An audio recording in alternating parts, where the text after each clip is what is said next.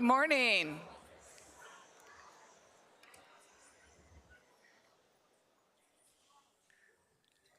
Who's ever doing the shushing out there? That's great, because then I didn't have to do it. Thank you. Good morning, everyone, and welcome, of course, to our members of the public that have joined us. We welcome you to the regularly scheduled meeting of the Los Angeles County Board of Supervisors. Today is Tuesday, July 11th, 2023, and we take note that a full complement of the board is present. Supervisor Mitchell will be joining us later. We have the Chief Executive Officer, our County Counsel, our Executive Officer, and the Sergeant at Arms are all here to assist this morning. And we will begin today's board meeting, like we always do, with our county's land acknowledgement.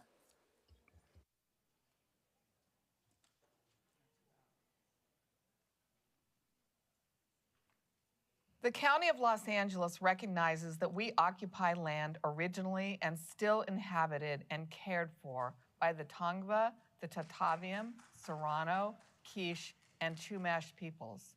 We honor and pay respect to their elders and descendants, past, present, and emerging, as they continue their stewardship of these lands and waters.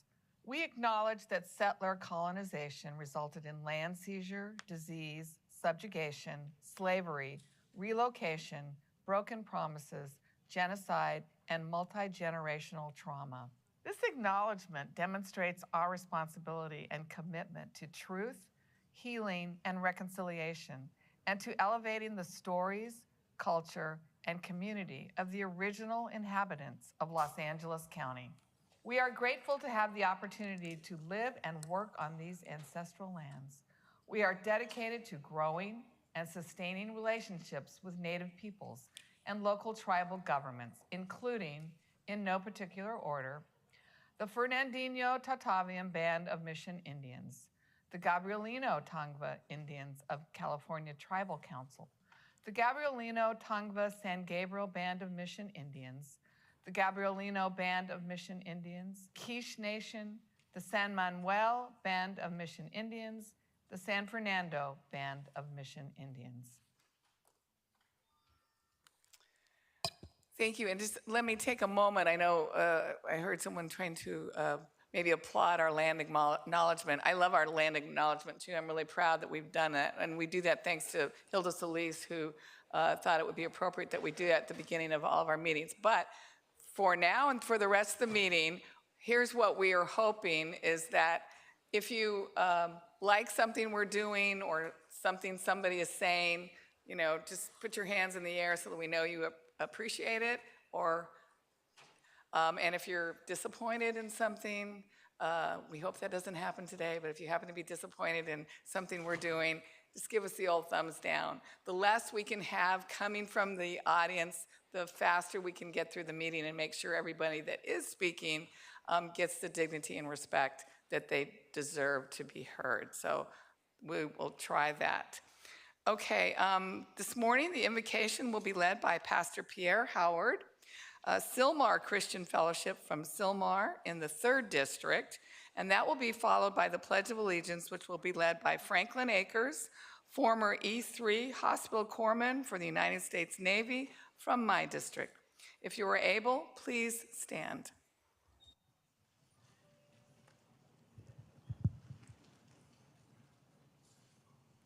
Father, Lord, we are so grateful for today. We're thankful for the things that you have done for us. We thank you for all your many blessings towards us. Father, we ask that you would continue to watch over us. Father, help us to be the best that we can be. Father, we pray for our leadership and we pray for our fellowship. Let us be better leaders and better followers. Let us work according to your will. Father, help us do the best which is for your people. Father, bless us as we continue to strive to be the best we can be, that we might love each other a little bit more, tolerate each other a little bit more, show hate a little less, but show more love, which you have given us.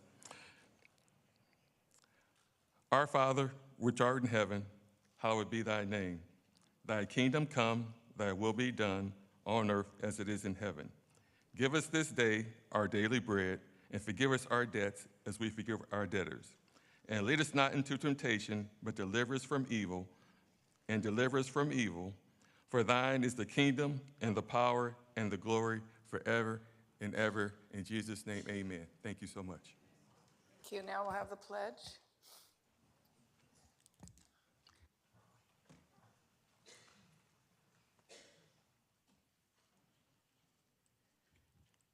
I pledge allegiance to the flag of the United States of America and to the republic for which it stands, and to one nation, under God, indivisible, with liberty and justice for all. Amen. Did I get the name wrong? No, Mims was wrong. Oh, I was like reading that. I was like, no, it's wrong.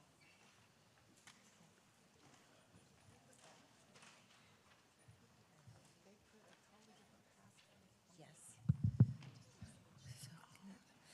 Good morning, everyone. I would like you all to join me in thanking Pastor Pierre Howard, or Pastor Pierre, as he is known, who leads the Sylmar Christian Fellowship Church, for leading us in this morning's invocation. He has led the church's ministry proudly since 2014. He attended Los Angeles Valley College and San Francisco State University and is a clinical recruiter by profession. He's the director of the Helping Hands food ministry that feeds and clothes the community in San Fernando Valley, a community I am very proud to represent. He's also a member of the Northeast Valley Ministers Alliance for the San Fernando Valley and has spoken to justice-involved young people at our juvenile halls and camps. Pastor Pierre is the husband of Mary Howard, the father of 4 children and a grandfather. One of his favorite scriptures is Psalm 46:1. God is our refuge and strength, a very present help in trouble.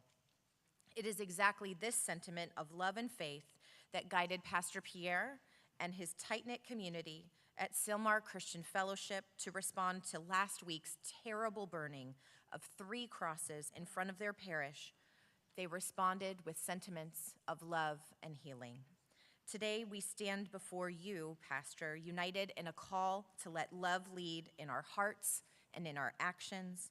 We are grateful that you are here. We are grateful for your entire parish community, and we thank you for the example so we all may lead in solidarity with you and your church community and lead with love. Thank you very much for being here this morning.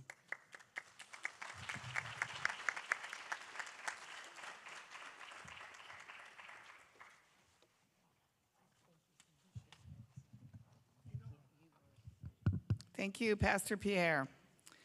And thank you to Mr. Frankie Akers for joining us today and leading us in the Pledge of Allegiance.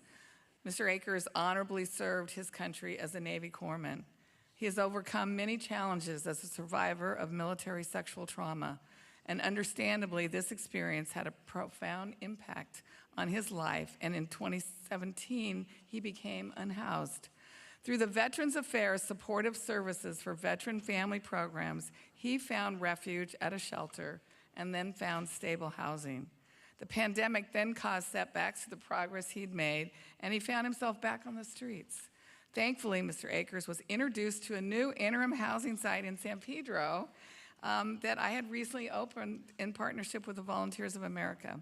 He enrolled in the program, showed remarkable dedication, completing the 6-month program in just over 4 months. You're an overachiever.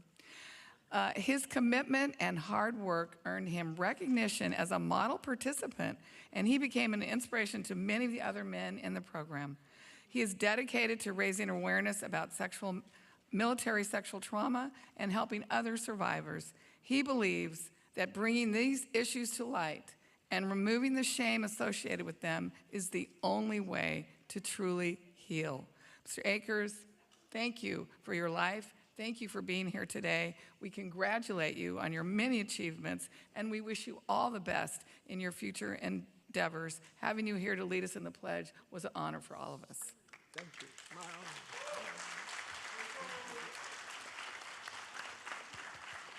Here, let's take a photo.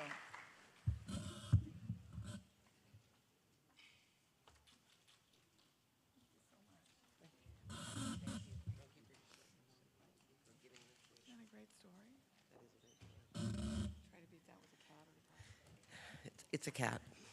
I want to introduce everybody to a 2-month-old calico kitten who is looking for a forever home. This is Jody. I know. There are a lot of kittens in our shelters right now. This is Jody. Yes, baby. And she is available for adoption. You can call 562-940-6898, or you can go to animalcare.lacounty.gov. And I promise you, if you cannot adopt, they're looking for foster parents as well. And this one is available like this week? Yes. Available this week. Yes, baby. And it's very sweet and lovable. And Janice, you're calling. Anyway, so this is Jody. For anyone out there looking I am a voice for the voiceless. a best friend, Jody's looking for a forever home. Thank you, Madam Chair. Darling. Very cute. And the cat's cute too. Okay, now we will move on to today's agenda. Executive Officer, please call the agenda. Good morning, Madam Chair and members of the board. Today's agenda will begin on page 2, Consent Calendar, Board of Supervisors, items 1 through 25. On item 1, this includes an addition as indicated on the supplemental agenda. On item 2, Supervisor Hahn requests that this item be held. On item 3, this includes a revision as indicated on the supplemental agenda. On item 6, Supervisor Barger requests that this item be held. On items 9 and 10, Supervisor Solis requests that these items be held. Also, these include a revision as indicated on the supplemental agenda. On item 11, this includes a revision as indicated on the supplemental agenda. On item 13, this includes a revision as indicated on the supplemental agenda. On items 14, 15, and 16, Supervisor Mitchell requests that these items be held. On item 23, Supervisor Horvath requests that this item be held. Also, this includes a revision as indicated on the supplemental agenda. On item 24, Supervisor Hahn and Supervisor Barger would like to abstain from the vote. On page 21, Administrative Matters, items 26 through 54. On item 35, the Director of Health Services requests that this item be continued 2 weeks to July 25th, 2023. On item 37, the Director of Animal Care and Control requests that this item be continued 2 weeks to July 25th, 2023. On item 40, Supervisor Mitchell and Supervisor Hahn request that this item be held. On item 41, this includes a revision as indicated on the supplemental agenda. On item 42, this will be held for a report. On page 37, this includes miscellaneous additions to the agenda, which were posted more than 72 hours in advance of the meeting as indicated on the supplemental agenda. On items 52A and 52B, Supervisor Solis requests that these items be held. On page 38, ordinance for introduction. On item 56, the Director of Health Services requests that this item be continued 2 weeks to July 25th, 2023. On page 39, separate matters, item 58 is a recommendation to appoint Oscar Valdez to serve as the Auditor Controller for the Office of Auditor Controller at an annual salary of $329,389.83, effective July 11th, 2023. On item 58, Supervisor Mitchell requests that this item be held. On page 40, Special District Agenda. This is the agenda for the Los Angeles County Development Authority. The requests for continuances through 6D are before you. Okay, that's before us, colleagues. They'll be moved by Supervisor Horvath, seconded by Supervisor Solis to approve these items, and that will be the order. That completes the reading of the agenda, Madam Chair. Okay, Executive Officer, please read our Code of Conduct. Ladies and gentlemen, may I please have your attention? The meeting of the Los Angeles County Board of Supervisors is about to commence. A code of conduct will now be read, and we request that you comply with it to ensure the efficient administration of the meeting. Members of the public, it is your right to participate in today's board hearing, and the board encourages such participation. However, the right of the public to address the board must be balanced with the need to ensure that public comment does not interfere with the orderly course of the board's business. All are reminded to abide by the following rules. Speakers must cease speaking immediately when their time has ended. Public comment on agenda items must relate to the subject matter of that item. General public comment is limited to subjects within the jurisdiction of the board. Public comment does not include the right to engage in a dialogue with board members or staff. Please remain respectful of the forum and refrain from uttering, writing, or displaying profane, personal, threatening, derogatory, demeaning, or other abusive statements toward the board, any member thereof, staff, or any other person. Members of the audience should be respectful of the views expressed by speakers, staff, and board members, and may not clap, cheer, whistle, or otherwise disrupt the orderly conduct of the meeting. Any person engaging in conduct that disrupts the meeting is subject to being removed from the board meeting. And finally, if you witness conduct or behavior by other members of the public that disrupts your ability to remain engaged or participate in this meeting, please notify the Sergeant at Arms or other county staff. Thank you for your cooperation. Okay, today we will begin with item 2, and that will be followed by items 6, 9, 10, 15, 16, 23, 14, and 40, which will be taken up with items 52A and 52B, then item 42, and ending with item 58, which were held by supervisors, and finishing with the remaining items not held by the board and general public comment.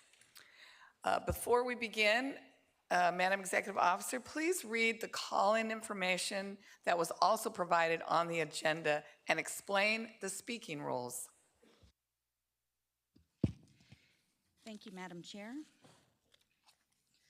For members of the public wishing to participate remotely, as indicated on the agenda, please call 877-226-8163 and use participant code number 133-6503. Members of the public participating remotely and in the boardroom, you will have the opportunity to address the board throughout the meeting. You will receive 1 minute to address the board on items held by supervisors and up to a total of 3 minutes on all remaining items and general public comment for a total of 6 minutes for this meeting. Please monitor your time and the items you are signing up for, as your name will not be called once your time has elapsed. For members of the public joining us remotely, when the board moves to the item you wish to address, promptly press 1, then 0 to be entered into the speaking queue. Remember to turn down the volume on your device as soon as the moderator calls on you, or there will be an echo. You will need to press 1, then 0 for each item on which you would like to speak. To ensure we hear from both in-person and telephonic speakers, we will alternate between the two speaking queues.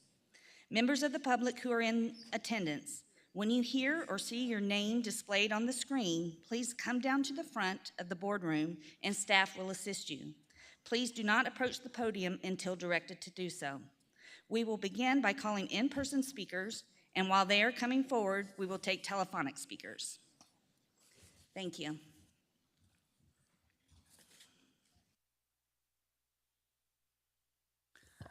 Okay, I know you were all paying very close attention to all those items I was reading earlier, but there was a mistake. So today we're going to begin with item 2, and that will be followed by items 6, 9, 10, 14, 23, 16, 15, 16, and 40. Did we all get that? Okay. And then, which will be taken up with items 52A, 52B, then item 42, and ending with item 58, which were held by supervisors, and finishing with the remaining items not held by the board and general public comment. So everybody good with that? Okay. So then we did the call-in information, right? So now we're on to item 2, strengthening bridge housing resources through the Behavioral Health Bridge Housing Program for people experiencing homelessness, living with serious behavioral health conditions, which I held. And for members of the public on the telephone, please press 1, then 0 now to comment on this item. And I believe we have with us Dr. Lisa Wong, who is our Director of Mental Health. I believe we also have Dr. Barbara Frere, Director of Public Health, and they'll be here available for questions. If you would like to join us at the table, thank you.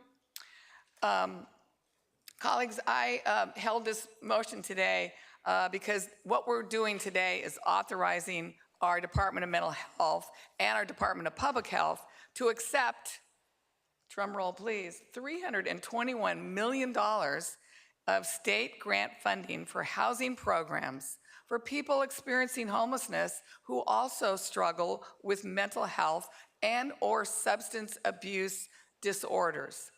This grant, which is called the Behavioral Health Bridge Housing Program, they've shortened it to BHBH, will fund mental health housing for 4 years that will be prioritized for our care court participants. Our Department of Mental Health and Department of Public Health submitted a proposal to the state requesting $321 million and estimating that those funds will be able to provide more than 1,600 mental health and substance use beds. And we know that this is so critical and one of the most pressing needs for our people who are without homes. Last month, the state approved our whole proposal. They're giving us everything we asked for. So we're doing this motion, colleagues, that allow them to accept the funds and move quickly towards the solicitation. And in anticipation, I think this is interesting, our Department of Mental Health already surveyed providers to see who's going to be interested and capable in contracting to provide these beds. And we got very positive results in the initial survey. And we actually received more responses for more beds than we even are going to have money for. So as we come closer to the launch of Care Court in LA County on December 1st, it's important that we make sure we are really preparing, and doing that is to have enough mental health housing as part of that. I just had and I'm going to call on Supervisor Barger to make remarks. I had some questions to ask. Do you want me to ask my questions first? Okay, let me just ask a couple of questions to Dr. Wong. You've said that you're focusing on shovel-ready projects, and that has a lot of different meanings out there in the world. What exactly does that look like for us, someone who would have a shovel-ready project of mental health beds?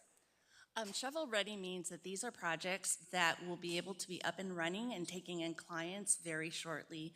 One of the reasons for this is because we have Care Court coming that we're launching December 1st.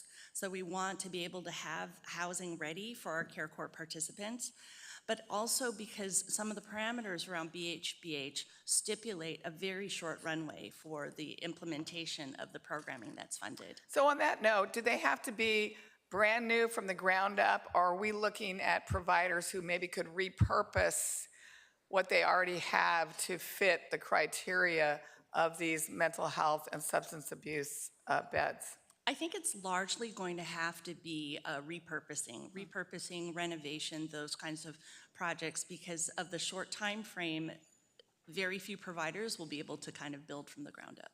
And then I understand in reading this, it's actually also the money can be used for rental assistance. Can you elaborate on that? How would that work? Yes, part of the money can be used for subsidies. The way the money is split is 25% can be used for infrastructure and then 75% for the rest of it. So providers who want to come on board and contract to provide this kind of housing for people, they can use up to $75,000 per bed. But to keep that going, people are going to need subsidies ongoing. And then I also found it interesting that this first round of providers, if they're successful, may get an advantage going forward in future possible funding opportunities, which makes me think there is going to be future funding opportunities. Is that true? Yes, that is what the thinking is. I mean, we don't know until we get the dollars, of course, but that is the hope. And, the advantage is these are going to be people who not only have a commitment to taking care of our clients, but are able to demonstrate they know what it takes to do it, and they will have the lessons learned from having engaged in this 4 years. So, and Dr. Farrar, I was going to ask you too, you got less of the total allotment, and I don't really know how it got broken down. Public health got 62 million out of it, and the rest went to mental health. But I do know that the narrative out there, particularly about people who are on the streets, people say, we know they have mental health issues, but we know the majority of them also have substance abuse problems. What kind of response did you get on providers who are willing to provide these kinds of substance abuse beds, which are very different? Yeah, thank you so much. And I do want to thank Supervisor Hahn, you and Supervisor Barger for actually sponsoring this motion, because it is really important that we get these funds and, we do have a short runway and start contracting for beds. We have very similar parameters as the Department of Mental Health does, just slightly less money. We'll use it for two kinds of beds that are in desperate need here. One type of bed is what we call recovery bridge housing. These are for people who are stepping down, they've completed residential treatment, or they're in intensive outpatient treatment and need a place to stay. So this is sort of room and board for people who are in a treatment program. But we're also going to open what we call recovery housing beds, which are for people who are on their sobriety journey, need a place to live while they're on their sobriety journey, but does not require that they be in an intensive outpatient program. So that will be the first time we'll have recovery housing beds here that don't have a stipulation attached to them of being in one of our programs. So we're excited about that opportunity because we know some people are looking for sober living, and we want to be able to offer that. We'll be able to purchase 100 recovery housing beds and 300 recovering bridge housing beds. When we surveyed providers out there, between the two beds, providers thought they could offer about 700 beds. So I think similar to what DMH found is we'll actually have more providers who could put up beds in the short, this is in a 12-month period, then we'll have funding on this initial round. So we're also excited about. Yeah, good news. Good. Thank you, Dr. Farrar. Supervisor Barger, would you like to make some remarks? Yeah, first of all, thank you. And thank you, Supervisor Hahn, for letting me co-author this motion. And I think that, we often talked about continuum of care in hospital beds, but what we regularly see is what's forgotten, and that's the residential care afterwards to make sure that they don't cycle back onto the street. And my question is pretty straightforward, just as it relates to the fact that I know in many years past, when we had group homes, they tended to be high concentration in areas such as Altadena, central Los Angeles. And in looking at the project readiness, it seems like the clusters now are focused in District 2. And I know that in the Antelope Valley, we tend to always need the resources up there. So I guess my question is, how are we going to ensure that it's evenly distributed throughout the county? Because one of the barriers that I've witnessed from people that are experiencing homelessness that are not willing to get off the street is because they want to stay close to the proximity of where they are. And so how is there a way for us to outreach or incentives to make sure that it's equally distributed, especially up in the North County? Yeah, I appreciate your comment, Supervisor Barger, because I agree. A lot of times people are much more willing to stay in housing if it's in their community, and they should have a choice of community.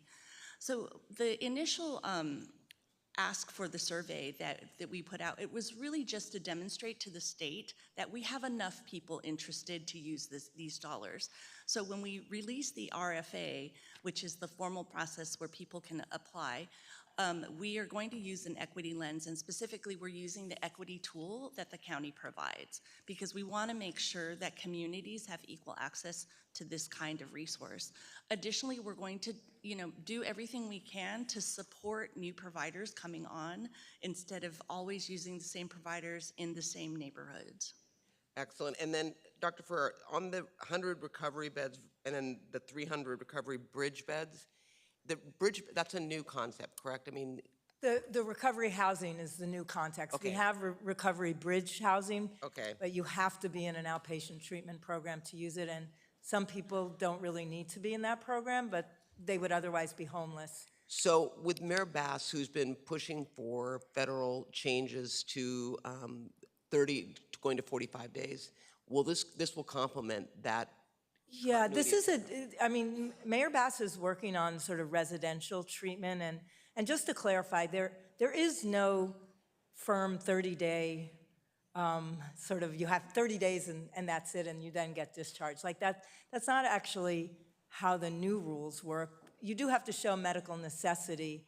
You can consider a person's housing status, but it's not enough to qualify them as a medically necessary state, which means that we just don't get reimbursed by CMS. So we are asking for the federal government to reconsider that definition of medical necessity, but that will just apply to residential programs. It wouldn't apply to these step-down programs, and it certainly wouldn't apply to the recovery housing, which is really what in the past week all called sober housing. Great. And in closing, I'll just say that I think it speaks volumes to how you all presented it to the state, the fact that we did get full funding.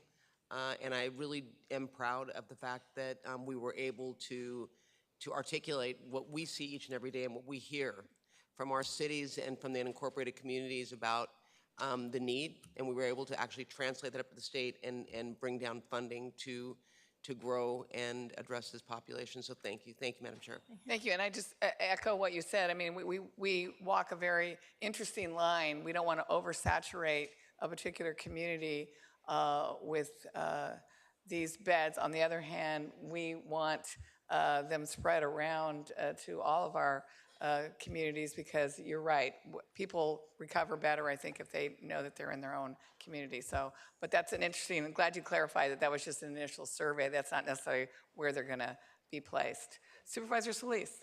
Yes, thank you. Thank you, Madam Chair, for recognizing me, and thank you and Supervisor Barger for bringing the motion forward.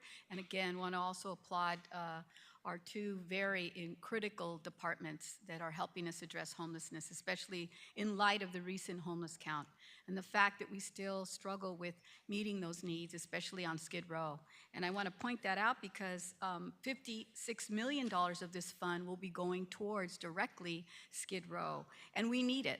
I mean, I get that we need to spread out the funding overall, but immediate need where we have shovel-ready access and programs is going to be paramount. So 56 millions will go through purchasing some buildings there and just repurposing them overall.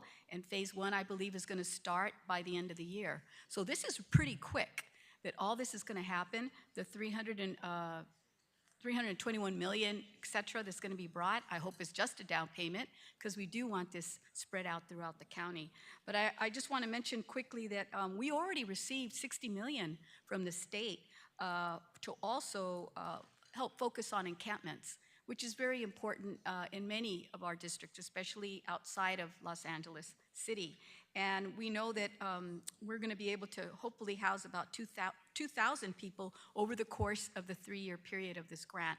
And that's pretty ambitious. So the BH funding will help to support 350 new interim housing beds for people who are transitioning off the street into care, which is vital. And I want to commend both of you, and especially Department of Mental Health, because we went out and surveyed the Crocker facilities, and I know that that's going to be a game changer for us as well, providing sobering assistance to those that have addiction issues, but more importantly, helping to provide a rapid 24-hour response to people on any given day. And that, to me, can serve as a pilot as we move forward. So I want to commend you, and yes, I plan to vote on this because it's going to benefit so many people.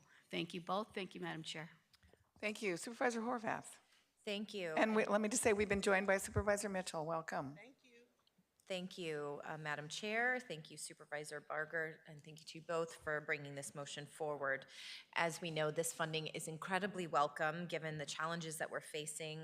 It's essential to addressing the homelessness crisis that we know is throughout Los Angeles County, and essential to quickly housing those who are experiencing homelessness with serious behavioral health conditions and substance use disorders. We know that there is tremendous need in all of our communities. A 2022 RAND study found that half of the people experiencing homelessness in LA County have reported a serious mental health condition. In addition, approximately 20 to 35% of people experiencing homelessness report having a substance use disorder.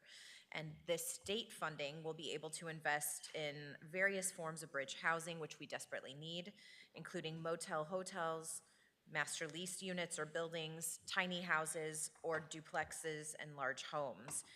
Braiding our homelessness emergency response with this funding ensures we can uplift some of our most marginalized and vulnerable Angelenos. But on that, I wanted to ask what we're doing to prevent unintended consequences. I know, for example, when we've met with organizations representing immigrant communities, they're concerned about the braiding of funding being a contributor to them not being able to access resources, because if it comes from a certain pot of money, that can't be applied to them. How are we ensuring that braiding of funds does not prevent our ability to help those who are immigrants to Los Angeles and who may be undocumented? I can just speak that, this is a wonderful and welcomed opportunity, but we have other money and other funds that go into recovery bridge housing, which we'll be able to use for those, if we have clients who, for whatever reason, are not eligible. Great. For this funding So source. this is an added benefit. It won't prevent people from accessing Exactly. this. I mean, our program does not distinguish by anybody's immigration status for any of the services we provide. When it comes to paying the bills, we obviously have to follow the rules, but we have enough other sources of funding that already are used for recovery housing that we would be able to pay those bills. I'm sure that's welcome news to many people who are listening today. Thank you. And to clarify on an earlier question you answered regarding rental subsidies, it would have to be for those with a qualifying condition to get into this housing. It's not rental subsidies for anyone who's a renter. Is that right? And it's rental subsidies for these particular projects. Right. Okay. Very good. Thank you.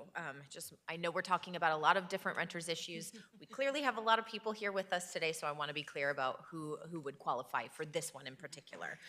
As we know, we're committed to centering people with lived experiences in all aspects of creating additional housing infrastructure and essential supportive services. And so I am proud to support this item, as well as every effort to increase various forms of bridge housing, which has proven successful in increasing ongoing treatment for mental illness and substance use disorders, linking people to permanent housing. Thank you very much.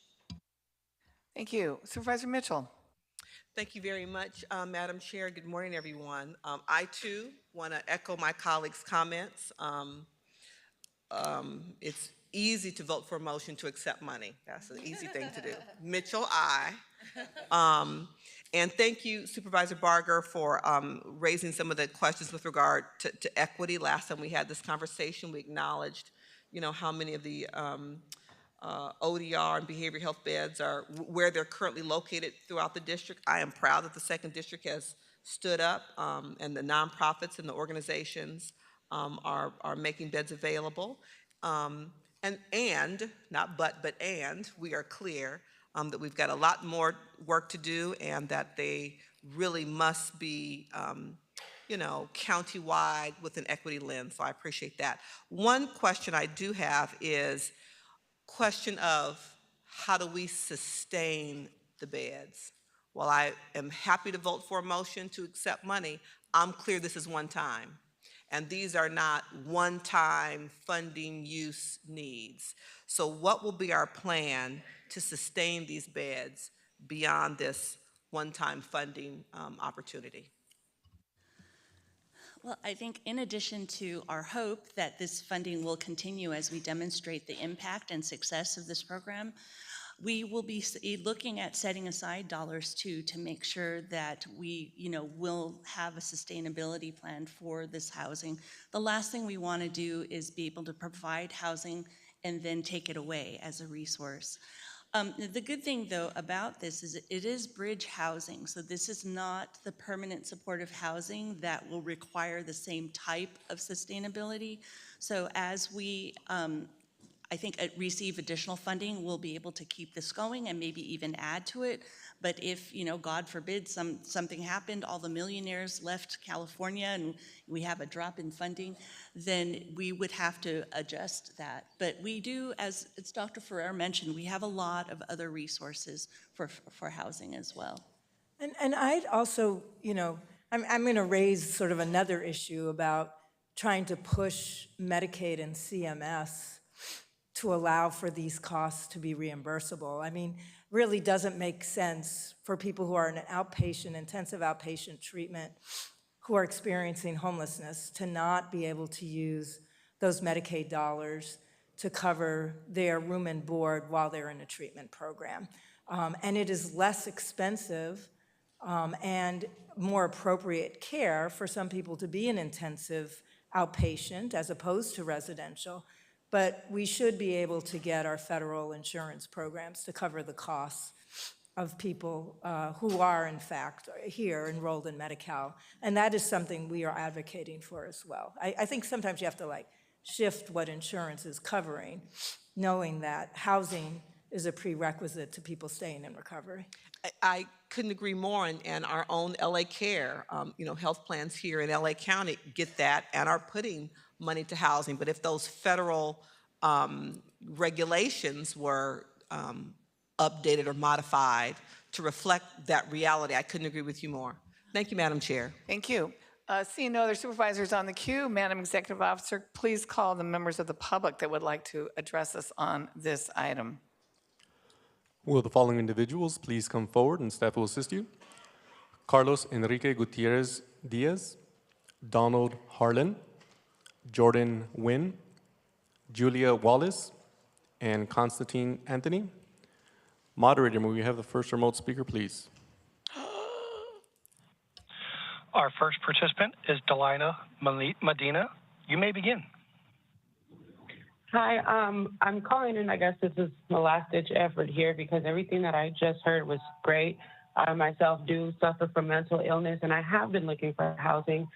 The only thing that concerns me here is that it sounds like this is just for beds, and this is not in family housing at all, which is what my situation is. And everybody that I've turned to, whether it be my city council members, my mayor's office, Tracy Park's office, HOPIX, the county building, everybody and everywhere sends me the runaround where there's not funding for my particular family size or my situation. And the thing is, I've been illegally evicted, which is what got me in this position in the first place. I don't have substance abuse issues. I do work a job, and I have a family of 4. My husband goes to school, and I've worked full time. And with this rising cost of rent, we cannot afford anything right now. There's no affordable housing available, and I've contacted every board of person that I'm supposed to contact, and it seems like there's no help. Yeah, thank you. Again, I've talked to the mayor's office, city council, assembly Thank you. members. Did you tell us where you reside currently?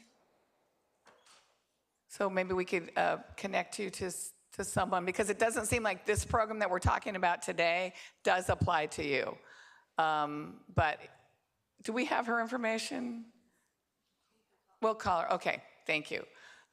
Okay, next speaker, please. Our next participant is Genevieve Claverol. You may begin. Moderator.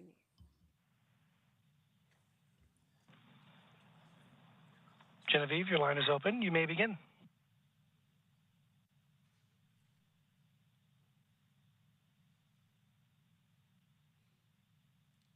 Genevieve, are you on? Okay. Okay, I think, did we lose her? You can't lose Genevieve. Okay, next speaker, please. We'll go to Roy Humphreys. You may begin. Thank you. And a perpetual problem that isn't going to go away anytime soon, if at all, in the state of California. And as to the previous woman speaking and the funds available and so forth, and the perpetuation of the state of California and this Los Angeles County in the support of illegal aliens, the quote undocumented, and the funds. There's only the pie can only be cut so thin, and we're paying the consequences of this foolhardy. And actually, it's a federal felony to support the quote undocumented illegal aliens. So you kind of get what you pay for. Thank you, and we're all paying for it, sadly. Okay, next. Sheriff, stand down. Stand down, Sheriff. County Council here. Are we going in person? Yes. Carlos Gutierrez Enrique, a participant. Okay, go ahead.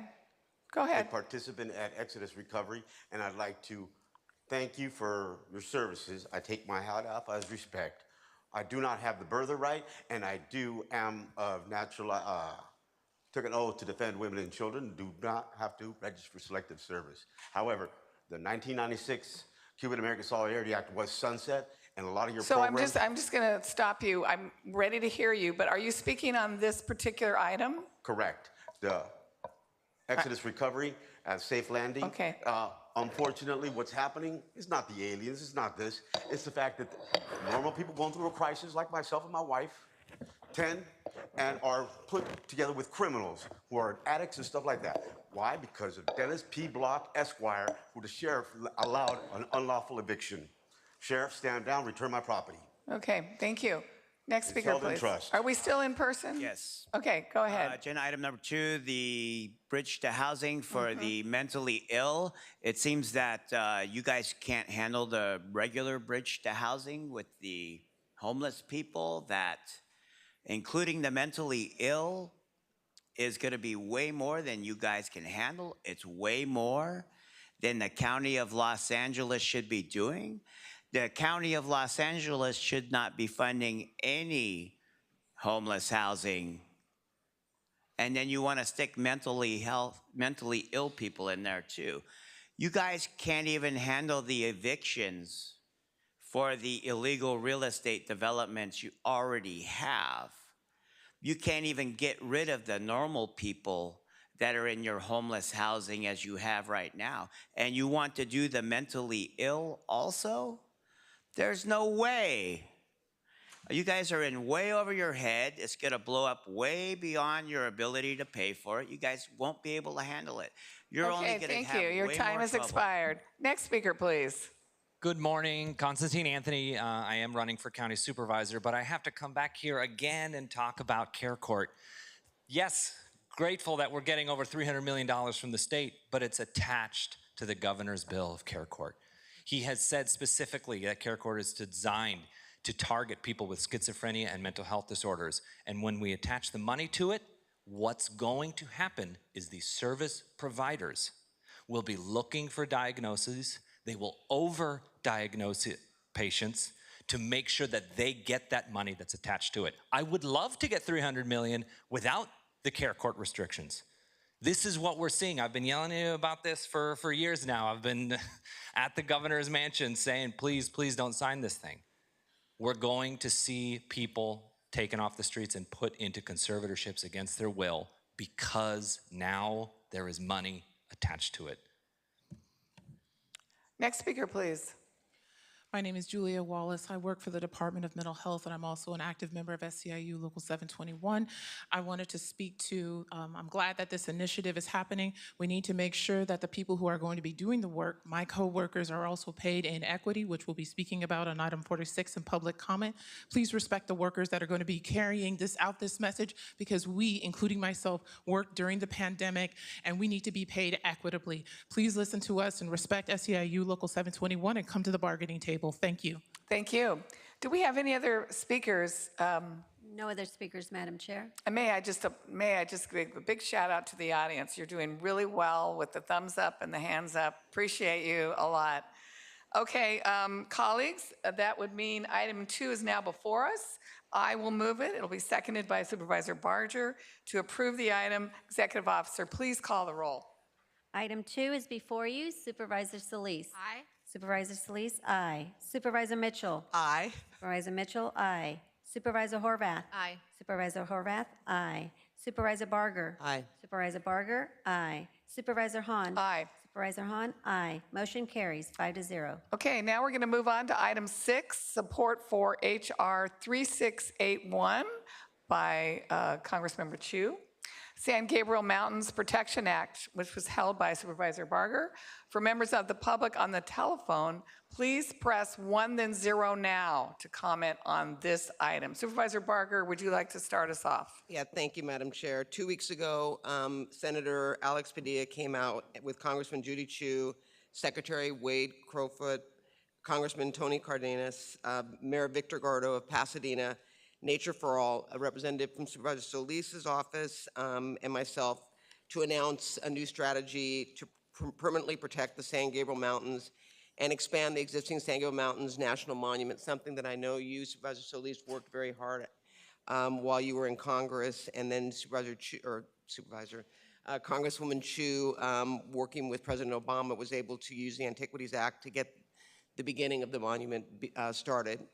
This is the Protecting Unique and Beautiful Landscapes by Investing in California Lands Act, which is going to increase protections for public lands throughout Northwest California, the Central Coast, and Los Angeles County. The Public Lands Act will ensure equitable access to public lands for our communities across LA County. The board has been committed to equitable access to public lands and has voted several times to support any legislation that moves forward with that. This past December, we adopted the 2022 Parks Needs Assessment Plus to ensure the conservation and restoration of the last remaining public lands, an initiative I led, again, with Supervisor Solis. Policies like these are key to ensuring we work together at all levels of government to address the climate crisis, build resilience, and protect 30% of lands waters by 2030. In my district alone, the Public Lands Act would expand the San Gabriel Mountains National Monument by over 100,000 acres to fulfill the vision of permanently protecting the San Gabriel Mountains. Senator Alex Padilla and Congresswoman Judy Chu have actively advocated for this expansion through various channels and have urged President Biden to utilize his authority under the Antiquities Act of 1906 to issue a presidential proclamation to expand the San Gabriel Mountains National Monument. Preserving these special lands for future generations is so important, and I was moved to hear everyone's personal experiences recreating in our San Gabriel Mountains. We need to keep the momentum going and officially express our support for this important legislation. I'm proud to author this motion in support of HR 3681, authored by Congresswoman Judy Chu, to expand and preserve the San Gabriel Mountains National Monument. And thank you, Madam Chair. Thank you. I see Supervisor Solis, you're next. Yes, thank you. Thank you, Supervisor Barger, for bringing the motion forward. As you know, I have been a lifelong resident also in the San Gabriel Valley, but more importantly, know how this issue has impacted me personally, my life, and my constituents for the many years of service that I have held in public office. Yes, creating the San Gabriel Mountains National Monument is very dear and close to my heart and to many of our constituents. And I want to give a shout out to Senator Padilla and Congresswoman Chu, and also the local elected officials and all the partners that helped to advance a decades-long vision of protecting the San Gabriel Mountains, and to collectively urge President Biden to expound that boundary of California's San Gabriel Mountains National Monument using the Antiquities Act of 1906. The proposed designation would protect nearly 110,000 acres of the San Gabriel Mountains, significant natural, cultural, and recreational resources. This would permanently protect a significant portion of the Western Angeles National Forest in Los Angeles County and California metropolitan areas. It is key that we honor our history and what it took to get us here, and as such, we acknowledge and uplift the San Gabriel Mountains, which are and belong to the Gabrielino tribal lands. Thank you, Senator Padilla and Congresswoman Judy Chu, for your leadership and proposed bill to continue to preserve the federal public lands throughout California, including the expansion of the San Gabriel Mountains National Monument. Colleagues, just wanted to share that resulting from my legislation way back some decades, HR 519, the San Gabriel River Watershed Study Act, during my congressional tenure, followed by Congresswoman Judy Chu's and Senator Harris's legislation in 2014 under the Obama administration. And that original designation was to designate the San Gabriel Mountains a national monument. That included nearly 347,000 acres of federal existing land. Since then, the community support has continued to grow, and we know what that means. These lands are a gateway to our forests, which welcomes millions of visitors annually and should be included in the National Monument designation. The San Gabriel Mountains are the backyard for many urban and culturally diverse communities within LA County. And as you know, in LA County, we lack green space and suffer from health issues because we don't have access to open areas and parks. As a supervisor representing the 1st District, 2 million peoples, I know that this is very important for our communities. Influenced by my personal family experiences in the San Gabriel Mountains early on in my career, I recognize the historic underinvestment in protections of public lands for underserved communities and the need to ensure environmental justice. That led me to dedicate my efforts towards establishing this monument, which originally then helped to conform and design the congressional recognition of the San Gabriel and Lower Rivers and Mountains Conservancy during my tenure as well. I want to say that over 18 million people's lives within the 90-minute drive of these mountains will be able to ascertain and see the beauty that many of us saw as children growing up and using the mountains as our playground. These public lands belong to all of us. And I especially want to thank the local and state and national partners, including Nature for All, a coalition of community-based organizations who for over 20 years have worked to protect the public lands and rivers in the San Gabriel Mountains. What an opportunity. And I want to add that these dedicated efforts have led to congressional appropriations, just over $1.5 million to advance the planning of the first pilot transit shuttle to the San Gabriel Mountains. And personally, I want to again appreciate Senator Padilla and Congresswoman Chu for continuing the fight and add my voice to theirs in their request to ask the Biden administration's support for the expansion of the San Gabriel Mountains National Monument using the Antiquities Act. With that, I am pleased to support this legislation. Thank you so much, Madam Chair. Very good. You got a lot more done in Congress than I did. Supervisor Horvath. Thank you, Madam Chair. Thank you, Supervisor Barger, for bringing this item forward. And thank you also to Supervisor Solis, who clearly has a long record on this issue. I know, Supervisor Barger, you attended the event recently that made this announcement about this important legislation. And as we just heard, Supervisor Solis has been at this for a very long time, making her impact even before you were here at the board. So we really appreciate your leadership, and I'm excited to echo your comments and add my support.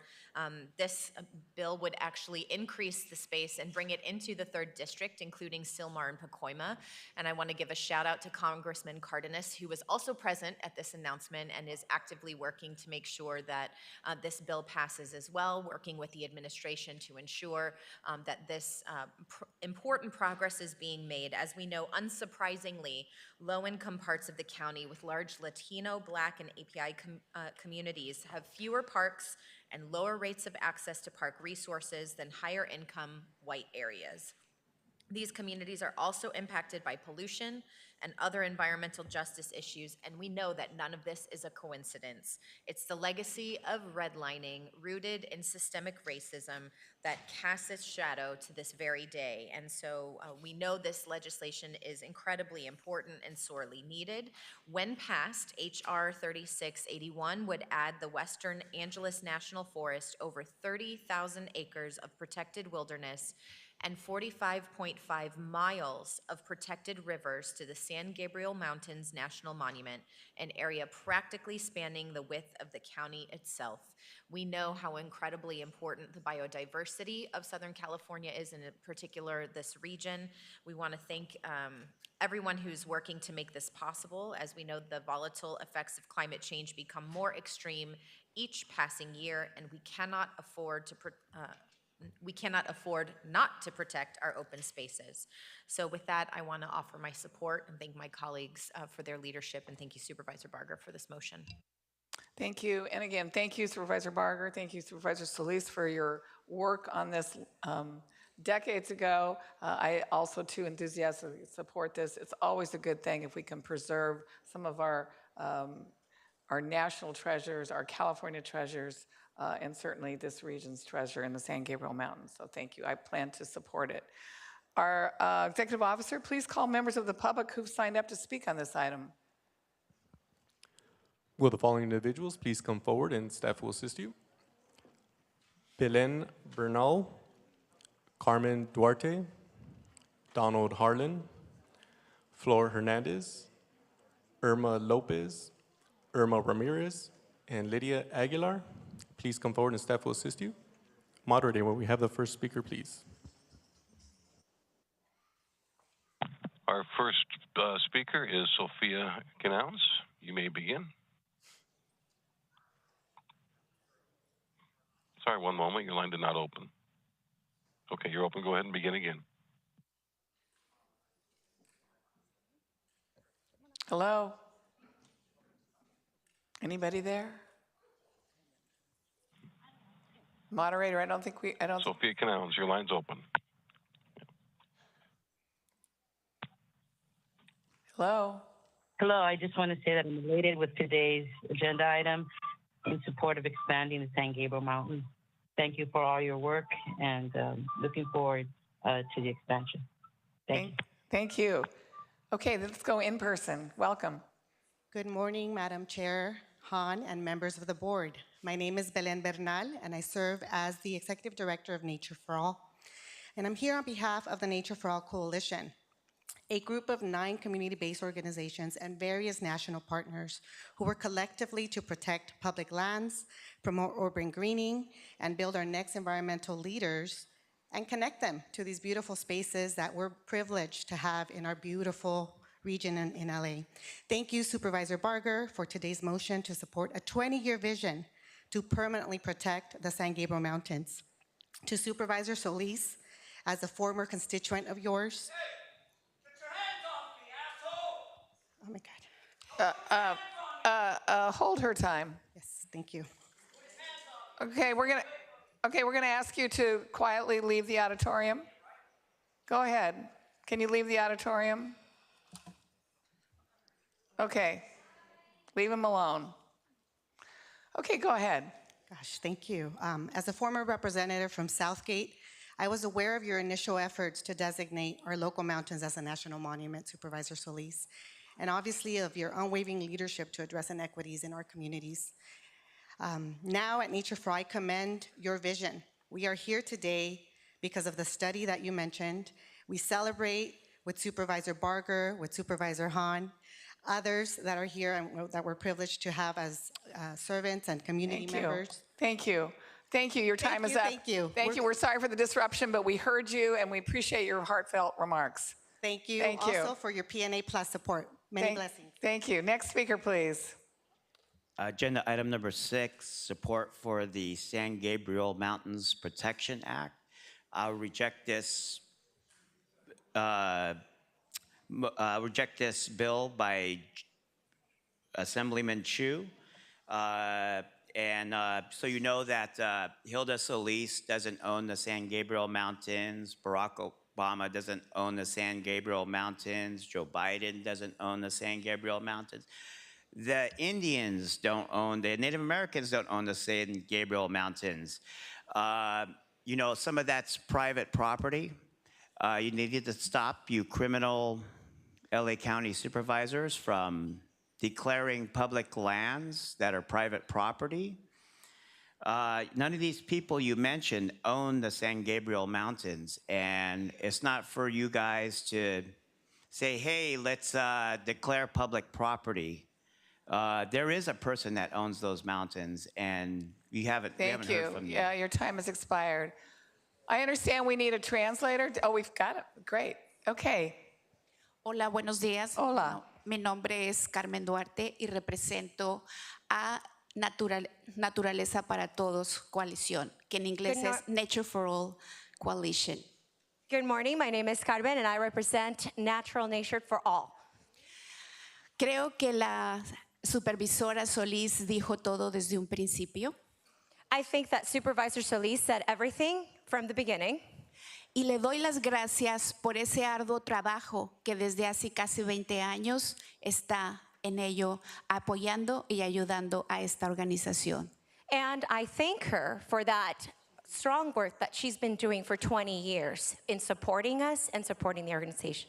Y ahora a la supervisora Barger, que está bajo esa responsabilidad de proteger nuestras montañas de San Gabriel. And now to Supervisor Barger, who is also there supporting and defending those mountains of San Gabriel Valley. Mi experiencia en el estar involucrada con la naturaleza es que ahorita estaba escuchando muchos problemas de salud. My experience in being involved in what is nature, I've been hearing a lot of problems, health issues.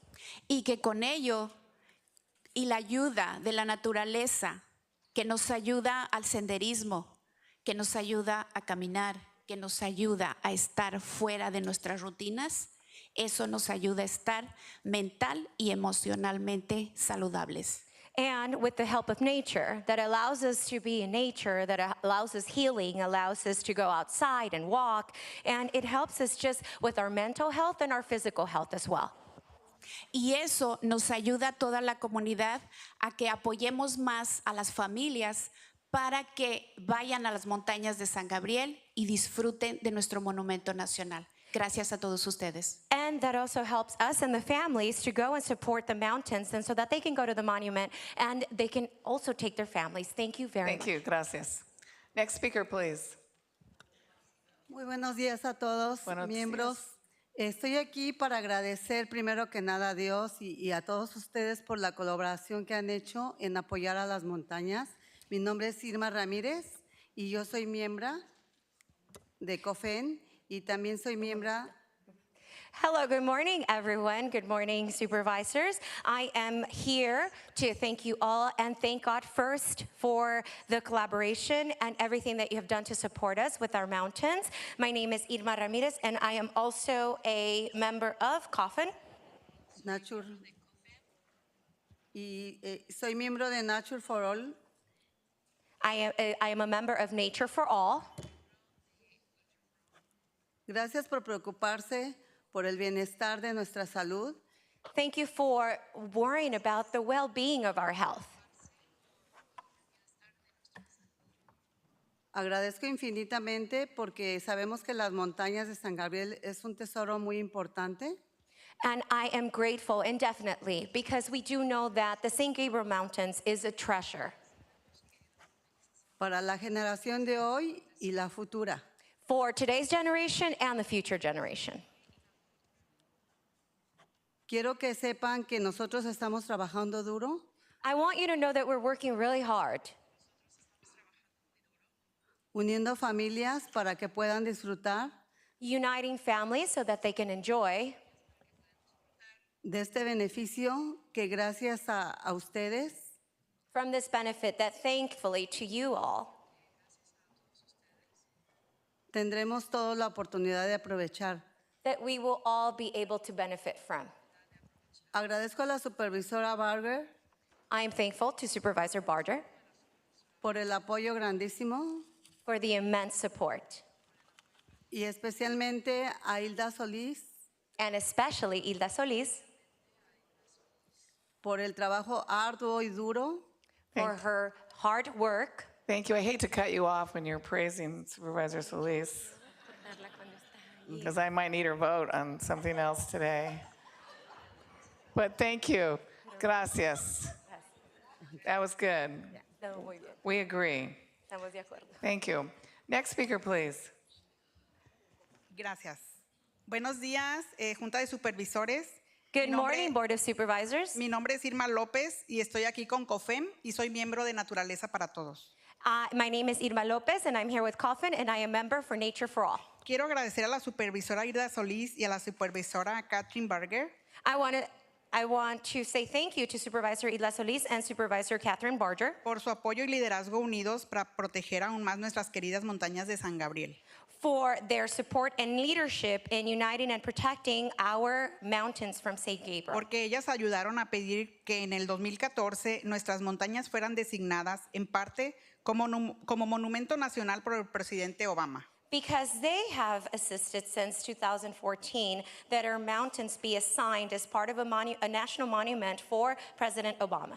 Hoy, gracias al liderazgo continuo de la congresista Judith Chu y el senador Padilla, seguimos viendo florecer esa visión de incluir 109,000 acres adicionales de nuestro bosque, que la mayoría de estos están en el distrito de la supervisora Barger. Today, thankfully to your leadership and with Congresswoman Judy Chu and Senator Padilla, we continue to see and develop division, including 109,000 acres additional to our forest. The majority of this is also in Supervisors Barger District. Queremos dar las gracias también a la supervisora Barger por poder ayudar con esta ley de protección de las montañas de San Gabriel. We want to also thank Supervisor Barger because you are assisting and helping us with the protection of the San Gabriel Mountains. Por favor, les pido que apoyen el libre acceso, el mejor acceso a las montañas de San Gabriel con estos 109,000 acres, ya que es de mucho beneficio a nuestra salud, a nuestra comunidad. Nuestras familias lo necesitan, necesitamos el aire limpio. Go ahead okay, and so we do translate. ask that you support, please, thank you, the access to these San Gabriel Mountains because it does help with health and it helps with our families. Gracias. Gracias. Next speaker, please. Muy buenos días. Mi Buenos nombre días. es Lidia Aguilar. Hello, good morning. My name is Lidia Aguilar. Soy miembro de la Coalición de Naturaleza para Todos. I am member of Coalition Nature for All. Y estoy aquí para agradecerle a la supervisora Hilda Solís y la supervisora Barger por su apoyo y liderazgo unidos para proteger aún más a nuestras montañas de San Gabriel. And I'm here to show my gratitude to Supervisor Hilda Solís and Supervisor Barger for their support and leadership in protecting the San Gabriel Mountains. La supervisora Hilda Solís junto con la congresista Judy Chu por muchísimos años ellas han sido nuestras campeonas porque siempre nos han apoyado e incluso gracias al liderazgo también del senador Padilla pues seguimos. Supervisor Solis, along with Judy Chu, have been champions in leading us in this and protecting, along with also Senator Padilla. Y hasta la fecha hemos logrado muchísimo en cuanto a que en el 2014 las montañas de San Gabriel fueron declaradas un monumento nacional. And as it is, we've also gained a lot. We've won a lot because in 2014, San Gabriel Mountains were also assigned as a national monument. Pero aún todavía necesitamos mucho más apoyo y bueno, nosotros seguimos esperando que la congresista Hilda, la supervisora Hilda Solís nos siga apoyando para que todas las montañas de San Gabriel sean declaradas un monumento nacional. And well, even though we still need a lot more support because we do hope that Hilda Solís continues to support us so that the rest of all of the entire San Gabriel Mountains be also assigned as a monument, a federal monument. Thank you very much. Gracias. Next speaker, please. Mi nombre es Flor Hernández. Estoy aquí con COFEN. My name is Flor Hernández and I'm here with COFEN. Me gustaría aprovechar esta oportunidad para agradecer a la supervisora Hilda Solís y a la supervisora Catherine Barger por su apoyo, liderazgo unidos para proteger aún más a nuestras montañas de San Gabriel. And I would like to take this opportunity to thank Supervisor Solis and Supervisor Barger in their support and leadership in protecting the San Gabriel Mountains.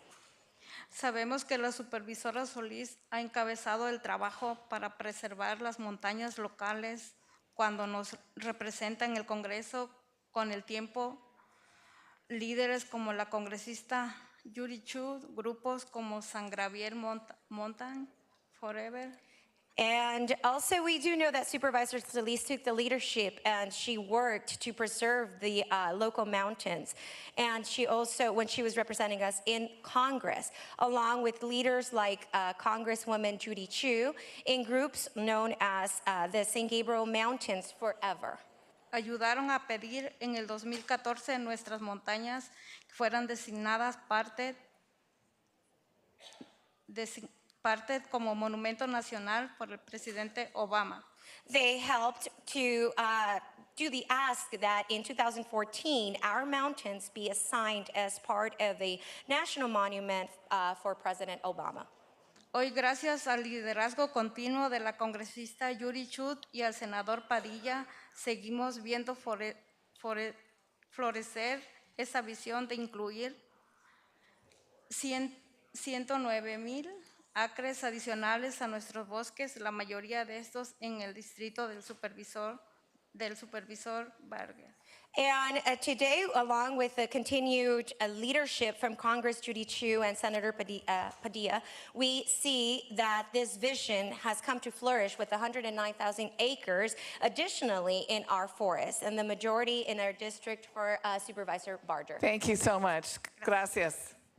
One more speaker. Okay. Just for the record, I need the attorney to understand that I can sign up in any name I desire. And that's for the record. The Brown Act allows me to do that. So the San Gabriel Mountains, who's protecting them other than God? There exists a God, but to some of you that worship God, you don't tend to know who God is because you have all these excuses and lies about what you're doing to protect the people of this country. And it's very sad. It weakens my heart to know that people are being displaced and living on our streets now, and the Ninth Circuit courts ruled that they can sleep on the sidewalk of the streets. Well, I invite them to sleep at the parks, sleep in San Gabriel Mountains, build a chateau up in the mountains. That's the new idea. Get all the homeless to live in the San Gabriel Mountains and let them enjoy the lands that God provided, all men equal, so that they can live in harmony and understand that they have a right to a home. Okay, do we have any other speakers wishing to address us on this item? No, Seeing none. Colleagues, item 6 is now before us. It will be moved by Supervisor Barger, seconded by Supervisor Solis to approve the item. Executive Officer, please call the roll. Item 6 is before you. Supervisor Solis. Aye. Supervisor Solis, aye. Supervisor Mitchell. Aye. Supervisor Mitchell, aye. Supervisor Horvath. Aye. Supervisor Horvath, aye. Supervisor Barger. Aye. Supervisor Barger, aye. Supervisor Hahn. Aye. Supervisor Hahn, aye. Motion carries 5-0. Okay, we're now going to move on to item, thank you. Thank you, you've been doing so well. We'll now move on to item 9, preparing Los Angeles County in advance of the 2026 Men's FIFA World Cup and 2028 Olympic and Paralympic Games. Okay, we need to, and if you're going to leave the auditorium after maybe your item is heard, make sure you do it in a way that we can keep continuing the meeting. This was held by Supervisor Solis. For members of the public on the telephone, please press 1, then 0 now to comment on item 9.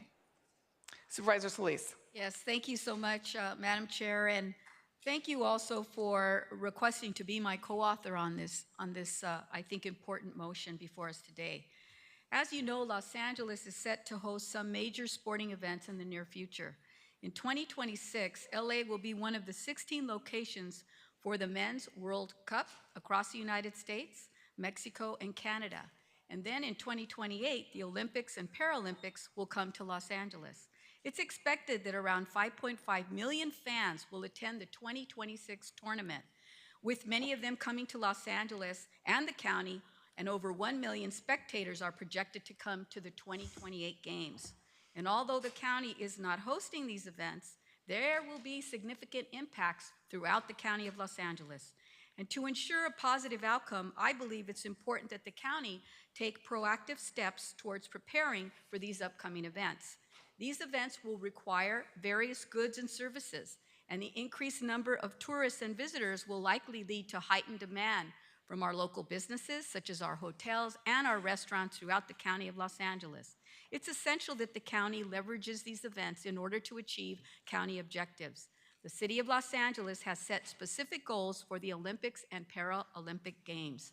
These objectives involve the recruitment of local workers, the procurement of goods and services from minority-owned businesses, the development of arts and culture programming, the improvement of mobility, and the implementation of sustainable plans that prioritize green energy, zero carbon transportation, and zero waste. The Los Angeles World Cup 2026 host committee has similar goals. It would be advantageous for the County of Los Angeles to support these objectives and collaborate with the host organizations, such as the City of Los Angeles, Metro, local, and regional jurisdictions and community-based organizations to ensure that the county's priorities of equity, economic development, and sustainability are all met. There are many resources available to the county for supporting its goals during these events. One of these is the Department of Economic Opportunity, which can offer technical assistance to both local and minority-owned businesses that provide goods and services to event organizers. The Chief Sustainability Officer can also provide guidance on achieving sustainability targets, and the Department of Public Works can help with transportation and other infrastructure planning, which is very much needed. These are just a few of the examples of the resources that can and should be utilized. That's why it's important for the county to be engaged. We should think about the possible unintended consequences as well of having many people who are going to come in to Los Angeles County to visit. We need to be proactive in making sure that our departments and our agencies are fully engaged in the planning efforts. The county contracts with many venue and non-venue cities for critical services and must be prepared for increased needs during these events. Take the county's commitment to the Care First Jails Last approach to public safety and the sheriff's office, for example. The sheriff will be an essential player in the public safety landscape, but this board should also ensure that the county's role in public safety aligns with the county's priorities and goals. This may take the form of the county supporting efforts for increased public safety ambassadors or other unarmed responses to certain events and non-event needs. I believe it's the duty of the board to ensure that the events demands on the sheriff do not interfere with the sheriff's other obligations and safety needs in other areas. This motion, the proposed motion, takes a proactive approach by putting together a team made up of various departments to ensure that the county's goals are met without unwanted, unintended consequences. The working group should evaluate ongoing efforts that align with the county's priorities and create a plan to support them, as well as identify any possible negative impacts and develop a strategy to address them. Although the working group is made up of county departments, it's essential that the county also collaborate with other key partners, such as the City of Los Angeles, Metro, LA 28, the Los Angeles World Cup 2026 Host Committee, and other local and regional organizations. I'd like to give a shout out also to specially recognize Erwin Mogreshin, who represents the City of Los Angeles, LA City Deputy Mayor, for their leadership on the Olympics and Paralympics. With that, Madam Chair, I ask for your support, and thank you again for being co-author. Yes, thank you, Supervisor Solis. It's very important that we're preparing LA County in advance of the 2026 FIFA, is how it's pronounced, Men's World Cup and the 2028 Olympic and Paralympic Games. Thank you, Supervisor Solis, for letting me co-author this motion. I'm excited that LA will be hosting the Olympic and the Paralympic Games and also the World Cup matches.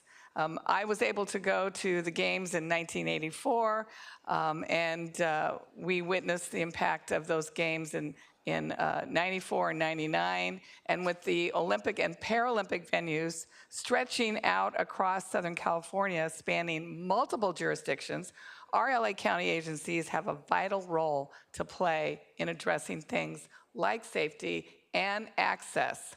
We're also hearing from folks who have concerns about displacement and rising costs associated sometimes with these global events coming to our communities.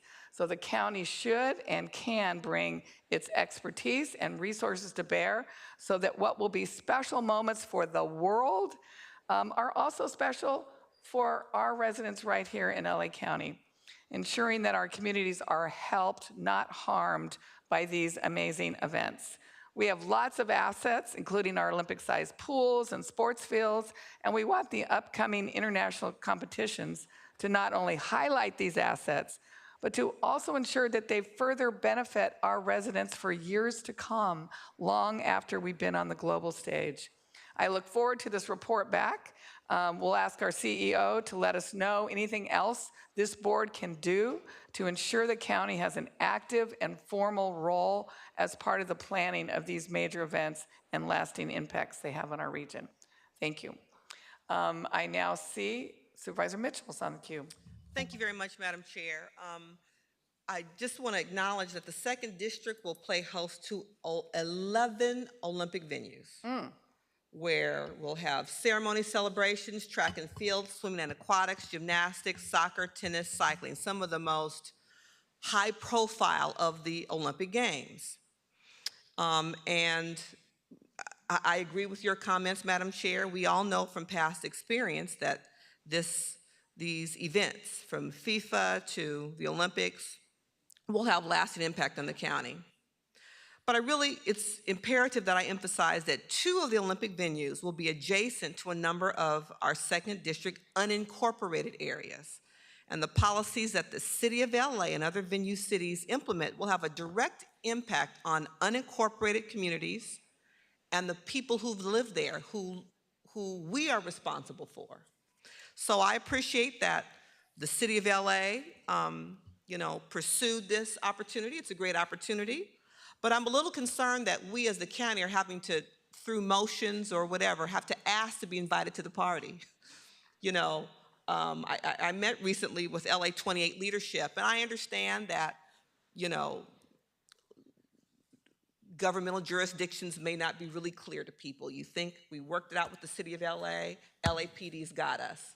Well, unincorporated communities will be impacted. And so I support the motion because we have to be at the table. But again, I have a concern that we have to continue to push to be invited to the conversation. I had a recent conversation with the sheriff who talked about having to remind LA 28 about the role the Sheriff's Department played in the Super Bowl, where there were 400 sheriffs there. And so this isn't just one level of government and one law enforcement entity. It is all of us, whether we like it or not. So thank you for the motion. I hope that my office can continue to work very collaboratively, because I'm concerned about the number of venues, the impact on unincorporated communities who, without us, won't have a voice at the table. So we have to make sure that through Metro, through our own law enforcement, that we are present and have a clear, viable role to play, given the sheer number of people who will come here, given the impact these 3 events we're going to have on our overall region. I'll be supporting the motion, and we'll be paying close attention to the role the county is allowed to play, if you will, in these ongoing negotiations. Thank you, Madam Chair. Thank you. Supervisor Barger. Thank you. And Supervisor Mitchell, that was the concern that I had as it relates to where we are right now, because I know that I've talked to Fezia, I've talked to you about the fact that Benelli's one of the sites that's being considered. And I know that you actually reached out, as did Stephanie Wiggins, by the way, to be at the table to discuss the planning of this. And so I think this motion is timely because it codifies what's being done. But can you kind of give us an update right now in terms of where you are with the county group that you've kind of put together to address this? Thank you, Supervisor. So the CEO has begun some of the work. We have met with the LACC, which is a commission in the city that's helping to advance the planning for the Olympics. We also have met with the folks from the World Cup. And we are just starting to convene the departments. And I think each of you have messaged, we would like to be at the table when the plan is developed, whether it's for security, economic opportunity, or access, rather than being slotted into a pre-prepared plan. And then that way we have a holistic approach to all of the issues that you all have shared. So our first meeting, I believe, is happening either this week or next week. We will continue to move forward on all the fronts that the board has discussed today and then provide regular report backs. Thank you, because I do think it's important to have a motion, or at least support this motion, because what I'm hearing is that they're peeling off departments and talking to one department who's not talking to another department. And I think it's important as a county organization to be working collaboratively as a county family. And then I will just say that, you know, when I think of the Olympics and, you know, Stephanie, right now that's why Supervisor Solis and I have been pushing so hard on the Gold Line. Because our goal is to have a regional approach to transportation so that there are options, and that's one area, especially out in San Dimas, where it's going to be crucial to getting people to and from. So I will wholeheartedly support this motion. I think it's important, and I want to thank you for continuing to, you know, use our voice to make sure that this does not negatively impact the region as a whole. Thank you. Supervisor Horvath. Thank you. Just want to echo all of the comments that have been made. I will absolutely be supporting this motion today because it is essential that we are at the table. I have been reading former Supervisor Yaroslavsky's book where he documents his experience as a council member at the table and how he took steps to try and address impacts of the last Olympics on the city of Los Angeles. And the measures that they took, including a ballot measure that was passed by the voters regarding what sort of role the city was going to undertake and what role LA 84 ultimately played in helping to make the Olympics happen at that time.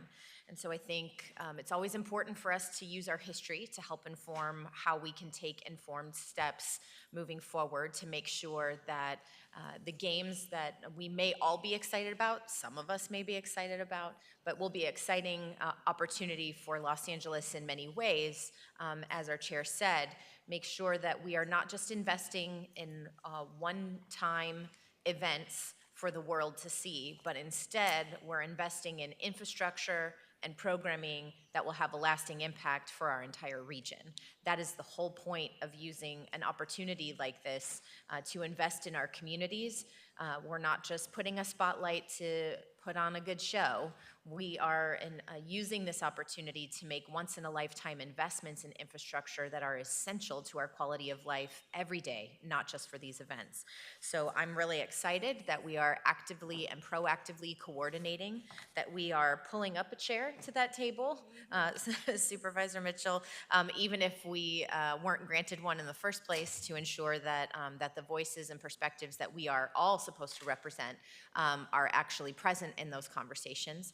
I understand that there's a certain level of responsibility the city has in taking on this leadership role, and so I want to be clear about where city duties and county responsibilities begin.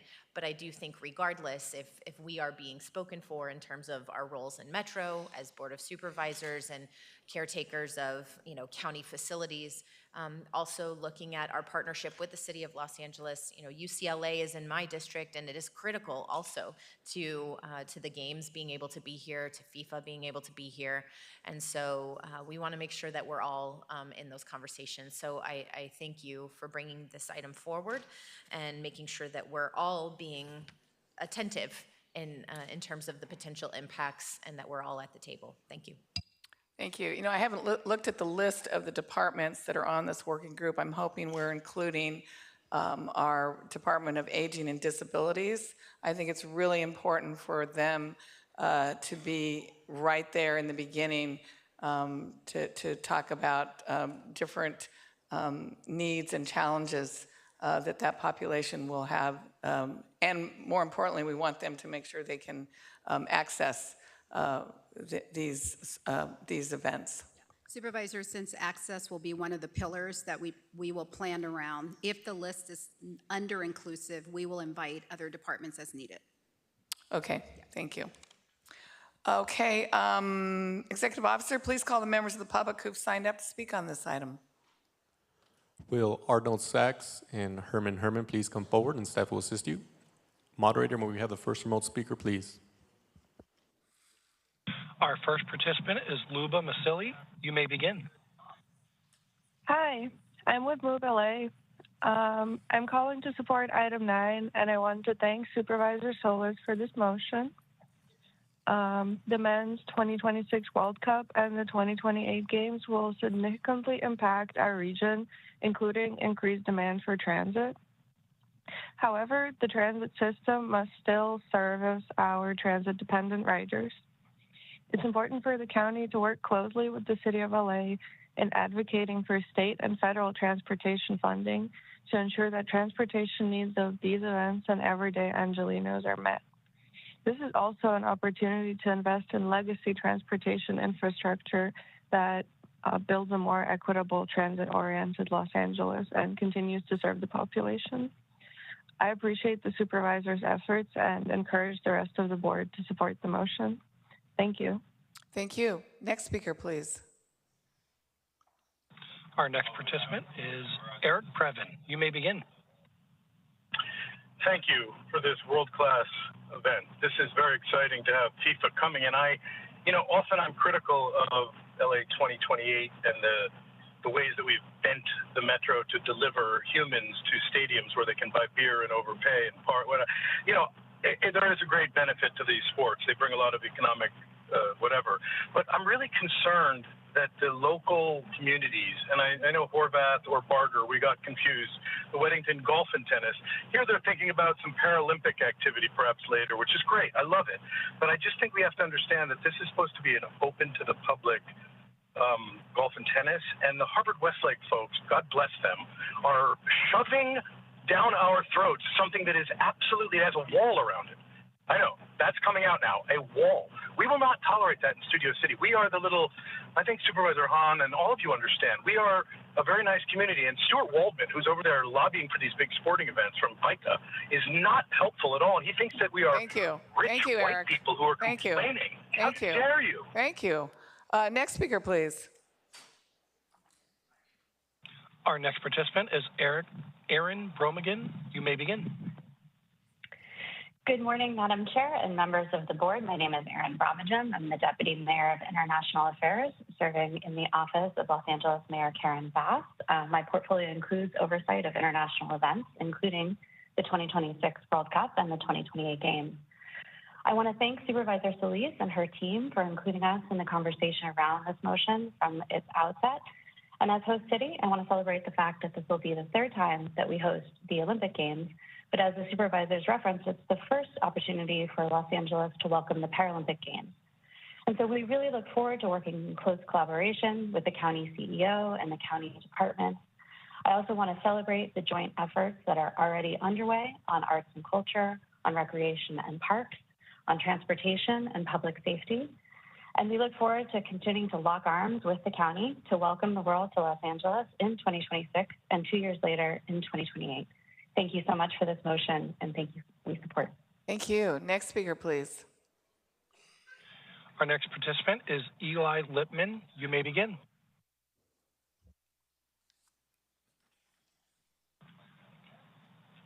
Sorry, it looks like Eli dropped out. Our next participant is Casey Shuda. You may begin. Hello, good morning, supervisors. I am Casey Shuda, Senior Director of Special Projects at Metro in the Office of Strategic Innovation. Metro looks forward to the opportunity to collaborate further with the county on the upcoming 2028 Olympics and other mega events that will be coming to Los Angeles. Metro is currently working on a mobility concept plan for these events that will leave a permanent legacy after the games and ensure accessibility for all. A strong coalition of partners will be needed to execute these plans, and we look forward to continue working with the county to make them a reality. Thank you. Thank you. Next speaker, please. Our next participant is Christina Ardenas. You may begin. Good morning. Can you hear me? Yes, we can hear you. Go ahead. Good morning. This is Christina Cardenas. I'm a Senior Project Manager with Los Angeles General Medical Center Foundation. I'm calling in this morning to support item 9. And I want to thank Supervisor Solis for this motion. Can you hold on one second? Can you hold on one second? I think we're having a hard time hearing. Is that our end or her end? Sure. Can you put your phone a little bit closer to your mouth? Sure. Is that better? Yes, much better. Thank you. Okay, wonderful. Okay, I'm calling to support item 9. I just want to thank Supervisor Solis for this motion. The men's 2026 World Cup and the 2028 Games will have a significant impact on our region. With 1 million or more visitors here, there will be an increased demand for lodging, transportation, and healthcare services. It is important that these increased demands do not place additional burdens on our vulnerable residents. In the healthcare setting, we are at LA General Medical Center Foundation. We know that it's important that the county is prepared for the increased need for healthcare, and the increased population does not lead to longer wait times, slower emergency response times, and insufficient beds. So we appreciate the supervisor's efforts and encourage the rest of the board to support this motion. Thank you for your time. Thank you. Next speaker, please.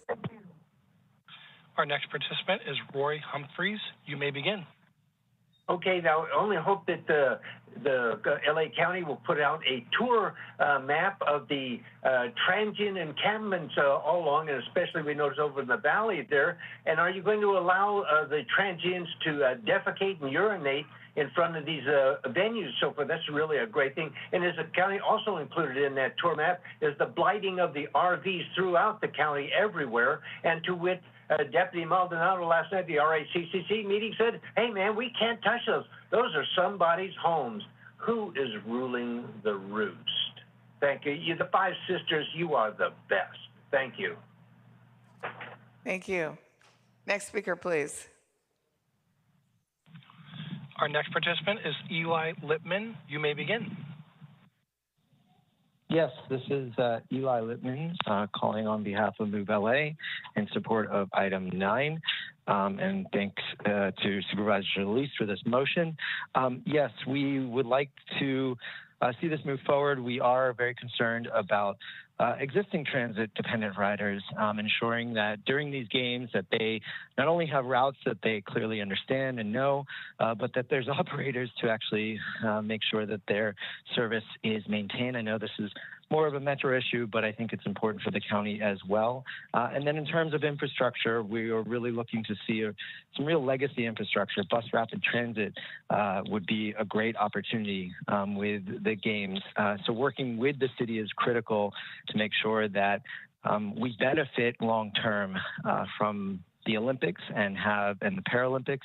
We have real infrastructure that Angelenos can credit to the Olympics for really getting us to move quickly on better, faster, more frequent and reliable and more equitable service. Thank you. So thank you. Thank you for this motion and Thank you. looking forward to working with you. Thank you. Okay, we're going to go in person. Arnold Sachs. Thank you. Good morning, Arnold Sachs. I'm concerned. I don't know if you noticed that the NCAA has eliminated sprints for the upcoming Olympics that are going to be held in France. So what is your plans to help to go to the NCAA and find out if they're going to bring back the sprints? I'm concerned about the fraud, waste, and abuse. I'm concerned about the equity. I think it should be more about equality. I disagree with this robust conversation. I think it should be more focused on efficacy of what's going on. The waste of building that stadium in Englewood when they could have used that money to house the homeless was ridiculous. Thank you, Janice Hahn, for saying no to the homeless plan. You ought to check your dashboard to see exactly what's going on. I mentioned, are you going to have grocery cart races in the Olympics in 2028? Are you going to have dumpster diving? Because I know the city's allowed to put in their own special programs. Thank you. I mentioned that about 10 years ago. As interesting as that is, your time is up. Next speaker, please. Next speaker, please. Yes, so we need the Olympics and the World Cup as much as we need housing for the homeless. Isn't that pathetic? And then we're gonna create more liquor license, more bars, more alcohol consumption because it's the World Cup, it's the Olympics, and that's what we need. We need a sobriety test on what's happening in our local government. That's what you people need. Otherwise, this holocaust that you're creating in society is never going to change, Mommy Han. It'll never change. The same way you did Seabreeze in Marina Del Rey, those 350 units that never went to the veterans and to those people in need. So keep that in mind. Do we really need to celebrate bullshit, or should we actually do action to put people in jobs, get people off the street, and provide adequate, real things that we need, not this bullshit, because you can watch this on television all day long, and for the record, these documents are based on that. Thank you, Curran Price. Okay, do we have other speakers in person? No other speakers. Do we have anybody else on the phone? No. Okay, seeing no other members of the public who've signed up to speak, item 9 is now before us. Moved by Supervisor Solis. I will second it to approve the item. Executive Officer, please call the roll. Item 9 is before you. Supervisor Solis. Aye. Supervisor Solis, aye. Supervisor Mitchell. Aye. Supervisor Mitchell, aye. Supervisor Horvath. Aye. Supervisor Horvath, aye. Supervisor Barger. Aye. Supervisor Barger, aye. Supervisor Hahn. Aye. Supervisor Hahn, aye. Motion carries 5-0. Okay, now we're going to go to item 10, new actions to provide debt relief and support to student borrowers, which was held by Supervisor Solis. For members of the public on the telephone, please press 1 then 0 now to comment on this item, item 10. Supervisor Solis. Yes, thank you, Madam Chair, and thank you, Supervisor Horvath, for co-authoring this very important motion. For decades, the cost of higher education, as we all know, has significantly increased, and these costs have been borne by students working to better their lives through education. In addition to these increased costs, severe inflation has also greatly impacted our residents.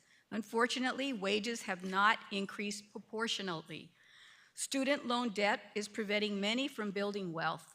People can't afford to buy homes, start their own businesses, or send their own children to college. We also know that the student loan debt impact is disproportionately endured by many communities of color.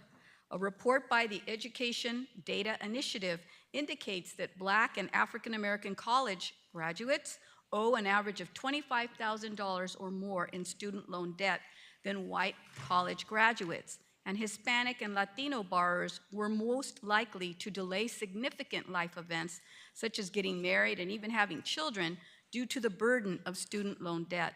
Last year, President Biden made a historic effort to cancel significant amounts of the crippling student debt that burdens millions of Americans. I brought a motion to the Board of Supervisors last year in support of President Biden's loan forgiveness plan. This board recognized the remarkable steps the Biden administration undertook to assist student borrowers through the planned student loan debt cancellation. And our county departments widely disseminated information about student debt relief programs to help ensure the financial well-being of our residents by encouraging eligible individuals to apply. However, as we know, on June 30th, the Supreme Court of the United States devastated the hopes of many of our student borrowers when it struck down the president's loan forgiveness plan.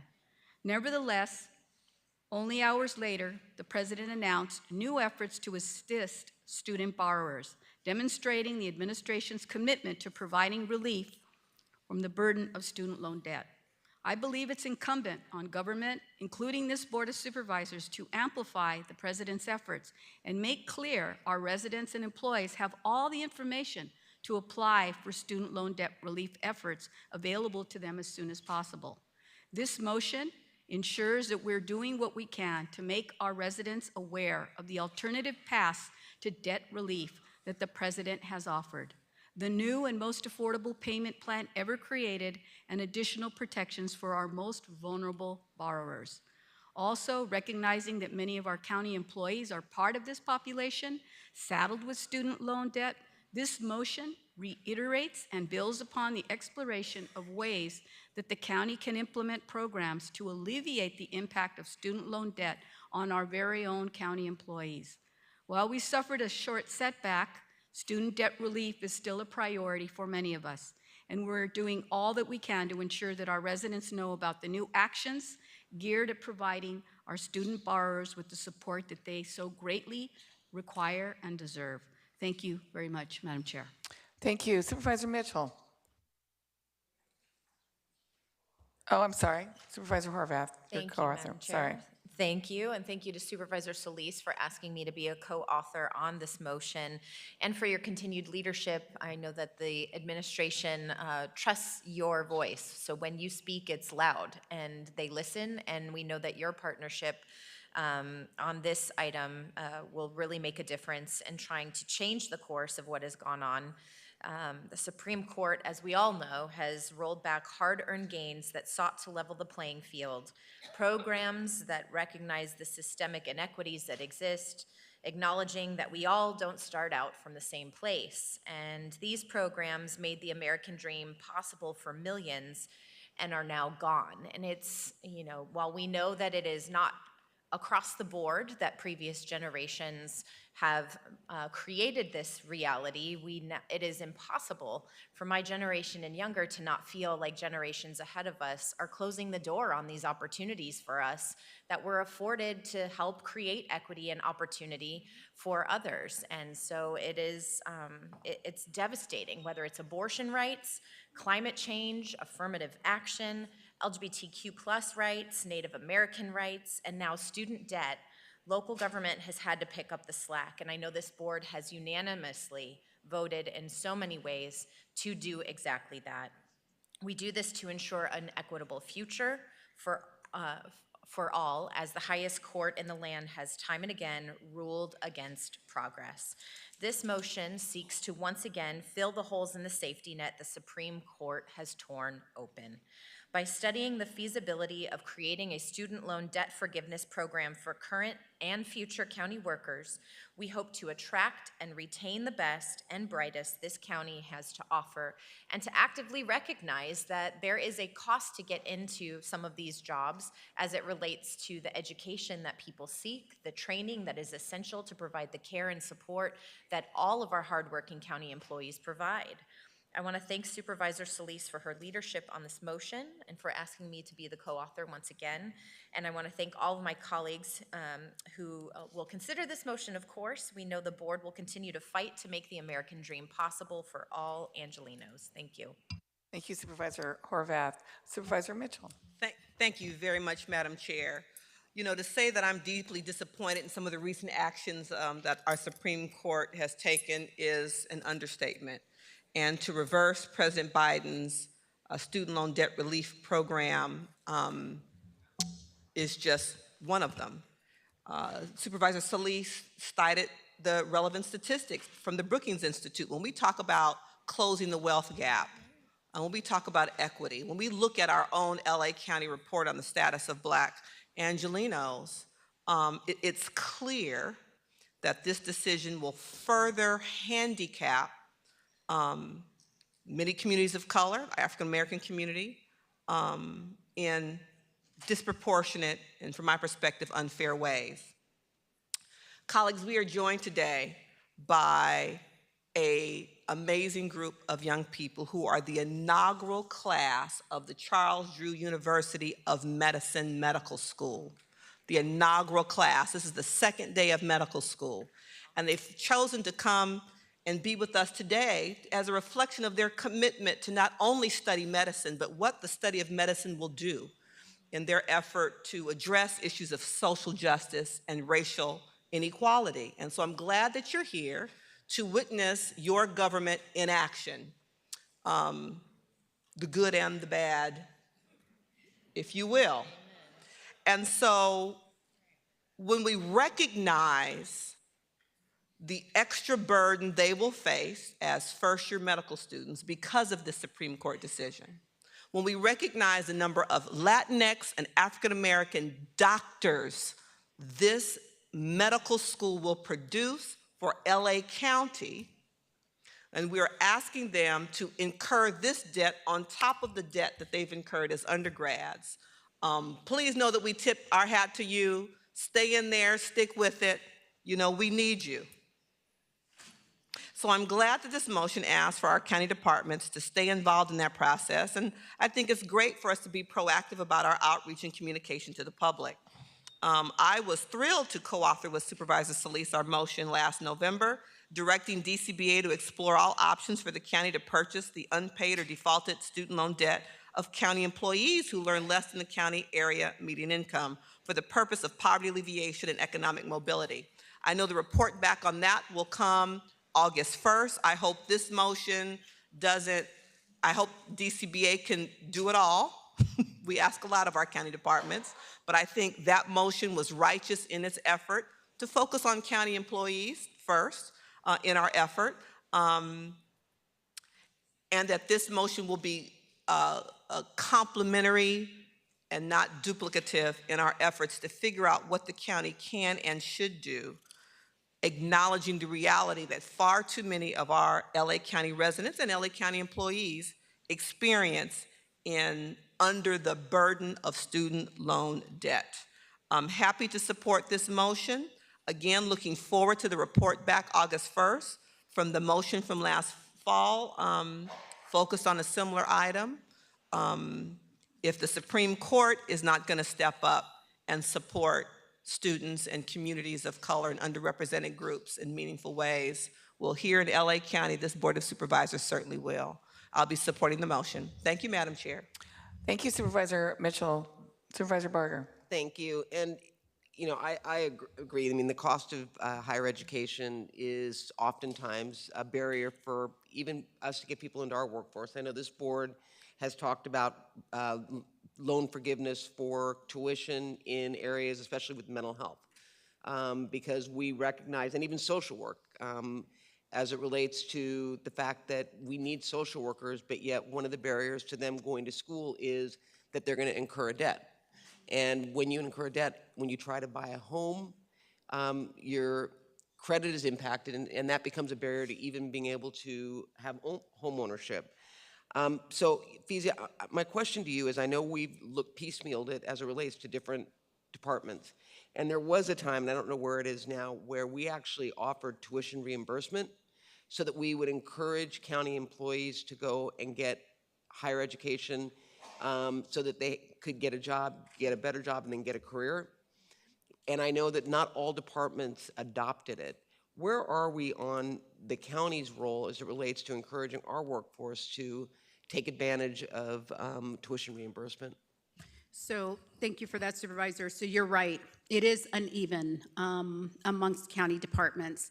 And what happened probably about 10 years ago is you saw universities roll out off-site degree programs, and they offered to cite them at some of our county departments. So Registrar Recorder had one. I believe Child Support started one. And there was the, I think, essential nexus for our staff, because not only were they able to complete their education, but they were able to complete it on site without having to go out, get off work and get on a freeway, et cetera. So we'll have to get back to you to see whether those programs are still being offered, and if they are, in which departments. Yeah, because I know that some departments opted out for financial reasons. I think they have to absorb part of the cost of reimbursement for tuition. So I think it's important for us to understand, I mean, we have a program, and if it's underutilized and we're putting up barriers to allowing people to access and draw down that reimbursement, I think we should be aware of that. So I would ask that that you provide us with that information, because I think it's important as we put together in this report back all the pieces to the puzzle as it relates to what we have done, what we need to do, and what we actually can do. Okay, I'll be included. I'll be sure to include. Thank you, Supervisor Barger, for bringing that up. I think that's really important to see what role the county can play in doing just that. We want to recruit, we want to retain our good workers who are out there every day, and we want to make sure that they have a pathway to all the opportunities available to them. So I would be really interested also in seeing where we are in each of our departments, and maybe we need to relook at how we're thinking about that.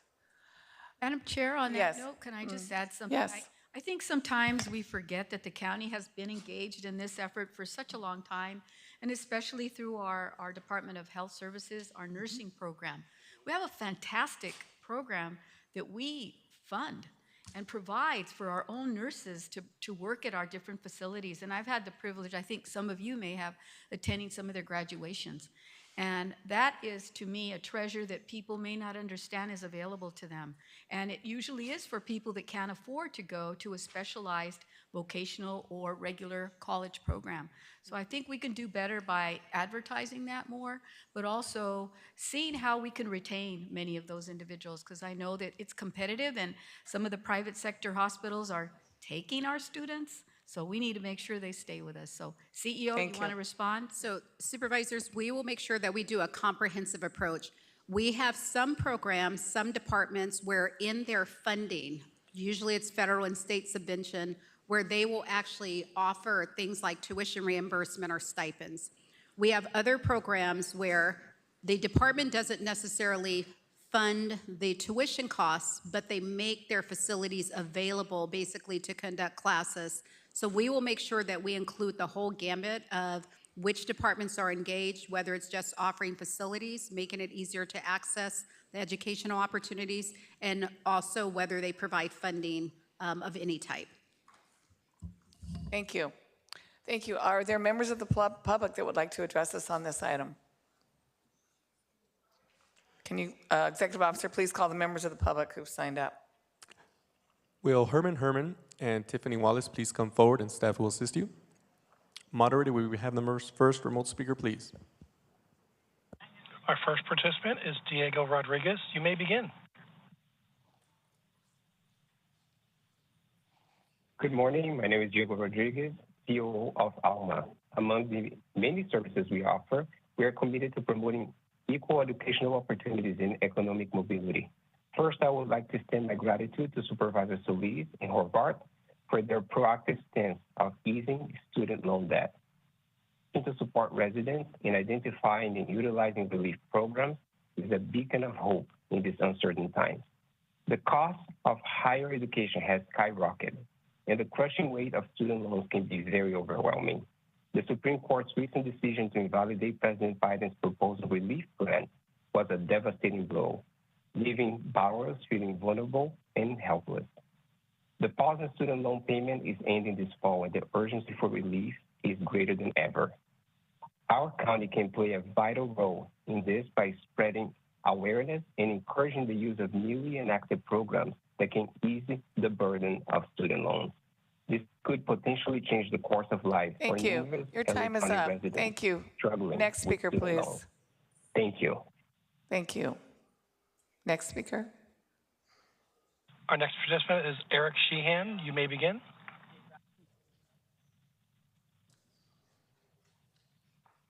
Yeah, hi, can you hear me? Yes, go ahead. Yeah, here, I'm calling about item number 9. You know what? Excuse me. Hold on. We're on 10. We've already passed item. Okay, well, I told okay, well, next time. Don't pass this motion. Stop making excuses for this Olympics that's going to cause problems that you identify, but do nothing to stop. Okay, so we're on 10. If you want to speak on 9, you can wait till general public comment at the end of the meeting. Okay, next speaker, please. Our next participant is Clara Solis. You may begin. Yes, I want to thank you for bringing this. I want to share my disgust of the 6 Republican Supreme Court justices and the Republicans who have been undermining the rule of law by not following precedent and by not requiring standing to bring cases. I think it is wise of the county to disseminate this information because it is confusing all the programs. I recommend workshops to help people navigate the system. I want to highlight that student loan debt also impacts our seniors who often take out loans for their children in terms of Parent Plus loans. So it's important that outreach includes seniors who might not be as computer savvy. Also, I want to highlight that there is a loan forgiveness for people on permanent disability, and a lot of people don't know about that. So thank you. Please disseminate the information. Help people. Thank you. Thank you. Next speaker, please. Our next participant is Eric Previn. You may begin. Thank you. What a heartbreaker that people were more or less encouraged that their loans would be forgiven, and then this horrible decision. And President Biden, bless his heart, having to, immediately jump in. very, very upsetting. And, you know, it's these programs that can be affordable for young people that allow them to engage and participate, like the golf in Studio City.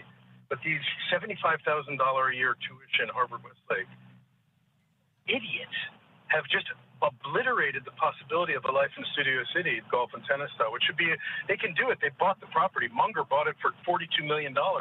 They can leave half of it as it was in a lovely way so the kids can come and play with their mom, the dad, and putt a little and have a cream soda. It's, you know, a little, like Mayor Garcetti, the car to the beach with an ice cream at the end of the day. Why not? Why instead a walled city patrolled by Harvard Westlake cops? Absolutely not. Thank you, Eric. Your time has expired. Berger, we love you. Thank you so much for the loans. Thank you. Next speaker, please. Our next participant is James Finney Chonlon. You may begin. Hi there. I am calling on behalf of the LA Area Chamber of Commerce. My name is James Finney Conlon, and I am a senior public policy manager. I'm calling because I firmly believe that providing these loan forgiveness incentives to LA County employees will increase our workforce. I believe that LA City and every city in the county should follow your leadership. And I also firmly believe that more employees should have access to public service loan forgiveness information. It is inaccessible at the federal level, and we all have a joint responsibility to empower each other through financial literacy. I fully support this on behalf of the Chamber. Thank you. Thank you. Next speaker, please. Our next participant is Roy Humphreys. You may begin. First of all, the Supreme Court did the correct thing. Debt forgiveness is a blue dog Democrat effort to create a false economy by printing money, increase inflation, international degrade of the dollar, and net decrease in the purchasing power for the individual. Hilda Solis paints debtors as brain dead stupid, and then we have Supervisor Mitchell cast blacks as woefully inferior if they don't already have a problem historically in that area. And the pandering with this equity crap is nauseating at the very best. Again, the Supreme Court did the right thing. Time to grow up, people. Okay, we're going in person. Go ahead. So we're talking about a free education here. And we're saying that we're going to forgive all the employees of the county or those living in Los Angeles County that are employed by the county. Well, I find that offensive. And I agree with the gentleman that just got through speaking because, once again, college is different from university, totally. And university should be only for the elite who have the monies and resources to pay for it. And even though they're morons, idiots, and incoherent like some of your attorneys, we get it. However, on the other hand, we have to look at the people who can't afford it. So the issue is, I'm against it. Dumb Biden has no clue to what he's doing fucking up this country, and it's very sad. It's very sad that we have to let this institution be run by a fucking moron of the 46th presidency and destroy America for what it's not supposed to be, jackass. All right, next speaker, please. Hello, my name is Tiffany Wallace, and I'm a member of United Teachers Los Angeles. And I wanted to speak to just the necessity of loan forgiveness and support for youth. One of the biggest barriers that I hear from students is debt when going to college. They're concerned about being saddled with debt, and we have the brightest minds coming in from our future. They're adept at technology. They're understanding of the systems that exist around them and fighting and wanting to fight against these systems of oppression. But if they're having to continue to work and go to school and competing against those things, we're not going to allow those brightest minds to create that future that is necessary to solve those problems with the environment. I came here to support SEIU Local 721 and support for the wage increase of CHWs. This means that we need to support work, not just the youth, but the workers that are happening right now that are struggling and create debt debt relief and wage increase for all workers. Support the wage increase for everyone. Thank you. Thank you. Do we have any more speakers that have signed up? No other speakers. Okay. Seeing no other members of the public and no other supervisors that want to comment on this, item 10 now is before us. Moved by Supervisor Solis, seconded by Supervisor Horvath. To approve the item, Executive Officer, please call the roll. Item 10 is before you. Supervisor Solis. Aye. Supervisor Solis, aye. Supervisor Mitchell. Aye. Supervisor Mitchell, aye. Supervisor Horvath. Aye. Supervisor Horvath, aye. Supervisor Barger. Aye. Supervisor Barger, aye. Supervisor Hahn. Aye. Supervisor Hahn, aye. Motion carries 5-0. Okay, now let's move on to item 14, establishing the right to counsel and sustainably expanding eviction defense services in Los Angeles County, which was held by Supervisor Mitchell. And for members of the public on the telephone, please press 1 then 0 now to comment on this item. And I believe we have Rafael Carbajal, who is our Director of Consumer and Business Affairs, that will be here. Come on up if you need to be available to answer any questions.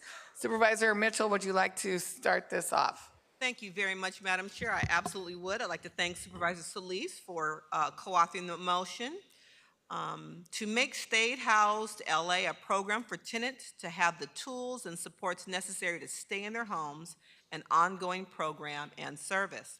This motion is the next step to the motion this board passed in September of last year, which asked the Department of Consumer and Business Affairs to engage property owners, tenants, and other relevant stakeholders and report back with recommendations on how to make Stay Housed LA a permanent program that meets the growing need for countywide eviction defense services. Thank you to DCBA and all of your team for your hard work and your engagement with stakeholders and authoring the comprehensive report that really provides us with a pathway forward. I also want to thank all of the residents and advocates who have expressed support for the effort, but really worked hard to come up with a model that is getting us here today. According to the 2019 State Bar of California report, before the pandemic, 55% of Californians at all income levels had experienced at least one civil legal program in their problem in their household within the previous year. Over 85% of Californians received no or inadequate legal help for civil legal problems. So we have a vision. Our vision is to achieve universal access to legal representation for every Angelino in both civil and criminal cases, where LA residents, regardless of income, will have the ability to access affordable legal services. This motion is a step towards realizing this vision for civil cases, though we must not forget about our constitutional duty to provide attorneys for all persons facing criminal charges. The motion asks County Council and DCBA to draft an ordinance for adoption that will codify legal representation for eligible tenants who have received an unlawful detainer in unincorporated LA County to be fully effective for all eligible tenants by fiscal year 24-25, contingent upon securing funding. Additionally, the motion asks DCBA to create a plan to expand coverage of legal representation services and wraparound services using a phased-in approach to achieve universal access to legal representation in housing cases by fiscal year 3031. Why should we address the access to civil justice gap with right to counsel for low-income renters? Well, we're in the middle of a housing crisis, and it's important to keep people housed. Legal representation is expensive and unaffordable to far too many working people, especially tenants who are already rent burdened, spending upwards of 30% of their income on rent. According to our own Artie, recently released report on the state of Black LA County, Black and Latinx renters are more likely than every other racial group in the county to be rent burdened, at 62% and 56% respectively, compared to white Angelinos at 51%. And contrary to the comment made by the previous caller, that's not a testament to an inability of Black or brown people. That's a reflection of decades-long systemic racism and the burden put on Black and brown people that have held them back. Additionally, Black and Latinx Angelenos experience the highest rates of eviction compared to other racial groups. It's clear to me that these policies will not only improve access to justice, but also help to address an equity issue. Stay Housed LA shows that since the program was launched in 2019, 40% of program participants are Latinx and 27% were Black. 65% of all program participants were women. Furthermore, 78% of all Stay Housed LA participants earn less than 30% of the area median income, and 65% of the participants were 40 years or older. Studies have shown that both access to representation through policies like right to counsel and rental assistance are effective policies in keeping people who are already housed in their homes.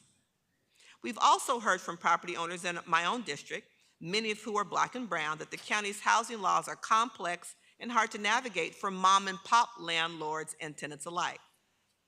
In their report to the board, DCBA concludes that right to counsel and expanding Stay Housed LA will allow the department to provide higher quality and consistent communications to both landlords and tenants. But we know that that's not enough. That's why this motion tasks the Department of Economic Opportunity to come back to the board with a summary of existing or new potential resources that can support mom and pop property owners, as well as explore policies including legal assistance for them.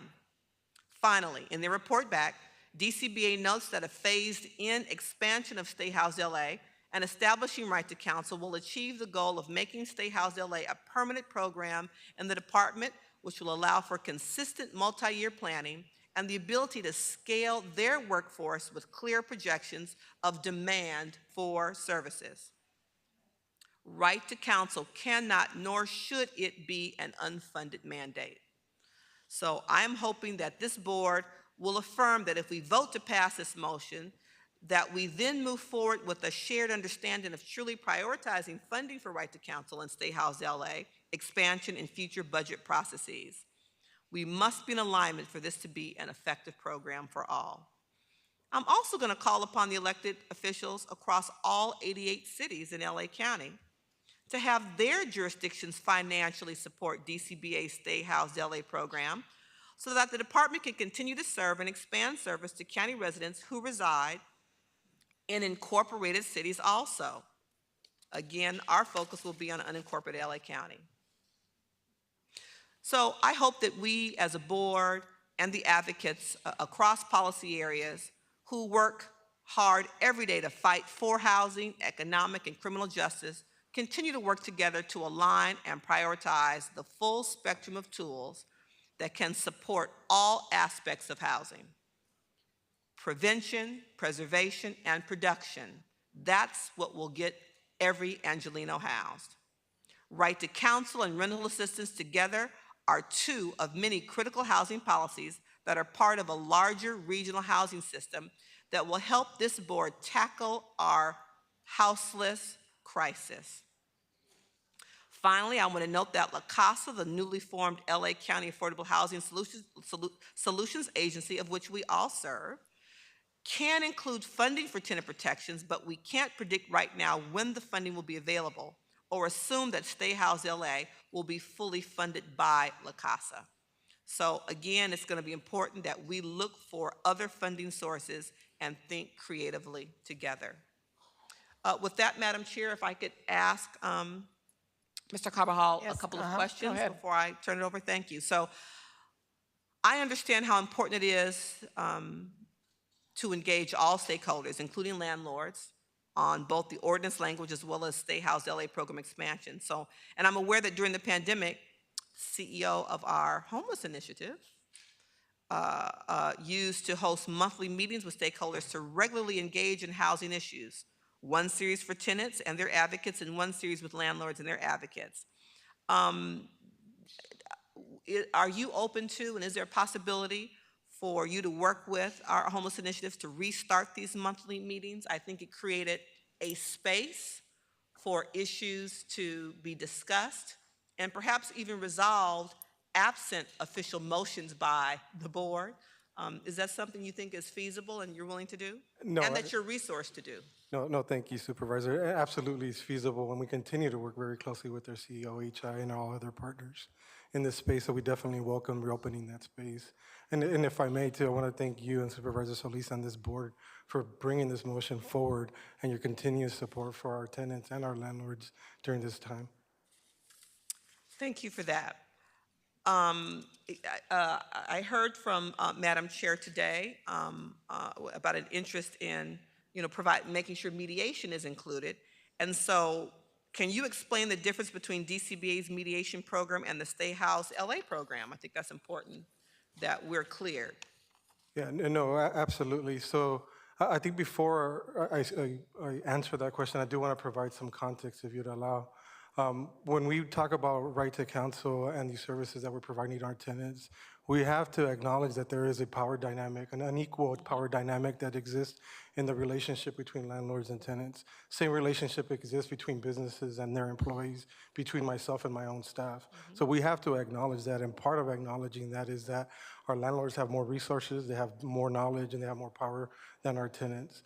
To your point, all the work that we're doing and through our RD initiative, aiming to address some of these systematic issues that continue to perpetuate some of these issues, are contributing to some of this as well. And then if we think about the diverse population of LA County, which includes low-income wage workers, our immigrant communities, our seniors, more and more we're seeing every year our tenant population and seniors increase.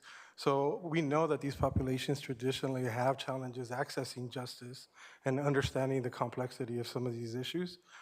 So with that being said, when we triage issues that come into our department, we want to make sure that we understand the situation that our tenants are bringing us to, because the last thing we want to do is put them in a position where they're mediating their rights away. So we want them to understand what their rights are, what the responsibilities of the landlords are, and then and only then, if they don't qualify for any legal services or additional resources through our State House LA program, will we refer them over to our county-wide mediation program, which every year we handle between 3,000 to 4,000 mediations a year, from everything ranging from landlord-tenant issues to neighbor-to-neighbor issues to PTA and teacher issues. A variety of issues is one of our greatest programs that we've been administering in DCBA since 1986. So definitely is part of the work that we do every day in State House. And then even within the program itself, mediation between landlords and their counsel and the counsel that we provide to our tenants the majority of those result in mediated agreements between them that result being dismissed from court or not even going to court at all. Oh, good. That's good. And Ms. LoBianco, does your department's Small Business Legal Assistance Program include landlords as eligible participants? Thank you, Supervisor. So a little bit of context on the legal aid program that the Department of Economic Opportunity offers right now. We offer this program as of February of 2022, thanks to the American Rescue Plan. We're investing about $3 million, thanks to the board, in legal aid for small businesses. The criteria for that does include commercial tenants and landlords, but the caveat is the eligibility criteria in terms of the profits and net sales annually. So that is pretty narrow. So for small businesses to participate in the program, they need to earn, the profit needs to be less than $75,000 per year, and net sales $250,000 per year. So that's and that's for legal aid, not representation. So I just call that out because that's sort of the scope of the program as it exists right now. We're really, really happy to be able to offer this to small businesses throughout LA County that have needed it over the last, since February of 2022 and beyond, and we'll be continuing to offer it through the end of 2024. We'll be serving a little over 1,000 small businesses, and again, for those mom and pop landlords who are eligible, they'll be able to receive services through that. But we've already served nearly 700 businesses through that. So the resources are limited, but I look forward through this motion to be able to explore eligibility to make sure that those mom and pop landlords that could benefit from the support, as well as our commercial tenants, have the resources that they need. Thank you. And just in closing, Madam Chair, I'll just very quickly say I appreciated the conversations with both you and Supervisor Barger. I'm sure you all will talk about what it is you'd like to see in the motion, and I've got draft language and happy to accept it, but I'll hear what you have to say. But thank you very much to the two of you for coming and asking the questions, and again to Supervisor Solis for your co-authorship. Thank you, Madam Chair. Thank you, Supervisor Barger. Oh, Supervisor Solis. Oh, I don't see you on the. Oh, I'm sorry. I keep missing that. It's all right. Yes, we're Thank all you. equal. Thank Go you. ahead, Supervisor Solis. Thank you, Madam Chair, and thank you, Supervisor Mitchell, for allowing me to co-author this, in my opinion, very critical motion to help us address the ongoing issue of housing instability in the unincorporated areas. And I also want to thank the advocates like the Eastside Leads, Public Council, SAGE, and many other stakeholders who have shared their stories with us over the last few months. Today's agenda includes item 14, establishing a right to counsel and expanding eviction defense services. This is an item that I find very dear to me due to its long-ranging impacts in our community. Just information that I'm looking at alone in my own district, we have over 346,334 renters in SD1, and their average income is anywhere below $67,000 a year. Can you imagine raising a family of 4 on that and having difficulties in finding and keeping, say, an apartment or even rental housing for families who are struggling? As of last week, we also know that from the 2023 homeless count, we received a 9% increase in homeless throughout the county, coupled with over 3,000 eviction notices issued on a monthly basis. I think it's gone up since the last time we spoke, Mr. Carvajal. In yesterday's Los Angeles Times, the story of the Morales family, who now reside in Baldwin Park in my district, is a testament to the struggles that many families face. The family of 7 lived in North Hills in an apartment until 2020, when they could no longer afford that rent. California, as you may know, is the most renter-heavy state in the country, with 45% of housing units occupied by renters. In LA, that rate is 62%. Families like the Moraleses face the financial hardships of staying housed. The county's current initiatives don't do enough to resolve those gaps. That's why we're facing homelessness or housing instability. The University of California, San Francisco, issued a study in June, and it reveals a picture of homelessness that is startling, yet mostly unheard in the state. Most of our unhoused residents have been struggling with housing instability prior to going onto the streets or becoming homeless. And around 66% of renters who had become homeless had been rent burdened prior to their situation. And across the board, our residents do not have a full understanding of their rights. And many face the consequences of poor mismanagement by landlords and property owners. On June 8th, 2022, last year, our board urged the Department of Consumer and Business Affairs to reach out to all of our stakeholders, whether they are tenants, property owners, or organizations, and find the best solutions forward to trying to keep our residents housed during a time of instability, and we are still going through instability. The finding of those stakeholder meetings clearly demonstrate a massive problem in our most vulnerable tenants getting legal counsel. Those barriers, often financial, could have sent our county into a crisis during the pandemic alone. Instead, our measures, such as the Stay Housed LA, created security for tenants who are severely underrepresented by providing rental assistance and legal counsel. We, in my opinion, have to act quickly in next steps. The county needs to protect our residents and our tenants in the unincorporated areas. Establishing a right to counsel ordinance would ensure that tenants get the adequate resources that they need, represent themselves in the county while providing long-term economic benefits for our region. Recent reports indicate that eviction defense services can reduce the long-term costs of homeless support systems.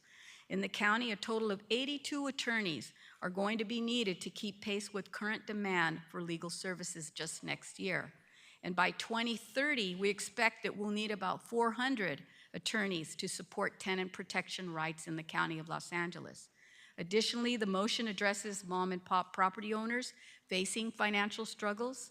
Our mom and pop property owners will be connected directly with legal assistance if needed, to be aware of our county programs, policies, and ordinances. The adequate timelines will allow DCBA and County Council to develop that plan of action. With these new tools in place, I am very confident that we can support our tenants and our mom and pop property owners. We're proposing to allocate $5 million from our Affordable Housing Trust Fund to get the expansion of these services started. That's a down payment. And as a longtime supporter of tenants in the county, we need to be sure that we do what we can to preserve housing stability and avoid mass evictions. I believe the path that is before us will help us to ensure that we have protections for vulnerable renters and families that I just mentioned from Baldwin Park. I hope the board can support these critical programs, such as right to counsel for our county's tenant population. And I urge my colleagues to support this motion. And I thank the two department heads that are here because you've done, in my opinion, some very stellar work during some very hard times when many of our residents were faced with hardship, economic hardship, and loss of life. Thank you. Thank you. Supervisor Barger and then Supervisor Horvath. Thank you. And I also want to thank Supervisor Mitchell and Supervisor Solis for bringing this motion forward today.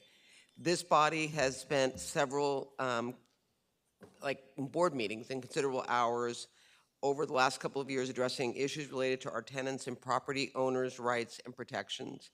I've seen firsthand how important it is that we do something to make sure individuals have the proper tools and resources available to help those in need.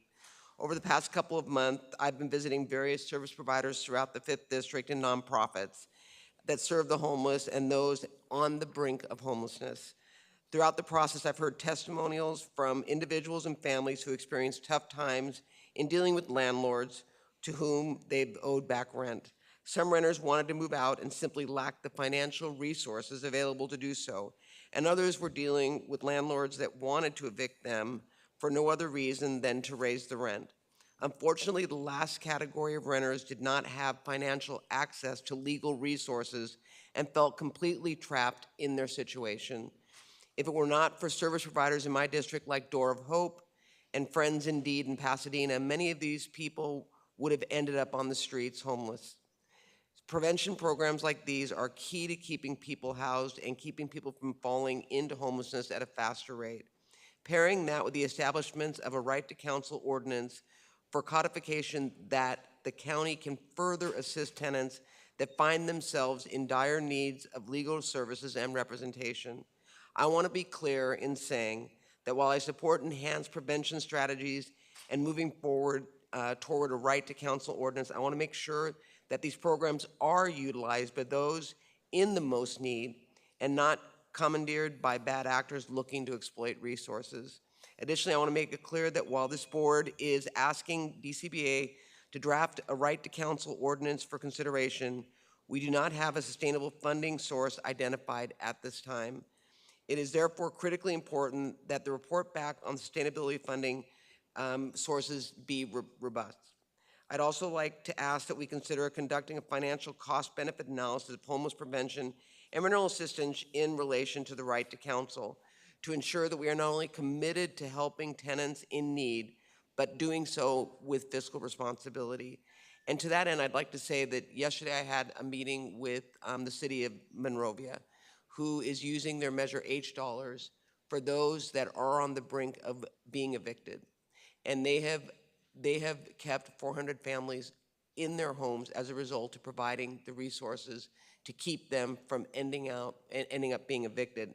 So I know that prevention really should be the focus, and that is why I believe that we need to work together to make that happen. But I also recognize that you do have the mom and pops that are using this property as retirement, who are trying to be good landlords as it relates to keeping the costs down, and not getting reimbursed or paid their rent is causing them a hardship and could force them to lose their property, which is not something that any of us want.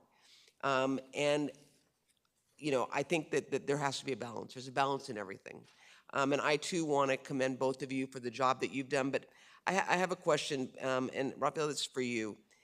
Does the DCBA currently have the proper staff and capacity to handle absorbing some of the outreach and educational programs that are currently administered by Stay Housed LA? Because we're asking you, you're the can-do person, and I just want to make sure that we're not overburdening your staff with the request.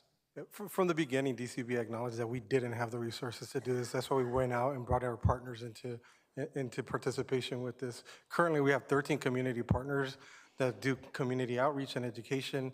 They have the linguistic capacity, the culture competency, and they have the inroads to reach some of the communities that we as government typically don't have. I welcome any additional resources so that we could better engage both with our landlords and the tenants. So definitely look forward to working with CEO and Feezy and her team to see how we could support some of that. So I think it's important for you to keep us updated as that need is rolled out, because the asks that are being put on you are time sensitive as it relates to the people that you're going to be assisting. So I want to make sure that we are not putting you in a situation where the unintended consequences are that we're not providing the services that we want to provide. And then I also have been told that the DCBA is required as part of the Stay Housed LA to post the names of all contractors and subcontractors for outreach and services on its website for public information and to maintain its accuracy. Is that being done, or do you plan on doing that? No, thank you for that. They currently are. If you go to stayhousedla.org and you click about us, the information is there. I will admit that we did stand this up in the middle of the pandemic, 1 month after shutdown, and our website did have some to be desired, as was a work in progress, but now that information is available. Perfect. And then as it relates to Legal Aid Foundation, I mean, I've forever been told they always come and say that they don't have enough money to provide the services, and they do a remarkable job, especially in our courthouses where they provide free legal advice and really help people navigate a system that can be overwhelming, especially when you're in crisis. But part of their contract talks about the fact that they should be providing us with monthly reports on the wins, losses in court. And I would like to see that just for my own education in terms of what's happening in the courts for those that they are representing in terms of possible eviction. Are we getting those statistics? We are. We actually have a dashboard that gets updated once a month with all that information. I think some of the confusion is around what we call things, wins or losses. For us, anyone that participates in this program is 100% win, because they didn't have representation to start with, and in the end they did. I agree, but I think it would help me to understand in terms of those that are going in and being represented. I'd like to know where, because I mean, I'm talking about in my comments about the people that are being targeted by landlords, but there's also situations where the landlord may be in a situation where they win because it was in fact lawfully done. So I think it's important for us to understand those stats to make sure that we are providing resources, but also getting an accurate picture in terms of what's going on. Absolutely, that's available, and we continue to refine that as we continue to revisit the program and the information that we gather. So definitely, we'll make sure that that's available in a more digestible way. Excellent. And then I appreciate what you talked about, Kelly, with the small businesses. People think that when we talk about evictions, that we're just talking about people that have, the residents, but we also have small businesses that are still trying to get on their feet years after we allowed them to reopen, that are struggling. So I think it's important for us to recognize that they play an important role as it relates to the fabric of LA County. I have some friendly amendments, but I'll wait okay. Well, I can explain them if you would like me to explain them. One of the issues that I was talking about is to ensure that we are prioritizing renters with the greatest need and at risk of falling into homelessness. So I'm asking for a financial program evaluation at least 1 year after implementation of a right to counsel ordinance, should this board formally adopt one. And I'm also asked that we include language to clarify and provide guidance on some eligibility criteria for tenants that will be eligible for right to counsel resources. Because again, there are those that the barrier between getting representation is financial. Obviously, if they're being evicted, They may not have the resources to hire counsel. And then as it relates to the importance to examine the financial pros and cons of our rental assistance and homeless prevention programs alongside our right to counsel services. I think it's important for us to understand what that's going to look like. And then lastly, I'd like to add language to direct our Department of Economic Opportunity to conduct an analysis of the stay-housed LA outreach programs. This should also include an assessment of options for the board to consider outreach and educational programs for landlords in addition to those being offered for tenants. And of course, I believe this assessment should also include consideration to our current staffing and capacity capabilities and make recommendations to increase those capabilities if necessary. Because again, I am sensitive to the fact that these are time-sensitive requests that are going to be coming in, and it's important that we provide you with the resources and staffing to reflect the urgency of those inquiries and requests coming in. So that would be my request. And again, thank you both for bringing this forward. I think the best part of this motion is that it is collaboration and it is recognizing a balance. And we've got two remarkable departments that I know are ready, willing, and able to roll this out. And so I want to thank both the authors, but also our department families. Thank you. Supervisor Horvath. Thank you, Madam Chair, and thank you to Supervisors Mitchell and Solis for bringing this item forward. I know that the conversation for right to counsel started before I joined the board, but it is one I have been participating in for a number of years myself, and I am excited to support today's motion. As we know, we're in a homelessness crisis. People are falling into homelessness faster than we can house them, and I cannot say this enough. We must keep people in the housing they are already in if we are going to tackle the state of emergency that we are seeing in Los Angeles City and County. We cannot solve this humanitarian crisis any other way. Creating a right to counsel in unincorporated LA County is critical. It's essential. We have to expand universal access countywide through our Stay Housed LA program. Here's why. Studies have estimated that 90% of landlords are represented by attorneys, but only 10% of tenants are. And the most severely rent burdened, those most likely to face eviction and fall into homelessness, are marginalized groups, communities of color, women, LGBTQ renters. We know this. There was a study of Black homelessness. We are embarking on a study of Latino homelessness.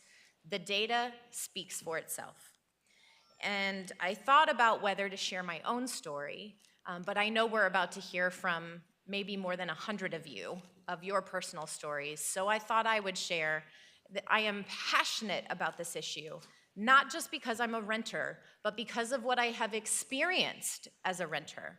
When I was mayor, I had a 3-day notice posted to my door. Now, mind you, I had paid my rent. My neighbor texted me. I was at a community event, and he said, I want to let you know that this was posted to your door. I was horrified. I was embarrassed. I was serving as a mayor of a city, and so I immediately called my staff to let them know what was going on and what I had been informed about, because there's always the risk that something like this becomes public. And so I then called a friend who was an attorney and asked him to look at whatever records he could to understand if something had been filed as it related to a possible eviction. He said, what are you talking about? I said, please look into it. Meanwhile, I reached out to the property owners and I asked to have a meeting with them about the 3-day notice. They had claimed that I had not paid rent, not for 1 month, not for 2 months, but for 3 months I hadn't paid rent, and yet they hadn't notified me for the previous 2 months. How many renters have ever been in a situation where your landlord does not immediately contact you if you have not paid your rent? So I went to this meeting with a friend of mine who was a landlord in the city, as well as a paralegal, just to listen. So there was somebody there with me while I spoke my truth and had to face the people who held the fate of my lease, my ability to continue living in my own community. They held that in their hands. If they are willing to do this to a mayor of a city that at the time fought for renters, they are certainly willing to do this to people who have far fewer resources, far fewer protections, and if I hadn't had friends who had legal training to protect me, I don't know what would have happened. Now, in fairness, I want to represent that not all landlords do this. Not all landlords come from this place. And in fact, I have heard stories about landlords who have helped people through this time of crisis, who have in fact even foregone payments of months of rent in order to keep a very solid tenant in place. So I want to be very fair in characterizing that there are these stories that exist. And I wish I had landlords like that in this case. But unfortunately, I did have a landlord who is like many of the horror stories we will likely hear this afternoon. And I witnessed it firsthand. And that is what makes me so passionate about this issue, because I know what can happen to people when you aren't protected. Having a right to counsel changes the game. I am so glad we're moving forward with right to counsel for unincorporated LA County. I hope that our incorporated cities will also look to us as a model, potentially even be willing to contract with us for this service if we're able to expand it in such a way. I look forward to continuing our discussion of what vital renter protections will exist in LA County. I know we have another item on the agenda as well, but I certainly encourage my colleagues to support these critical renter protections before us today. Thank you very much. Okay, thank you. You've heard a lot of passion from this board, and this board is very consistent in how we are trying to level the playing field out there in LA County, and this is certainly one of them.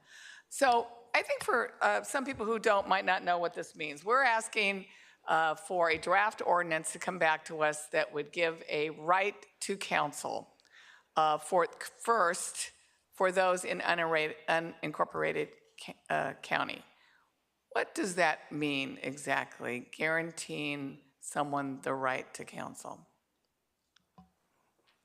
Thank you for the question, Supervisor. It means that anybody that meets the eligibility criteria set forth by this board would be eligible to have legal representation in this very specific. And we would provide that? Yes. At no cost? At no cost. And when you say meets the eligibility requirement, I think that speaks a little bit to what Supervisor Barger was asking, because I did read one line that said, without regard to income. So that the thinking is, are we going to, again, provide legal counsel at our cost to those that could afford it on their own? No, our recommendation is currently as our program is operating, 80% AMI or lower. And like Supervisor Mitchell pointed out earlier, the bulk of our clients at our 30% AMI. So as part of this process, we will come back with the recommendation for a threshold for those that be eligible for the program. And I know Supervisor Solis, we talked about the $5 million in the supplemental budget. What do you think the cost for doing this in unincorporated county would be annually? So in our report, we're targeting around 23 to 25 million, but then as we start rolling out into potential universal access, this is access for representation for those outside of the unincorporated, we're looking at a $30 million program. So, and let's talk about our incorporated cities. I know this motion talks about trying to find a funding model that would work. Can you expand on that or elaborate on what you think that would look like for our cities? Yeah, there's different approaches that we could take to, right now, currently we have a model that we've been working with, in particular, City of Long Beach and other partners have been contributing and aggregating to the investment that the county has made to expand programming and some acute access to their specific communities. In fact, we've been in contact with a number of cities, in particular, your particular district has been very active about reaching out to us. We were just on the phone with Maywood, and we've talked to Cudahy and a couple other folks around how they could participate and what that could look like. And what are you telling them? Just so I know if I run into them. So currently there's funding through PLHA dollars that our partners at LACDA have made available to the participating cities. There's also the participation in La Casa, which we don't know what it's going to look like until we get there. But I also encourage them to look at their own budgets, to look at the benefit that this provides their own communities and helping them stabilize. I think that's great. I think this is something, colleagues, we should encourage to bring to the Independent Cities Association, their conferences, or the Contract Cities Association, they have conferences. They're always wanting to learn new ways that they can also partner with the county in assisting those who most need it. So I think that would be, we should push forward on that. I do certainly, I mean, I agree that leveling the playing field is key. As you said, 80 to 90% of the landlords that come into court are represented. 10% or less of the tenants actually have representation. And legal aid or legal advice is different than what we're saying here, right? Getting legal advice versus legal representation is two different things. Can you elaborate on that? Yeah, absolutely. Legal advice is typically a one-off engagement with those that need that assistance. And what we have seen is that folks that get one-off legal advice tend to come back more frequently because they need additional assistance. So when we look at a more holistic approach at this, we're more successful in helping folks achieve positive outcomes in this. And are we looking to include our public defenders and our alternate public defenders in this program? Yeah, absolutely. I've been having discussions with Ricardo and Erica around how do we ensure that there's pipelines from their clients into our services as well. And I also like the idea that we are thinking about our mom and pop landlords, because I've also heard that sometimes when they go into court, they're also not represented and sometimes don't know exactly the ways of the legal system, and sometimes don't get the outcome that they're looking for either. I definitely agree. If we talk about the statistics, there's about that 10% that goes in there of landlords that go there unrepresented. A case that we typically talk about is when we think about someone that is typically in retirement age, living off of Social Security, they're relying on a property to supplement their income. Typically, when we're talking somebody in that situation has just faces some of the same challenges navigating this complex process. So I commend the board at the approach that we're taking here, a very balanced approach, ensuring that everybody has access to justice when it comes to this situation, because there's also some efficiencies in this, right? If we think about, much to Supervisor Horvat's experience, I myself have been evicted in the past as a young man. I've taken advantage of these services.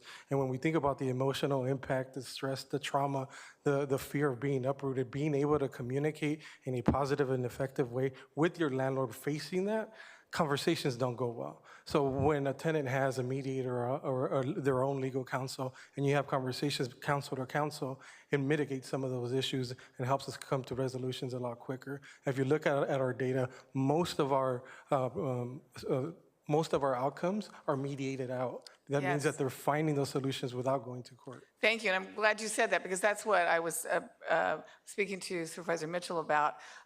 That's also what, I just want to make sure that's as robust of a offer as legal counsel, because I agree that many times it's mediation that gets both sides to where they need to be, and many times I've heard even for tenants, mediation works to resolve the situation, because sometimes, no offense to our lawyers, but sometimes it can get a little hostile, and sometimes throwing motions back and forth just to prolong it is, I don't think, what anybody wants. And I do think that's, I've been hearing from landlords nonstop since yesterday who are very worried about this for some reason.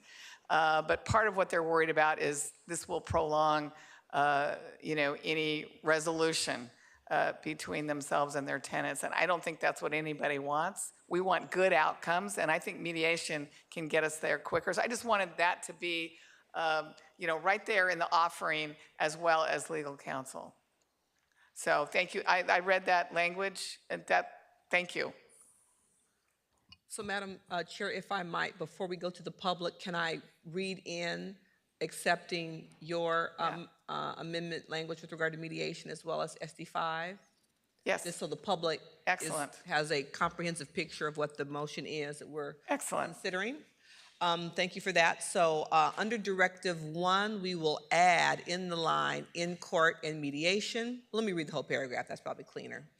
Direct County Counsel in coordination with the Director of the Department of Consumer and Business Affairs to return to the board within 10 months with a right to counsel ordinance for adoption that will codify legal representation in court and mediation, that's the new language, to eligible tenants who have received an unlawful detainer in unincorporated LA County. to be fully effective for all eligible tenants by fiscal year 24-25, contingent upon securing the funding. The ordinance must determine, including but not limited to, income threshold eligibility criteria and provision of legal services.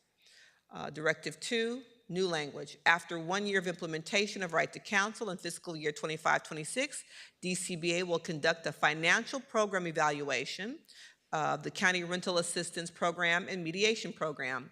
That's the Barger requested language.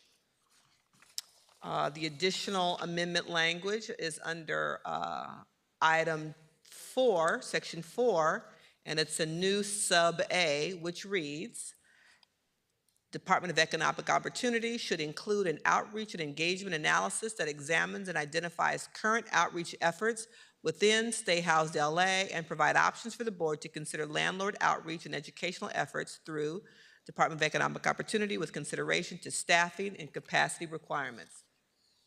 And those both are accepted as friendly amendments from SD 4 and 5. Thank you, Supervisor Mitchell. We appreciate that. And just on mediation, I know I've talked to judges out there who say they would love to have more mediation in their courtroom, but there's not enough. So that would hopefully be in this report back, a focus on how do we expand the resources, particularly as it relates to mediation. I would think lawyers as well. If we're going to, provide the right to counsel, we got to make sure we have the personnel ready to step up and serve our public. Thank you. Okay, seeing no other supervisors on the queue, Executive Officer, please call the members of the public who've signed up to speak on this item. Will the following individuals please come forward?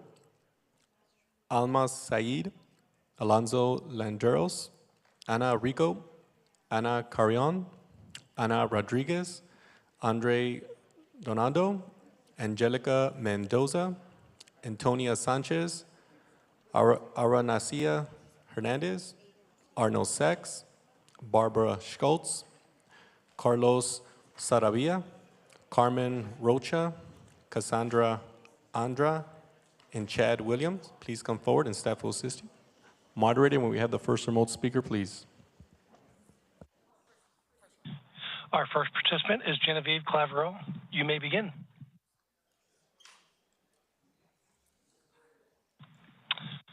Okay. Our Genevieve dropped out of queue. Here we go. Genevieve, your line is open. Please go ahead. Yes, this is Genevieve Clavero. Go ahead, Genevieve. I am in favor of that item. When I was in a bad situation, I couldn't get counsel. Okay, hold on, Genevieve. Hold on. We're going to hold your time. Hold her time, please. Okay, it's getting a little noisy out here, so please keep it down because we want to give everybody who takes the time to call in or come the right to be heard. Okay, go ahead, Genevieve. Yes, good morning again. Yes, when I was in a bad situation, I couldn't get any help for counsel. Every people we called told us, well, that case don't interest us. We don't have enough money. I mean, I could never find anyone who wanted to help. So I'm glad to see that item. And I think they need to be educated on how to help the public because that was not the case recently. Thank you very much for that item. Thank you. Next speaker, please. Our next participant will be Christina Ardenas. You may begin.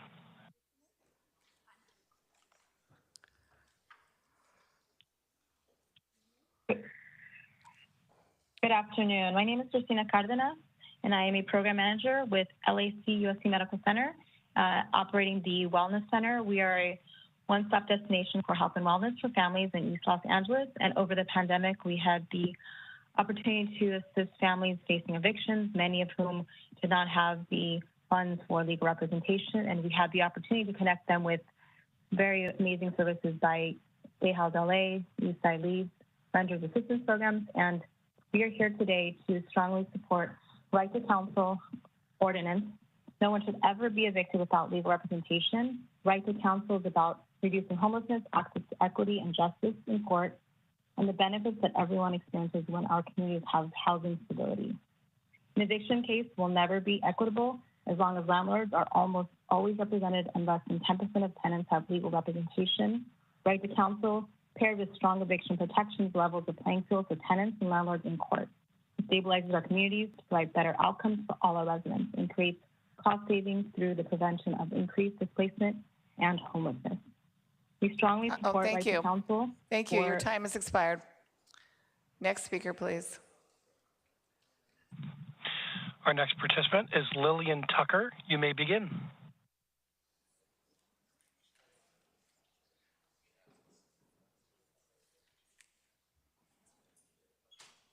Hello? Ms. Tucker? We can't hear if she's on the line. Oh, I'm so sorry. Can you hear me now? Yes, go ahead. Oh, perfect. Thank you so much. My name is Lillian Tucker. I'm a renter in El Segundo. Thank you, Supervisors Mitchell and Salas, for this critical motion to expand tenant rights to the unincorporated areas. We have to pass this motion to ensure all of us here in LA have right to counsel and access to necessary resources. It's been really painful to witness the eviction crisis and the exorbitantly rising rents paired with pretty much negligible increases in income that's making living here unaffordable and contributing further to the crisis of unhoused people. So I really appreciate this motion to use county funding to help provide legal aid to tenants in need. And I want to know all my neighbors in our community are protected. Thank you for your time. Thank you. Next speaker, please. Our next participant is Janet Gignon. You may begin. Janet Gagnon with AGLA. I appreciate the time today to speak to you on this issue. Mom and pop owners are a vital part of the community providing much needed rental housing. With this motion, the county is weaponizing an already long and difficult process for small owners providing housing for their neighbors. This motion is the wrong approach and does not address the basic problem of renters unable to pay their rent. Rental housing providers and renters each need each other, just as any other neighborhood small business needs customers and vice versa. The county should be working to support and improve that relationship, not undermine or destroy it. DCBA already has a mediation program that is woefully underutilized when it should be first stop, not last stop, for eviction prevention at a much lower cost to the county. Mom and pop owners are not part of the unequal power dynamic stereotype offered by Mr. Carvajal during his comments. Thank you. Mediation Thank you. First, Next speaker. Your time last. has expired. Next speaker, please. Our next participant is Eric Previn. You may begin. Thank you. Thank you to Horvath for that deeply moving testimony about actually being a renter who was evicted. Even more moving if you weren't the mayor at that time, but still very moving and a great story because it lets you, we all know what you experienced. And I'd like to thank the chair for saying that every public speaker who calls in gets a right to, I thought she was going to say counsel, but she said to be heard. So thank you for that. I'm concerned about what the last speaker just said, although I'm not sure about, I'm not an apartment association guy. I do like mom and pops, but I'm worried about why we're not trying to improve relations rather than make it more contentious. And the reason why, we do have to protect people from being thrown out improperly. But mediation is tricky. DCBA, it's not required. So if you have an unpleasant party on one side, it's very hard. Maybe you could work on a law that makes mediation required, because then it's done. There's no back and forth and enriching lawyers as opposed to enriching lives. Thank you. Thank you. I agree. Next speaker, please. Our next participant is Irma Cervantes. You may begin. Sí, buenas tardes. Necesito traducción, por favor. Sí. We have. Okay. Hold on. Por favor, siga. Do we have a translator? Yes. Sí. Okay. Sí, buenas tardes. Mi nombre es Irma Cervantes. y soy inquilino y vivo en el distrito de la supervisor número 1. My name is Eva Cervantes, and I am a tenant, and I live in Supervisors District 4.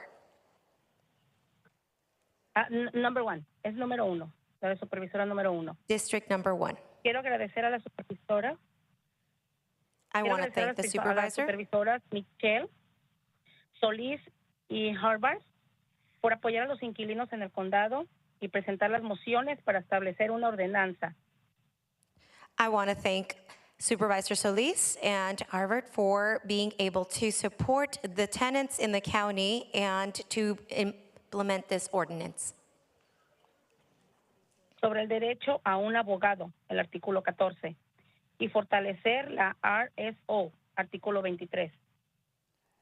And also for the right to a lawyer and the RFO in Article 23 and Article 14. Como inquilina, apoyo firmemente una ordenanza sobre el derecho a un abogado. As a tenant, I support that ordinance to have a right to a lawyer. Se trata de reducir la falta de vivienda, el acceso a la equidad y la justicia en las cortes. That's to reduce for us to be evicted and also to have a right in court and a defense. Y los beneficios que todos experimentan cuando nuestras comunidades tienen estabilidad de vivienda. And the benefits that our community does see once we have stable housing. Un desalojo nunca será equitativo mientras los propietarios casi siempre estén representados. An eviction will never be equality when the owners are always representative. Thank you very much. Gracias. Next speaker, please. Thank you. Thank you. Our next participant is Hector Ramirez. You may begin. Thank you, everybody. July is Disability Pride Month, so happy Pride Month, everybody. My name is Hector Ramirez. I am one of the consumers for Los Angeles County Department of Mental Health, and Supervisor Horvath is my elected representative, and I'm in great support of this. I'm one of the almost 250,000 people that get services from the Department of Mental Health, and I have to tell you that the right to counsel is a public health issue. It's a mental health issue. It's a disability issue. For many of us, we have said, since the passage of the Mental Health Services Act, that this is one of the things that we would have liked to have funded to support our individuals, because we know that many of us that live with mental health diagnosis or have other disabilities, getting housing and retaining housing is a significant issue that oftentimes is determined not only by our disability, but by the stigma around it. So I really want to commend all of you for really doing this. This is a really great move forward. Thank you so much. Thank you. Next speaker, please. Our next participant is Clara Solis. You may begin. I support this for individuals who would otherwise not be able to afford counsel. 34% of the properties being purchased in Los Angeles in the past year have been purchased by investment firms and developers. These firms typically use management firms who raise rents yearly and are much more likely to evict. I want to highlight the ticking time bomb of Proposition 19. If heirs of the mom and pop properties want to keep the property, Proposition 19 will require them financially to increase rents possibly by as much as $300 to $400 a month. The county should look into forgiving the tax increase if the heir agrees to keep rents below the low income levels. I urge you to look into this, or we may see many more higher rents and evictions. Thank you. Thank you. Next speaker, please. Our next participant is Sophia Quinowns. You may begin. Yes, I really appreciate this motion because we've seen how some nonprofits have worked against landlords, and that has caused gentrification. We have some bad actors that do rent strikes, and so the landlord cannot upkeep the property, and sometimes their property is seized. So mediation is very important, and I'd like to thank the supervisors who brought this motion forward. Thank you. Thank you. Okay, let's go in person. Welcome. Yes, good afternoon. My name is Barbara Schultz from Legal Aid Foundation of Los Angeles. I am also one of the many leaders of Stay Housed LA that you see here today. Right to counsel is about access to justice, it's about homelessness prevention, and it's also a human rights issue. I do want to note that there have been probably at least a dozen studies, cost-benefit analyses throughout the country of how right to counsel works, how it both reduces the number of eviction filings, but also, of course, is a cost savings for jurisdictions that enact it.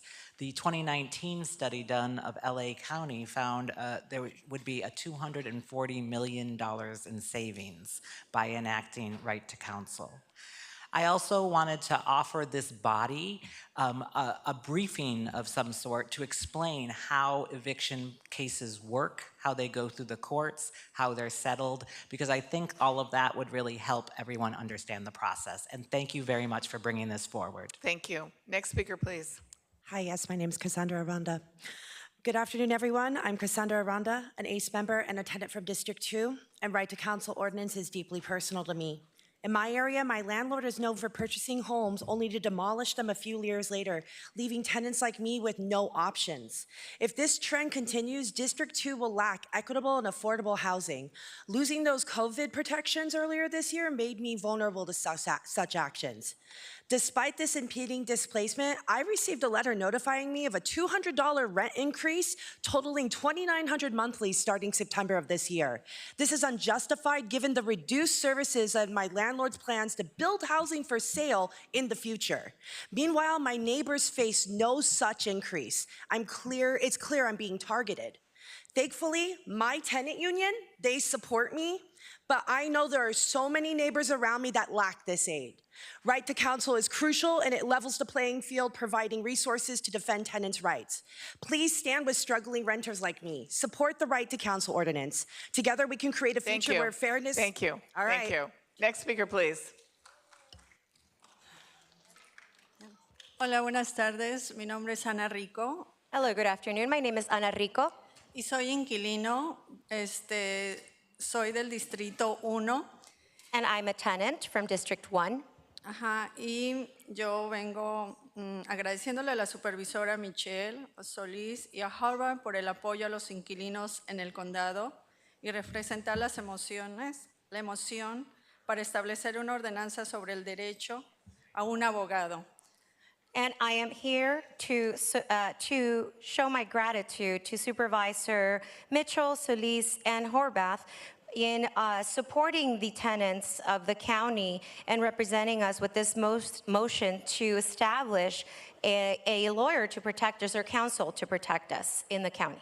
El por qué vengo a pedir apoyo para un derecho a abogado es porque la verdad yo estoy pasando ahorita una situación difícil en la que mi esposo tiene 3 semanas que no trabaja, no pudimos completar la renta de este mes. Y da la casualidad que yo me comuniqué con la organización de SAGE para que me orientaran qué hacer. So I also am here to support the need of a lawyer because I'm going through a difficult situation. My husband hasn't worked for 3 weeks and we weren't able to make rent. And so then I contacted SAGE, the organization SAGE, so that they can support me. Y ahorita da la casualidad que estoy en el limbo, en la cuerda floja de que me llegue un citatorio de desalojo. Y la verdad me siento con las manos atadas porque ahorita estando aquí recibí la llamada del manager donde me dicen que no me pueden aceptar la cantidad que yo di de la renta porque como no la pude completar, entonces pues la verdad no sé qué hacer. Por eso pido que me ayuden con un abogado. And so right now I'm in a bit of a limbo because I am kind of anticipating that I will be appointed to be evicted, and I just got a call and being here from the manager that he will not be able to accept the amount of rent that I was able to provide because I couldn't get to the full amount. And so that is why the reason that I am requesting that we do need help and assistance. Thank you very much. Thank you. Next speaker, please. Hola, buenas tardes. Mi nombre es Atanasia Hernández. Vengo por darle gracias a la Michelle Solís por ayudarnos. Vamos a tener una ayuda de un abogado porque a los dueños de la casa nos amenaza que no podemos llegar a la corte porque no podemos pagar un abogado. And hello, good afternoon. My name is Atanasia Hernandez, and I am here to thank Ms. Mitchell and Solis in helping us to get a lawyer, because the owners of these properties do threaten us, saying that we can't make it to court because we can't afford a lawyer. Hace tiempo, cuando empezó la pandemia, la dueña de la casa me amenazaba, me sacaba. Yo tengo 2 hijos y no tengo dónde ir. Y ahorita no, ¿cómo se llama? Le estoy pidiendo que me arregle la casa y no me lo quiere hacer. And some time ago, during the pandemic, the owner of the home would threaten me and kick me out, and I'd had nowhere to go, and I have 2 kids, nowhere to go, and now I'm asking her to fix the home, and she's not doing it either. Pero ahora estoy feliz porque voy a tener derecho a un abogado si en caso que llegue yo a la corte, porque ellos lo hacen para que nos salgamos de la casa y por eso no nos quiere arreglar. Muchas gracias. And so now I'm happy because we will be able to have the right to counsel if we do make it to trial or court, and now I don't have to get out in case they try to get me out of the house. Thank you. Thank you. Next speaker, please. Buenas tardes, mi nombre es Carmen. Buenas tardes a todos, mi nombre es Carmen. Good afternoon, my name is Carmen. Y estoy aquí para darle las gracias a Hilda Solís y a Jovar por apoyarnos para tener derecho a un abogado. And I am here to give my thanks to Isla Solis and Horvath for supporting us to have the right to counsel. Ya que ahorita sí sentimos el miedo de que seamos desalojados. A mí me llegó una carta de desalojo y sí tenía miedo, pero esa carta era nada más una copia, no era la original, pero sí me andaban como acosando para poder pagar la renta. Yo no tengo dinero para pagar la renta, ya que a veces tenemos muchas dificultades. So now that, we fear eviction, as it is, I did receive a letter for eviction, but it turns out that it was a copy. And I can't afford rent right now. I can't really afford rent or to pay the rent. Apenas estamos juntando el mes de esta renta y andamos pensando en pagar en el otro, en dar juntando para el otro y más aparte lo que debemos atrasado. And we're just coming up with gathering the money for this month, and we're already thinking of the next month, and then we're behind on other months. Y andar pensando en lo que debemos es muy estresante y muy desesperante para todos. No nada más es mi situación, sino la de muchos inquilinos que estamos en este problema. And to think of what we owe is very stressful. It's a devastating situation, not just for ourselves, but for other people that are in that situation. Entonces yo estaría muy agradecida si votaran y nos apoyaran para tener derecho a un abogado. So I would be so grateful to you if you would vote and you would just approve so that we have the right to counsel. Muchas gracias. Thank you. Thank you. Next speaker, please. Hola, buenos días. Mi nombre es Ana Carrión. Yo soy miembro de SAGE y yo vivo en el distrito segundo. Hello, good morning. My name is Ana Carrión. I am a member of SAGE and I live in a district number 2. Mi preocupación del día de hoy de estar aquí es pedirles a todas ustedes, las supervisoras, mujeres que están aquí liderando este comité, que apoyen a que tengamos este servicio para la vivienda de los residentes de Los Ángeles de bajos ingresos. And the reason I'm here today is to ask all of the women, the board of full of women, the supervisors that are leading this board, to support all of us to have this type of service for us in the LA community and to have our housing.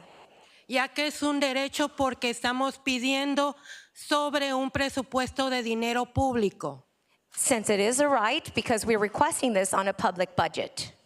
Queremos, por favor, que apliquen esta medida, que la aprueben y que el señor que está aquí presente implemente un plan en base con la barra de abogados de California. And we also want that you apply and that to please approve it, and the gentleman that is sitting here to please kind of come up with a plan with the state bar, lawyers from California. Que sea monitoreado también la implementación de estos servicios, ya que hay organizaciones que cobran y que dicen que son para la comunidad en el sistema de los inquilinos. And also for the service to be monitored, because there are organizations that do charge, and they say that it is to serve the community. En verdad que sean para los residentes de bajos ingresos, ya que yo soy una mamá soltera con 5 niños. And truly so that it is for low-income families. Now, I am a Thank single you. mother with 5 children. Thank you very much. Thank you. Now, before we go to you, we're going to call some more names. Will the following individuals please come forward? Cheryl Quintana Leader, Daniel Jimenez, David Berherd, Devon Williams, Domingo Solaranos, Dulce Ambres, Edgar Valencia, Francisco Conejo Lovato, Georgina Serrano, Galafria Lopez, Hassan Zuniga, and Heidi Gonzalez. Please come forward. Okay, go ahead. Good afternoon. My name is Chad Williams. I'm a 10th District organizer with the Alliance of Californians for Community Empowerment, ACE. First of all, I want to just go ahead and thank everybody who's here mentally, put in the work in spiritually and physically to be here for this important day. I'm speaking on item 14. I'm gonna keep it a $150 with y'all, like 100%. People are tired, right? People are sick and tired of being sick and tired with having to represent themselves, put all the work on themselves to go into these courts and have to deal with pages and pages of documents and have no one standing next to them, right?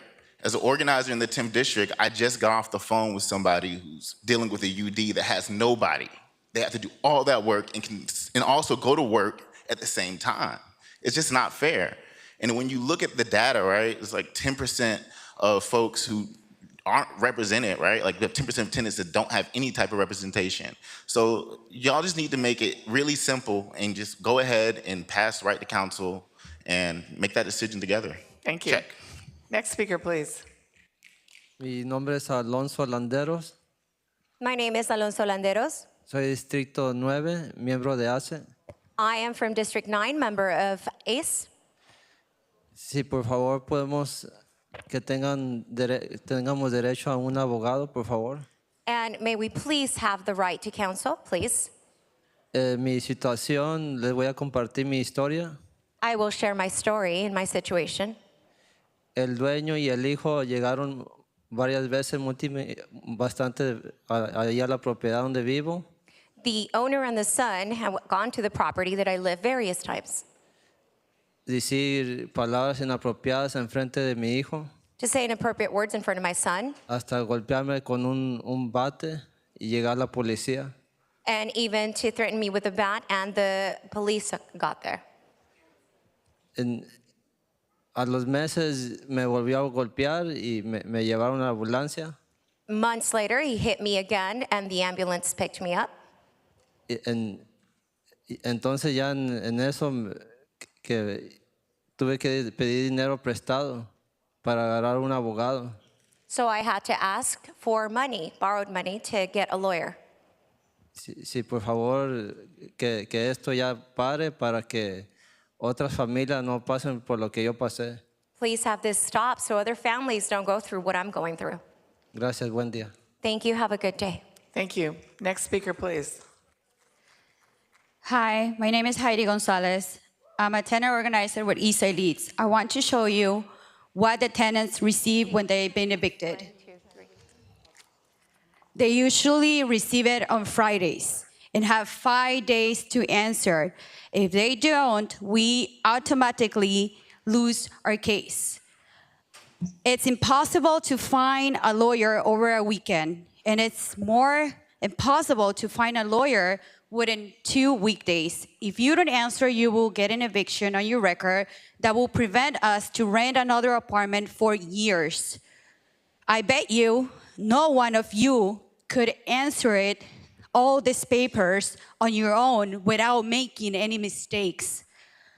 Today is the day you can approve and pass the right to counsel, to give us an equal chance in court to defend our cases or roofs or casitas. Please do your part. Thank you. Thank you. Next speaker, please. Buenas tardes, mi nombre es Angélica Mendoza, vivo en el subcentro de Los Ángeles.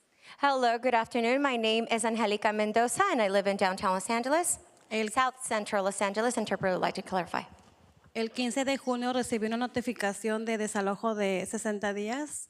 On June 15th, I received a notice, a letter for eviction of 60 days. Tengo 3 años batallando con esta situación.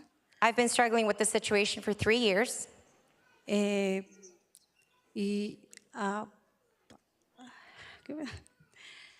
Necesito a ver si me pueden apoyar con un abogado.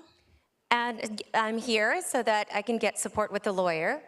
Ya que soy igualmente madre soltera de 3 hijos. And also I'm a single mother with 3 children. Y por el momento tengo poco trabajo. And at the moment I have very small amounts of jobs. Voy al corriente con mis pagos de la renta. I'm up to date with the payments and my rent. Y lo único que quiero es que también esto pare, porque también el Señor me siento como acosada porque puso en la casa por todos lados cámaras. And I also feel harassed, just like the last gentleman, because the gentleman put cameras all over the house. Y el dueño no vive en la propiedad, pero va continuamente a la casa. The owner doesn't live in the property, but they are constantly going into the property or to the property. Mis hijos y yo no nos sentimos a gustos estando un poco porque los dueños van seguido ahí. My children and I don't feel comfortable because the owners are constantly going. Pero quiero luchar porque no se me hace justo que me quieran desalojar ya que voy al corriente con todos mis pagos. I want to fight because I don't feel that it's fair that they want to evict me because I'm up to date with all my payments. Espero me puedan ayudar. Gracias. I do hope you can help me. Thank you. Thank you. Next speaker, please. Hey, good afternoon. I'm Daniel Jimenez, Director of Community Organizing with Inner City Struggle, also a proud member of the Keep LA House Coalition. And I'm here today to support item 14 and 23 and to thank Supervisor Mitchell, Solis, and Horvath for their support in moving forward a motion that is going to protect so many tenants in LA County. I have worked directly with the community facing eviction, and I strongly support a right to counsel because I know firsthand how hard it is for community members to attain legal representation when people are struggling to put food in the table and when most of their income goes to the high price of rent. We know that less than 10% of tenants, you already said it right, get representation while landlords are being represented left and right. Just to provide a small statistic here, LA is facing an eviction crisis that already in last year we had about 35,000 cases being filed. This is continue going up. This year is going to go up more, and as long as we don't have strong tenant protections and right to counsel, we're going to see a lot more people in the streets. The right to counsel paired with the strong eviction protections such as the right to rent stabilization ordinance. Thank you. Levels the playing field. Please prove it. Thank you. Next speaker, please. Hola, buenas tardes. Sí, mi nombre es Carlos Sarabia. Hello, good afternoon. My name is Carlos Sarabia. Ahí soy parte del Distrito 1 aquí en Los Ángeles. I'm part of District 1 here in Los Angeles. Como persona que vivo acá en esta comunidad, quiero conocer a mis representantes y mucho gusto de verlos. As a person that lives in the community and here locally, I want to meet my representatives, and it's a pleasure to meet you. También quiero agradecer a todos ustedes por todo el trabajo que hacen. Yo sé que es bastante. And I want to thank all of you for all the work you do. I know it's a lot. Ahora pues vengo acá a conocerlos y a platicar con ustedes. And so now I'm here to meet you and to converse with you. Más que todo pues, para hablar de una aprobación de un representante para las personas de bajos recursos. To speak more on the, opportunity to have a representative to defend us. Más que todas las personas que están amenazadas para un desalojo, ellos necesitan de un abogado. To defend the people with the low-income families and also those people that have low resources and that need a lawyer. Y esperamos que ustedes voten y aprueben para tener esos recursos para ellos. Muchas gracias. And I do hope that you vote and that you approve so that we have the resources for them. Thank you. Thank you. Next speaker, please. Good afternoon, beautiful people. Good afternoon. Happy Tuesday. My name is Edgar Valencia, and I'm a citizen of the Los Angeles County, and I support the right to counsel for struggling renters. My experience of what it feels like when you have no legal representation when they try to evict you was horrible. It is undeserved, abusive, unacceptable, and improper that landlords use the money that they make from the high prices for rent that we pay them so that they can be well represented against us in court. Well, our situation is this. We either pay a lawyer to protect us from being evicted or we pay the high monthly rent. And some of us barely can afford to pay the high rent with our income, much less will we be able to pay for a lawyer. But when I got legal representation, and I may say that I got help from SAHE and the Legal Aid Foundation, I was defended by people who know the rights to the tenants and how the court works and functions. Even though I still was nervous, I felt relief and I got hope that the laws that protect tenants from eviction were going to be on my side. Thank you. That is why. Thank you. Next speaker, please. Buenas tardes. Mi nombre es Antonia Sánchez. Good afternoon. My name is Antonia Sanchez. Mucho gusto en conocerlos. It's a pleasure to meet you. En especial a todos los representantes que nos representan. Yo soy del Distrito 1. Especially those representatives that represent us. I'm from District 1. A Hilda Solís, porque recibimos apoyo de ella. Hilda Solís, because we get a lot of support from her. Yo vengo de Access. I come from ACE. El propósito de ahorita mi comentario es de que yo tengo 24 años viviendo ahorita donde estoy. And the purpose of my comment today is because I have been living 24 years in the place that I live now. He estado recibiendo acoso del dueño. I have received harassment from the owner. No, yo no me he prestado a sus comentarios, a su acoso, no le doy oportunidad. I don't entertain his harassment or his comments. I don't give it an opportunity. Él no puede conmigo, hoy cambió ya de inquilino, ya se conectó muy bien con mi vecino. He can't with me, so now he's switched on the tenants. Now he's doing it to my neighbor. Ahora esa familia que tengo acoso con ellos. And so now I have harassment with that family. Y ahora más porque me he quedado sola. My husband, he passed away. And now even more so because I am alone. My husband passed away. Pues ya de todos los motivos que he estado pasando momentos muy difíciles, estoy pasando por depresión, And with ansiedad. all those moments that I've gone through, those difficult moments, now I am also going through depression and anxiety. Esa es mi preocupación porque si nos piden la casa, tenemos que desalojarlo. No sé qué vaya a pasar a futuro. And that's my worry, because if they ask for the house, then we're going to have to leave, and I don't know what will happen in the future. Thank you. Thank you very much. Gracias. Next speaker, please. Okay. Hi, my name is Dulce, and I am a tenant in Glendale, District 5, and I'm here to support Right to Counsel. So I'm just standing here listening to everyone, and I think, we're all going through really hard times. And especially, I want to speak truth to, the pandemic is still impacting us.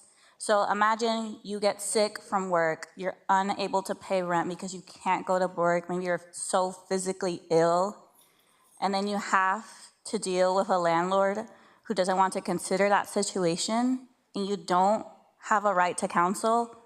At that point, you're fighting a fight that seems really impossible. So I really want us to just be able to have a right to counsel, especially during this time when so many of us are vulnerable, so many marginalized populations are being affected by COVID. So I really want the county to stand in solidarity with us tenants today and give us right to counsel. Thank you. Thank you. Next speaker, please. Afternoon, my name is Cheryl Quintana Leader. I'm an award-winning writer, director, producer for Invitation 2000 that produces videos hiring, casting, and crewing diverse women in front and behind the camera. I also have done 17 Latinas in Hollywood her stories, educating our youth on careers in the future and diverse women's leadership programs at LA City Hall. And I want to thank you all for hearing from us today. I'm a tenant on GR Housing Subsidy who currently presides in the 5th District.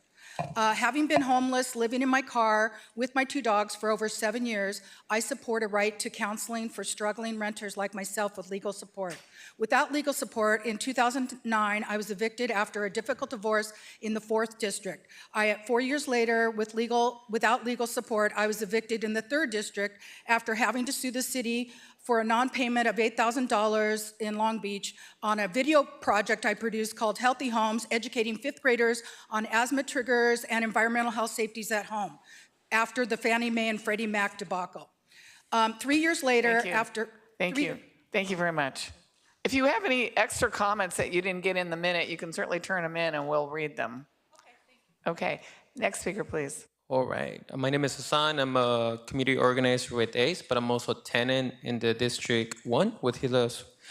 I think it's important to know that Ms. Harper, supervisor, I went through that too as an organizer. I got an eviction 3 months with a corporation, Great Star, Laguna Point. And imagine that day in the morning, me going to the court to help somebody that does not have a lawyer to make sure that they win their court, which they did, but there's other advisement that I gave them that day as not a lawyer, but through the training through Elena Pop's videos, through also work that the State House is doing. I was able to find that in that same day, it was 17 people on my building receiving a 3-day notice for 3 months felt payment, and they were doing that in purpose to evict people because they knew they didn't have a lawyer, they didn't know their rights, but they did have me, and they make sure that a lot of those people kept home, and some of them left. Unfortunately, that's what happened. So make sure you pass right to council for all those tenants that need it. Thank you. Thank you. Next speaker, please. Hello, my name is Georgina Serrano. I'm living in District 2, and it's an honor to be in front of all of you. As a housing counselor, listen these stories whole day long. I need to breathe and release because I'm broken inside. But when I say I can provide a free legal representation, it's a hope in my eyes and my heart and the people who listen my voice as a counselor. Don't worry, nobody evict you. Rest well. It's attorney available for you. It's education for you. I'm here for you. We are Inquilinos Unidos with 40 years serving the more impaired community. Some people don't speak Spanish, the native language. But we here together in this crisis, please and thank you for support right to counsel. Thank you. Next speaker, please. Hello, my name is Glafira Lopez. I'm a community organizer with SAGE, and I focus on tenant rights. Every single Tuesday, we have a tenant action clinic, and we have tenants will come in with unlawful detainer, frantically asking for help. A lot of the times, they come with their children. So a lot of the times, we're actually forced to send these tenants to legal organizations that we know have long wait lists, that we know that they are probably not going to be able to afford those lawyers. Okay. And another thing that we know is if they're not able to find a lawyer, 90% of the time, they're going to lose their cases. They're going to end up homeless. Because of this, we support a strong right to counsel. A lot of the times, these tenants are being evicted unfairly just because the landlord wants to raise rent. And because they don't have a lawyer, these tenants end up losing. To stop displacement, to stop homelessness, we need to have a right to counsel, and thank you for supporting that. Thank you. I think we need to call more names at this point, I've been told. Following individuals, please come forward. Emma Vasquez, Catherine Clay, Andrea McPherson, Jay Gaines, Erica Elias, James Hartman, Jamori Burkett, Jasmine Gonzalez, Jason Mercado, Jeff Wu, Jeffrey Webb, Eva Garcia, Jessa McCormick, Jordan Wynn, Jose Felix, Julio Jimenez, Karen Kwok, Flor Hernandez, Katrina Williams, Keith Mock, Kevin Williams, Kenya Willis, and Gabriela Barrero. Moderator, may we have the first? Do we have somebody on the phone? No. Okay, in person. Welcome. Buenas tardes, mi nombre es Francisco Cornejo Lobato, soy miembro de ACES, vivo en Bell Garden y estoy enfrentando desalojo y necesito un abogado que me represente. Good afternoon. My name is Francisco Cornejo Lobato. I am a member of ACE and I live in Bell Gardens and I am facing eviction and I need a lawyer or representative. Por eso apoyo a Holly Mitchell y Hilda Solís por representar esta moción y que nos apoyen a todos los inquilinos que estamos representando esta situación. And that's why I support Holly Mitchell and Hilda Solis that represent this motion to support all of the tenants that are here representing the situation. Por el momento no tengo abogado y necesito asistencia de abogados que nos ayuden. At the moment, I don't have a lawyer, so I do need the assistance of a lawyer that can help us. En cuanto a los servicios legales para que nos apoyen a nosotros como inquilinos. When it comes down to the legal services so they can support us, the tenants. Una de las cosas que mencionaba la supervisora es que nos quieren sacar para aumentar la renta exageradamente. One of the things that one of the supervisors mentioned is that they want to take us out so that they can increase the rent extremely. Les agradezco su apoyo, supervisora Kenneth Hart, ayúdenos por favor. I am grateful to your support, Supervisor Kenneth Hunt. Thank you. Pues no, también nos quieren sacar porque se les antoja a los al dueño. They just want to kick us out because they feel like it, these owners. Pues, Thank you. You know what? Can we help him today? Because he is here and he needs a lawyer. My staff is right there now. Okay. Can we connect him? Thank you. Good luck. Okay, next speaker, please. Yes, thank you. Good afternoon, Arnold Sachs. If you listen very closely, you learned something about this bullshit. It's not very uplifting. The efficacy of this discussion is a load of crap. First of all, people have a right to counsel. Listening to these people speak, they get these notices on a Friday. They don't have any time. The problem is they don't have a right to get an extension on their court case. That's the problem. Why can't they go to court, ask for an extension, find out the procedure to get an extension so they get more than 5 days? That way, they can go see an attorney, get free legal aid. This ordinance is a lot of crap. Is it for the unincorporated areas in the county? Or is it for the whole county, which means it's for the corporate cities? Which is it, Ms. Hahn? Speak up. Your buddy's out there. I'll speak up. Your That's time what is the expired. problem is. Next speaker, please. Go ahead. Hola, mi nombre es Dionisia Ciprés. Hello, my name is Dionisia Ciprés. La supervisora es Holly Mitchell. And Supervisor Holly Mitchell. Por cierto que les agradecemos la moción que pusieron para la ordenanza del derecho a un abogado. We are thankful for the motion that you presented for an ordinance to have counsel represent us.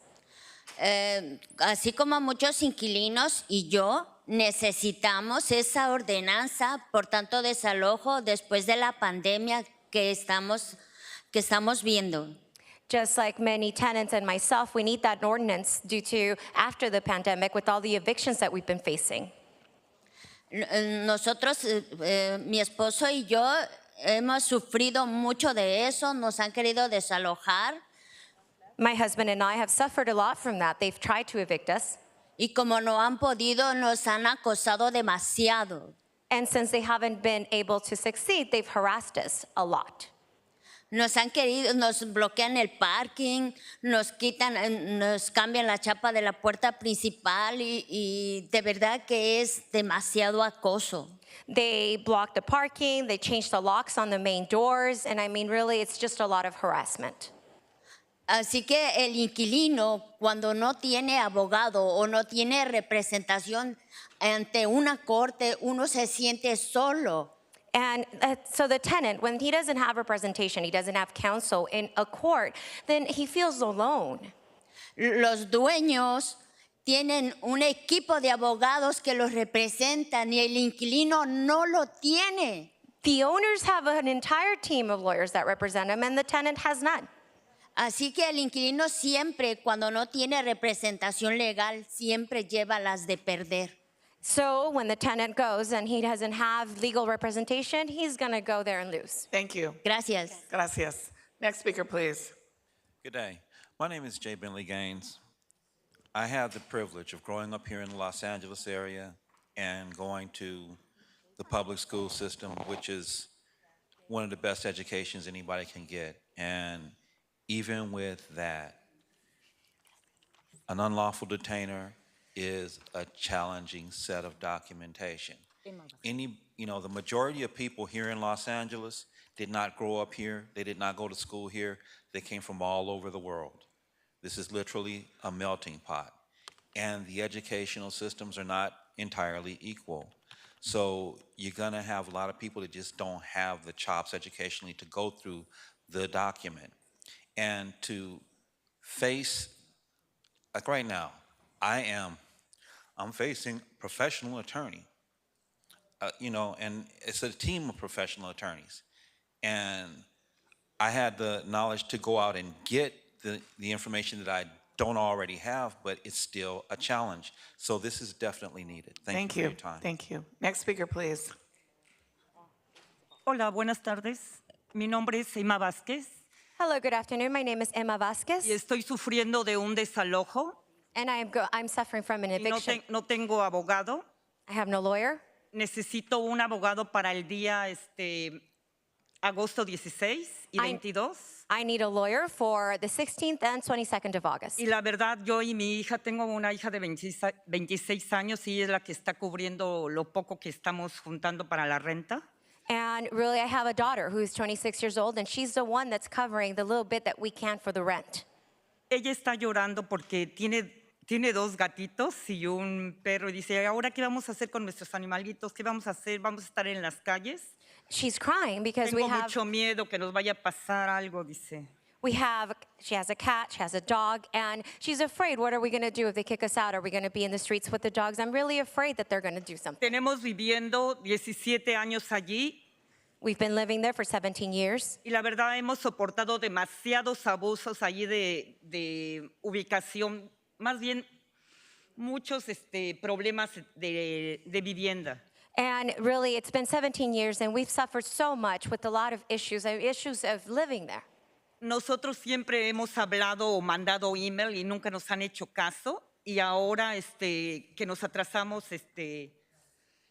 la verdad nos llegaron los 3 días de aviso y nada más pudimos pagar la mitad, entonces no nos aceptaron el dinero. Y ahora... And really, we've tried to call, we've tried to email, they don't listen, they don't pay attention. So really, I mean, when we fell behind, we did receive the 3-day notice, and we paid half, but they're not listening. Necesitamos un abogado. Gracias por su atención. Buenas tardes. We need a lawyer. Thank you for your attention. Good afternoon. Thank you. And we can connect her to the staff right here that can help her today. Thank you. Next speaker, please. How you doing? My name is Jamari Burkett, and I'm here on behalf of Changing Faces of the Homeless. And they've been here for me when I didn't have anywhere to go. I think you guys need to keep these places open and give these places opportunities because they are helping the homeless and they're helping people change their lives. Thank you. Thank you. Next speaker, please. Hola, muy buenas tardes. Mi nombre es Eva García y soy organizadora de Colectivo Poder Comunitario. Hello, good afternoon. My name is Eva Garcia, and I'm an organizer of Colectivo Poder Comunitario or Community Power Collective. Durante este tiempo de tratar a nuestra comunidad, during this time of being in my community, necesitamos apoyo con abogados gratuitos. We do need help with free counsel. Y le agradezco a los supervisores que apoyan esta moción. And I am thankful to the supervisors that support this motion. Porque día con día vemos inquilinos acosados y no nada más acosados por querer desplazarlos, sino los acosan hasta sexualmente y eso es triste. And day after day, we see these tenants that are harassed, not harassed with money, but just, and also sexually. And that's something we see.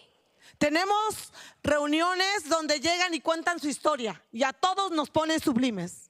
And we have meetings where they go and they tell us their stories. And all of them, they give us these just struggles. Y lo más triste es que ellos no pueden defenderse y no tienen un abogado. And the saddest part is that they can't defend themselves. They don't have counsel. Por eso es necesario un abogado gratuito. That's why we need free counsel, and that's needed. Para evitar ese acoso. To avoid that harassment. Y porque cada que llegan a la corte con ese miedo, con esa intimidación de perder su hogar. And because when they get to court, they're fearful, they're intimidated to lose their home. Y creo que nuestras comunidades necesitan un abogado para sentirse seguros. And I feel that our communities need a lawyer so they can feel safe.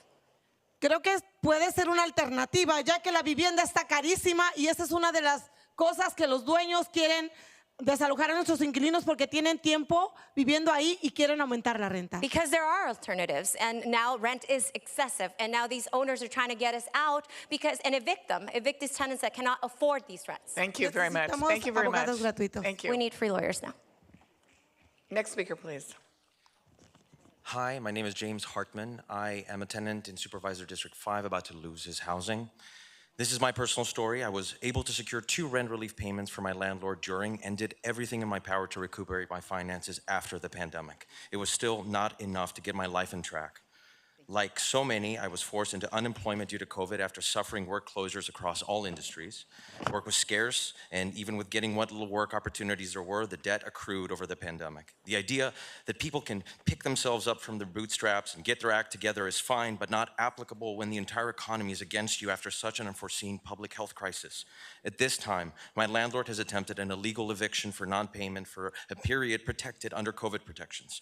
This process has put a halt on my life, my ability to move forward from the pandemic, recover my finances, and is critically detrimental to my mental health, as well as for every single other person who is facing this eviction process. A right to counsel needs to be codified to level the playing field between landlords and tenants and circumvent the horrible ramifications of this growing housing crisis. Thank you so much. Next speaker, please. Buenas tardes. Mi nombre es Erika Elías. Vengo del Distrito 1. Good afternoon. My name is Erika Elias, and I come from District 1. Vengo en apoyo en que necesitamos un abogado. And I am here to support that we need counsel. Vengo del condado donde no tenemos apoyo casi de nada. I come from a county that we don't have really support of anything. Dice, queremos viviendas justas, que no lo suban tanto los alquileres. We want fair housing, that they don't raise the rent. Vengo batallando casi ya un año. I've been struggling now for a year. En mi caso, no tengo luz, no tengo agua. I don't have light, I don't have water. Y no sé qué va a pasar, la dueña no dice nada sobre mi caso. Y créanme que es algo de bastante para mí. And the owner doesn't say anything in regards to my case. I don't know what's going to happen, so believe me, this is devastating for me. No sé qué decirles mis niños. I don't know what to tell my children. Cuando ellos me preguntan, ¿cuándo vamos a tener luz o gas, agua caliente para bañarnos? When they ask me, when are we going to have light or gas or hot water to bathe? No sé qué responder porque ellos no quieren moverse de su casa. I don't know what to respond to them because they don't want to move from their home. So can we, Supervisor Solis? Yeah, I'll have someone on my staff right here. Señora, ¿puede hablar con mi asistente aquí, por favor? Thank you. Next speaker, please. Hello, my name is Jordan Nguyen. I'm the Community Activation Specialist with United Way of Greater Los Angeles and resident of Supervisor District 1. I want to applaud Supervisors Mitchell and Solis for introducing this motion, and I urge all the supervisors to pass this as soon as possible. I wish it were on a quicker time frame than this. I envision a world where there are no longer evictions because we finally treat housing as the human right that it is. I envision a world in which corporate landlords and property developers and bad actor landlords stop harassing their tenants.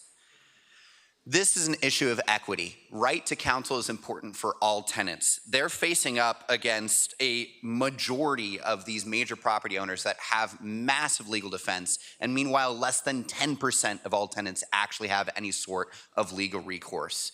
This is a matter of keeping people out of homelessness. Evictions on your record are a sentence for homelessness, and we need to do what we can to prevent this eviction crisis from continuing and pass right to counsel across the county. Thank you so much. Thank you. Next speaker, please.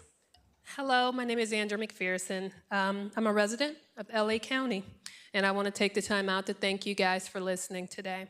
I'm speaking on item number 14, of course. I may not look like it, but I'm a disabled person. I had a brain injury, and I have a mental disorder called epilepsy. I had to move into a low-income apartment for the first time when I started having seizures repetitiously. I could no longer work or go to school because I kept having them at work and on campus. My new landlord was aware that I had a disability, yet they were horrible towards me, putting me on the 3rd floor with no elevator while having plenty of available apartments on the ground floor. The apartment building was so stressful, especially when you are, of course, going through a lot health-wise. I still had to have brain surgery. Thank you. So with that being said, please support this Thank because you. I didn't have any. Thank you for sharing today with us. Next speaker, please. Good afternoon. My name is Jessa McCormick. I'm the Deputy Director of Housing Justice at the Liberty Hill Foundation. I'm also a renter in District 2. And I'm lucky enough to manage the outreach and education for Stay Housed LA, working with trusted community organizations across the county to educate tenants on their rights. I want to thank you for your continued partnership in implementing Stay Housed LA, and I'm excited to grow the program with you all so we can build the infrastructure this program desperately needs. Sorry. Lastly, I urge you not to stop here. It's fitting that this vote comes after your discussion of student debt relief and the, quote, American dream. Keeping people in their homes is something you can do right now for some of the most vulnerable in the county to keep them from falling further from that dream. Supporting a right to counsel is just the first step. Thank you. Thank you. Next speaker, please. Hello, my name is Jeffrey Webb, and I work at Bedsedic Legal Services, one of Stay Housed LA's legal services providers. Bedsedic strongly supports a right to counsel. Our Preventing and Ending Homelessness project, as well as our Eviction Defense project, represent and serve tenants in unlawful detainer cases throughout Los Angeles County. In our practice, we have witnessed that without legal representation, tenants are too often wrongfully evicted and forced out of their homes, resulting in homelessness. With an attorney, tenants are much more likely to be able to remain in their homes or at least receive a favorable settlement that will help them transition to other housing. As others have noted, studies have shown that a right to counsel is cost-effective and can save the county costs associated with homelessness, such as shelters, health care, and foster care. Bedsedic urges that you move the right to counsel ordinance forward in order to keep as many Angelinos as possible from falling into homelessness. Thank you. Thank you. Next speaker, please. I strongly support a right to counsel ordinance. As far as I know, the city of Los Angeles has always been trying to push poor people out. They've been pushing them out of Los Angeles, pushing them south LA. This happened with Staples Center, where people used to live. This happened in Dodger Stadium, where people used to live. As far as I can tell, the plan of LA City is to push poor people out. Thank you. I think we need to call more names. Will the following individuals please come forward? Leticia Flores, Kimberly Alvarado, Lucina Abad, Constantine Anthony, Maria Escobar, Leanna Noble, Maria Asensio, Leroy Myers, Maribel Godinez, Lorenzo Lewis, Irma Lopez, Fred Sutton, Maria Lopez, Maribel Morales, Norma Solis, Matt Buck, Otilia Huerta, Max Sherman, Rodrigo Rosas, and Myra Garcia. Okay, go ahead. Hi, my name is Jason Mercado. I am a tenant and I live in Supervisor District 4. First, I want to thank Supervisors Mitchell, Solis, and Horvath for supporting renters in the county and introducing the motion to establish a right to counsel ordinance, item 14, and to strengthen the RSO, item 23. As a renter, I strongly support a right to counsel ordinance. No one should ever be evicted without legal representation. Right to counsel is about reducing homelessness, having access to equity and justice in court, and the benefits that everyone experiences when our communities have housing stability. In an eviction case will never be equitable as long as landlords are almost always represented, while less than 10% of tenants have legal representation. Right to counsel paired with strong eviction protections levels the playing field for tenants and landlords in court. I strongly thank you again, Supervisors, for supporting this. Thank you. Thank you. Next speaker, please. Muy buenas tardes a todos. Yeah. Mi nombre es José Félix y soy un voluntario de consejero de vivienda por muchos años. Hello, good afternoon to everyone. My name is Jose Felix, and I have been a volunteer of De Inquilinos Unidos. Inquilinos Unidos, United Tenants, for many, many years. Para mí es tan difícil pararme aquí. ¿Por qué? Porque ya estoy con mi cerebro a punto de estallar. Desde el año 2020 yo no he parado. Son cientos y cientos de inquilinos que están siendo desalojados. Los edificios los están dejando vacíos para poderlos rentar a precios más caros. So it is extremely difficult for me to stand up here. My brain is it's just about to explode. It's been many, many years. It's since 2020. It's been hundreds of tenants that have left these buildings that are empty, and now they're renting them for higher rents. Pero también me siento con la esperanza de que hay personas que se tocan el corazón, como es la supervisora Michelle, supervisora Solís, supervisora Hobart. Eso es lo que nos da la fuerza a nosotros, que hay personas que de veras quieren trabajar con nuestras comunidades y que salen a ver lo que está sucediendo en nuestra comunidad. And at the same time, I do feel hope. I feel hope because there's people that feel this in their hearts, and just like Supervisor Mitchell, Supervisor Solis, and Horvath, they are there and they give us strength, and they go out and they take the time to get to know the community and be part of the community to support us. Por favor, apoyemos esta moción 14. Yo sé que ustedes van a estar tranquilos también durmiendo en sus casas y se van a sentir que pueden salvar a muchas personas de un desalojo. Please let's support this motion 14. I know that you will also sleep well at night knowing that you've helped us, many of us. Thank you very much. Gracias. Next speaker, please. Hi, I'm Karen Kwok, and I'm a tenant advocate in District 5 in the city of Glendale. I'm aware that this measure will begin in the unincorporated areas of LA County, but if we can point to a successful model where right to counsel works, then it will also help those of us in incorporated cities convince our elected officials to also sign on. In terms of funding sources, may I offer two suggestions? Supervisor Barger earlier mentioned an example where Measure H funds were used for right to counsel, and I was wondering if language could be inserted to make it clear that as a homelessness prevention measure, that Measure H funds would be eligible for this program, perhaps the next time it comes up for renewal at the ballot. Second, 2 of my 5 council members specifically spoke about installing a mansion tax and putting it in front of the ballots for the voters in our city. And again, following on the successful example of Measure ULA in Los Angeles. And yes, I know that that would also need to go to the ballot, but that has already proved successful. Points well taken. Thank you very much. Next speaker, please. Good afternoon. My name is Katrina Williams. I'm the CEO of Changing the Faces of Homelessness. CFH is a permanent supportive housing program, housing the homeless within the scope of the homeless agencies such as PATH, people of concern, etc. We also house and provide services directly to the Skid Row community, which is in Supervisor Solis' district. However, Supervisor Solis, your office has declined to fund or support our housing program. Why? We provide housing services, we provide stability, we provide love and guidance to the community, and I am a homeless agency now facing eviction. It's not right, it's not fair. We need to be funded.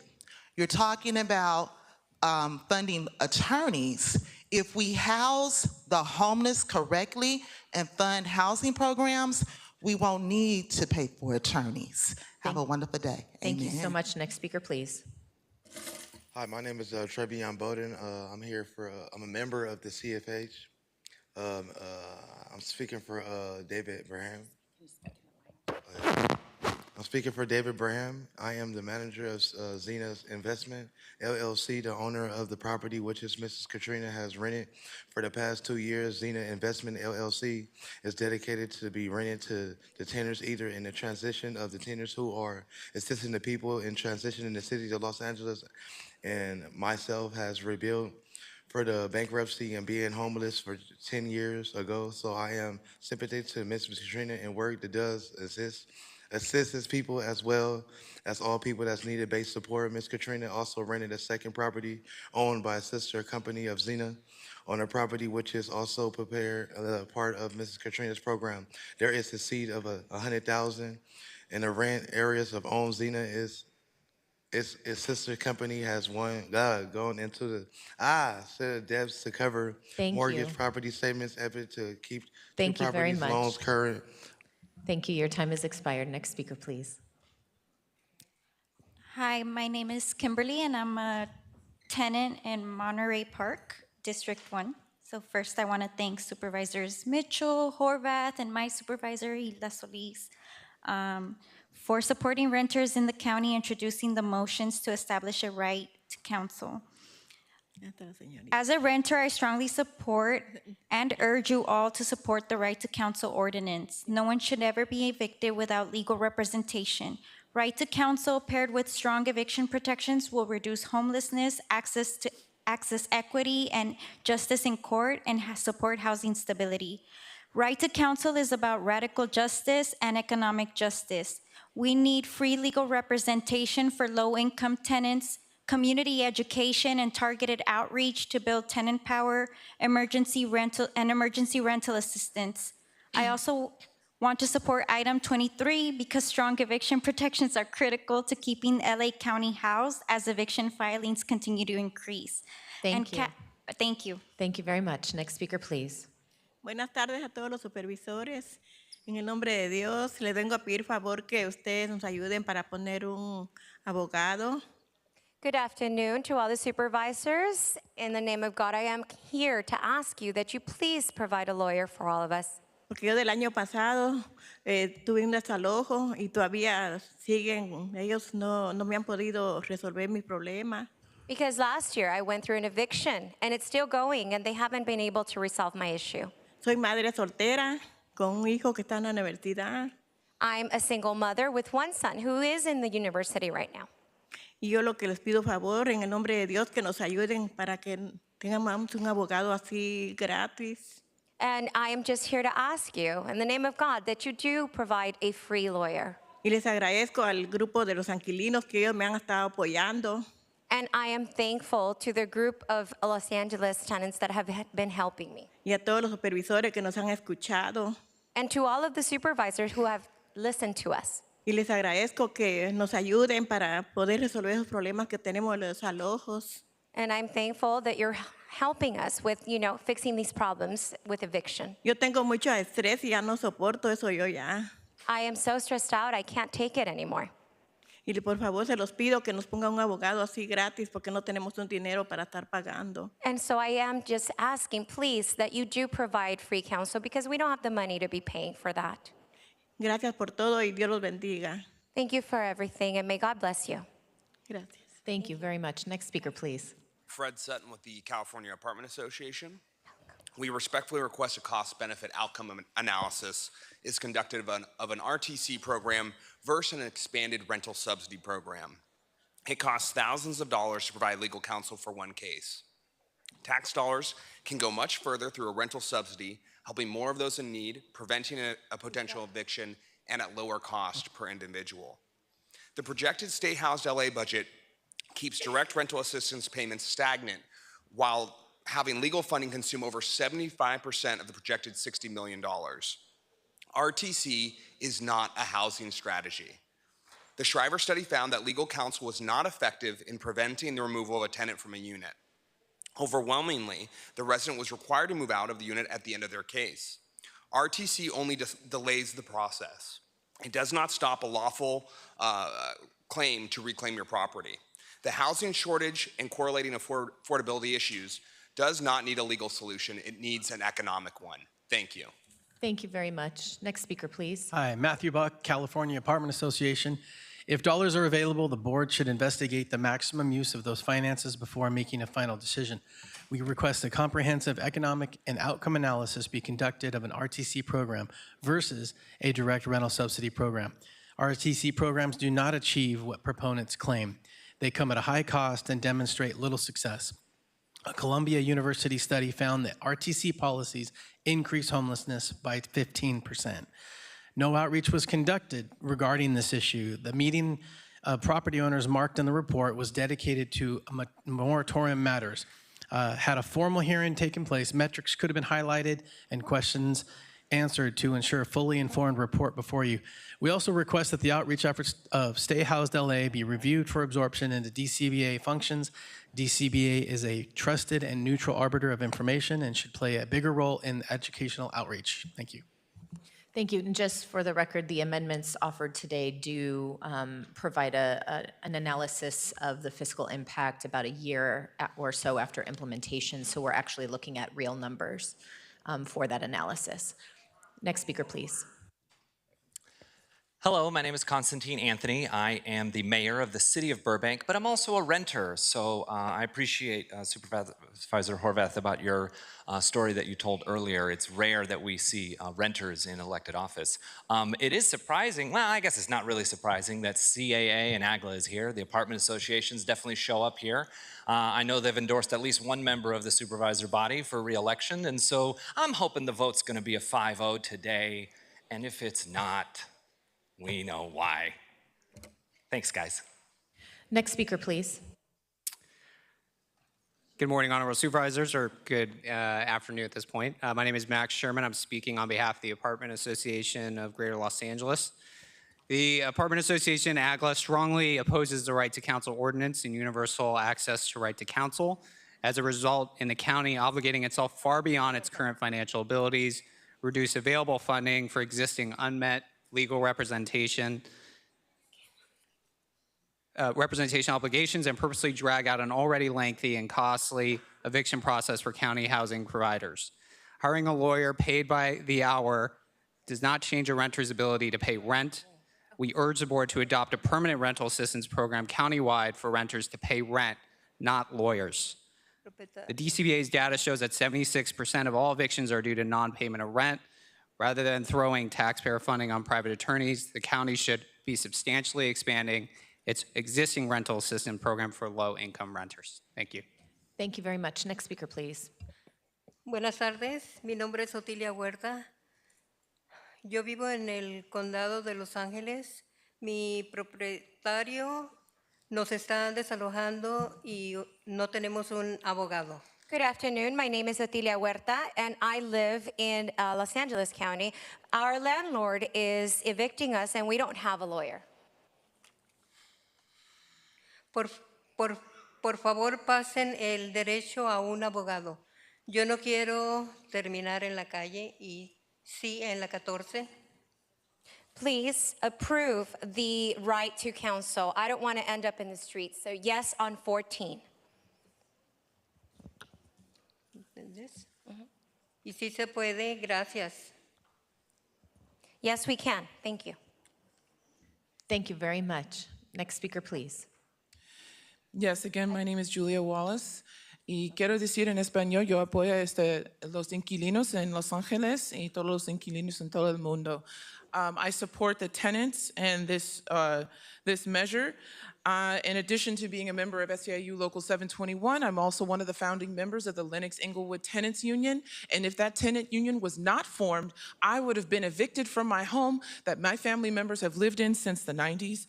In addition to being a member of a union for my workplace, I'm also a renters union. And I think in addition to having this ordinance, we actually need to lower rent. Rent has to be lowered. It's too high because even if people get defended, they still can't afford, I could barely afford the places where they live now. I'm here because we're fighting for higher wages and wage equity, as many of you have seen in the purple shirts. That's what we're representing, because we have to fight for higher wages and we have to fight for lower rents. I'm glad that we have lawyers that are going to be fighting for this, and I know y'all are going to support this ordinance, but we need to do that, and that's going to mean coming up against big-time developers and the bosses that aren't paying us enough. Thank you so much. Thank you. Next speaker, please. Do we have any more speakers? Go ahead. Buenas tardes. Mi nombre es Mayra García y vengo de Long Beach Residente Empower. Hello, good afternoon. My name is Mayra Garcia, and I come from Long Beach. Residente Empower. Residents in Power. Es muy importante que los inquilinos tengan representación legal. It is extremely important that the tenants have legal representation. Ya que en muchas ocasiones los abogados de los dueños given that in many occasions the lawyers from these landlords o las corporaciones que los representan or the corporations that represent them violan los derechos de los inquilinos de forma ilegal. They violate the rights of the tenants in an illegal way. Y pasan sobre ellos de forma inapropiada. And they go through this in an inappropriate manner. En muchas ocasiones cierran o no aceptan los pagos para que los inquilinos entren en violaciones. In many occasions, they don't accept payment or they just close it out so that the tenants can then go into violations. Y embarrarlos en un desalojo ilegal. And to get them involved in an illegal eviction. Especialmente cuando el arrendatario sabe que los inquilinos no tienen representación legal. Especially when the landlord knows that the tenants don't have legal representation. Y son vulnerables. And they're vulnerable. Esto impulsa más a la indigencia. This also pushes us more to homelessness. Les pedimos al condado que provee fondos al programa de derecho a representación legal. We do ask the county to provide funds for this program for legal representation. Y consejo. And counsel. Y quiero agradecer la buena traducción que tenemos porque también lucho por justicia por el lenguaje. And I also want to thank the great interpretation that we have because I also fight for language justice. Gracias, buenas tardes. Thank you very much. She is good, isn't she? Next speaker, please. Hi, my name is Jasmine Gonzalez, and I am a community stability organizer with East Yard Communities for Environmental Justice, as well as a tenant, and I live in Supervisorial District 4. I want to thank Supervisors Mitchell, Solis, and Horvath for supporting renters in the county and introducing the motion to establish a right to counsel ordinance, item 14. As a renter, I strongly support a right to counsel ordinance. No one should ever be evicted without legal representation. The tenants I know, which are my neighbors, are doing everything correctly, but are still being forcefully evicted and have experienced extreme harassment to the point where they have to miss work and live with anxiety. Their landlord and property managers are refusing to collect their rent now, and my neighbors have been living there for 25 years. This is their community. They should be offered free legal representation, as none of this is their fault. This is why I support a right to counsel. Right to counsel paired with strong eviction protections levels the playing field for tenants and landlords in court and stabilizes our communities to provide better outcomes for all residents. We ask that you move a right to counsel ordinance forward. Thank you very much. Next speaker, please. Okay. Buenas tardes, mi nombre es Leticia Flores. Good afternoon, my name is Leticia Flores. Soy miembro del colectivo Poder Comunitario. I am a member of Colectivo Poder Comunitario or Collective Power Community.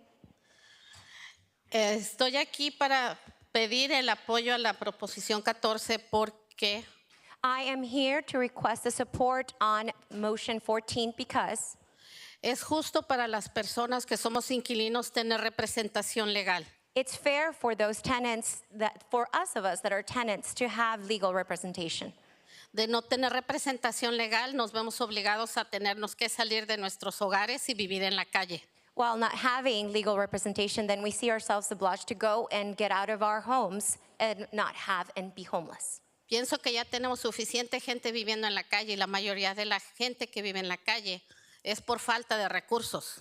And I think we have enough people living in the streets, and the majority of the people living in the streets is because they don't have resources. Eso es todo, gracias. That's it, thank you. Thank you very much. Next speaker, please. Hello, my name is Jasmine. I'm a tenant in District 1 and want to thank Supervisor Solis and Supervisor Mitchell for introducing the motions to establish a right to counsel ordinance. As an organizer, I strongly support this ordinance, and as a tenant navigator with the Stay Housed LA program, I reach out to tenants on a daily basis to inform them of their rights and the eviction process, but tenants are always seeking legal advice and legal representation, which I cannot offer. Please honor your land acknowledgement in practice by voting in favor of item 14. This land was never supposed to be owned. And homes are meant for people to live in, not own. And without a right to counsel, landlords will continue to displace tenants for their own financial gain. A codified right to counsel is the first step in taking care of the people who you are responsible for. And to Supervisor Han's question about the cost of the right to counsel ordinance, well, the cost of no representation has been deadly for many years, and it's time to put an end to that. Thank you. We're going to call some more names before we go to our next speaker. Will the following individuals please come forward? Rosa Chairez, Mariana Luna, Rosalina Contreras, Mayra Garcia Cortez, Rosario Rosas, Mia Zubiri, Zabina Guzman, Montserrat Morales, Saul Sanchez, Julia Wallace, Celso Sanchez, Shamar Williams, Maria Osorio, Sylvia Marroquin, Sylvia Arenas, Nils Jepson, Sofia Mendoza, Quinn Lin, Sophia Mayoral, Red Chief Hunt, Tony Loy, Victor Velasco, Victor Reyes, Violeta Zaragoza, Yanette Martinez, and Tiffany Wallace. Thank you very much. Next speaker, please. Go ahead. Buenas tardes, mi nombre es María Asensio. Good afternoon, my name is Maria Asensio. Soy inquilina y tengo miedo de perder mi hogar en los próximos meses. I'm a tenant and I'm afraid of losing my home in the next few months. Mi nuevo casero está haciendo todo lo posible para echarnos ilegalmente. My new landlord is doing everything possible to throw us out illegally. Acosándonos y reduciendo nuestros servicios. By harassing us and reducing our services. Por favor, vote sí a la ordenanza para el derecho a representación legal. Please vote yes on the ordinance for legal representation. Gracias. Thank you. Thank you. Next speaker.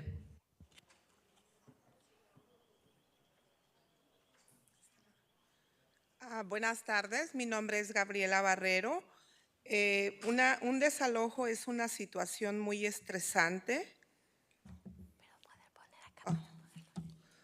Hello, good afternoon. My name is Gabriela Barrero, and an eviction is a very stressful situation. Gracias por presentar esta moción. Yo estoy enfrentando un desalojo. Tengo una hija con parálisis cerebral. And thank you for presenting this motion. I am also being evicted, and I also have a daughter with cerebral palsy. Y displasia pulmonar. And also displasia pulmonar. Y no quiero ser una indigente más. And I don't want to be another homeless. Necesito un abogado. I need a lawyer. Para enfrentar esta situación.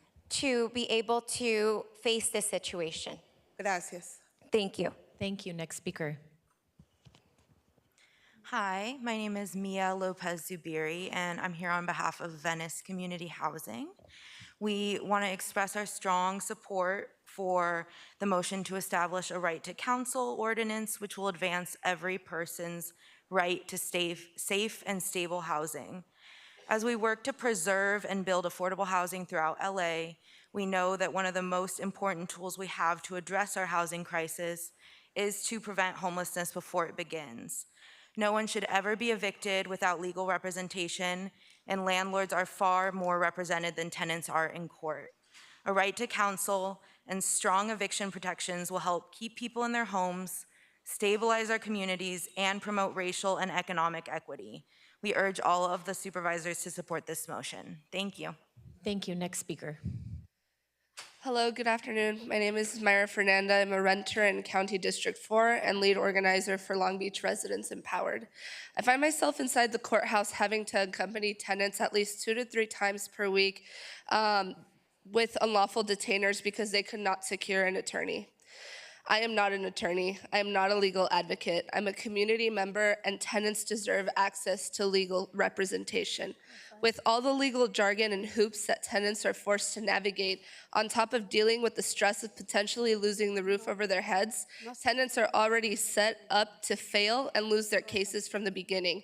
No one should have to face an eviction without legal representation, and tenants should especially not be denied representation due to their immigration status or just because they're only a couple dollars over the income. Evictions are a major contributor to the homelessness problem we face in Long Beach and in the county, and the lack of access to an attorney is helping the homelessness problem snowball at alarming rates. I urge you to take action and fully fund an expanded right to counsel program. Thank you. Thank you. Next speaker. Sí, buenas tardes. Mi nombre es Rosario Rosas. Vengo de la organización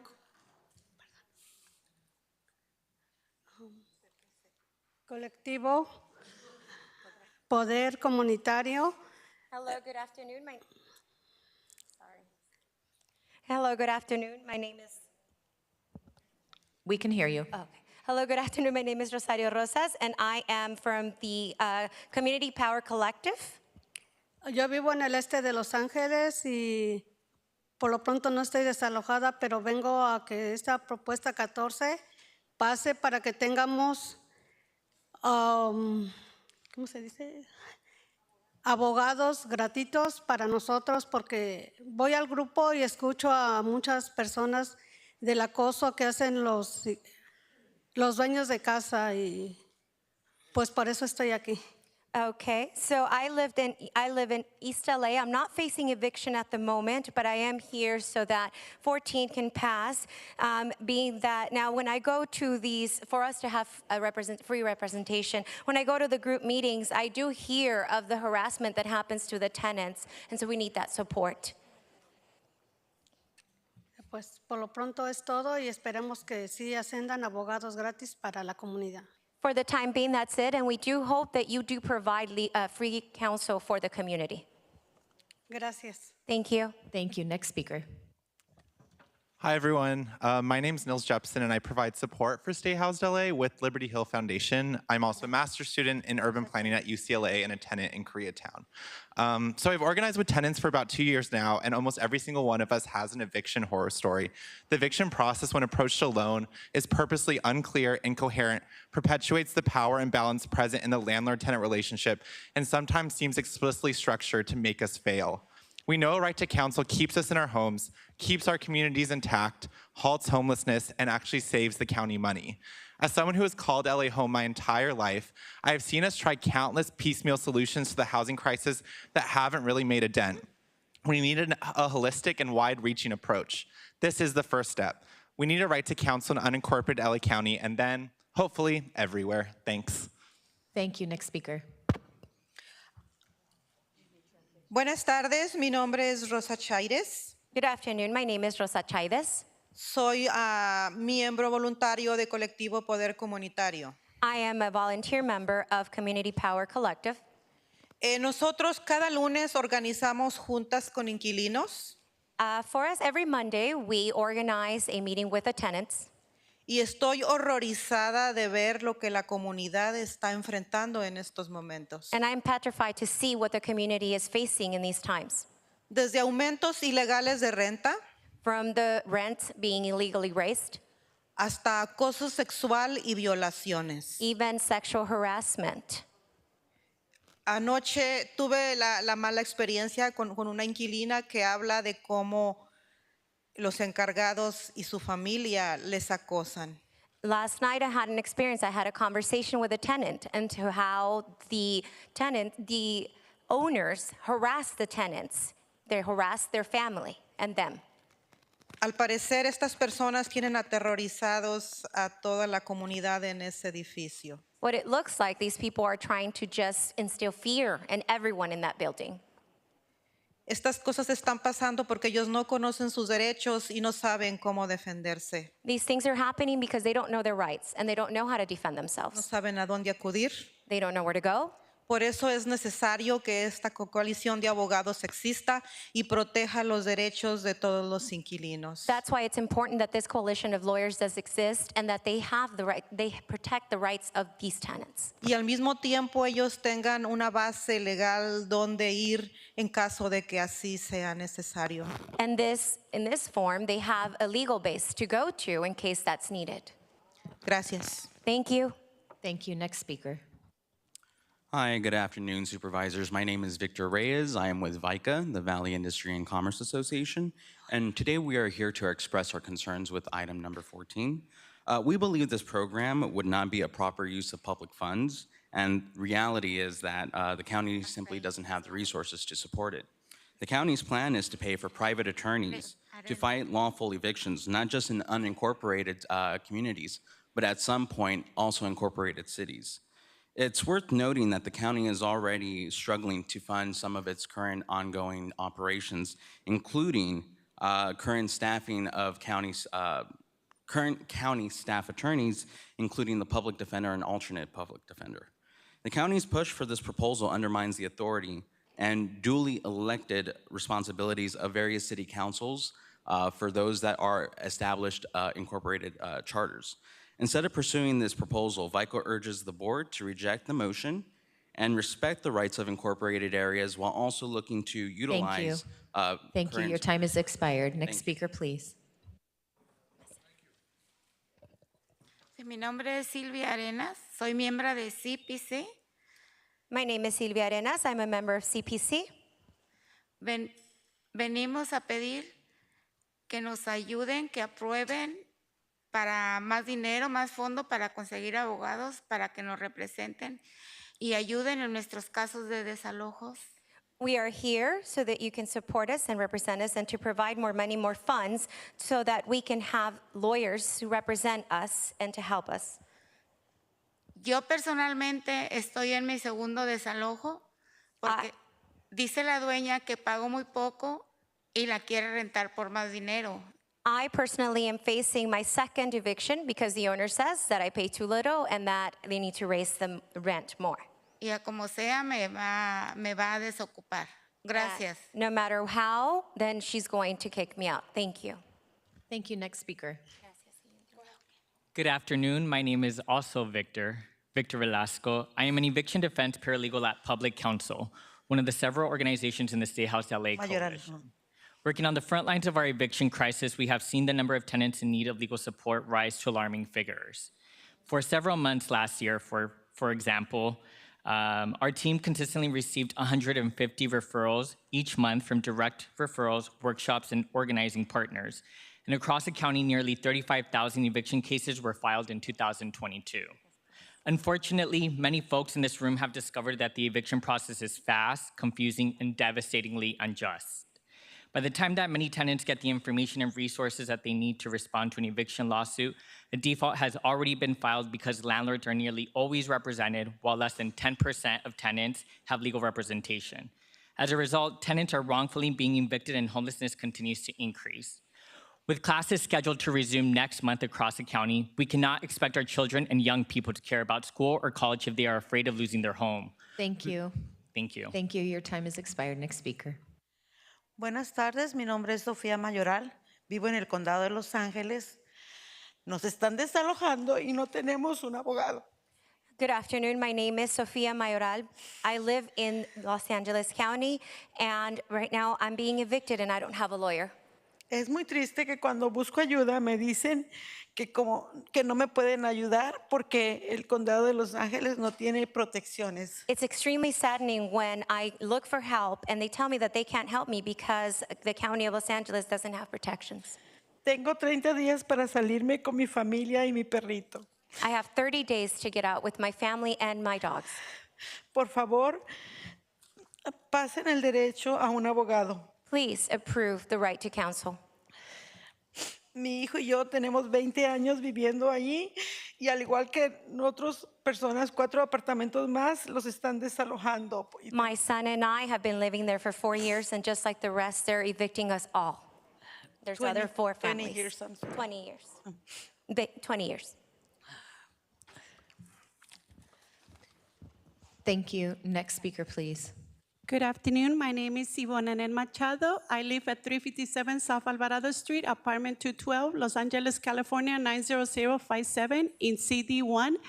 And yesterday, I was experiencing an illegal lockout for the past 3 times. It has been through Alvarado Loves, and thankfully for Heidi Gonzalez from Eastside Leads that was supporting me there.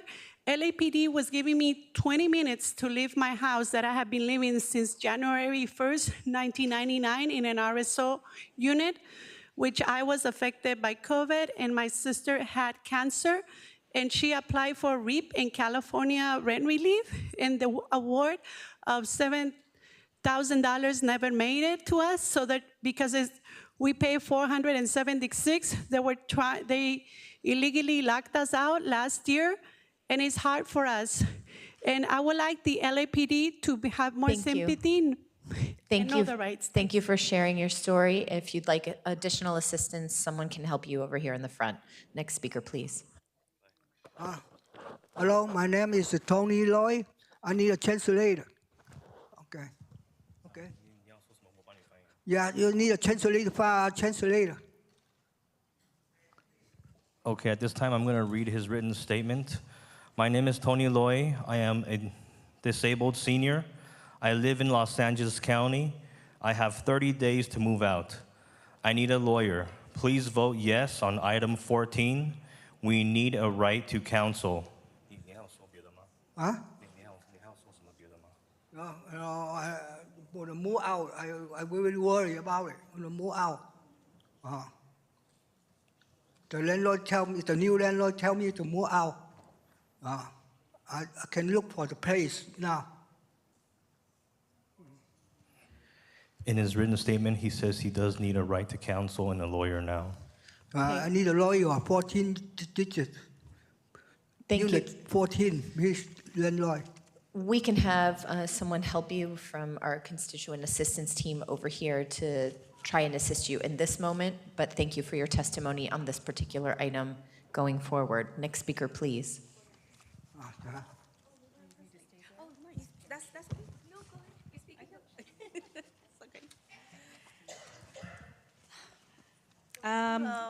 My name is Sylvia Marroquin. I'm a community organizer for SAGE, and this has been only 4 hours of use hearing these stories. I hear them every single day. What we have here is a humanitarian need, the right to counsel. In the city of LA, we need angels. No, we don't need angels. We actually need attorneys to defend these tenants. We need the right to counsel for the longest time. We really cannot do without anymore. Every single day, we're hearing story after story, and it's so very sad that myself, I have to say, I'm sorry, I am not an attorney. I cannot help you. So, but you can make history today. Thank you. Thank you. Thank you very much. And to be clear, this is about the unincorporated area of Los Angeles, not the city of LA, just so we're clear. Yes, this is the mighty county of LA. Thank you. Thank you. Thank you. We're going to call some names before our next speaker. Chair, there are no other names to be called. Wonderful. Thank you. We'll continue with our next speaker.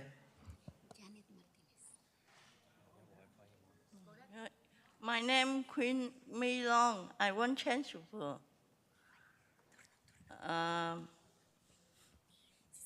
At this time, she wants me to read a pre-written statement. My name is Quinn Leung. I live in Los Angeles County in Monterey Park, and they both live in Monterey Park in in Monterey Park, which is Hilda Solis's district. And I live in Monterey Park in a A5 unit building. We don't have a lawyer, but we need one. Please vote in favor of right to counsel. We are 5 families. We will be homeless if evicted, all 5 families. We don't know how to navigate the court system. Thank you. And so requesting legal assistance from Hilda Solis's district in Monterey Park. Chair, I think they can talk to DCBA because we're talking about a motion that really covers unincorporated and not the city of Monterey Park, but we do have services available. So just step aside, ma'am, or sir, if you can direct them to the DCBA, Department of Consumer and Business Affairs. Okay, we got staff over there raising their hand for you. Okay. Thank you very much. Next speaker, please. Hola, buenas tardes. Mi nombre es Janet Martínez y soy una persona voluntaria de Inquilinos Unidos. Hello, good afternoon. My name is Janet Martinez, and I'm a volunteer of Inquilinos Unidos, or United Tenants. Estoy aquí, bueno, rapidito, es como yo necesito que ustedes, por favor, se los pido, señores supervisores, que puedan, son los que tienen el poder y pueden aprobar esta ley de 14. Entonces, donde nosotros queremos esta ayuda, ¿no? Que es tan grave ver esta necesidad en nuestras comunidades o en todo el condado, ¿no? O en muchas ciudades. Entonces, para mí es importante saber y querer estar esta oportunidad que nos dan, estar hablando ante ustedes. No es fácil, ¿no? So, really quickly, I need to ask, please, please, please, you have the power, Ms. Supervisors, all of you, to approve 14, to help us and to be able to help the county and those that need that help in the cities and all of them. It's extremely important to me. It's extremely important that to know that we're protected. Es para mí súper importante el estar enfrente de ustedes y que ustedes nos den una respuesta positiva de la gran necesidad que hay. He sido víctima de muchas cosas, pero el tiempo no me alcanza para poder expresarlo. He sido víctima física y verbalmente por mi manager y por los vecinos de donde vivo, pero por ser inmigrante y ser pobre, me tengo que aguantar las atrocidades. And it is extremely important for me to be in front of you here today, to see the motion and to see if you're going to approve this, to be able to see the change. I have been victimized physically, verbally, and by my landlords, and because I'm an immigrant and I'm poor, I can't do anything about that. Tengo problemas de salud, pero aún así continúo luchando. No debo renta, pero es deteriorante. Thank you. Your time is expired. I have health issues, and I just can't keep going. But I don't owe rent, but it's just devastating. Thank you for your testimony. Next speaker. And thank you, Supervisor Horvath, for Mike taking over. Greenspan, are you ready? Okay. I once went through an eviction in Northern California and won the case. Yes, it was in the lip service Socialist Republic of Berkeley, where they have strict rent control. The unit was never registered, and guess what? The person handed me an eviction notice. First thing, got a lawyer who got this thing called an ex parte motion. It's a 10-day extension. One party has to do it, doesn't need the other party. You get 10 extra days. So look up that form. It's a great form. We won the thing because the apartment was not registered under rent control. Yeah, you can win them. I wanted to let everybody know. In fact, the person who handled the case, his daddy ran for Attorney General against Dan Lundgren, a guy named Arlo Smith, his son. And I told people, vote for Lundgren. His kids didn't try to evict me. Thank you. Arlo Smith Thank did. you. Next speaker, please. So you hear the shame? See what it's like when you sit back and you don't listen to people who use vulgarity to exercise their First Amendment to get you to come here and protest? This is the result. The result is now dumb attorney, like the one sitting up there, Sambo, Uncle Tom, doesn't want to help you people. Stay in your homes. So Uncle Tom and this gentleman here in front of me, Mr. Baldy, should really fucking understand. You know, come on, People need help. Herman. Come on. Yeah, come on, Come Janet. on. Come on, Janet. Keep your I'm language. keeping my tone down, but you're interrupting me in my 60 seconds because you know I'm goddamn I'm happy right. to listen to you, but don't use that language and don't name call people who are sitting I didn't here. say anyone's name, Janet. So for the record, Janet, I want you to hand this in to Hilda Solis for the record and have your staff answer the fucking phone. Okay, your time has expired. Okay, seeing no other speakers, we are, and seeing no other supervisors wanting to say anything, we've got item 14 as amended before us, moved by Supervisor Mitchell, seconded by Supervisor Solis to approve the item. Executive Officer, please call the roll. Item 14 as amended is before you. Supervisor Solis. Yes. Supervisor Solis, aye. Supervisor Mitchell. Aye. Supervisor Mitchell, aye. Supervisor Horvath. Aye. Supervisor Horvath, aye. Supervisor Barger. Aye. Supervisor Barger, aye. Supervisor Hahn. Aye. Supervisor Hahn, aye. Motion carries 5-0. Okay, let's move on to item 23, strengthening tenant protections to prevent homelessness, which was held by Supervisor Horvath. For members of the public on the telephone, please press 1, then 0 now to comment on this item. And Raphael is still here to answer any questions. Supervisor Horvath, would you like to start? Thank you, Madam Chair, but wait, there's more. Thank you, Supervisor Solis, for co-authoring this item with me to strengthen protections for renters in our unincorporated areas of Los Angeles County. As everyone is well aware, given our recent item and our overall ongoing conversations, we are in a state of emergency for homelessness. The board declared this emergency in January. The recent point-in-time count numbers reflect exactly why. More than 75,000 people are experiencing homelessness across our county. One of the ways we can stop inflow into homelessness is protecting vulnerable renters and keeping them from falling into homelessness in the first place. This motion will strengthen the protections in our rent stabilization and tenant protection ordinance by doing the following. First, it will make sure that any voluntary buyout offers, the so-called cash for keys, are at a minimum the amount the tenant would be entitled to as relocation assistance under just cause protection. So there are already protections that allow for someone to be paid a specified amount by statute. This will make sure that if someone tries to offer you cash in order to get your keys back to your apartment, that they pay that amount even if they're not planning to evict the building. Second, it requires that if a landlord issues a notice of termination for violating the lease, they must provide specific facts that, like details and dates of the violations, so tenants can better understand and have an opportunity to cure these violations. Third, it will clarify existing law to ensure that tenants are able to use these protections in court as a defense to an eviction when a landlord fails to properly provide notice.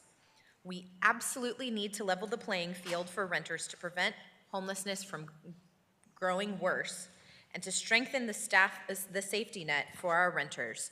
There's still more we're doing and more that we can and must do, and our board recently authorized $45 million in rent relief to assist landlords and tenants with COVID back due rent that's still owed. This money will soon be available, and we are continuing to invest in programs to keep people in the housing they're already in. The county held a tenant protection summit and is creating a toolkit for our incorporated cities. We're pending a report back on landlord screening processes, and the new Los Angeles County Affordable Housing Solutions Agency, otherwise known as La Casa, once funded, will dedicate 30% of its budget to renter protection and programs. Today, though, I urge my colleagues to support this motion and every opportunity we have going forward to protect our renters. If we don't, we're never going to meaningfully address the inflow into homelessness and the crisis we have on our hands. Thank you very much, Madam Chair. Let me now call on the co-author, Supervisor Solis. Yes, thank you. Thank you so much, Madam Chair, and thank you, Supervisor Horvath, for allowing me to co-author this motion. In 2022, we updated the Rent Stabilization and Tenant Protections Ordinance to expand tenant protections in the wake of lessons from the COVID-19 pandemic. We now have opportunities in light of the 2023 Homeless Count Report to support our at-risk residents, further by updating and clarifying those tenant protections. In the unincorporated areas that I represent, like East Los Angeles, tenants will have updated protections to remain housed. In this item 23, it will provide us with a guideline of new protections that will make tenant rights easier to understand for the renter and for the property owner. The transparency between these new protections will not only serve to help tenants, but support our local landlords as well. The three main ones in the motion include, as was summarized by the author, requirements for any tenant in the unincorporated area where presented with a voluntary buyout agreement be offered an amount equal to or greater than the relocation assistance amount to a no-fault eviction. Second, tenants will have an affirmative defense to an unlawful detainer action should a landlord fail to provide a copy of a notice of termination or eviction to DCBA as required. And then third, require notice for an at-fault termination of tenancy. Sets forth specific facts, including date, place, witnesses, and circumstances. I feel confident that these clarifications put forward will help to strengthen our tenant protections and ask my colleagues for their aye vote. Thank you. Thank you. Seeing no other supervisors on the queue, are there members of the public that'd like to address us on this issue? Will the following individuals please come forward?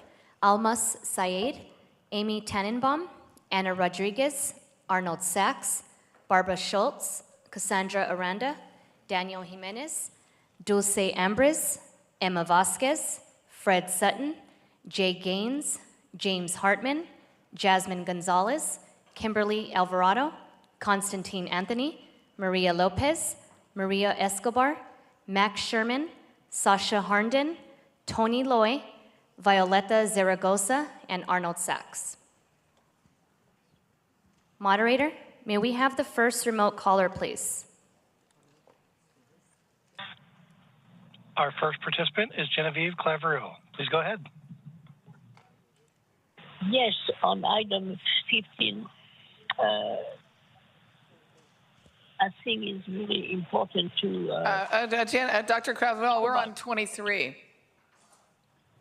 Oh, I'm sorry. I was speaking on item 15. Well, I guess I missed it. Oh, 15, it's next, so hang up and call back.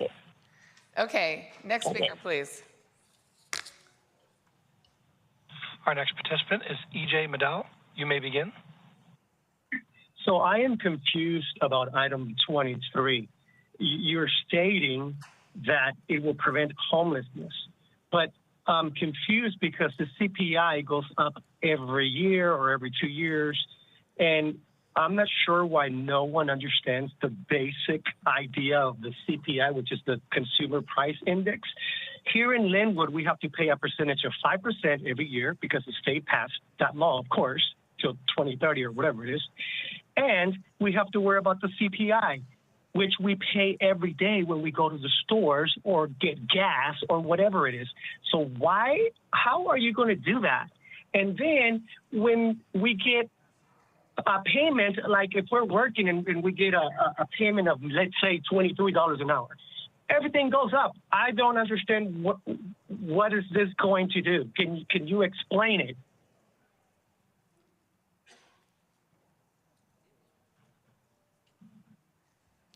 Thank you. Time has expired. Next speaker, please.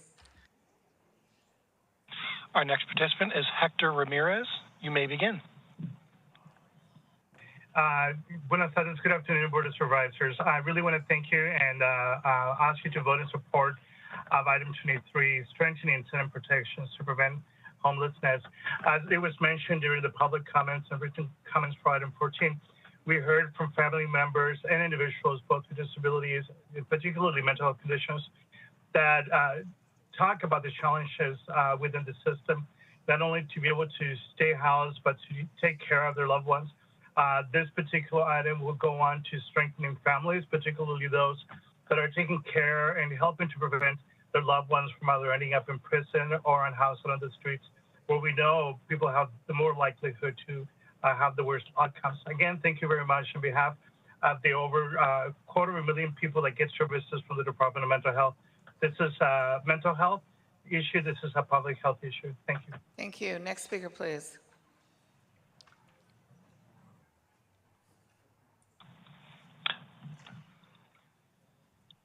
I apologize, just a moment here. What? Our next participant is Brad Sutton. You may begin.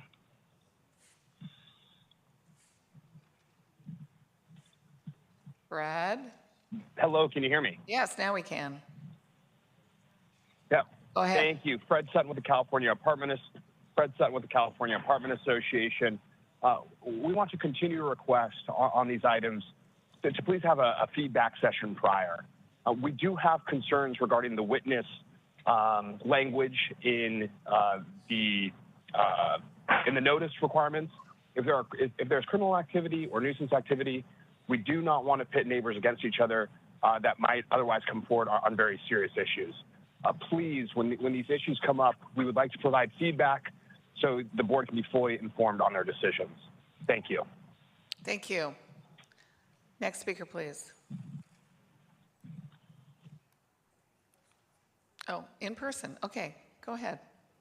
Hi, my name is Amy Tannenbaum, and I'm a supervising staff attorney at Public Counsel in the Stay House program. Tenants urgently need the RSTPO to be updated and clarified. I have personally litigated an eviction case where a tenant who expected to have protections under the existing rent stabilization and tenant protection ordinance, specifically the requirement to provide the notice to DCBA, did not have that defense because of a problem with the language in the law. Moreover, requiring specificity in the landlord's allegations when they accuse a tenant of violating their lease or of nuisance is an extremely important hedge against landlord harassment and the baseless lawsuits that landlords continue to bring that lead to evictions and drive the houselessness crisis in LA County. Making these changes to the RSTPO will provide tenants the clear protections that the board intended when originally passing the law, and I urge you to approve these changes. Thank you. Thank you. Next speaker, please. Hi, Barbara Schultz, Legal Aid Foundation of Los Angeles. I agree with the last speaker, and a tenant can't defend themselves if they don't know who to defend themselves against. So if you don't state witnesses, how are they supposed to know? I also would just like to note that that the county might want to consider a document certification process, because otherwise, attorneys would have to subpoena county staff every time they wanted, let's say, to prove that a notice had been served on the county. And just lastly, I would, I think the county should consider some kind of priority for electronic service by landlords of those notices, so that tenants' lawyers can have them timely in order to use it as a defense. Thank you very much. Thank you. Next speaker, please. Yes, thank you. Good afternoon. Arnold Sachs. We have that infamous "and," Director of Consumer and Business Affairs. Is that inclusive or exclusive? I ran into that one time with Snickerdoodle when I was checking on some wages and benefits. Found that it wasn't inclusive. Can you believe the county being like that?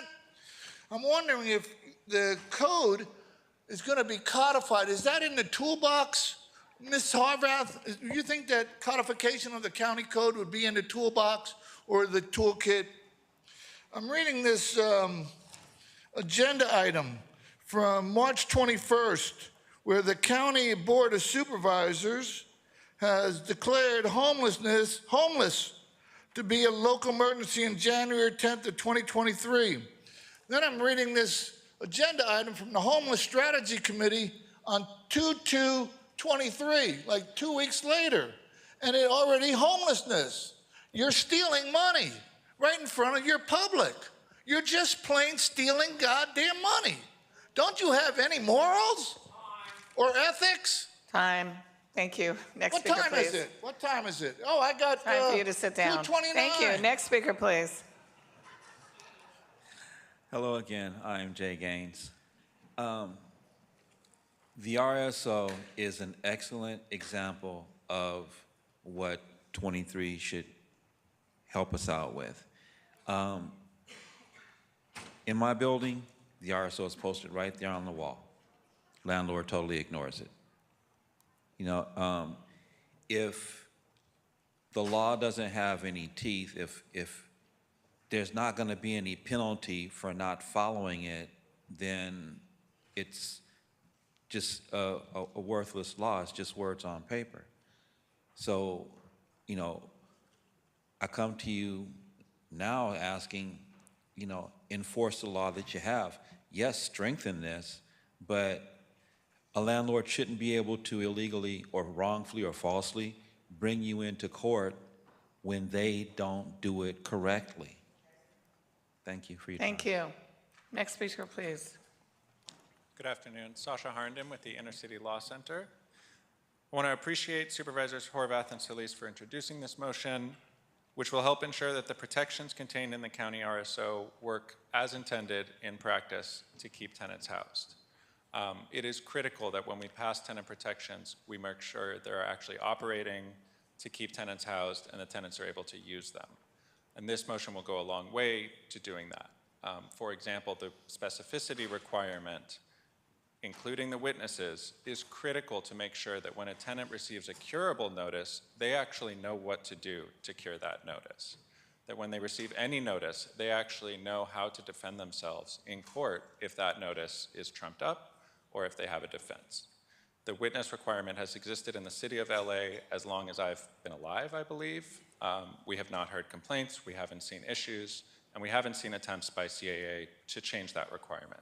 So I think that speaks to the fact that it should be a non-controversial policy, but will go a long way to help tenants. And thank you very much. Thank you. Next speaker, please. Good morning. This is the last time you'll see me, I promise.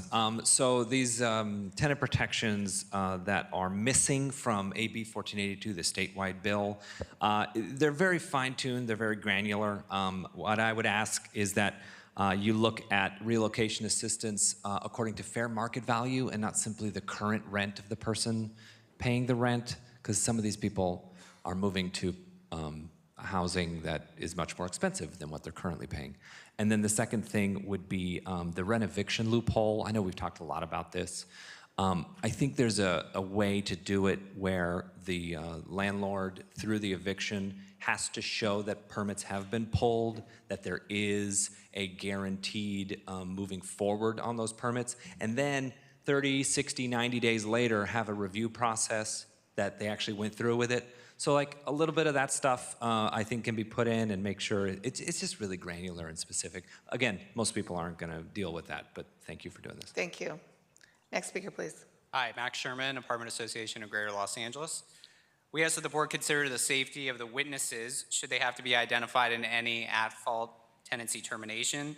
Residents should feel that their safety will not be endangered if they witness a nuisance or unauthorized occupants. Additionally, there needs to be substantial stakeholder engagement for all relevant stakeholders, including renters, property owners, and local trade associations. Therefore, we urge the board to amend the motion to state witnesses are not required for any at-fault termination where such notification would put those individuals identified in danger, and that there be substantial stakeholder engagement with all relevant stakeholders, including local trade associations such as AGLA.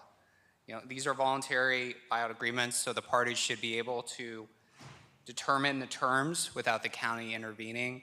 There needs to be stakeholder engagement so property owners are able to be part of that process and offer our expertise with local trade associations involved. Thank you. Thank you. Next speaker, please. Hi, my name is Jasmine Gonzalez, and I am a community stability organizer with East Yard Communities for Environmental Justice. And I've been supporting tenants, and the stories they tell me about the ongoing harassment is not acceptable. During the pandemic, there were landlords who continued to increase the rent when there was a rent freeze. I've also seen cases where, like there was a fire in an instance, and there was no timeline for the landlord to fix the like electricity or the unit. And meanwhile, like the tenant is still paying rent. Their rent was never lowered. Eventually, someone broke into the unit and stole the tenant's belongings, and they ended up having to self-evict. There's just no accountability for all the harassment and the damage that's being caused to tenants on behalf of landlords. So, thank you. Yes, thank you. Thank you very much. Okay, that's the last of our speakers. Item 23 is now before us, moved by Supervisor Horvath, seconded by Supervisor Solis to approve the item. Executive Officer, please call the roll. Item 23 is before you. Supervisor Solis. Aye. Supervisor Solis, aye. Supervisor Mitchell. Aye. Supervisor Mitchell, aye. Supervisor Horvath. Aye. Supervisor Horvath, aye. Supervisor Barger. Aye. Supervisor Barger, aye. Supervisor Hahn. Aye. Supervisor Hahn, aye. Motion carries 5-0. Okay, Raphael, now you can leave. Thank you for being here. Okay, now we're going to go to item 15, supporting the doula workforce ability to claim Medi-Cal reimbursement and provide quality birthing services to at-risk pregnant women, which was held by Supervisor Mitchell. For members of the public on the telephone, please press 1, then 0 now to comment on item 15. Supervisor, oh, and we have, I believe Dr. Frere is here. Supervisor Mitchell, you want to start it off? Happy to. Thank you very much, Madam Chair. Effective implementation of the Doula Hub requires staffing to coordinate trainings and provide technical assistance in collaboration with the Department of Public Health, maternal health organizations, health plans, and our philanthropic partners. While this motion instructs the CEO to report back on available funding in the supplemental budget phase, the county must also continue to strongly advocate for sustained and strategic funding from the state in order to realize the state's vision of including doula and the doulas and the doula benefit in the Medi-Cal program. It's not enough just to pass legislation. Startup funding for the Doula Hub is necessary to ensure that doulas are not only able to become Medi-Cal providers who can be reimbursed, but also that the rates are competitive enough to attract qualified doulas to join the network itself. As we know, budgets are a statement of values, and if we value as a board and as a society the rights of birthing women, then we've got to make sure that this is prioritized. If we're serious about reducing the inexcusably high rates of death of Black women and babies during birthing, we can't rest until we found funding to realize the potential of making doulas more affordable and more available to anyone who needs one. So I urge the board and the CEO to make sure that we make this a priority for the health and well-being of our future county residents. I ask for your aye vote. Thank you. Supervisor, sorry, co-author on this? No. Supervisor Barger, and then Supervisor Horvath, and then Supervisor Solis. Thank you, and thank you, Supervisor Mitchell, for bringing this forward. I know this is something that every time I hear the word, I think of you, because this has been something I think you worked on at the state as well. And increasing access to doula care is essential to the health and well-being of mothers and children across communities, but especially in areas with limited healthcare access. And I know in my district, the Antelope Valley has been a priority area for the Department of Public Health's African American Infant and Maternal Mortality Initiative. And so this is the type of program that I know is going to enhance the need to provide better health care and access to health care, more importantly. I also appreciate this motion highlights ensuring our services are integrated and complementing one another. Something that we're navigating, and I think that once again, when you do that, the outcome is far greater. So I wholeheartedly support this. I was excited to see it on the agenda, and I will be voting yes. Supervisor Solis. Supervisor Horvath. I already gave you your marching orders. Either way, I'm happy to do it. Thank you, Supervisor Mitchell, for introducing this motion. Doulas, as we know, provide essential services to expectant mothers.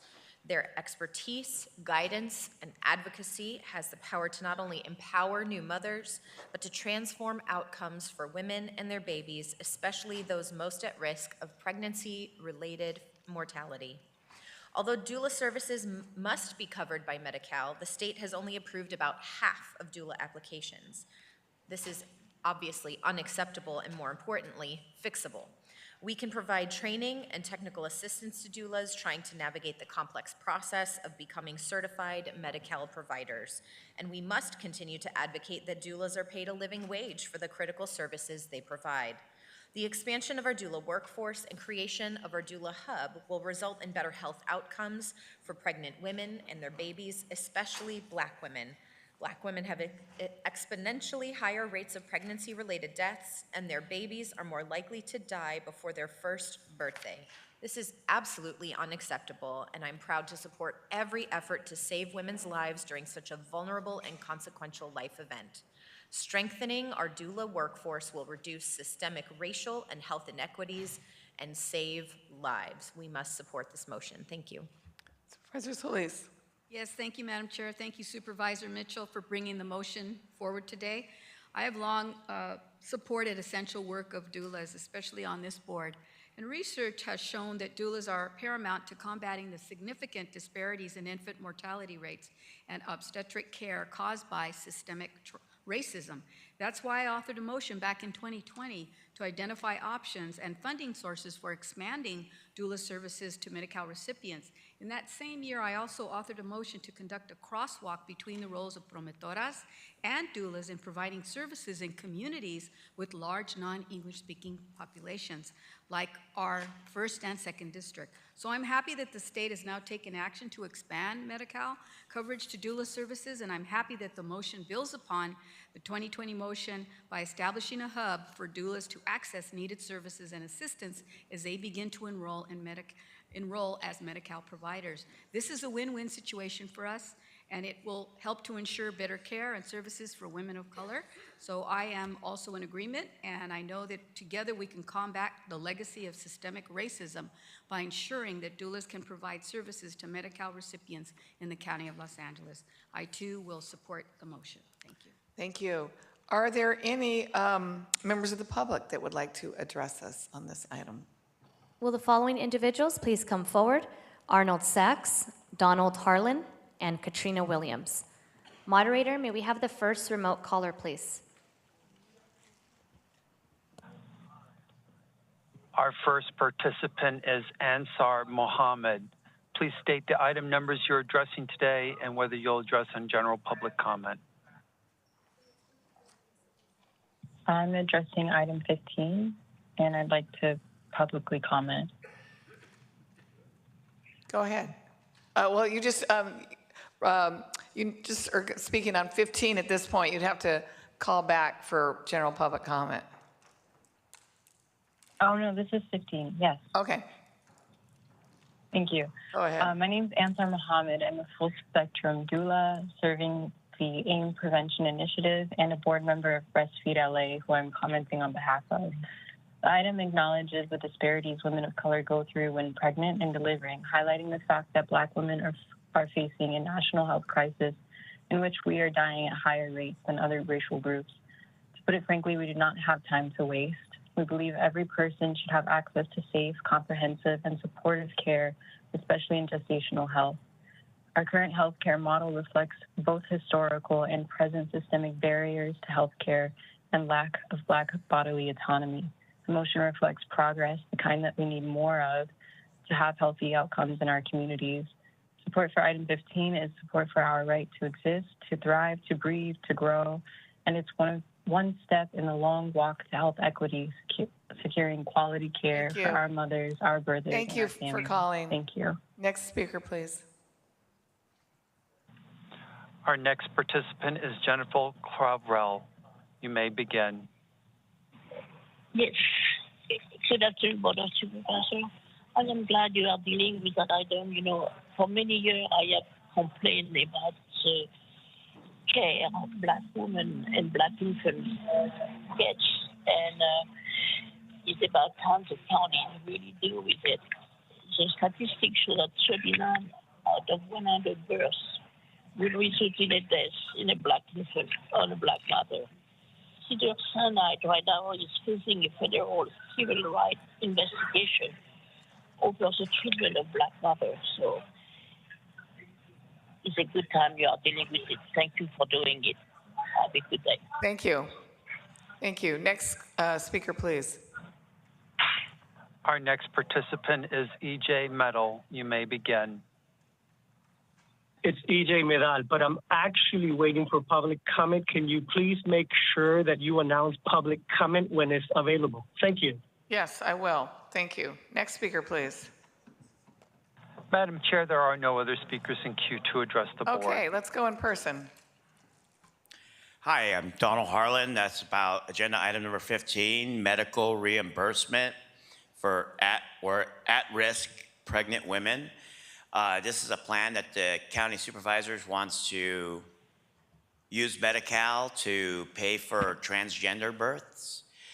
I definitely am against this. I believe that what you guys are doing is absolutely insane. That you guys want to be responsible for their birth, you want to be responsible for their housing, you want to be responsible for their medical treatment. I mean, you're creating a situation where somebody's born in the social services straight out at the beginning from that woman that you killed to get her eggs, to make those illegal kids. You know what I see here? I see a bunch of transgender men with mental illness.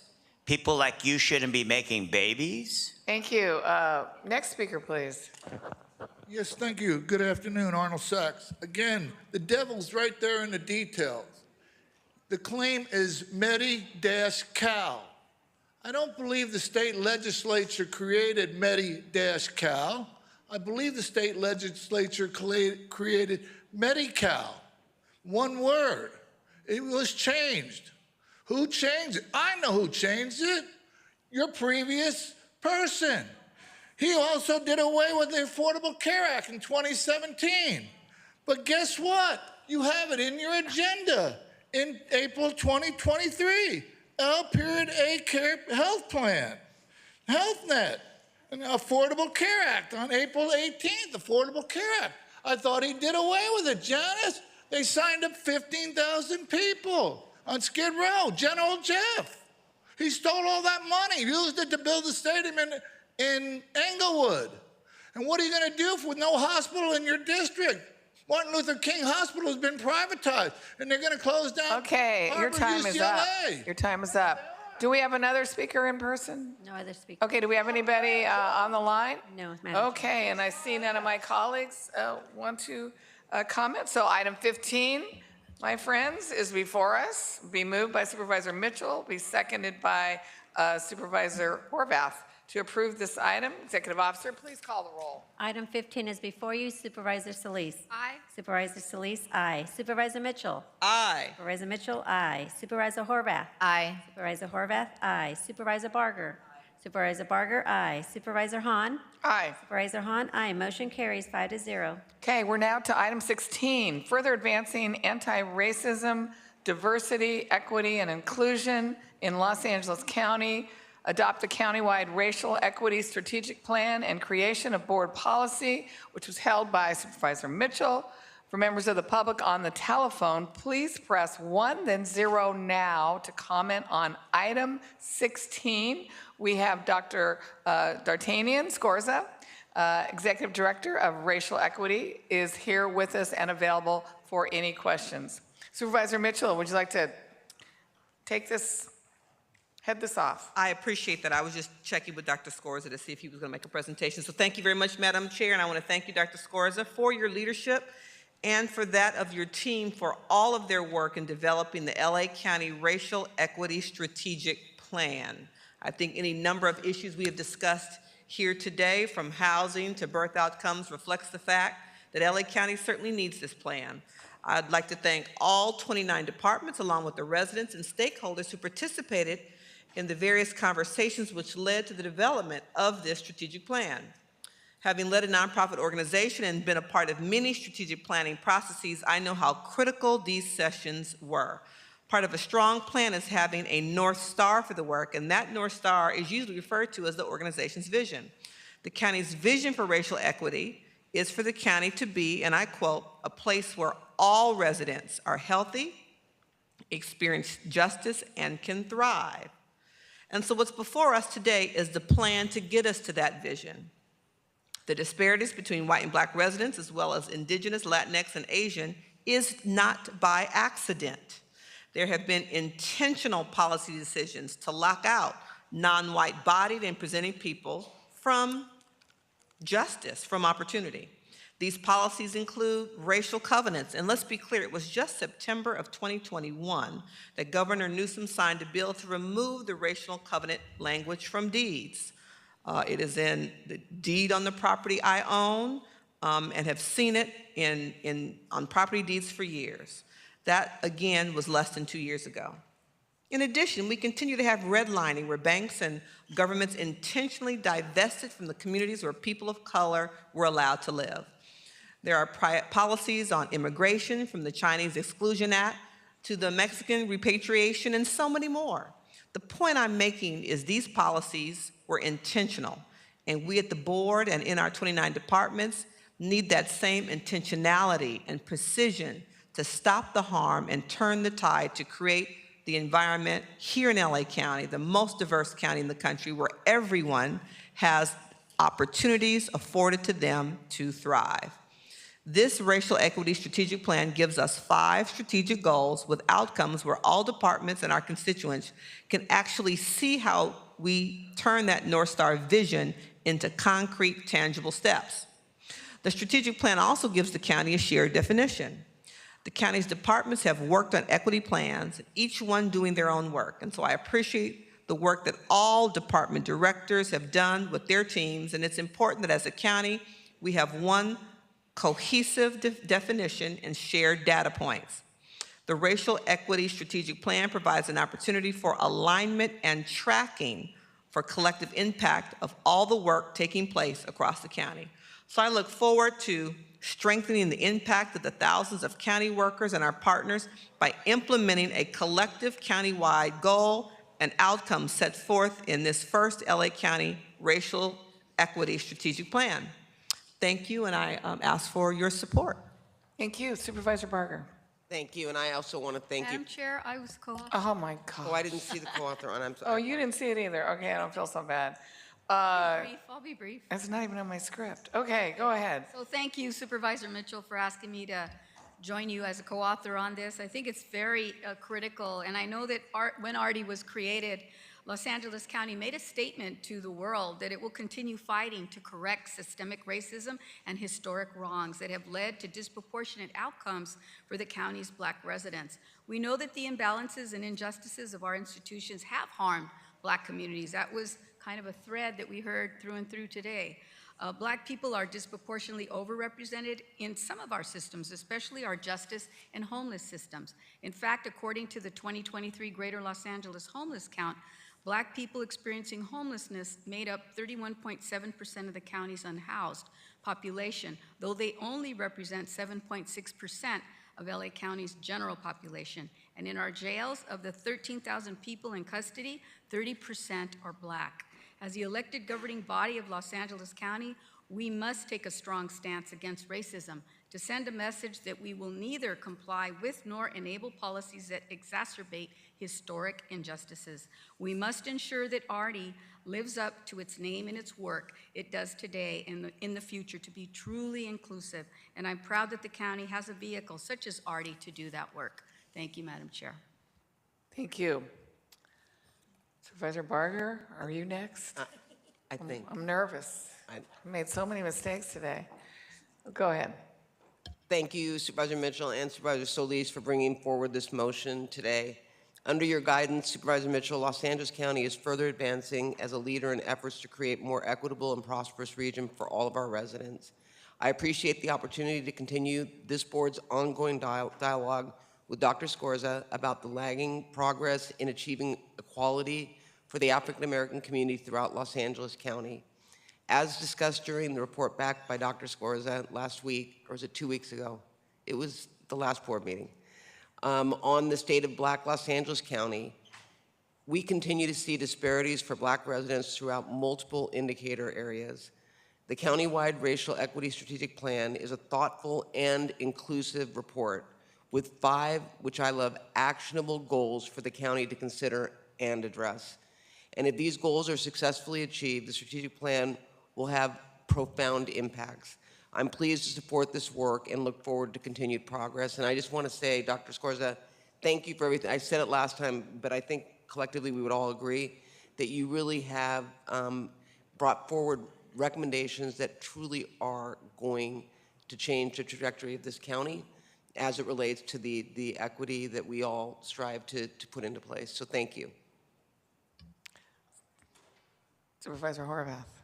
Thank you, Madam Chair. I also wanted to thank our colleagues, Supervisor Mitchell and Solis, for bringing this forward, and want to thank Artie for your strong leadership in making sure that the county stays accountable to the goals that we state at these meetings.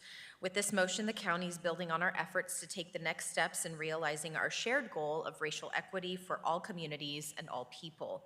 Race should not determine opportunities available to people nor their outcomes, so it is unconscionable that significant differences in life outcomes continue to exist according to race or ethnicity in areas such as education, employment, income, justice involvement, and infant mortality.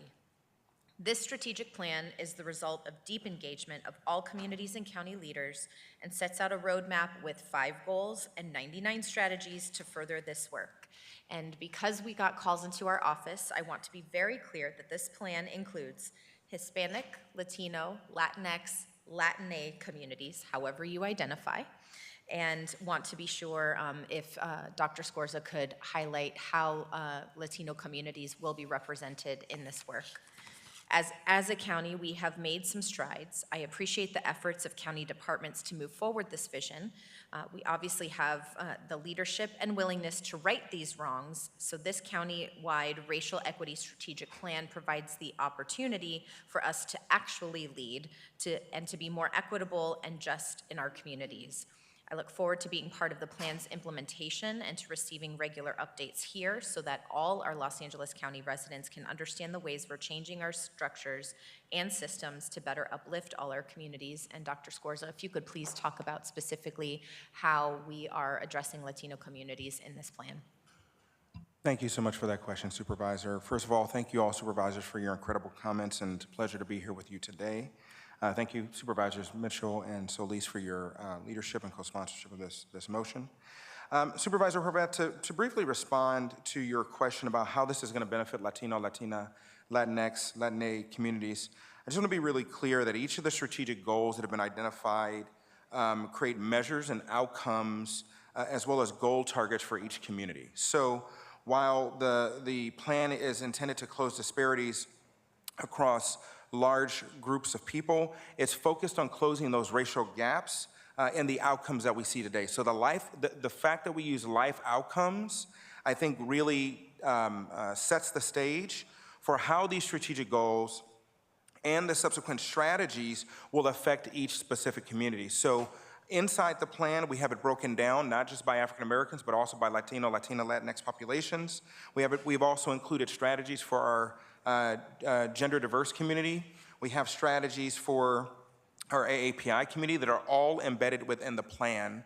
So ultimately, the goal here is to provide a framework for initiatives that are evidence-based, policy-centered, that's based in the literature and community input to help make sure that we're using the county's zone of authority, our power, and our levers of control, as well as our partnerships to facilitate change for all residents. And that's why our vision is to ensure that everyone can experience justice, be healthy, and thrive in LA County. It's ultimately about getting to a place where race no longer matters. Appreciate that clarification and explanation so people know what to expect from your work. Thank you. Thank you. Do we have members of the public that would like to speak on this item? Will the following individuals please come forward? Andrea McPherson, Arnold Sachs, Donald Harlan, Donna Wells, and Mike Greenspan. Moderator, may we have the first remote caller, please?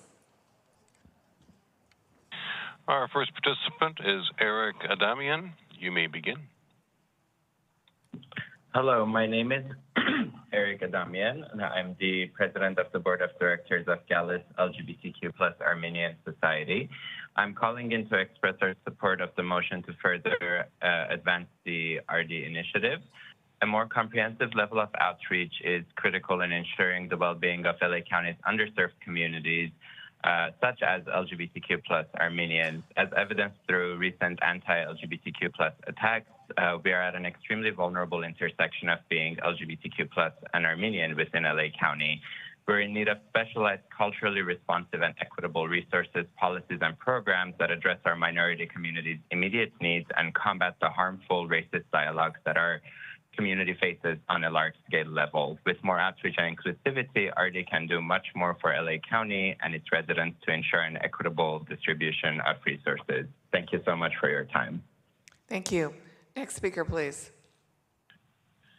Our next participant is Edward Barsumian. You may begin. Hi there, can you hear me? Yes, we can. Perfect. So as you heard, my name is Edward Barsumian. I'm calling on behalf of the Armenian National Committee of America Western Region, and I'm calling today to speak in support of item 16.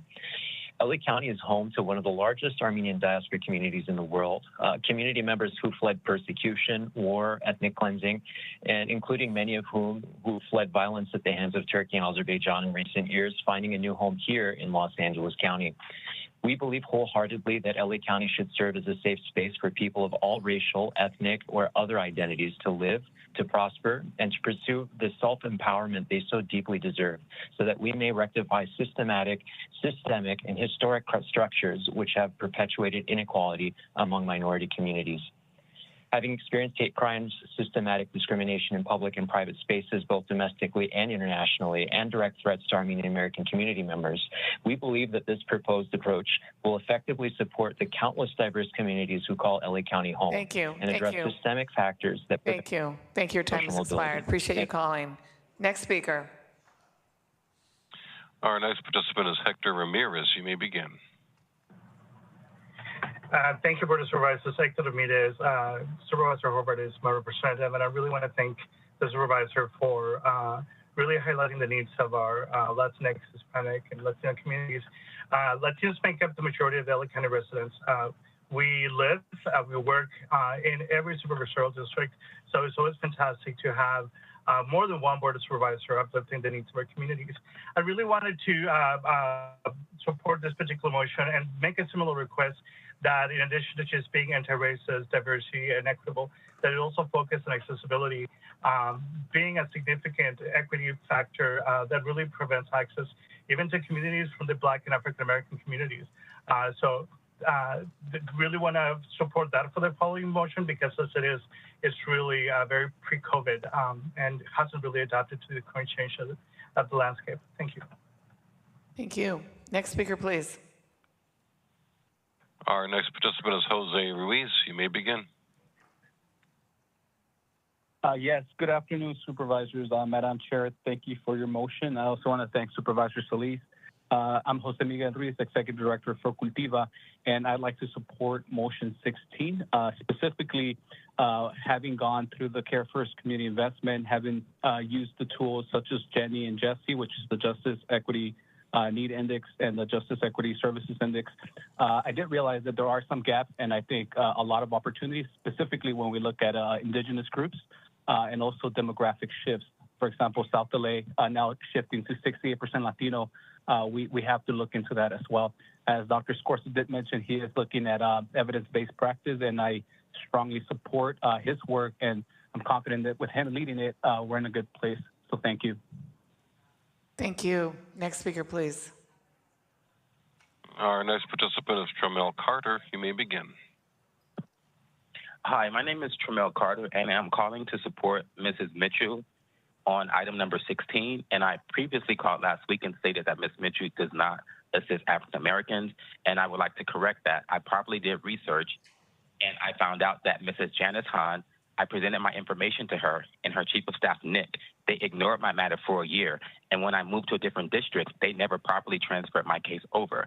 Mrs. Zavala's employee, Kathy, discriminated against me, and she would tell sheriff deputies there was warrants under my name to deny me assistance. Ms. Mitchell's office is the one who's been assisting me, and I also think it's also strange that Mrs. Hahn is making mention about discriminatory practice and how it shouldn't happen when she never properly investigated my matter. And when my matter was sent to Ms. Mitchell's office, Ms. Mitchell's office already had a burden of their own caseload, so I was under the assumption I wasn't being assisted. So in order for this motion to move forward, the discriminatory act should cease out of the Board of Supervisors Executive Office coming from Kathy, and Mrs. Zavala, the Executive Director, has never ever responded to me after 40 emails from last year telling her about Kathy, how Kathy discriminated against me. Everybody's like, time. Okay, next speaker, please. I was listening to him. Our next participant is Rosa Soto. Rosa Soto, you may begin. Good afternoon, Board of Supervisors. My name is Rosa Soto from LA General Hospital Foundation and the Wellness Center. I'm also one of the co-chairs for the Care First Community Investment Fund Advisory Committee. I'm in full support of item 16. It is incredible to see the progress made to date. It is imperative that anti-racism, diversity, equity, and inclusion reach all of our vulnerable communities so that we can fully represent everyone in LA County. In many of our engagement efforts, I see the need to engage communities often left behind with a more concerted effort, such as our Latinx, our AAPI communities, Native American, Indigenous, LGBTQI, and other residents. The need for further outreach and engagement stems from the lack of trust in our institutions due to historical experience. These communities need to know we see them, we hear them, and we can respond to them in their language. Please consider their cultures and our county's diversity. Thank you. Thank you. Next speaker, please. Our next participant is Denise Aquino. You may begin. Hello, I will be speaking in support of item number 16. I'm Denise Aquino with Asian Americans Advancing Justice Southern California, or AJ SoCal, the nation's largest legal services and civil rights organization for the Asian Pacific Islander community. We support ARDI's mission and values. However, we would like to encourage stronger engagement by ARDI with our API communities so that ARDI can live up to its full potential. Last year, API community leaders called for a meeting with ARDI. We discovered a lack of voting centers physically located in ethnic enclaves like Koreatown and Chinatown, which is where many of our immigrant and senior residents live. We'd also had issues in the past years with written ballots not properly translated into some of the API languages, so we thought these issues warranted more attention by the county. These issues have disproportionate impact on our API immigrant communities, and so we called on ARDI to inform them of these issues and to ask for their support. We had our meeting with ARDI who listened, but the engagement didn't go much further. Ultimately, the community groups were able to work with the registrar's Thank you. Your office time has and expired. Thank you. Are we going in person? Okay. Mr. Sachs. Yes, thank you. It's too bad Red Chief Hunt couldn't come up to speak here, Janice Hahn. You know who that was? That was the African American who came into the City Hall back in 2008 dressed as a grand wizard for the KKK. Can you believe that? An African American dressed up in a KKK uniform. Would you like to speak to item 16? I am speaking on. You're talking about anti-racism. No, stick on the subject. What is more anti-racism than the KKK, Janice Hahn? I will refer to my county council. Isn't that racist? The KKK racist? Sir, if you could keep Would your you stop comments my to the time? motion, sir. If you could Would keep you your stop comments my to the time? motion. Then I'll speak. I'm not going to. So, Janice Hahn, wasn't he having an affair with your sister? Sir, this is your second warning. Please stick to the motion. Sure, I'm talking about anti-racism. Mike Hunt, your guy, KKK, Grand Wizard. Why don't he go down to South Central and get dressed up as a KKK outfit down there? Your time is so up. Yeah. Next speaker, please. And I don't have a sister. Agenda item number 16, a racial equity program sponsored by Holly Mitchell, the racist. You know, I don't really see racism in the city. I really don't. You know, there's racism between the races and each other, you know. There's some off humor. But there's no real racism here in Los Angeles. The only racist person here is Holly Mitchell. We're talking about some crazy Negro. Sir, keep your comments to the motion. That you all right, stick on. People stick on the motion. That deeds all right, we're racist. gonna have to ask you to. How in the hell? Okay, sir, this is your second warning. Keep your comments to the motion. Are racist. Okay, that's his third warning. Turn his microphone off. Turn his microphone off. Okay, next speaker, please. Okay, let's. Okay. Sir, you're being disruptive. This is your third warning. Please move away from the podium. Next speaker, please. Mike Greenspan. Yes, hi, Mike. And I use the colored men's room in Florida. Yes, folks. You guys don't have it, those out here. Sir, you are off top. Sir, you're being unacceptable. Unacceptable. I know. Hold your time. Okay, hold his time. Fucking people. We'll start over, Mike. You think the governor has the rights to change a Yes. You're fucking wrong!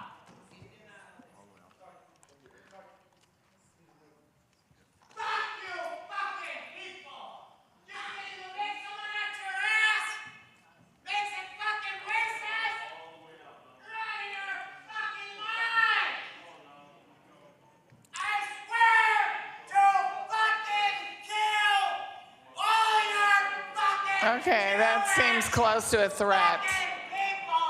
That seems, yeah. Okay, we're going to give you your whole minute back. Mike Greenspan, and yes, I use the colored men's room in Florida. Be sure your diversity includes something for mental health. I'm not off topic, but we just saw a great example of including mental health. Yes, for that. thank you. Now, with racism, you also have anti-Semitism. It's like they're two twins, maybe twins of different mothers, but they're twins. Because where there are no blacks, usually there are no Jews. I mean, maybe there's an exception with the Jonathan Club, no Jews. I'm sorry, Mr. Christ, we don't want you here. But as far as diversity, when there's diversity or no diversity, let's say Jesus shows up to get some Christmas dinner at Tebow's Timaquana Country Club. And guess what? Tim Tebow would bodily throw him from the dining room. Mike, stick to this. There's no Jews where there's no blacks. Thank you. That's the main point that I'm trying to. Okay, that's not a good point, but your time has expired. Yeah, just because there's words in our motions like racism, and that's not what you're supposed to speak on. You're supposed to speak on the county's motion, which is to create a strategic plan for diversity and anti-racism. You don't just get to pontificate on those words. Okay, no more speakers. Item 16 is now before us. Sorry, Ms. Mitchell, that you had to, yeah. Item 16 is now before us. It's moved by you, Ms. Mitchell. Yes. It's seconded by Supervisor Solis. Yes, it is. Executive Officer, please call the roll. Item 16 is before you. Supervisor Solis. I'm in good company. Aye. Supervisor Solis, aye. Supervisor Mitchell. Aye. Supervisor Mitchell, aye. Supervisor Horvath. Enthusiastic aye. Supervisor Horvath, aye. Supervisor Barger. Aye. Supervisor Barger, aye. Supervisor Hahn. Aye. Supervisor Hahn, aye. Motion carries 5-0. Okay, now we're going to do 40, 52A, and 52B. We're going to hold these all together. 40 is the report by our Inspector General on reforms and oversight efforts, which was held by Supervisor Mitchell and I. And will be taken up with item 52A, equipping the Los Angeles County Sheriff's Department with Narcan, and item 52B, providing thermal undergarments to all people in custody in the Los Angeles County jails, which were held by Supervisor Solis. And so for members of the public on the telephone, please press 10 now to comment on 40, 52A, or 52B. Is that correct, that they can comment on all of these? Okay, and colleagues, since we're taking these items up together, I just said that. You may address all items at the same time, colleagues and the public. Supervisor Mitchell. Thank you, Madam Chair. And hello. Hello. I was looking up to see if Mr. Huntsman is there, and there he is sitting there. So thank you both for being here today and answering our questions. I had a recent conversation with the sheriff and heard from his perspective and appreciate the improved conditions in our intake center. And I know, we're always you're reporting on kind of in arrears, if you will. And so I know that we're hearing today your June 7th quarterly report, which summarizes findings from January to March. So I just think it's important to say that because I know we've had improvement since then, but we're really talking about what you've seen during that first quarter of the year. And, I could continue, as I'm sure we all do, to be troubled by the inhumane conditions in our county jails. and continue to be deeply disturbed about, the reported incidents of deputy use of force, not to mention those that aren't reported and may not be apparent to the public. I continue to say that it's important, I believe, that we act with urgency to reduce overcrowding in our jails. And I'm happy that the board has continued to find ways and resources to expand the Office of Diversion and Reentry as a way to reach that goal. Also happy about the work that JCOD, the Justice Care and Opportunities Department, is doing to prioritize housing, jobs, and services for those who are charged with crimes and await their trials. A couple of questions, if I may, Madam Chair, for Inspector General Huntsman. I want to start off with a couple of questions with regard to use of force investigations. I know in your report from the first quarter of the year, we were able to document that there were 8 individuals who died while in care and custody of the Sheriff's Department. Those were people that were shot at, who were shot or shot at by the Sheriff's Department, 5 fatally.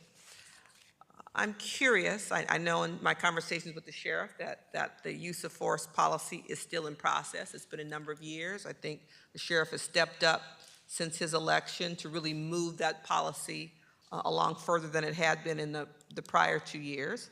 But, I hear lots of inquiries from constituents who look at other examples. For example, the Tyree Nichols case in Memphis, where we saw in relatively short order, the officers involved were terminated, charged with murder, and the video footage was released really the same month. And I get the sense that that's kind of set the standard of expectation for people. So I'm curious from your perspective, what are the structural barriers that exist in LA County that slow down or obstruct a more transparent, swift, and decisive action when we've seen examples of excessive use of force that have led to death? Are you referring to the release of information to the public or to the disciplinary process? Really, all of the above. Okay. As to the release of information, our California law is now much more demanding, and I think all we need is for the Sheriff's Department to comply with the law. And when there's a shooting, there's a requirement to put out information immediately, and there is no longer a secrecy veil unless there's an actual statement of reasons not to do so, and the Sheriff's Department does not comply with that law. I hope they will start to, although as you mentioned, we're seeing a lot more release of video than we have in the past, such as the Lancaster incident. The Sheriff's Department quickly put out body-worn camera video in that instance, so I think that's a positive. In terms of the actual work, in terms of deciding whether or not there have been violations of policy, I think we have a very long way to go there. In the quarterly report that I'm presenting from the previous quarter, as you mentioned, one of the significant cases there is an analysis of an instance in which a deputy fired at a vehicle moving away, which appears to be in violation of the Sheriff's Department's policy, caused the DA to actually charge criminally, although they were not able to obtain a conviction with evidence of proof beyond a reasonable doubt. But that resulted in no discipline, a finding that that was just fine within the Sheriff's Department. And in that report, we've analyzed some of the procedures that went through, which I think are not evidence-based.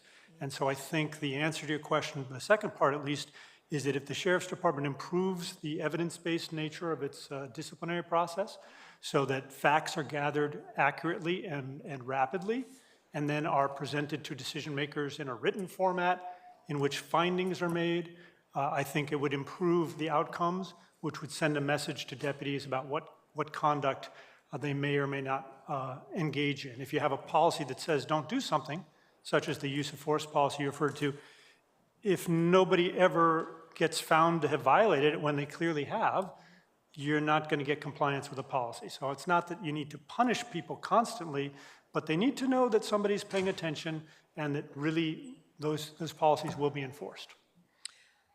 I appreciate that. To level set in terms of our expectations, how long does an internal investigation typically take currently? Typically, it takes a year, and that's because California law requires it. The exception being that they don't count certain sorts of time, such as while there's a pending criminal case. So when a case is submitted to the DA's office investigated, such as a shooting, which is always investigated criminally and analyzed by the DA, that part doesn't count. So as a result, since we don't do concurrent investigations, which I believe we should, we often have internal affairs investigations for shootings that take years, when really they're supposed to take a year or less. So the fact, and you've mentioned this before, the fact that we don't do concurrent investigations, is that because of state statute? No. That is LA County Sheriff policy? Yes. Exclusively, there's no other structural barrier. There is a structural barrier, which is there was an agreement between the union and the Sheriff's Department some years ago not to compel a statement during the pendency of a criminal case. That's a very limited agreement, which the courts have said could be gotten rid of if circumstance changed, and that was before George Floyd, so I guarantee you circumstances have changed. But in any event, it does not prevent concurrent investigations, and I can't tell you the number of times I've had people from the Sheriff's Department tell me that it does.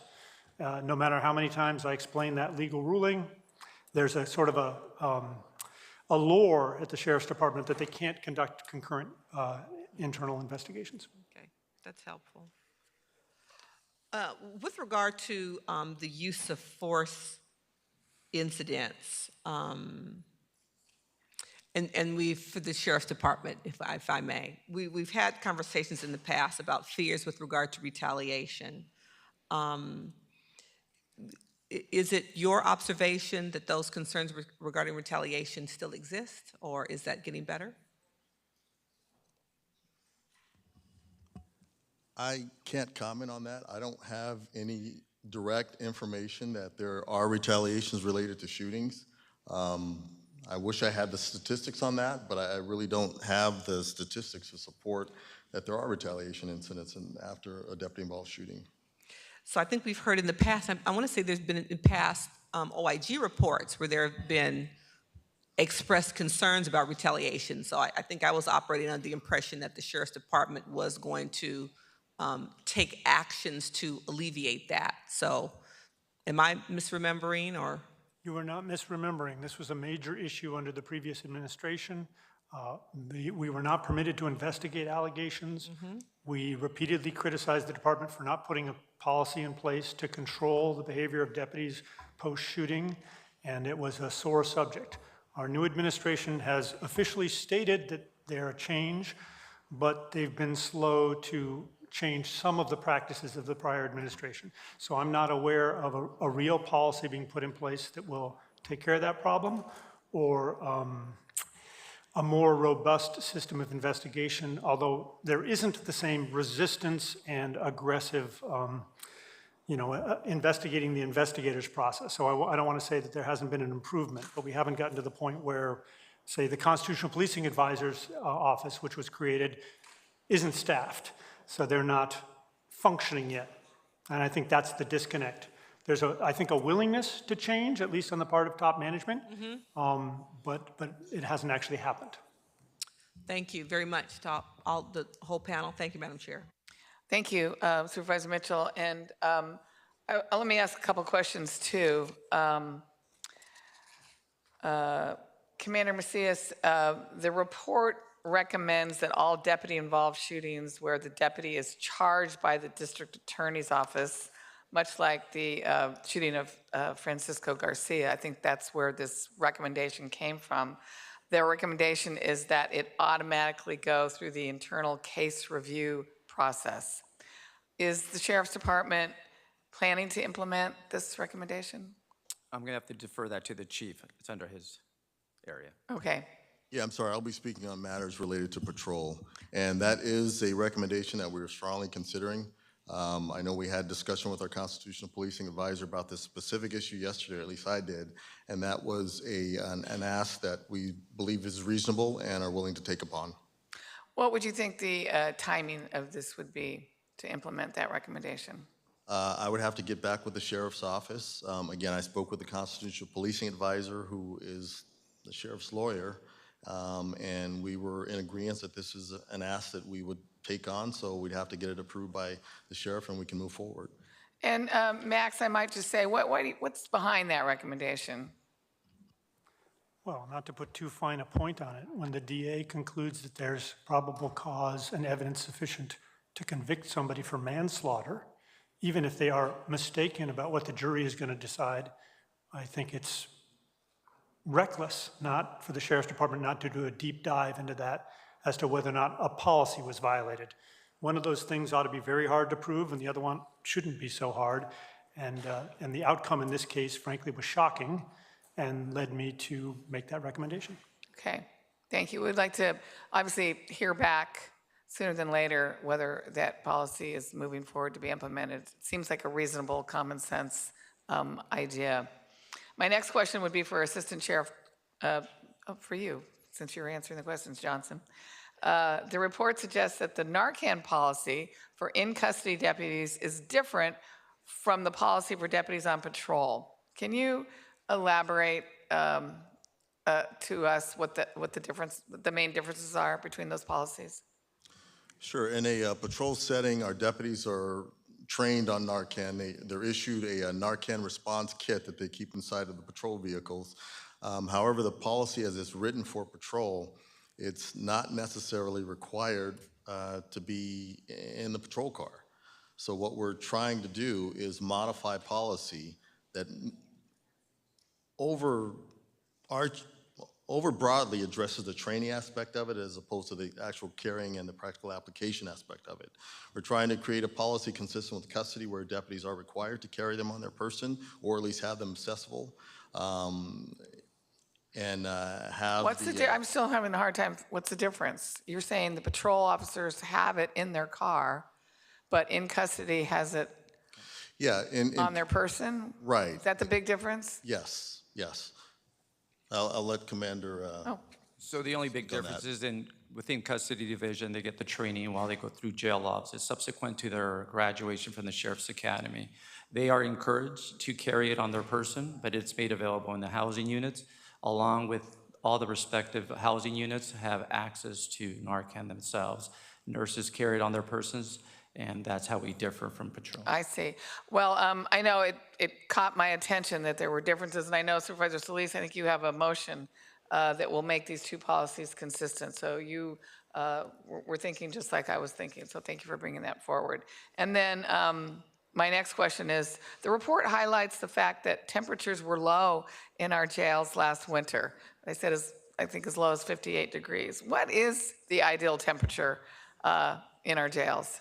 So our Facility Services Bureau is aiming to keep every housing unit between 72 and 74 degrees. As you can imagine, the private sector were no different. They experienced some challenges with the VHC system, and therefore it's up to the unit to create a work order for there to be a response for them to address. They are taking additional efforts at each housing unit to purchase thermometers in each housing unit, so if there's any fluctuation in temperature, they can make an immediate work order at that point. So there are efforts that are doing above and beyond. And so I know there were issues with inmates requesting thermal underwear as a result of the temperatures. And so hopefully there's constant monitoring of the temperature so that we don't see that again, particularly as we get into the winter months. And I also know, Supervisor Solis, on that issue, I think you're bringing in a motion to require thermal underwear to be given. Or did we already have that? We already have that motion. Yeah. So thank you. Those are my questions. Thank you. Let's see. I'm scared. Supervisor Barger, are you next? Thank you. And then Supervisor Solis, and then Supervisor Horvath. And Assistant Sheriff Johnson, how long have you been in the position you're in right now? For a week? 2 weeks? 2 weeks, ma'am. And you are still kind of getting your bearings as it relates to, I mean, have you had a chance to really do a deep dive into what Max Huntsman's put together to really flesh out some of the comments as it relates to the shootings? I don't understand your question. Well, I mean, my question is, I mean, for example, I mean, I have concerns about the time frame that it takes to get the investigation done. I mean, the Altadena shooting, for one, has been something that's been very disruptive to the community, but at the same time, Mr. Huntsman's saying that, and I'm not really clear, I thought it was legally that because of the possibility of criminal, that you cannot at the same time do an investigation while the department is doing their investigation. And you're shaking your head. Yes, that's the misunderstanding about the Gates-Johnson decision. It is absolutely lawful for the Sheriff's Department to do an internal investigation during the pendency of a criminal investigation. In other words, the very night that a shooting occurs, Internal Affairs can begin questioning witnesses and conducting. You get contacted at that very moment as well. Do you go out to the scenes or do you send someone out? Yes. Okay. And so I'm going to ask County Council to do us a report back, if you would not mind, on the interpretation of that, because I'm hearing two conflicting. I'm hearing one from our Inspector General and I'm hearing another from legal counsel, and I'd like to get a clarification on that. And then I just want to remind everyone that there is a new sheriff who, in fact, has appointed Eileen Decker. And Assistant Sheriff Johnson, can you kind of give an overview of what Eileen Decker's role is as it relates to the department? Sure. She's responsible for getting the department out of all the consent decrees that we have. She's in charge of putting together a host of attorneys with specialties in some of the areas impacting our custody facilities, our patrol stations up in the Antelope Valley, just making sure the department is in compliance, making sure that we, again, are taking the necessary steps to get out of these consent decrees. She's very helpful in offering suggestion on constitutional policing, other areas where we fall short and need her assistance. She's very well-depth in the law and is assisting the sheriff in making the changes that are necessary. So some of the issues that were pointed out in this January to March 2023 are part of the consent decree. I mean, the DOJ is looking at the conditions in the jail. And so Max, have you been working with Eileen Decker? Have you been working together? I wouldn't say we're working together because she works for the Sheriff's Department and I work for you, but we have certainly interact a lot, and she is a key point whereby we get information from the Sheriff's Department, and she's a very experienced and knowledgeable lawyer. So I don't view it us against them. So I would say working with, maybe not together, but working with. Because the end goal for you, I would hope, would be to hold the department accountable across the board. And I would hope that it'll be the department's role to hold themselves accountable as well. So it shouldn't be a, I gotcha, it should be a working collaboratively to address, especially since she was brought on, to address what was failing in the prior administration. I agree, Supervisor. She was just described as the sheriff's lawyer, and she's functioned that way at times, and that makes it a slightly different process, unfortunately, at times. Well, I mean, that's fine. Dawn, does your staff team work with Eileen? We do, Supervisor, and I think by definition, she's not the sheriff's lawyer. I know she is a lawyer, but she doesn't. County counsel is the lawyer, and we do work with both. Okay, and then as it relates to the Narcan, I will confess, when I read your report and I went out to Santa Clarita and we got trained the community, I also was told that it's when they're unconscious, and you mentioned that in here. So I guess my question, and I don't know if you can answer this, is, but in the Altadena case, which is very concerning to me because he passed away, and I'm not clear whether Narcan would or would not have saved his life, but did we call in public health or anyone to do retraining for our field staff as it relates to, especially the fact that you don't have to be unconscious in order to have Narcan administered?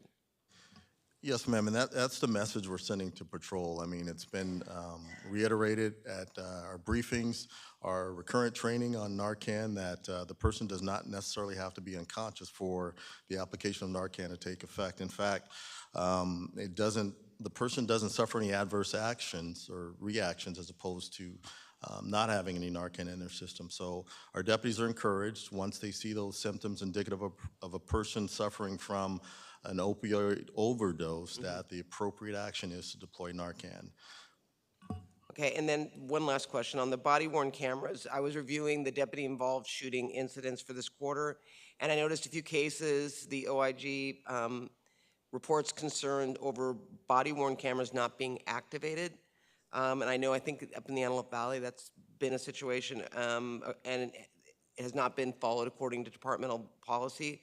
What is the department doing in terms of messaging or training to ensure deputies are activating their body-worn cameras? Because, again, this board fought hard to get that put into play. And I know that a lot of expense, but more importantly, we did it for transparency as it relates to the need to have it not only in Metro, but also in the jails. And when I hear that they're not being activated, I just hope that we can, or that you are, holding people accountable.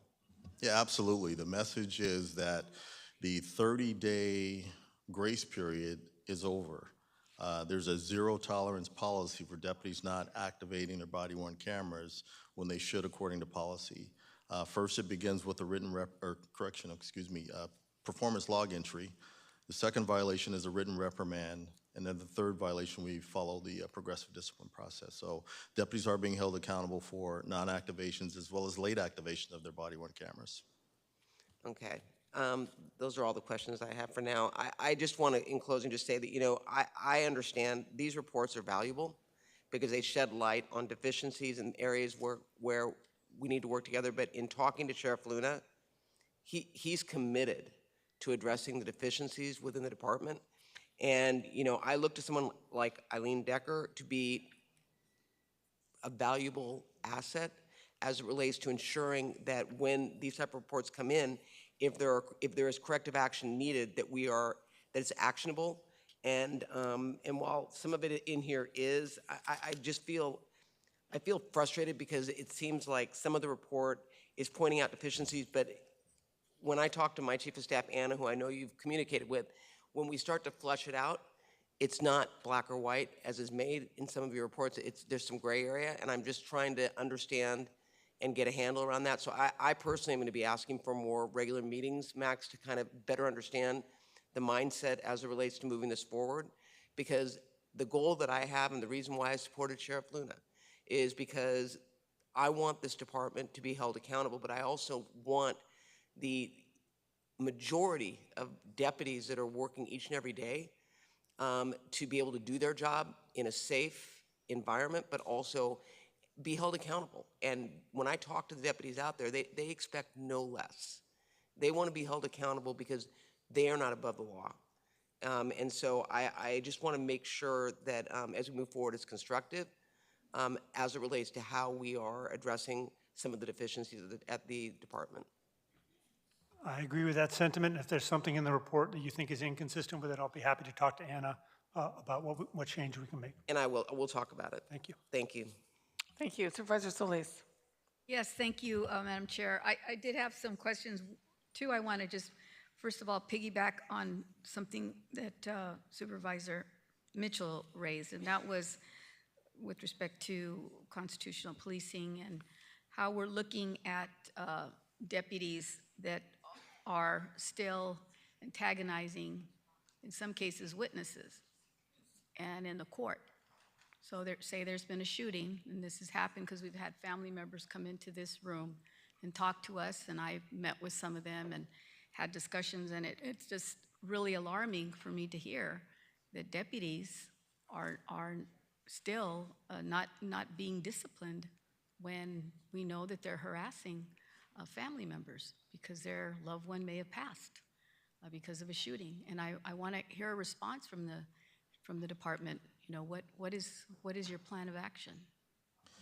Yes, ma'am, I'm sorry, I'm not aware of any instances. However, if there are folks that come forward as a result of this session, please give me the information and we'll definitely look into it.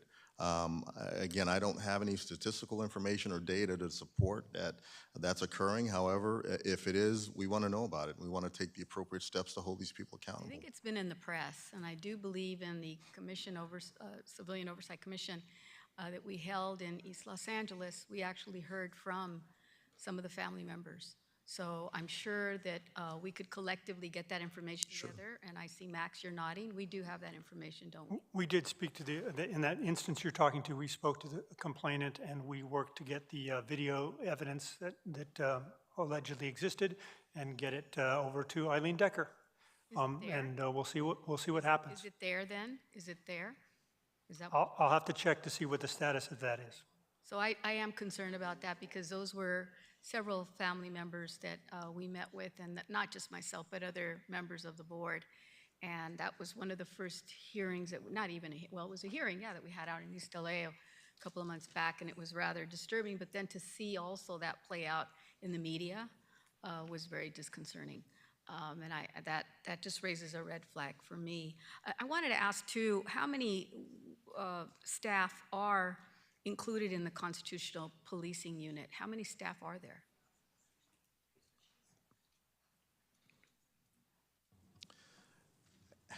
I know we just recently hired additional attorneys. In fact, this week, I'm not sure the numbers, but I can definitely look into that and get back to you. So it's just coming up to speed then. I mean, we're not even there yet with the implementation. Right, Mrs. Decker is still doing, evaluations and interviews and to build the right staff that she needs. So again, we just had some hired, I think, the last couple days, but I don't have the specific number. I can definitely get back to you with that information. I look forward to working with her, having known her background and working with us. So I would just urge the sheriff to really move quickly on this because it's very disconcerting that we haven't made as much progress. I did want to just touch on an incident that occurred in my district, Industry Station, where back in March, there was, I would say, a very disturbing incident where a young man was barricaded in his home, and we had to bring out several other supports, and eventually it took about 40 hours. And we had to evacuate, you all had to evacuate the community in Valinda. And I was out there, something that we weren't prepared for, obviously, because people had to be vacated, and it was during the day, about 2:30. Children were still at school, and parents weren't home yet, and they closed down the block, or blocks. And so people were separated, and they were sent over to a gymnasium, Workman High School. And the school district was immediately responsive, trying to help out. But nonetheless, when something like that happens, it was rather terrorizing for the children and family members. And I had a chance to meet with some of them that night and the next day. And I was wondering, because of the way it was handled, there was I believe, several rounds going both ways by the person who was killed, but also by our sheriffs. And I'm wondering if there was any information made available were body-worn cameras used, because we found, I guess, through the coroner's office that the gentleman didn't die from any of our, our sheriff's attempt to take this person out, but actually committed suicide. So I'm wondering what evidence or what information do we have in terms of body camera that was used by the sheriffs? I'm vaguely familiar with this incident that occurred in the Valinda area. I know it was a 49-hour operation where we were assisted by LAPD SWAT team. I can get back to you with that information. It's being investigated by our Homicide Bureau, and they should have the answer to that question, but I'm sorry I don't have the specific details about what the body-worn camera footage worn by the deputies captured or anything of that nature. I think for me, just the most important thing was that the families that had to be evacuated, that they were taken care of, and I know that the City of Industry really worked hard to allow for vouchers to be made available so people could stay in the hotel adjacent to the high school. But to be prepared for things like that, I mean, I just wonder what plans we really do have in place, because it was rather surprising to see the destruction of the home itself. After 49 hours, the house was totally destroyed. And I don't know that obviously this isn't my bailiwick, but obviously of great concern. Yeah, and I know Supervisor Solis, we did, as an after-action report, in essence, develop a stronger relationship with the Red Cross, who, stepped forward with some of the services they have to offer, which really schooled our people up in terms of other operations that may go this extended, where we have to do those massive evacuations, where we can rely on their support to come in and assist with the temporary housing of folks that are I'm glad impacted you by the raised that. situation. I really am glad you raised the Red Cross, because I don't think they get enough credit. And we ought to be using them whenever we have situations like that, because sometimes people are not going to go to the person with the badge, feeling comfortable or whatever, or just, full of anxiety and trauma because of what they're experiencing, but to have other people available. And we did have mental health people come in. We called them in, my office did. But Red Cross was there. But again, they're not prepared for something like that either. It was rather interesting. So that, for me, just is a note of how we go about addressing some of these situations. Hopefully it doesn't happen ever again, but we should always be prepared. Yes, ma'am. Yeah. Do you want to, Max, you want to respond to that? This was in your report. No, I don't have anything to add. Thank you, Supervisor. Okay. So I want to go on. I just want to get straight to the point, too, and thank you, Supervisor Yanis Hahn, for also raising the two items that are listed on today's agenda. And first of all, we know that the use of drugs and illicit substances is entering into our correctional facilities. And it isn't just with the adult, it's also with our juvenile detention facilities. And I also want to say that we need to do a better job really working to make sure that we have better uniform and consistent outcomes. And the questions that were raised earlier by Supervisor Hahn regarding patrol deputies and who should administer Narcan, I think are extremely important. And that I would hope that any procedures or policies in place would continue to expedite that. If we have people on Skid Row, our own staff, county staff, and people that work for homeless providers trained in using Narcan, I don't see why our deputies aren't carrying those or having them available and using them and being properly trained as we speak. Because I don't think it's that big of a difference. All of us here have been asked to also learn how to administer Narcan. So I don't think it's a big deal, but I would hope that in a matter of life and death, that this would be a high priority for our law enforcement officers, no matter if you're in the custody unit or you're out on the patrol, but more importantly for me, in the patrol, because we're finding too many people, and I can just point to Skid Row, that we're finding, and many times we have, and this isn't obviously your jurisdiction, but regardless, we want people to be better trained, and I would think that we need to do that. We're doing that in our probation halls now, in our camps, so we ought to be doing it without an exception. We need to be doing this. So that's what I'm trying to put forward here in my motion. Any response to that? Yes, ma'am. So, like I said earlier, we are reaching out to subject matter experts, larger agencies that deal with, the same issues that we do in terms of deployment of Narcan. We're reaching out to LAPD, other larger agencies, to see how they have implemented policy within their organization. How long is that going to take, though? How long is that really going to take? Because that isn't what I want to hear. Well, I want to know how quickly we can get this out there. I can look into how quickly and how far we are in the process. I was merely updating as far as what we were doing, but I can definitely look into it and let you know. But I can say that, this year to date, we've had, and a vast majority of our deputies carry Narcan. A vast majority of them do in the patrol setting. Year to date, we've had 20 deployments of Narcan that have successfully revived those individuals. And since the program's inception, since 2019, we've had 225 rescues with Narcan. So deputies are carrying it in patrol. We just need to make sure that we have the policies and practices in place to make it more mandatory and make sure they have the training to know that you don't have to wait until the person passes out. And you said earlier that new trainees are getting that training now? Yes, so deputies going out to patrol receive Narcan, well, it's an opioid response kit right? And it contains Narcan. Deputies in patrol school receive it, as well as deputies in FTO school. And it's also deployed at all of our stations. So every deputy should have this kit that I'm referring to that has Narcan in it. Yeah, I would just again underscore how important it is. I mean, we even have our ambassadors on Metro that are trained, and it's available. How about that? Even some of our schools. So, I mean, we've got to really pick it up. I know the sheriff really cares about all these things, but he needs to know that we would like to see some movement as soon as possible on that.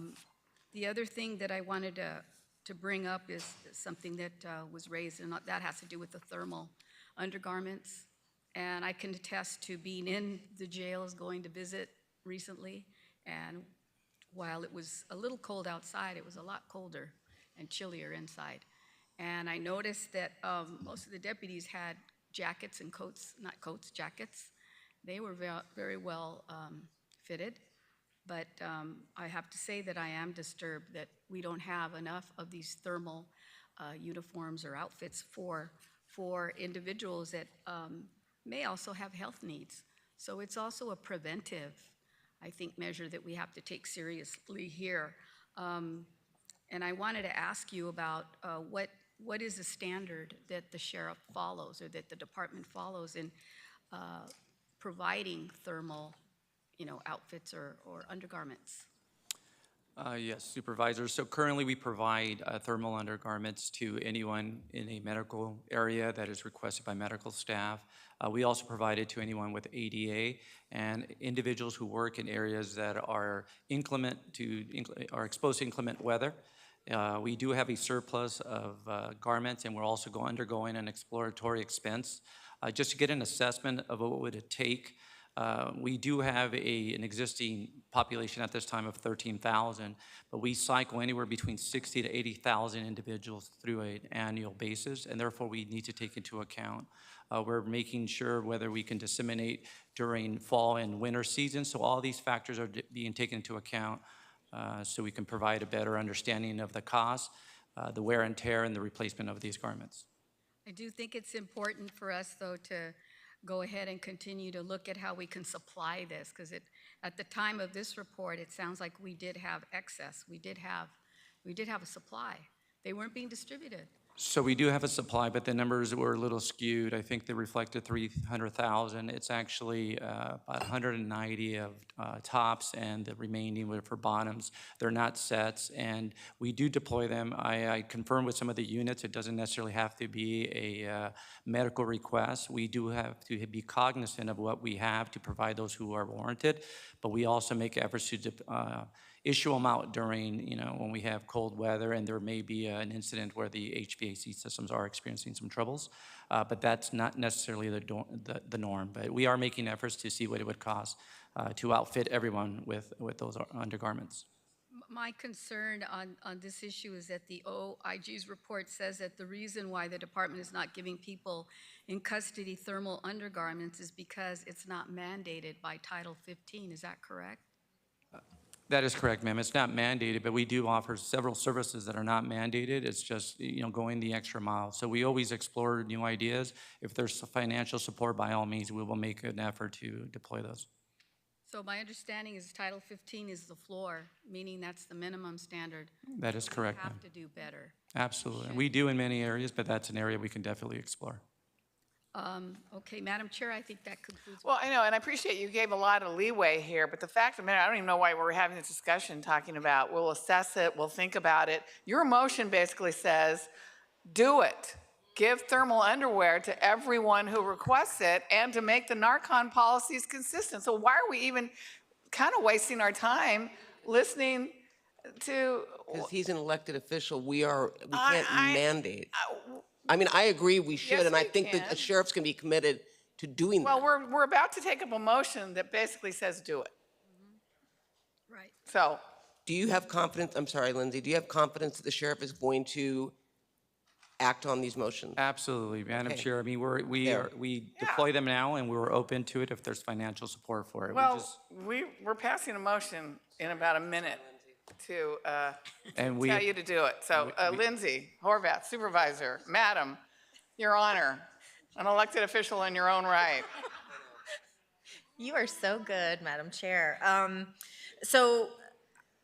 know that these are regular updates, so just so I have a little bit more context, and I know we have new leadership as well.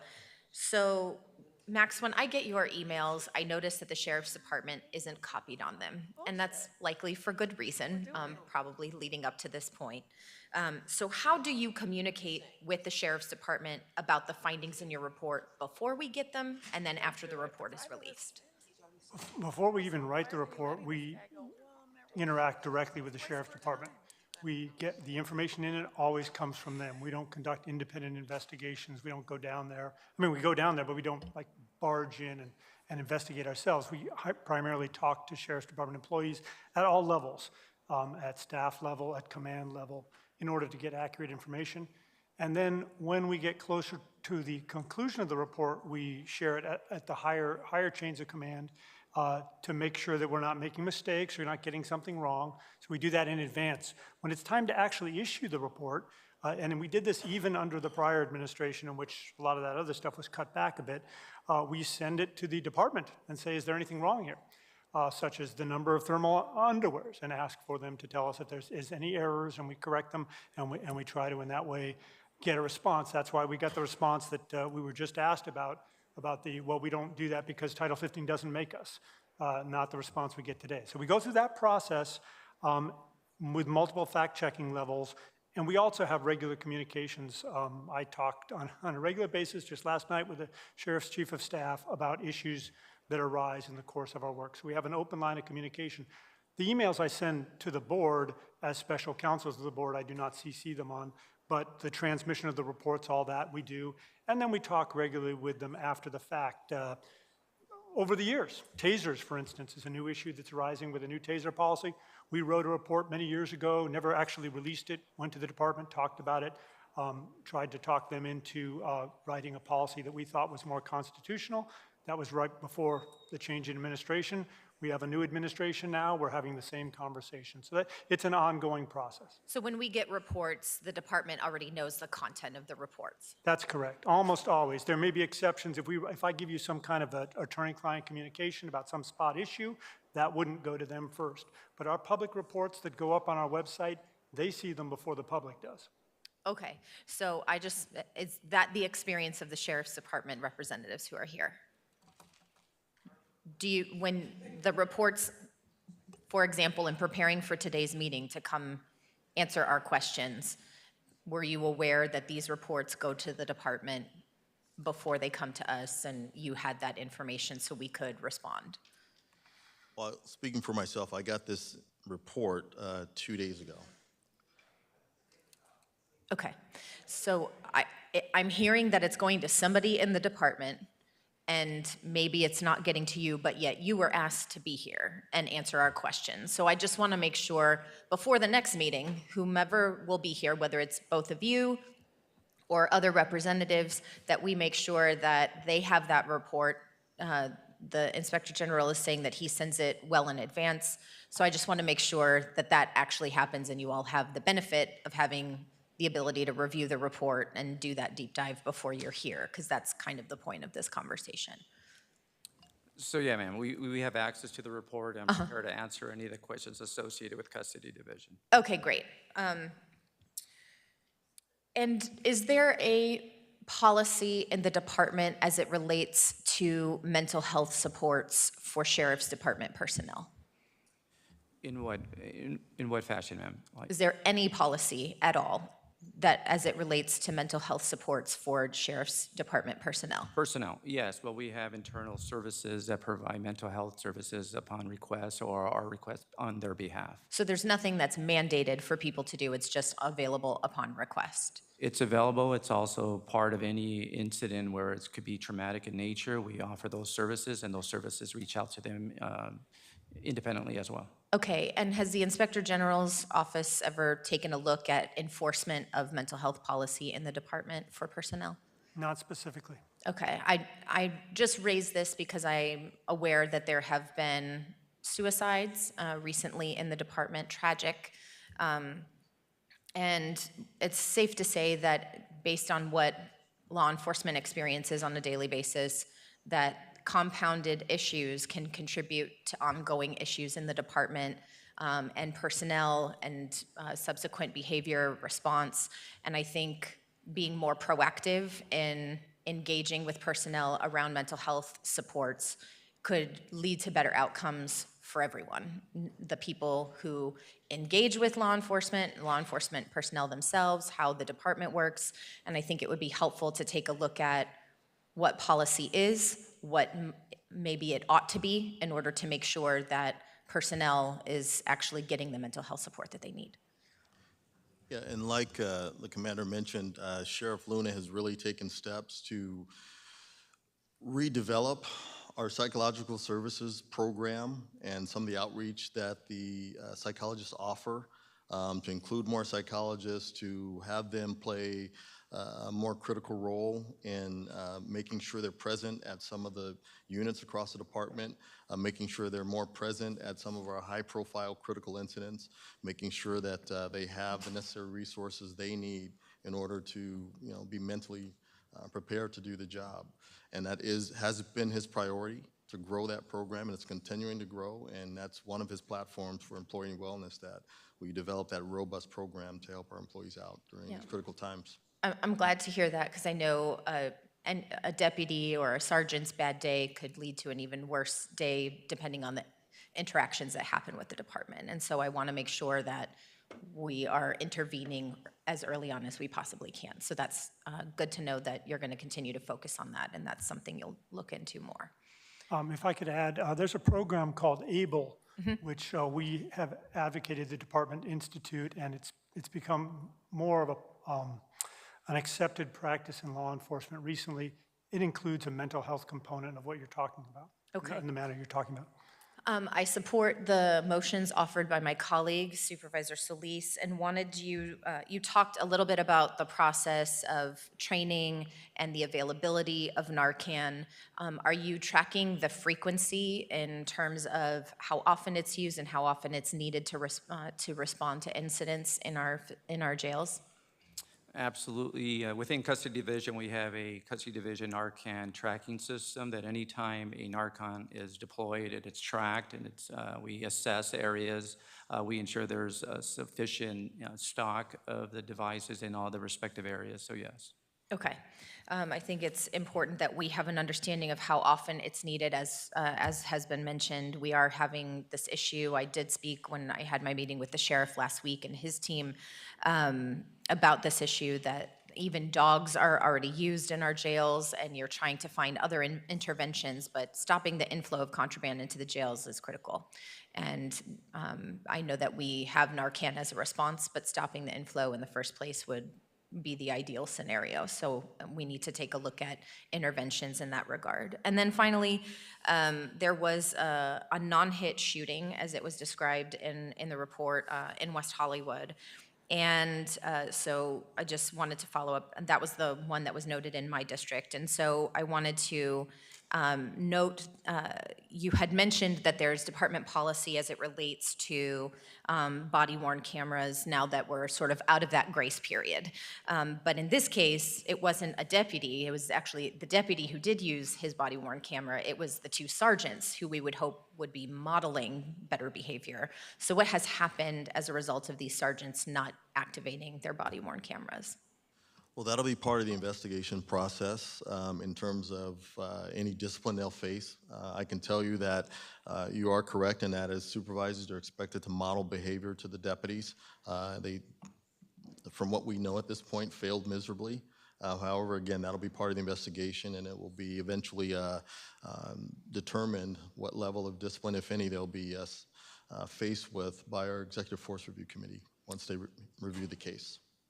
Understood. And I understand they were also shooting at a moving vehicle, which I think is against department policy. So can you talk to me about the nature of the circumstances there and why they would be shooting at a moving vehicle? I don't have the specific details about this case. It is an active investigation. Once all the interviews have been done, all the body-worn camera footages have been viewed, I'll be able to speak on it more intelligently, but I don't have those details right now of what went into their mind while they chose to fire at this moving vehicle. Okay, well, I know it is concerning. Prior to my service here, I did serve on the Liability Trust Fund Claims Board and Oversight Committee, and we know that when our deputies or any personnel don't follow the departmental policy, it's problematic. So I just want to understand what we are doing to discourage shooting at moving vehicles, because that's a pretty clear policy in the department. So if you can get back to me on those details, I would appreciate that very much. Thank you for your report here today. I know that you're new, I'm new too, and so this will help us figure out how we can have this conversation going forward in a different way, and I really appreciate you being here today to answer our questions. Thank you. Thank you. I still see two supervisors on the queue. Supervisor Mitchell, you're back on. Sorry, it was in response to the Sheriff's Department response with regard to Narcon and training. I just thought it's important that we be reminded. I think the response was with funding support. In our very recent budget deliberations, 70% of the dollars, the new NCC dollars, prioritized for all of our funding priorities, went to the Sheriff's Department, specifically $13.5 million out of $18.9 million. So I think that we've gave the department the lion's share of resources available to us. So I would hope that this would find its way as a priority within the funding directed. Thank you. Other supervisors? Okay, thank you for this good discussion. And are there members of the public that would like to address us on these items? Will the following individuals please come forward? Cesar Galvez, Chantel Rollison, Hans Johnson, Herman, Jacob Brevard, and Mike Greenspan. Moderator, may we have the first remote caller, please?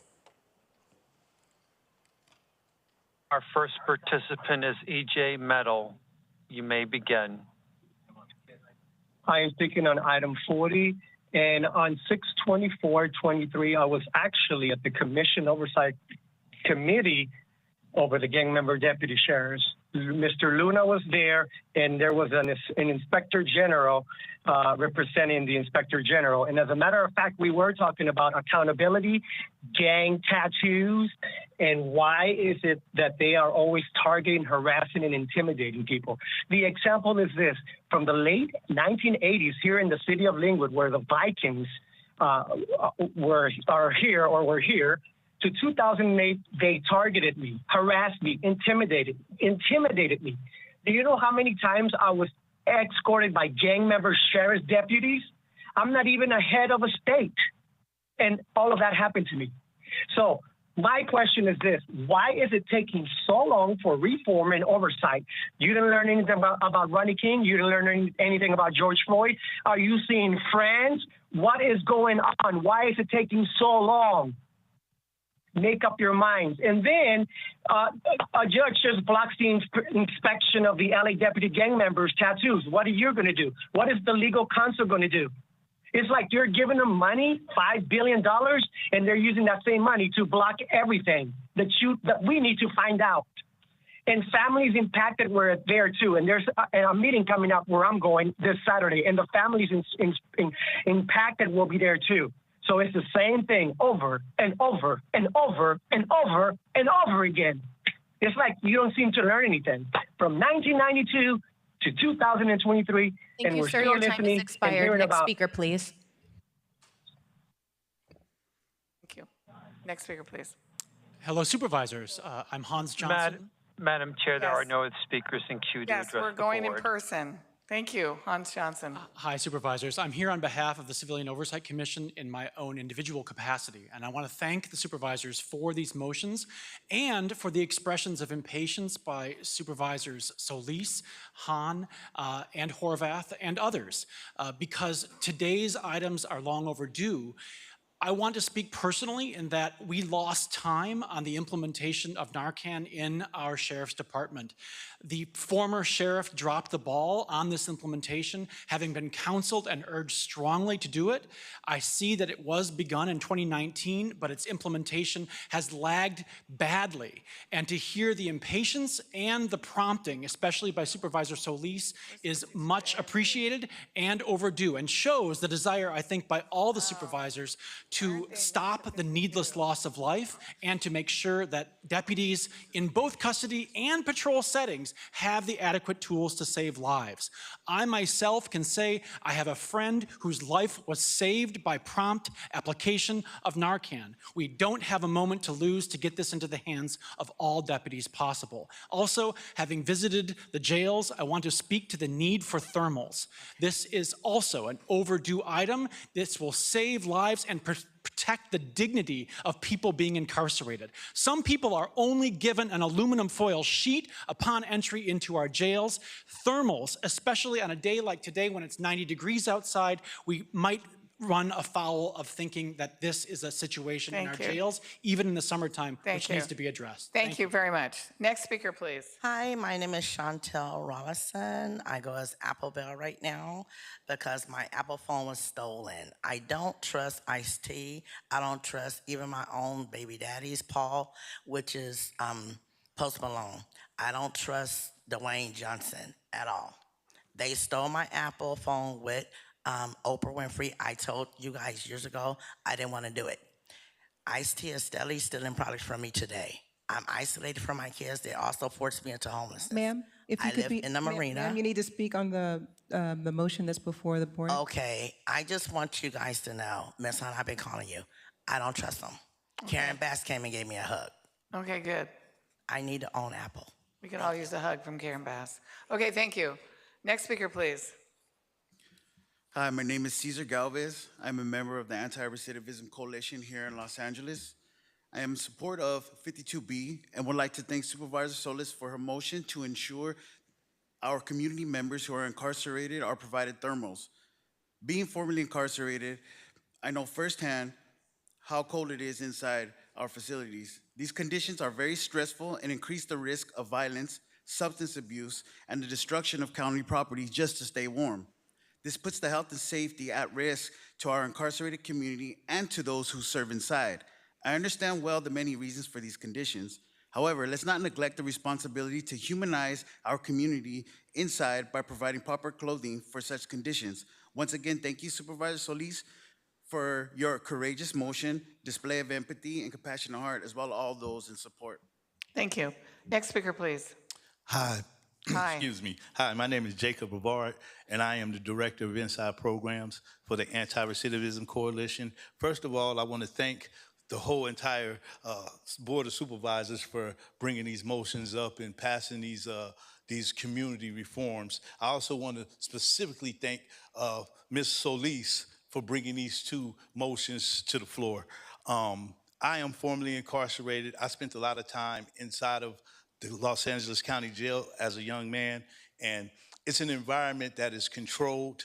The temperature in there is controlled. It's always cold, and you're in there freezing. They give you a sheet, and there's really no way to stay warm.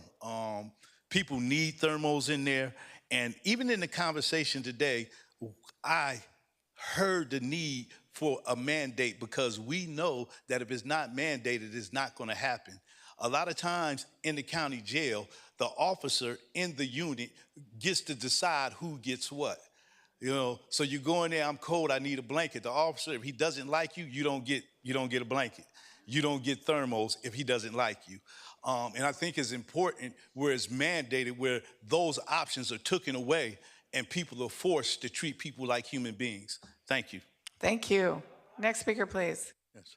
Mike Greenspan, minute and a half. Okay. The two who won't go back to Florida. Now, let me tell you, you guys aren't the only ones with an ice cold jail. It made the national news. The federal prison in New York. It even got to Senator Chuck Schumer. Finally, they did something about it. Maybe we ought to do something about thermostats in these prison places, be it federal, state, or county. thermals are nice, but maybe we should be doing something about the actual heating or cooling. On hot days like today, cool it down. On winter days, raise the temperature. With all that goes to police and law enforcement, a little bit more could go to heating up a cold place. Now, the thermals. I mean, not the thermals, the Narcan thing. If somebody takes a bunch of barbiturates and they have the paramedics come out and pump their stomach at the hospital, they wake up in the mental institution. If you're using the Narcan because somebody did fentanyl or an opiate, are they winding up in the mental institution for examination? Is it a form of attempted suicide? Or we just say, oh, okay, here's a Narcan, now go back home. And what do? They'll go back home and do some more fentanyl. In fact, somebody that I met who was homeless, now she's dead. Thought she was buying a drug, turned out to be fentanyl. Someone told me she was foamed at the mouth when they found her Okay, your dead. time has expired. Next speaker, please. Yeah, so fuck the sheriff. We have to understand why. Why? Because you can't provide simple clothing. You can't provide a thermal or a blanket. I recall when you had me in that fucking institution down there in industry for those 5 fucking nights in the cold during the summer. No one gave me a fucking blanket until the fucking bitch came over at 2 in the morning and says, do you want a blanket? Well, what the fuck I need a blanket for? It's 2 in the morning. I got my clothes on, I got thermals under, what the fuck do I need a blanket for? And then I turn around and walk out barefooted. Not one fucking decency to provide me clothing to walk out of the station in industry. So fuck you. And all those fucking lies about your cameras, they don't fucking work because you don't put them on. They gave you cameras 2 years ago, we paid for them. I paid for them. Put the fucking button on and push it. Push it. All right, And in addition to that, I'm on topic on the fentanyl bullshit. If people want to do drugs and you don't see that other people are dying in the goddamn street from it, then you're taking that risk. We all take risks. Faggots take risks when they fuck men and don't use a condom. God. Sir, Okay, keep on come topic. Shit, Janet. You're not it's on the the- same shit over and You're over. not on topic. And I try to remind You're you. not on topic. It is on Stay on topic. topic. It No, is on topic, it's and I'm not. giving you a scenario, Janet. No. And you're abusing my time. You need to stop that. You're abusing my Otherwise, ears. I'm going to continue to tell you about fucking faggots. Okay, thank you. Next speaker, please. Whew. Yes, thank you again. I would just like to commend you on the mention of constitutional policies. Was the Bill of Rights changed by the federal government? Was it altered? Did they change the Bill of Rights? Did they rewrite the Constitution? They made religion illegal? I'm just wondering, because I think it's pretty racist to hear about this Latinx and all this X and that black X and all this other stuff. Is there a white X? Is there a Caucasian X? Does money grow on trees? Your predecessor gave the sheriff's department hundreds of millions of dollars while he was in office for 12 years. He didn't say anything about the problems in the jail. Not one thing. As a matter of fact, he did away with the Affordable Care Act. Man, that was a quick 30 seconds. I'd like to see the names of people shot on the headboard for Metro. When are you going to reopen Metro up, Janice? Say hello to your guy, Mike Cunt. Okay, your time is thankfully expired. Do we have other speakers? Do we have other speakers? No other speakers, Madam Chair. Okay, all right, so colleagues, item 40 will be received and filed. Hearing no objections, that will be the order. 52A, which is to make sure that patrol deputies are carrying Narcan on them and evaluate the training by Solis, is now before us. Moved by Supervisor Solis, seconded by Supervisor Barger. To approve that item, Executive Officer, please call the roll. Item 52A is before you. Supervisor Solis. Aye. Supervisor Solis. Aye. Supervisor Mitchell. Aye. Supervisor Mitchell. Aye. Supervisor Horvath. Aye. Supervisor Horvath. Aye. Supervisor Barger. Aye. Supervisor Barger. Aye. Supervisor Hahn. Aye. Supervisor Hahn. Aye. Motion carries 5-0. Okay, now 52B is before us, and that's motion requests that the sheriff provide all people in custody who request thermal undergarments with those items within 30 days and some other things. Moved by Supervisor Solis. I'd like to second that. Executive Officer, please call the roll. Item 52B is before you. Supervisor Solis. Aye. Supervisor Solis, aye. Supervisor Mitchell. Aye. Supervisor Mitchell, aye. Supervisor Horvath. Aye. Supervisor Horvath, aye. Supervisor Barger. Aye. Supervisor Barger, aye. Supervisor Hahn. Aye. Supervisor Hahn, aye. Motion carries 5-0. Okay, I know the county council scolded me and said, you can't tell the sheriff what to do. This is a request. But I say 5 women making a request equals a demand. What do you think? Let's go to 42, report on compliance with the Rosas Agreement. For the members of the public on the telephone, please press 1 then 0 now to comment on this item. Please don't speak out from the auditorium. Commander Macias, are you going to be making a presentation? Yes, ma'am. Okay, you've got the floor. Okay, perfect. Thank you, distinguished board. I'm here on behalf of Assistant Sheriff Sergio Loma to present to you our ROSA's implementation plan along with our status on some of our compliance measures. So as we know, 1.5 provision requires us to come here biannually to report to you on the status. There's 6 areas I'll be speaking to you today on, which is the implementation plan, the status of our compliance, some of our training on use of force, our statistics and trends, along with some of our force policy violations and any subsequent imposition of discipline that was given out, as well as our inmate grievance system. The information that's going to be provided to you is a comparison from the first semester of 2021 and 2022, which is the first 6 months of the calendar year. For those who don't know, the ROSA's settlement agreement is a class action lawsuit alleging excessive use of force primarily in the basin facilities, which are comprised of Bend Central Jail, the Inmate Reception Center, and Twin Towers. The settlement agreement was established in 2015 when the courts agreed to it, but it wasn't until 2018, once all the compliance measures were established, that we began to monitor some of the compliances. All in all, the provisions are grouped in 7 major categories. Administrative, use of force, which are some of the trends as far as training, force reporting and force investigations, along with grievances, some of our restraint devices, and our early warning system, which tracks use of force by individuals that need to be monitored monthly. All in all, it resulted in 104 provisions and 402 associated compliance measures. So what we continue to do, and although it says focusing on the basin facilities, which is what the ROSA's applies to, we do all these implementation plans division-wide within all our 7 facilities. We conduct weekly force review with the respective chiefs and their command staff, along with the command staff from the respective facility. OIG stands in these meetings as well as county council. They review the force that's experienced the week prior.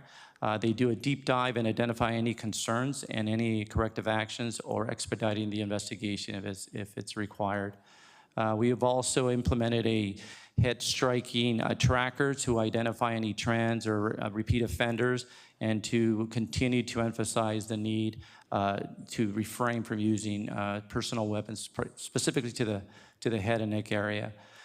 In order to improve some of our compliance measures, we've also introduced a guidance for our supervisors, recognizing there's 402 compliant measures. That's a lot of information to retain, especially when people cycle into custody division. And so we all know that good supervisors conduct thorough investigation. This is a technique to help them. We've also introduced a limitation on force directive, which encourages folks to resort to other means instead of using personal weapons to the head or neck area. And it requires 3 thresholds. It has to be assaultive, there has to be a grave bodily injury or threat of injury, and there can't be any other reasonable means to address the situation.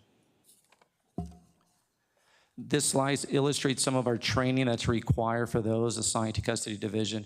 You'll see the comparison from the calendar year 2021 as opposed to 2022. The threshold for compliance is 90%, and everything you see above, we've met compliance. The areas where it says initial training, that is training that everyone receives prior to being assigned a custody division. So anyone graduating from the academy receives 6 additional weeks. The divert is that you see there, it's in a 32-hour curriculum that teaches de-escalation efforts as well as handling of mental health. There's an ethics course, it's a 4-hour course, and you also receive an 8-hour course specific to force in a custody environment. This slide depicts the administrative investigations that are initiated within our division, and you'll see since 2019 we've seen a trend where we continue to initiate more. There were 67 in 21 and 80 in the first semester of 22. Specific to the basin facilities, these are the cases that were initiated that were depicted as violating the use of force policy. All 10 cases in 2021 were found to be in violation and discipline was imposed.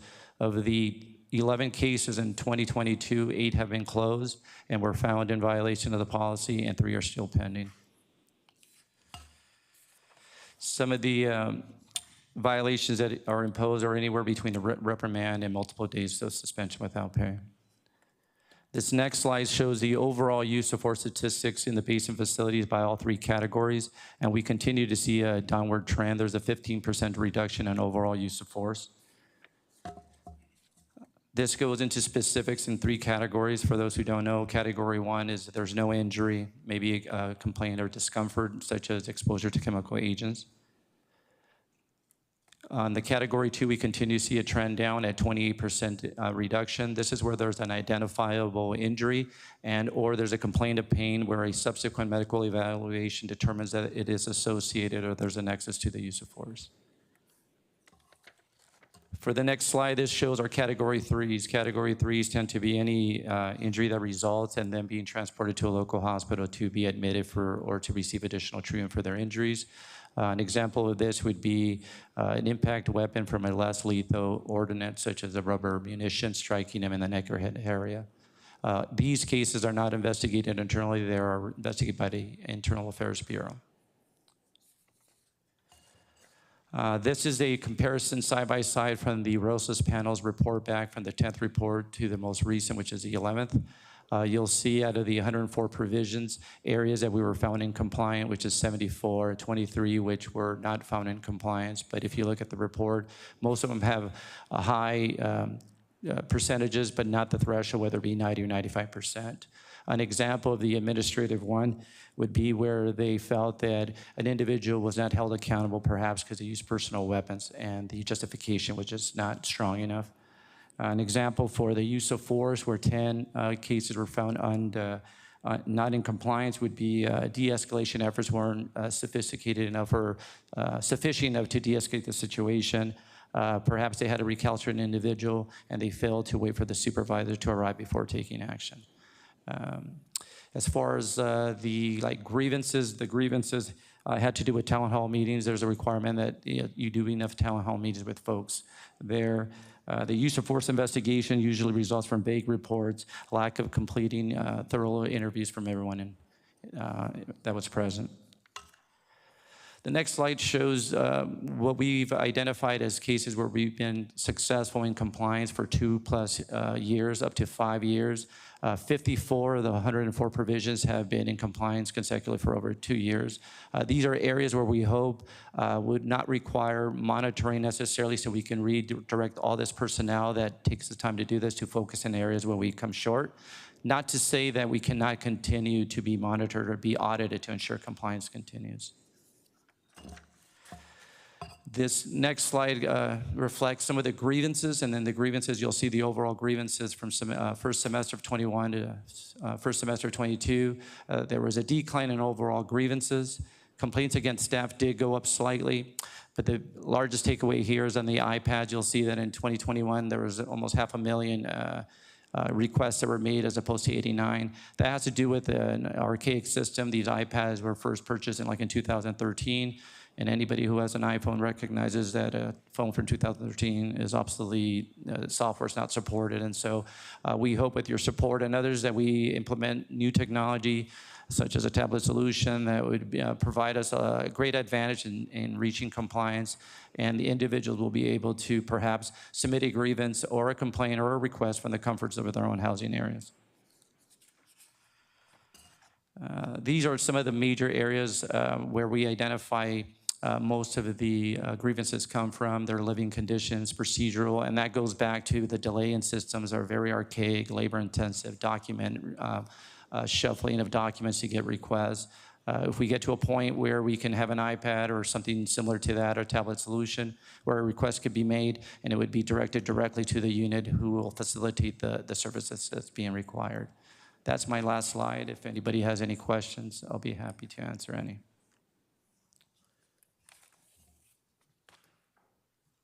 Thank you. Ms. Mitchell. Thank you, Madam Chair. You know, as I thank you very much for the presentation. And as I'm clear that Rosas is a particular court case about a particular facility, it's a downtown facility.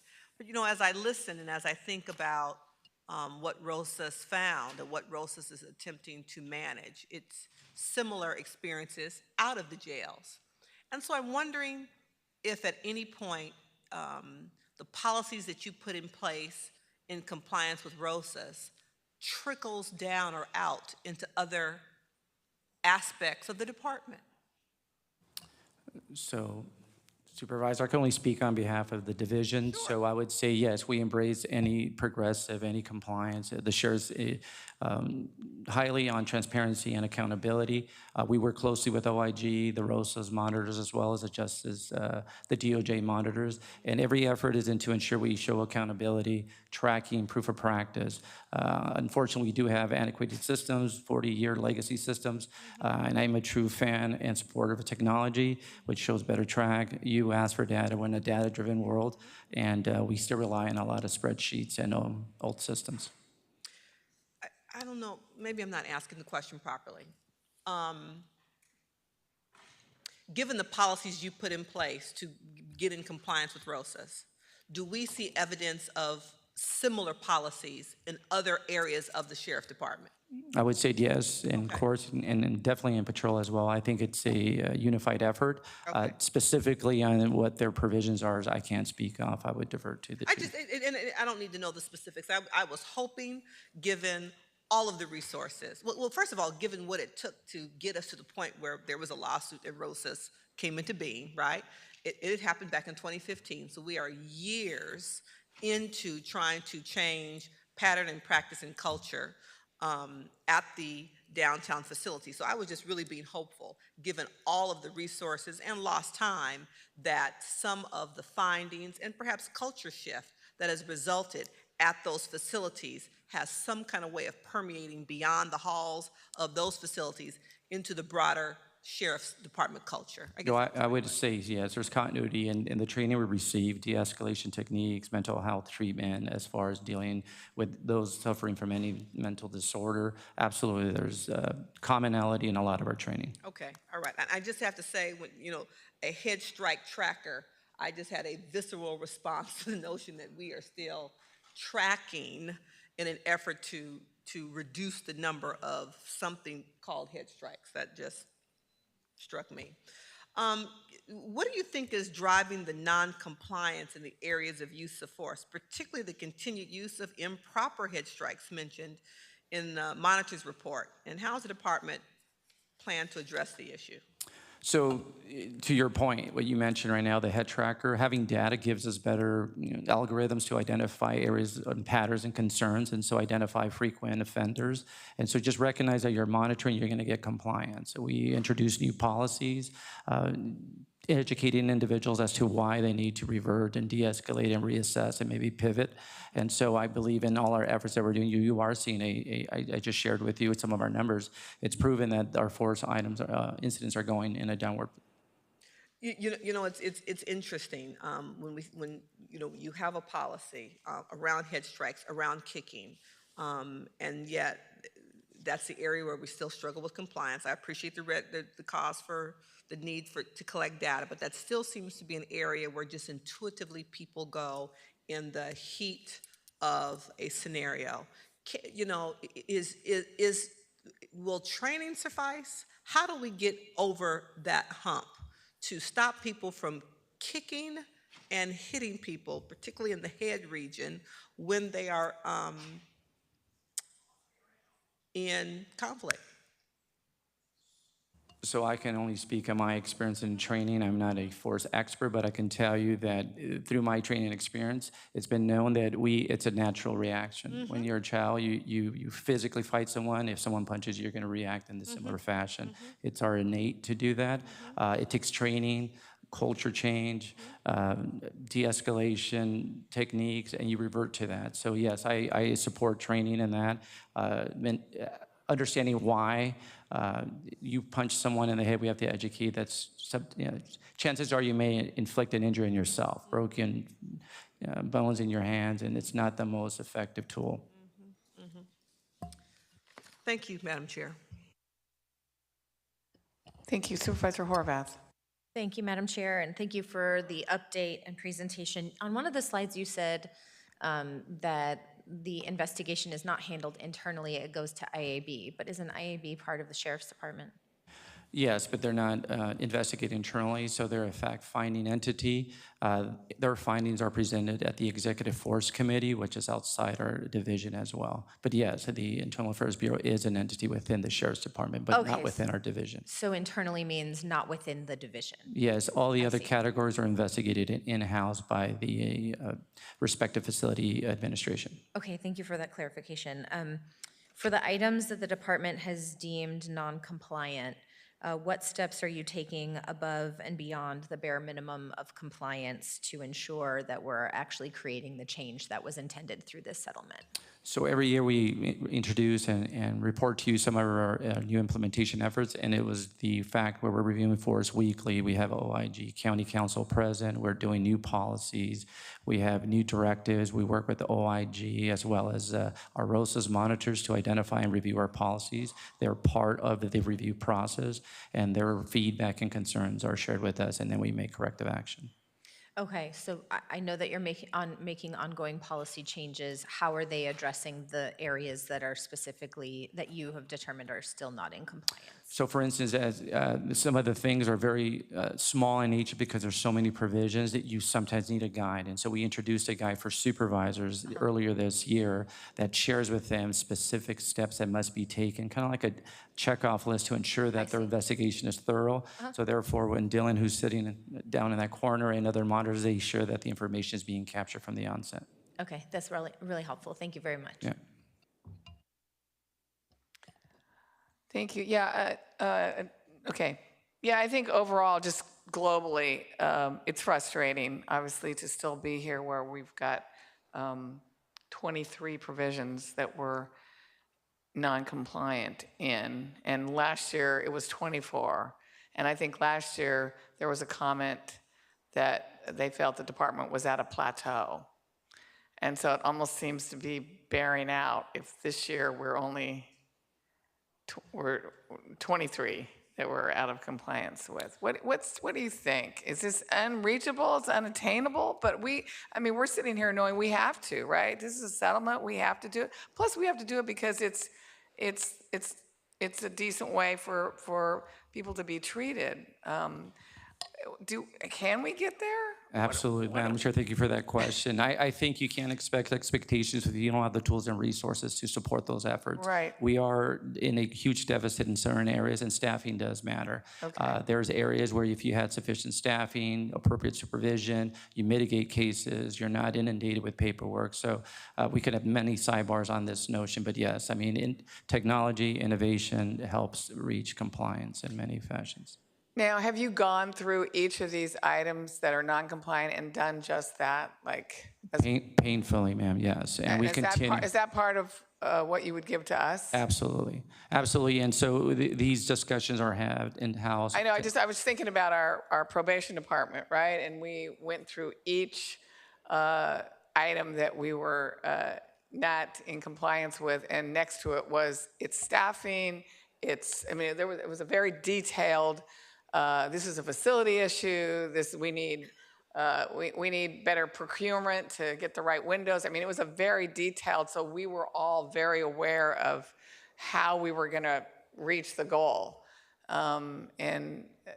It's not just a futile exercise, but, I think you need to make sure that also we're aware of, for each of those items, what do we need to do? How can we help? How can we be a partner? How can we get there? Because I don't want to have next year be, 22. No, I welcome the collaboration, and absolutely, there's ways, there's requests, and the board has been very amicable in providing us resources to reach those compliance, and I see us in a positive forward motion. Yeah, okay. Thank you. Are there members of the public that would like to address us on this item? Madam Chair, we have no remote or in-person speakers on this item. Okay, quick. This report is received and filed. Thank you. Hearing no objections, that will be the order. Okay, let's go to item 58, appointment of the Auditor Controller.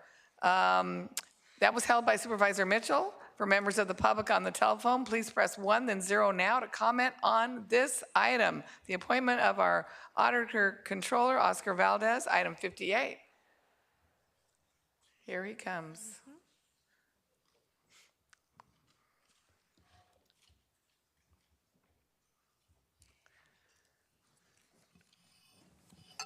Thank you for coming. Thank you, Madam Chair. Appreciate the opportunity. And Mr. Valdez, as I'm pretty sure you're aware, because I think my team shared it with you, the LA County Economic Resiliency Task Force Nonprofit and Philanthropy Work Group sent a letter expressing their frustration at the pace at which changes are occurring in the equity in county contracting process. And so I wanted to know if you've had an opportunity to review their letter. Yes, I have. I appreciate that. And do you have any feedback or responses to the issues raised? Well, first, let me just say very quickly, I'm particularly interested in hearing more about the possible improvements around sampling, utilizing the results of existing audits, improvement to contract monitoring practices, and updates to align county contracting practices from a local perspective. with regards to the letter, first of all, just wanted to communicate that the offices, we're looking to continue our partnership with the CBOs, with the nonprofits, with the departmental equity contract action teams, the work groups. We've been actively involved with those groups since the initial board motions, the first one in April 2021, the subsequent one in August 9th, 2022. We've been a key player in these, discussions. We haven't led the discussions, but we have been providing our input, our consulting, because one of the things that's happening here is that, we do need to maintain our independence, and we have a different function with regards to the goal of the county. So we definitely want to assist with the process. We want to partner with the agencies. We want to make sure that we're providing more efficiencies in county government. So some of the things that we've done since is we've provided support to the Department of Economic Opportunities. We've helped them outline the examples of a startup loan program during this process. Auditor Controller has worked in collaboration with ISD to develop a plan to basically in the future start tracking and collecting average payment cycles for the vendors. We've also had ISD consult with us for a one-year pilot program, which basically increased the department's simplified acquisition process from 25,000 up to 100,000. So again, we've been actively involved in the process. I know the letter also referenced the county handbook. We've actually gone through a phase 1 update. We released that update June 2021. That release actually addressed 75% of the requests made by the CBOs. We're actually finalizing our phase 2, the final process. We're hopeful that this will be done by mid to late September. It's going through the departmental review process, making sure that we're okay before we release. We've also provided training to not just departmental staff, but also to the CBOs, to the nonprofits. We've done cost allocation training. We've done contractor fiscal training. For the cost allocation training, Over the past 2 years, May 2022, we had 450 contractor staff participate in that training. May, June 2023, we actually had 200 contractor staff attend that. We've also done contractor fiscal training, and that was done January through March of 2022. Roughly 350 contractor staff participated in that. So we haven't done one for the most current year, but we're looking at doing those. With regards to the audit process and simplifying, I think there's some complexities there. The county has a decentralized approach. Yes, the auditor controller has the main responsibility for the countywide contract monitoring division. We assist basically 4 of our top departments, which is health services, mental health, public health, and social services in monitoring their contractors. These are federal dollars that require monitoring, subrecipient monitoring. So, we technically have to go out there. We work with our departments.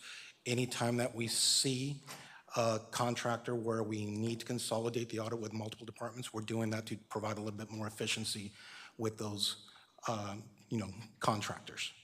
So, yes, some of these contractors also have their single audits by their external CPA firms, but at the same time, the single audit also requires the agency that's basically providing funding to the contractors to help mitigate the risk to the county. These are dollars that are going out to the providers. I believe there's roughly approximately 5,000 providers out there, $3 billion in federal dollars that are going out there.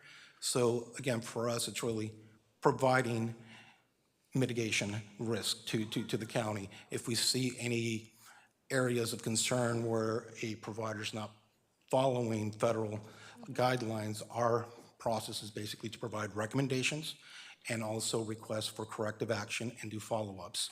We want to make sure agencies are not getting into a situation where you might have some disallowed costs, but at the same time, again, we're looking to basically collaborate with the CBOs, with the nonprofits in-house to make it a little bit more efficiency. So if we can find other ways to make these audits a little bit more efficient, we'll definitely try to do so.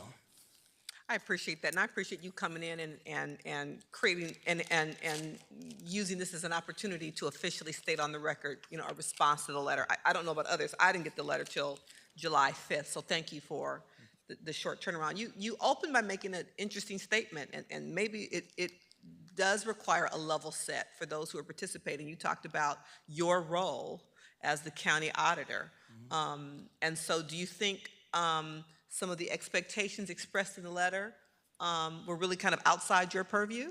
Is that fair to say? I would say, given that the your board, basically created the new centralized equity and county contract division within ISD, their responsibility under this purview is basically to lead continuous, equitable, and efficient improvements to the county's contracting and procurements process. They're responsible for developing, providing contract training, developing recommendations to address barriers to equitable reimbursement and compensation of contractors, meeting regularly with community-based organizations, nonprofit stakeholders on issues related to county contractors. So for us, there's a difference between setting policy and auditing policy. Our responsibility is really to provide that independent, objective review and provide recommendations for improvement.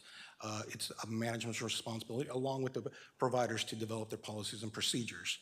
And our recommendations basically provide them with those tools to develop those corrective actions. Point taken. Thank you very much for responding. Thank you, Madam Chair. Thank you. Supervisor Solis. I'll be brief. Thank you for coming forward and talking to us and clarifying actually the point that I was going to raise. You just answered it, because I know ISD plays a big role here. And I would just suggest that we need to do more collaboration with them and meet with the groups that have already articulated their concerns so we can smooth this out moving forward under your leadership. Because I think it is essential, because every department should be involved in helping us meet our goals. And the goals are to make sure we're listening to our constituents and our stakeholders, and that's what Artie and everything's about that we've been talking about today. So I'm glad to hear that you know what the issue is, and now we've got to fix it. And even though we're maintaining independence, we definitely want to be at the table, collaborating, providing feedback, input in regards to some of these policies. Again, we can't be the owners of those policies, but we can definitely collaborate. Thank you. Thank you. Are there members of the public that would like to speak up on the appointment of our auditor controller? Item 58, please Yes, call them. Will the following individuals please come forward? Efren Escobedo, Joe St. John, Mike Greenspan, and Wilma Franco. Moderator, may we have the first remote caller, please?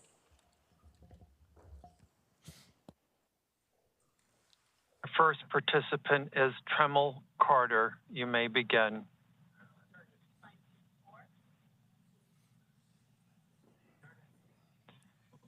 Tremel Carter, your line is now open.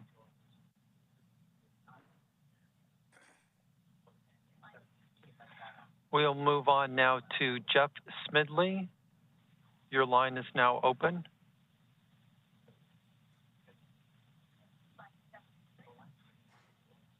Jeff Smidley, your line is open. Madam Chair, we have no one else in queue.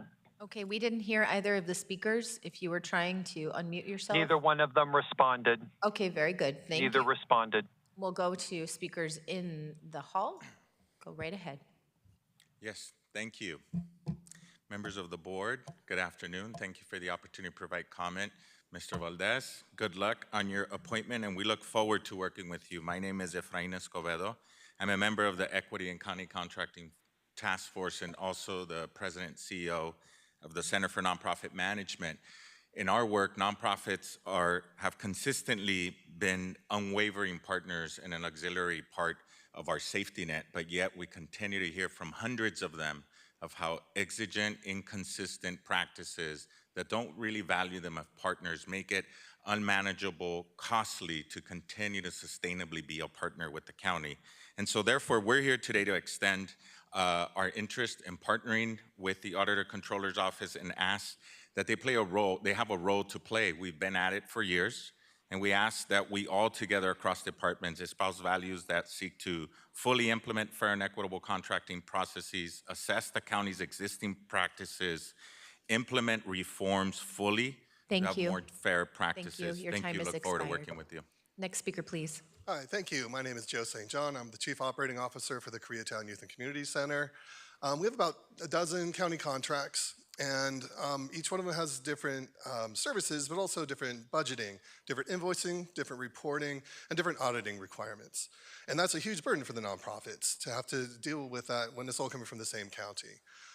That's why I joined the Equity and County Contracting workforce, was to work with the county to address a lot of these issues, and before that with Ms. Davenport on similar issues. The Auditor Controller has a really critical role in this, not just setting the standards, but also helping the nonprofits in making sure that they are used consistently across departments to create equity in their contracting for all the departments so the nonprofits can better do the work that you've asked us to do. So really look forward to working with you and appreciate you coming here and having prepared and read the documents. Really appreciate it. Thank you. Thank you. Next speaker, please. Mike Greenspan. Well, we got another appointee. Well, he goes from interim to the actual position of Auditor Controller, which, does that mean he's getting upgraded in his pay to $329,389.83, or was he just getting that all along and we're just giving him the title? Now, there's a trend we have with our people, in the county, they retire. Now they're getting about $150 an hour to come back as a consultant. I'm sure by the time he retires, it'll be $200, $250, $300 an hour. And we've got this attitude, money grows on trees. Well, I brought the gloves so we can go pick the money off the money trees over there. I found out where they are. They're in LA Council District 5, Koretz's district. After all, Janet thinks money grows on trees. Koretz thinks money grows on trees. Well, here's the gloves. Let's go picking them off the trees so we can pay this guy and his big fat consulting fee after he retires. Do we have other speakers? No other speakers, Madam Chair. No. Okay. So item 58 is now before us to appoint our Auditor Controller, Oscar Valdez, moved by Supervisor Mitchell, seconded by Supervisor Solis, to approve this item. Executive Officer, please call the roll. Item 58 is before you. Supervisor Solis. Aye. Supervisor Solis, aye. Supervisor Mitchell. Aye. Supervisor Mitchell, aye. Supervisor Horvath. Aye. Supervisor Horvath, aye. Supervisor Barger. Aye. Supervisor Barger, aye. Supervisor Hahn. Aye. Supervisor Hahn, aye. Motion carries 5-0. Congratulations. Thank you. Okay, at this time, it would be appropriate to hear from supervisors on items not posted on the agenda to be presented or referred to staff or placed on a future agenda. It's my understanding that Supervisors Solis and Mitchell have specials that will be read in today to be placed on the July 25th agenda. Supervisor Solis? Yes, thank you, Madam Chair. Thank you, colleagues. Earlier in today's board meeting, we unanimously passed a motion to adopt the countywide racial equity strategic plan. I was happy to co-author the motion because I believe the purpose of ARDI. I want to ensure that we are setting up ARDI with a strong foundation of inclusivity. Since its creation, I've heard from constituents, communities representing different parts of LA County who appreciated ARDI, however, have felt left out. We also heard from a number of callers today who have also provided public comments, emails, and letters from various representative groups that are asking for more engagement to feel and to be included in ARDI's work. My motion is to ensure and clarify the role and responsibility of ARDI for outreach and engagement that is inclusive of communities that have been historically marginalized. We know that LA County is home to a number of minority groups. We have more than 140 cultures and over 200 different languages spoken in the County of Los Angeles. Systemic racism has impacted those groups as well. We start all our county meetings with the land acknowledgement. We consciously do this to memorialize the massacre of indigenous tribes and the theft of their lands. Acknowledging historical wrongs is how we begin to make historical rights. I also want to highlight Chinatown, a beautiful and historic part of the county that I happen to represent. The county should never forget the lynching of 17 Chinese residents who came to America for opportunities and were killed in their pursuit of the American dream. Today, immigrants represent about 40% of the county and continue to be the scapegoat to fear-mongering related to crime, job loss, COVID, and homelessness. I also happen to represent Little Tokyo, but I wouldn't say that I'm exclusive in that because I know that we have different Asian Americans that are all over the County of Los Angeles. And we know that the unconstitutional incarceration of the Japanese American community had to endure and to prove allegiance to this country. And the old General Hospital that's in my district, there's a mural that displays the ugly history of LA County that memorializes the forced sterilization of 240 primarily Mexican immigrants who didn't speak English in the 60s and 70s. And it was only last year when the county's Registrar Recorder's Office launched a restrictive covenant modification program to assist in the redaction of unlawfully restrictive covenants in property records. Some of these clauses mandated housing discrimination based on race, colors, religion, sex, gender, gender identity, national origin, disability, veteran or military status, and the list goes on. I'm acknowledging each of these communities to emphasize the scope and work of ARDI, and they must contend with and make a concerted effort to include. The county, through ARDI's work, is responsible for espousing the values of anti-racism, diversity, and inclusion.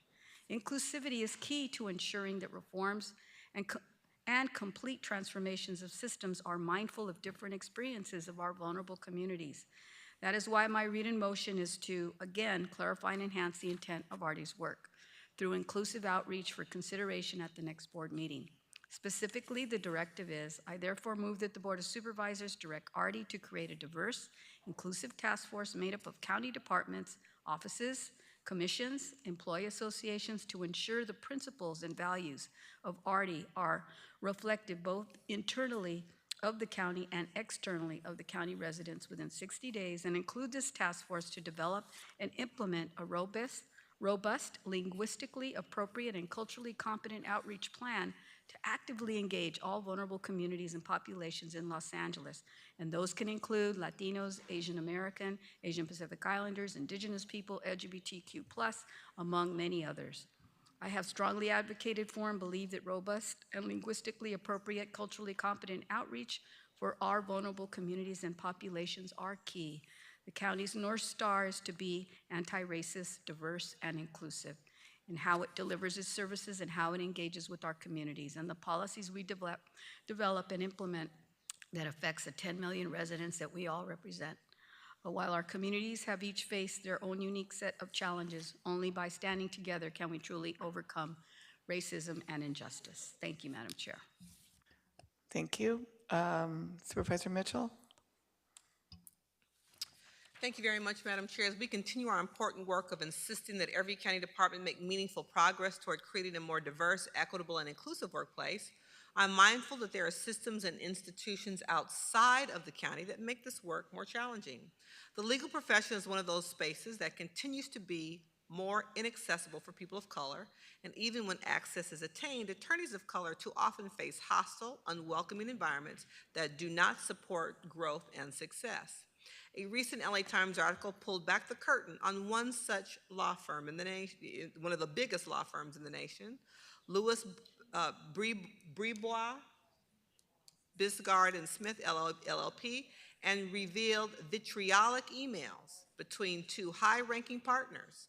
These emails were racist, sexist, anti-Semitic, anti-LGBTQ+, and quite frankly, just ignorant. The impunity with which these individuals carried on was emblematic of the culture that big law can create when these sentiments go systemically unchecked for generations.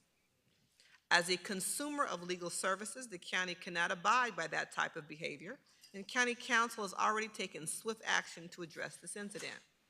Further, the county employs over 2,100 practicing attorneys across 5 legal departments. This provides us with an opportunity to further the county's equity work in a profession that has traditionally been resistant to the equity that the county strives for throughout all of its departments. Accordingly, I'd like to read in the following motion for your consideration at the next board meeting. I therefore move that the Board of Supervisors direct County Counsel, the Public Defender, Alternate Public Defender, the Director of the Child Support Department, and request the DA in collaboration with the Executive Director of ARDI to report back to the board in writing within 180 days on A, current efforts to advance the implementation of the ARDI initiative within each department, B, current recruitment activities and recommendations on how to advance diversity, inclusion, and belonging within all aspects of each department's recruitment, hiring, onboarding, promotion, and retention processes, ensuring fair and equitable access to employment opportunities for all qualified individuals. Recommendations to improve efforts to create a more robust pipeline of diverse attorneys by reaching students at all levels from grade school to law school, including LA County law schools and diverse law schools nationwide. Directive 2, to direct County Counsel to report back in writing within 180 days on A, efforts to create a more equitable process and policy for hiring outside counsel and increasing contracting opportunities for small, more diverse firms, including meaningful consideration of a firm's commitment to creating culture where diversity, equity, inclusion, and belonging efforts are of the highest opportunity, creating a diverse pipeline of attorneys, pro bono representation that advances equity and universal access to justice in LA County, such as but not limited to full or partial scope civil legal representation to low-income county residents, full scope legal representation for indigent defendants facing criminal charges, other support to service providers whose services support county initiatives, adherence to the county's anti-racism principles. Madam Chair, thank you. Thank you. Okay, now we'll hear from members of the public wishing to address the board on all remaining items not held by supervisors. General public comment. For members of the public on the telephone, please press 1, then 0 now to comment on these items. You must indicate the agenda item numbers that you wish to address, including general public comment, in order for us to allocate the appropriate time. Executive Officer, please call the members of the public who've signed up to speak on the remaining items and general public comment. And God bless all of you who have remained here this entire time and sat through this board meeting. Okay, now we're ready to listen to you. Thank you. Members of the public, you will have up to 3 minutes to address the board on all remaining items in general public comment. You will have 1 minute for one item, 2 minutes for 2 or more items, and 1 additional minute for general public comment. Please state your name and clearly indicate the agenda items you will be addressing. You may only address the board on these items. We will now call in-person speakers, and while they are coming forward, we will take telephonic speakers. Mary Rodriguez, Pedro Rodriguez, Amparo Ostojic, Belia Lopez, Berta Martinez, Leah Chavez, Julia Wallace, Darvin Quintana, Rhonda Layton Jones, Adi Bravo, Carrie Greer, Arlene Perez, Sheila Granham, Herman Herman, Antigone Robinson, Adam Suja Cohen, Braylon Baker, Liv Gott, Zachary Greenfield, Sienna Correa, Ryan Phillips, Chantel Rollinson, Zachary Greenfield, Stephanie Watkins, Christian Hewling, Ian Jameson, and Andrea MC. Moderator, may we have the first remote caller, please? Our first participant is EJ Metal. Please state the item numbers you are addressing today and whether you'll address on general public comment. You may begin. EJ Medal and general public comment. So as I was stating earlier, I don't know how you're going to reform and oversight the gang member sheriff's department. You already know my background with them and the experience. Also, all that intimidation, targeting, and harassment towards me from the late 90s to 2008, I'm still here, and I'm still complaining. The other thing is, all that money that was used to do that could have went somewhere else for public safety. Not public killing, public safety. Not public targeting, public safety. Not public intimidating, public safety. You have to get that mindset so they understand that they're public servants and they're working for us.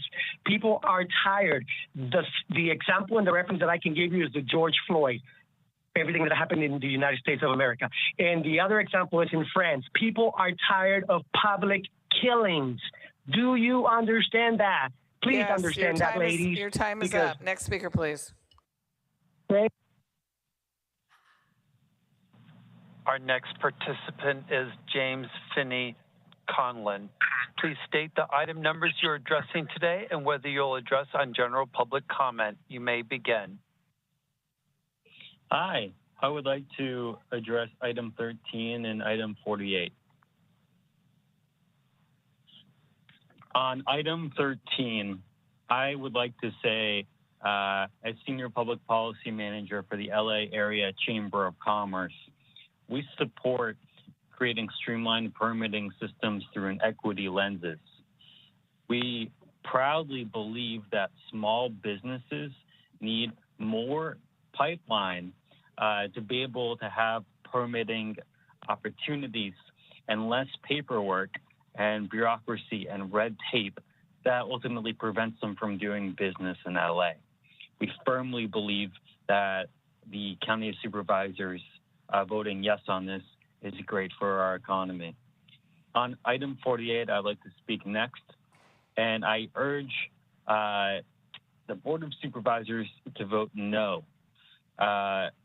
We believe that the PHCs, the public health councils, are going to be detrimental to many businesses and really not fit in a economy that does not have emergency health orders anymore tied to any sort of pandemic. We've moved into a new phase, and I think that including the public health councils is just not relevant for employer-employee relations at this time. And we can get a lot more work done through the county health department than setting up thousands of different public health councils. It's burdensome, it's inefficient, and also it's not really going to help our economy and our workers and businesses thrive. I'm not sure if you already voted consent on that, and I'd love clarification. And that's it for me. And thanks for for having my public comment. Thank you. Next speaker, please. Our next participant is Jared Wright. Please state the item numbers you're addressing today and whether you'll address on general public comment. You may begin. This is Gerard Wright, Government Affairs Director with the Greater LA Realtors, speaking on item number 24. Just general comments regarding the move to increase the tax, or at least the first starting portion of this. We applaud Assemblymember Santiago's leadership on this and putting the money where the mouth is.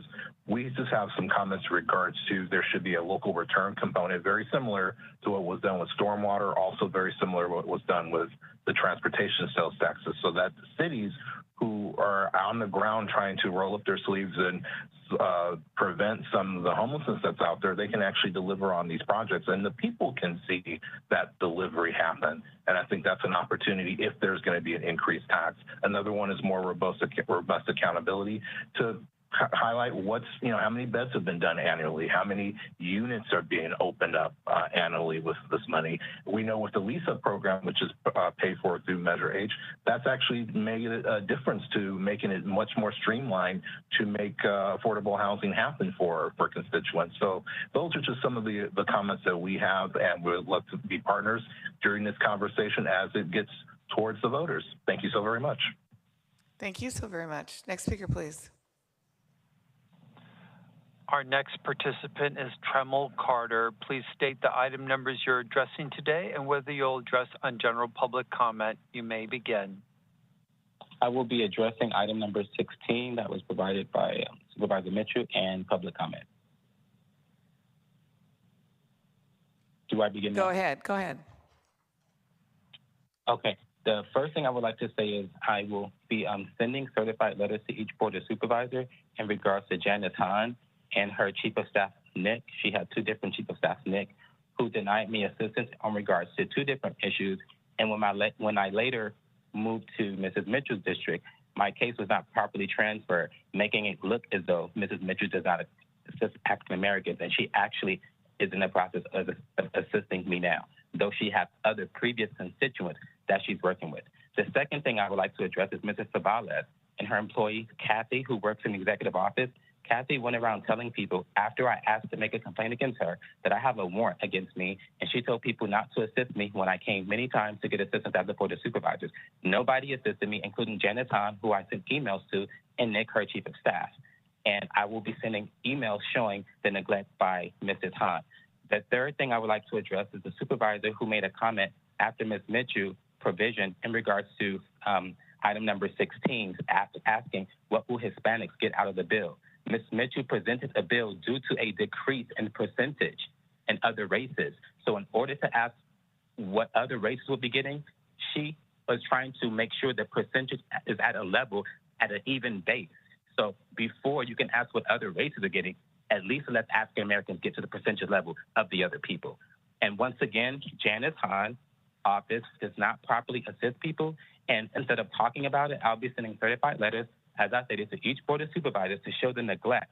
And when in transferring of cases to one district to another, there should be a proper way of transferring files so it doesn't make it seem as though another person or supervisor who's getting the file is not properly doing their jobs accordingly. And due to Mrs. Sabales, who's running her office like Nuri Martinez did, in a discriminatory manner, shielding misconduct over Kathy. Okay, thank you. Your time is up. Emails. Next speaker, please. Yes, I'm sure it is.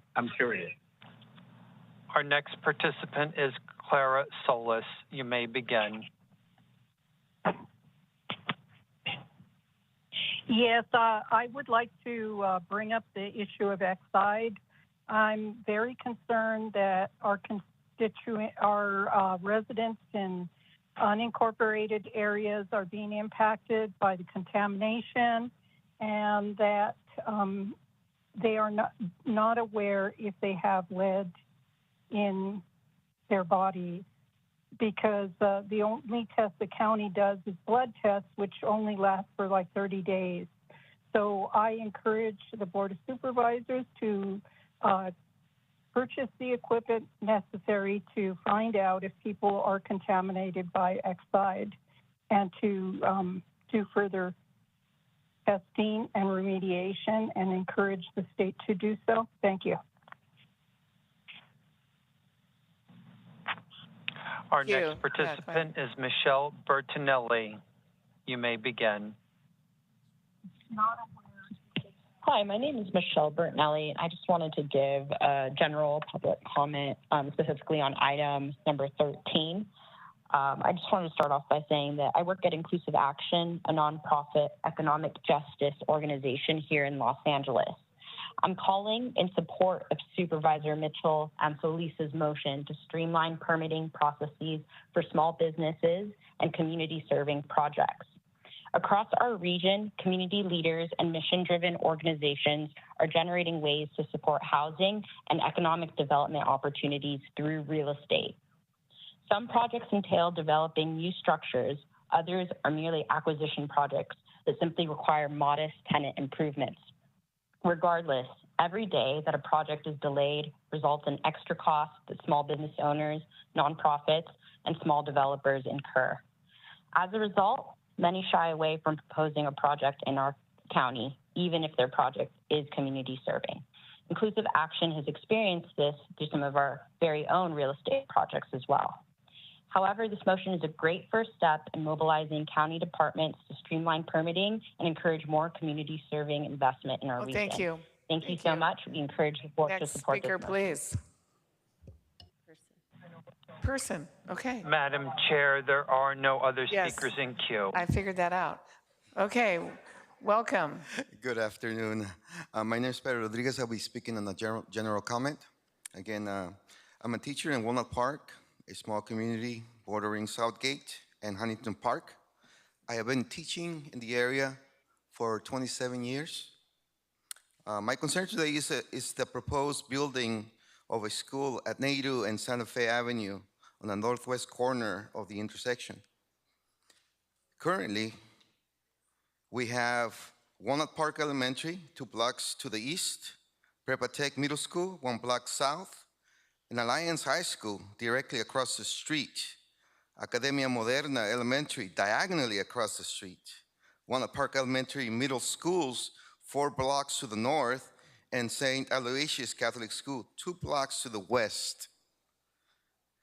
Building another school in an area already saturated with schools is an irresponsible choice. We do not need another school, and we definitely do not need KIP, a school system that violates building codes and environmental codes. Sir, I'm going to connect you with Esteban Garcia, who is my staff member, just to talk to you about some of your concern. I've heard people say no more liquor stores, but I've never heard anybody say no more schools, but we're going to hear what your concerns are. Okay, hello. Hi, my comment is also public comment. Good afternoon, my name is Claire Rodriguez. I have had the honor of being a teacher in Walnut Park for 25 years. I drive through that intersection at Nadu and Santa Fe, moving both east and west every day.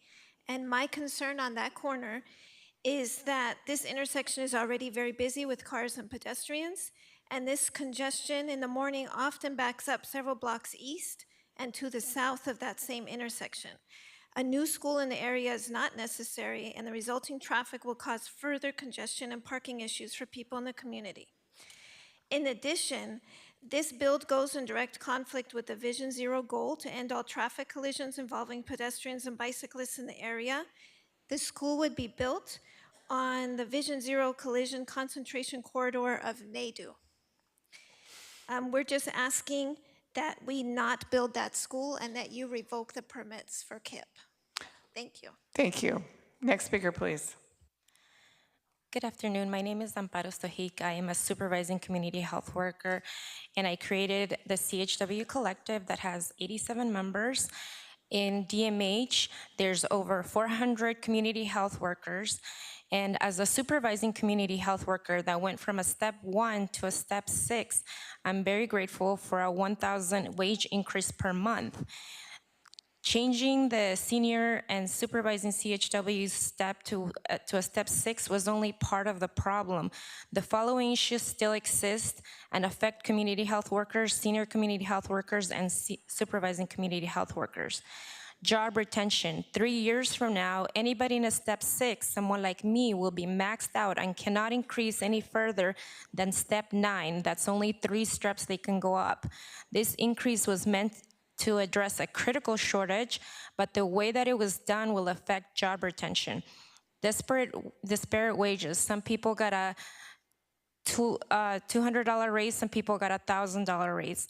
I'm sorry, I'm speaking on item 46 and public comment. Okay, did we give her enough time? Okay, 1 more minute. Thank you. It is not equitable to give some people a monthly raise of $1,000, others $200, and anyone in step 6 or higher, nothing. No increase for people in step 6 means people that have the most experience, who train and mentor new employees, who got no raise at all. Not recognizing these people that been there with the county the longest is disheartening, morally wrong, and most important, illegal.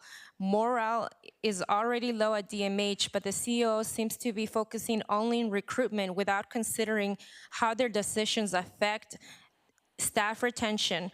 No organization can survive without addressing both. California Pan-Ethnic Health Network and the California Association of Community Health Workers have supported us in this demand. We are asking for your support to bring the CEO's office to the table on our members on all critical shortage recruitment rate bonuses and resolve our current issues. Thank you. Next speaker, please. Good afternoon. My name is Rhonda Layton Jones. And I want to say I appreciate you all because you have a big job. I wanted to thank the county for trying to recruit much needed community health workers. However, I have been here for 16 years, 16 long years, working from the beginning with clients down in the trenches. And I am still a community health worker. I've been on promotional items for the last 12 years. And every time I speak of promotion, I've been told it's not in the budget. So we are now, the CEO is now trying to recruit many community health workers, which are needed and necessary.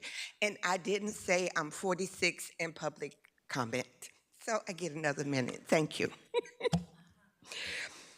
But the CEO office has been using the critical shortage recruitment rate language to bypass negotiations with the union in order for us all to have fair and equitable wages. I am here to implore you to please get them to the table. I'm at a step 9. I have nowhere else to go.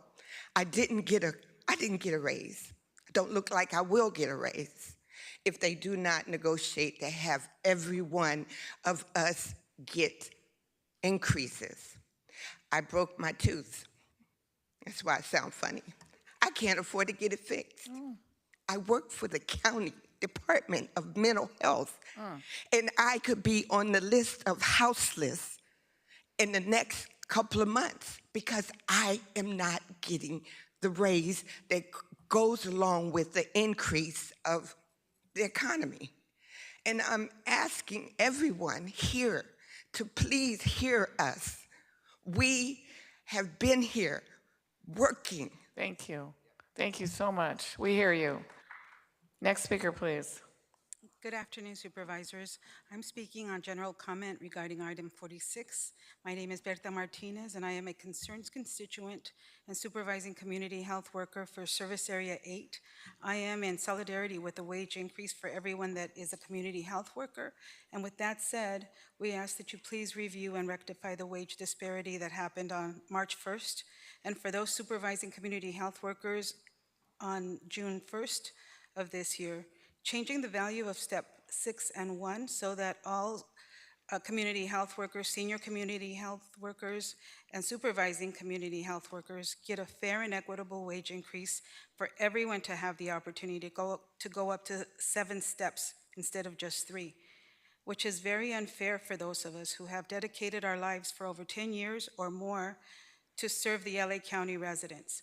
We ask that all supervising community health workers and senior community health workers get a raise retroactive effective March 1st, 2023.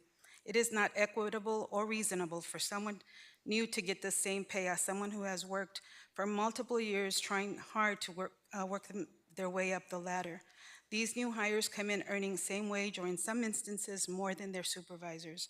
To add insult to injury, we would have the responsibility to train the new hires without any recompense or future wage increase. I appreciate your time and consideration on item 46 today. Thank you. Thank you. Next speaker, please. Good evening, Board of Supervisors. My name is Darwin Quintana. I am commenting on item 46. I am a concerned constituent and spouse of a community health worker. I am in solidarity of wage increase for everyone that is a community health worker. We ask that you rectify this wage disparity by changing the value of step 6 to step 1 so that all community health workers, senior community health workers, and supervising community health workers get a fair and equitable wage increase for everyone that have had the opportunity to go up 7 steps instead of 3. We ask that all supervising community health workers and senior community health workers get a raise effective March 1st, 2023. We appreciate your support. Thank you. Next speaker, please. Hello, thank you, Board of Supervisors. It's the first time I'm here in front of you. My name is Belia Lopez, and I'm gonna speak on item 46 in general public. I've been working for the Department of Mental Health for 20 years as a community health worker. I'm a single mom, and like my sister said, it's hard and it's embarrassing for us to be working and not be get paid equally. So I'm here to ask you for your support. We're being left behind, and it's not fair. There's a lot of people. They should be here, but because they are afraid to be in front of you guys and be in front of the directors, I was wishing that they will stay to hear our voice. I just ask your support. It's not fair. We've been here for the longest, and the first people that got a raise is the first that just got hired. It's not fair for them either, because on those people, one of them is my son. When I started working, I was a single mom, homeless, and my son was only 3 years old. And I'm just wondering what's going to happen to him. I just ask for your support. And I ask not only for all of you guys, but those that are not here and they're probably hearing us, so they could come and get united with us. It's not fair. And I appreciate your support. We've been here all day. I'm diabetic, holding it to see you guys, to speak to you guys, and to share my story. I was just nominated nationally, but not from the LA County. I was nominated as one of the fighters. And I'm going to say something in Spanish for those who are hearing us in Spanish. Soy una madre soltera que ha luchado por 20 años. Tengo un hijo de 3 años, comencé al condado de Los Ángeles. Y no es justo. No es justo. Okay, I'm a single mother of a child of 3 years old, and I became a single mother of a child of 3 years old, and I was homeless, and I am still working for the county, and I was homeless, and I wanted you to know that and say it in Spanish so that everyone can hear. That's what I'm here, and I know that there's a lot of guerreras y guerreros como Cesar Chavez, and I consider myself a leader, and I want to be recognized. Thank you. Thank you so much. We appreciate your bravery for coming and speaking in front of us. Thank you. But don't, if you need some food or water, make sure you let us know. We don't want anybody being ill because they were here all day. Hello, my name is Hi. Leah Chavez. I'm a community health worker. Fortunately, I'm new to the county. I'm a year and 6 months in, so I'm part of the recruitment of new hires. I'm grateful to have received the pay increase. However, I am here to ask you to consider, renegotiating to fix the disparities and the increase that some of us got and some of us didn't get. I believe that we should be responsible to create a healthy environment and a fair environment, and I'm asking you to be a part of that. I'm in step 6, so in 2 years, I will reach the maximum of how much I could get paid for the position. I love what I do. I work for PMRT, the Psychiatric Medical Response Team. I go out into the public and respond to the crises of those who are experiencing suicide and homicidal ideation. And I love it. I feel like it's my God-given work to be doing it, and I returned back to the mental health field after working off and on. And I thank you for this opportunity to speak, and I hope that we can move forward with our requests. Thank you. Thank you. Next speaker, please. Yes, my name is Julia Wallace. I've spoken a couple times before. I'm with the Department of Mental Health, and I'm also a member of SEIU Local 721. I worked during the pandemic in Service Area 4. I'm speaking on items 46, and I'm speaking during public comment. Let me just make sure I get my time. You're gonna get your time. Gotta reclaim it, So I wanted to make sure I spoke about some of the issues that people are talking about. During the pandemic, several of my clients died, okay? The people who are behind me, we didn't stay here all day because we're not serious about this. We care.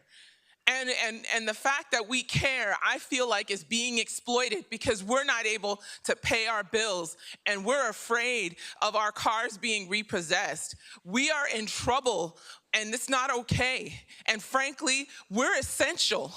Everybody here and so many folks are talking about the homelessness crisis. We're the ones working in the homelessness crisis. We're the ones there. I'm a housing navigator. So we're the ones trying to find and get people housed and have been able to get people housed in some ways, but it's incredibly difficult.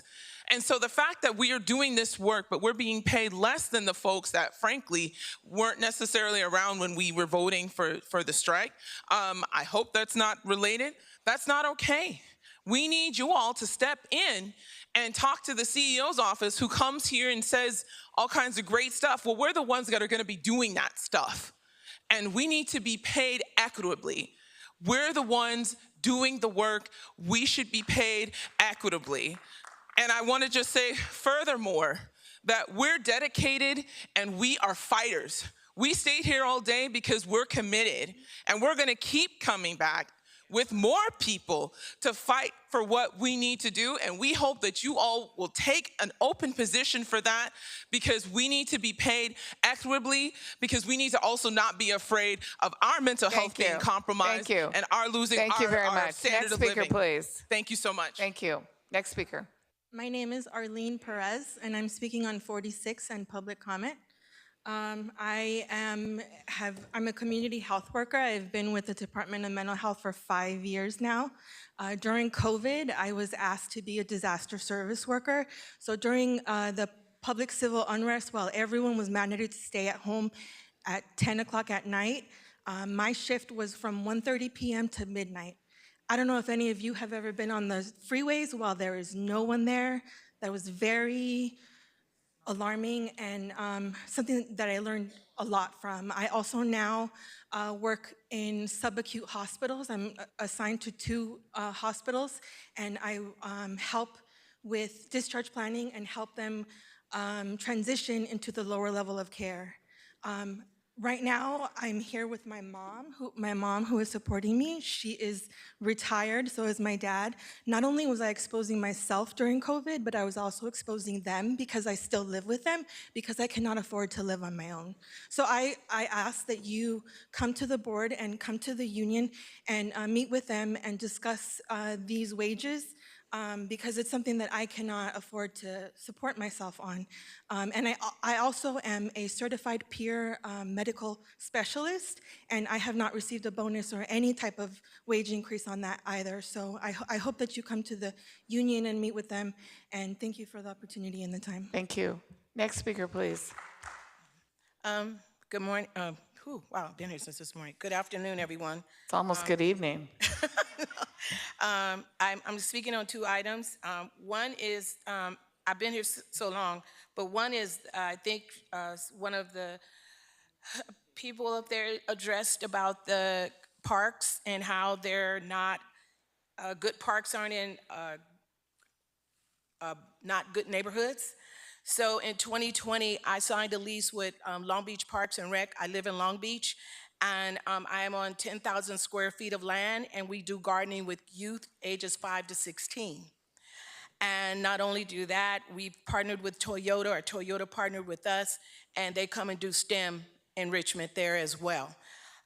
So I'm here today to say that you're absolutely correct about parks being in better neighborhoods or better taken care of in those neighborhoods.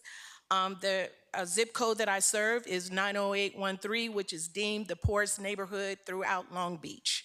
So that's the community that I serve. Again, I signed this lease in January of 2020. There was one homeless person there. Now there is continuous drugs, alcohol, and severe prostitution going on. Right now, we're holding a summer art camp.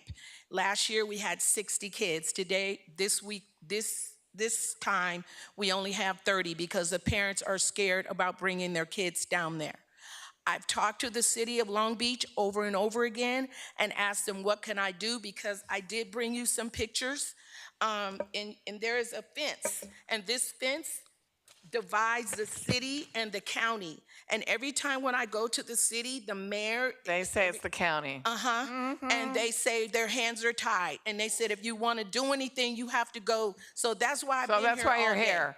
That's why. Okay, great. I'm going to have you connect to my staff because Long Beach is an area that I represent.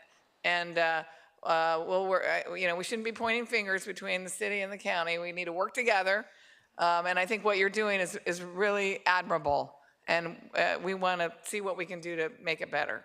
Okay. So they told me to say something about an MOU. I don't know what that means. I know what that means. Okay, okay. That means it's your fault, not mine. No, it means work together. Okay, next speaker, please. Hi, my name is Siana Correa, and I'm here with the AIDS Healthcare Foundation, and I'm speaking on general public comment. I'm here to join the many voices that something more needs to be done about STIs in LA County. In 2021, there were more than 2.5 million cases of syphilis, chlamydia, and gonorrhea in the United States. In Los Angeles that same year, we had 10,000 cases of syphilis and 28,000 cases of gonorrhea. Last year, 136 new cases of congenital syphilis were identified here as well. And we want to know what is going to be done about it and what are you going to do about the 176% increase in syphilis over the past decade. AHF and other STI crisis coalition partners are eager to see what impact the recently allocated $10 million will make on STI rates in Los Angeles moving forward. And as you know, we must work together to solve the STI crisis. It's urgent and it deserves focused attention. Thank you. Thank you. Next speaker, please. Good afternoon. My name is Zach Greenfield, and I'm also here on behalf of AHF. I'm speaking on a general public comment. Over the last few years, STIs have only continued to climb, and many programmatic changes intended to reduce rates over the long term have failed or suffered from a lack of consistent funding. We at AHF are happy to see that additional funding is being allocated toward STIs in LA County.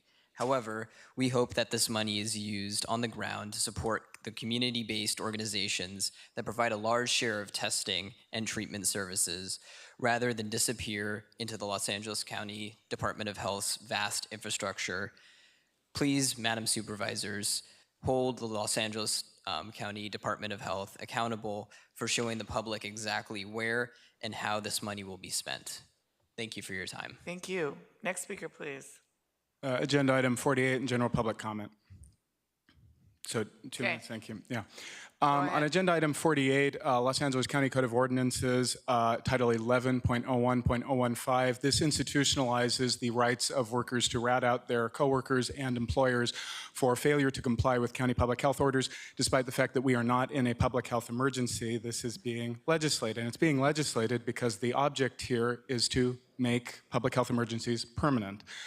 There is no better illustration of this motive than the testimony of my colleague, Wes Sigmiller, who's a former sex worker and who works with Sex Workers Outreach Project of LA, who met with the county multiple times late last year to discuss the fact that the data showed that Mpox infection rates were very low and that the county's continued alarmist messaging about the disease was unnecessary and without any basis in science, and the county predictably ignored their recommendations and continued the alarmist hysteria over Mpox. And they continued the alarmist hysteria because the object here is not public health, it is the selling of pharmaceuticals, getting vaccines into arms regardless of whether or not they're needed.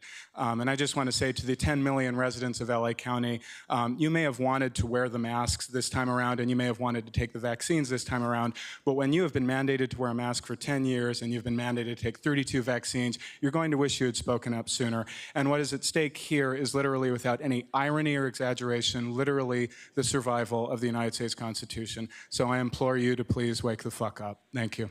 Next speaker, please. Good afternoon. My name is Antigone Robinson, speaking on general public comment. Today I stand with AHF to plead that something be done about STIs. The STI Crisis Coalition, a group of community-based organizations in Los Angeles, has been working with LACDPH and DHSP to reduce barriers to care for HIV/STI services. All parties have identified high-volume express HIV/STI testing as a priority. However, instead of doing more to accomplish these goals, some efforts by DPH, such as no longer paying for the lab processing of CBO specimens, have only hindered our efforts to serve.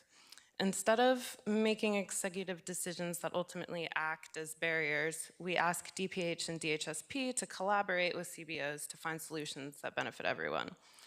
During a recent meeting between the STI Crisis Coalition and Mario Perez, he said, if there's information at the agency level around what needs to be different to make the STD Express model come to fruition, then I need to hear what it is so we can adjust. And this is exactly what we need. Regular meetings between our organizations to strategize about reducing the number of HIV/STI cases in LA County. Let's work together to revitalize public health in Los Angeles. Thank you. Thank you. Next speaker, please. Good evening, Adam Tsukijiko and AIDS Healthcare Foundation. I'm here to talk about the 100,000 cases of chlamydia, gonorrhea, syphilis that are reported in this county every single year. We come to highlight consistently the fact that STIs are rising in our county and across the US, and we've been protesting to show that reducing transmission rates is one of the top priorities for many individuals in this county. Despite these efforts, we do find it a bit concerning that the board will rarely discuss our concerns. Most likely STIs are not on the agenda. They haven't been on since February when the report back came from the LA County Department of Public Health. According to the Brown Act, the board can, they're not required to, but they can make courtesy or brief informational responses to those providing public comments. And I've seen supervisors respond to public comments before, and AHF is generally met with silence when talking about chlamydia, gonorrhea, and syphilis. If we're going to focus on $10 million given to the Department of Public Health regarding STIs, I'd love to be able to have conversations with the board about how that money should be spent, because this is a crisis and we need to find better ways to address prevention, testing, and treatment. Thank you. Thank you. Next speaker, please. I'm Stephanie Watkins-Smith. I'm speaking on number 46, public comment. I am also a community health worker. I've been working with the Department of Mental Health. I've been working with the Department of Mental Health for 8 years. So are you telling me that I am not an important person because you didn't even offer, I was not even offered a chance to get a raise, like someone walking in off the street. I'm the one who's going to be training that person who's coming in off the street. I'm the one who's working the overtime because I can't afford to pay my student loans, and I may be evicted within the next year because no raise. California's cost of living has continued to rise. However, the wages have not. We need a livable income. I live in the unincorporated areas of Compton, and I can't get, thankfully you guys just approved, but normally I wouldn't have been able to get counsel if I were gonna be evicted. Thank you that you guys just approved for the student loans, or I wouldn't have been able to pay my loans potentially. So yes, we do need a living wage. It needs to be a fair across the board, and everybody needs to be included, not excluding some, everyone included. Thank you. Next speaker, please. Good afternoon. My name is Carrie Greer. I'm speaking on item 46, section 54. I'm also a community health worker as well as a SEIU 721 union steward. I've been with the county, LA County DMH for 11 years, and there is no room for pertaining to promotion. They plan on hiring a vast amount of more community health workers.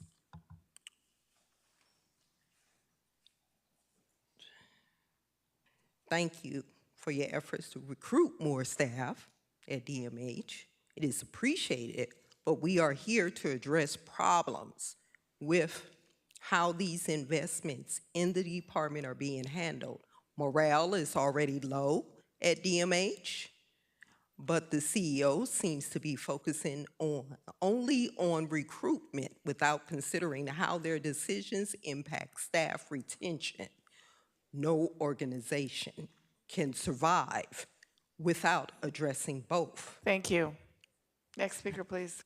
Good afternoon, good evening, supervisors. My name is Christian Hewling.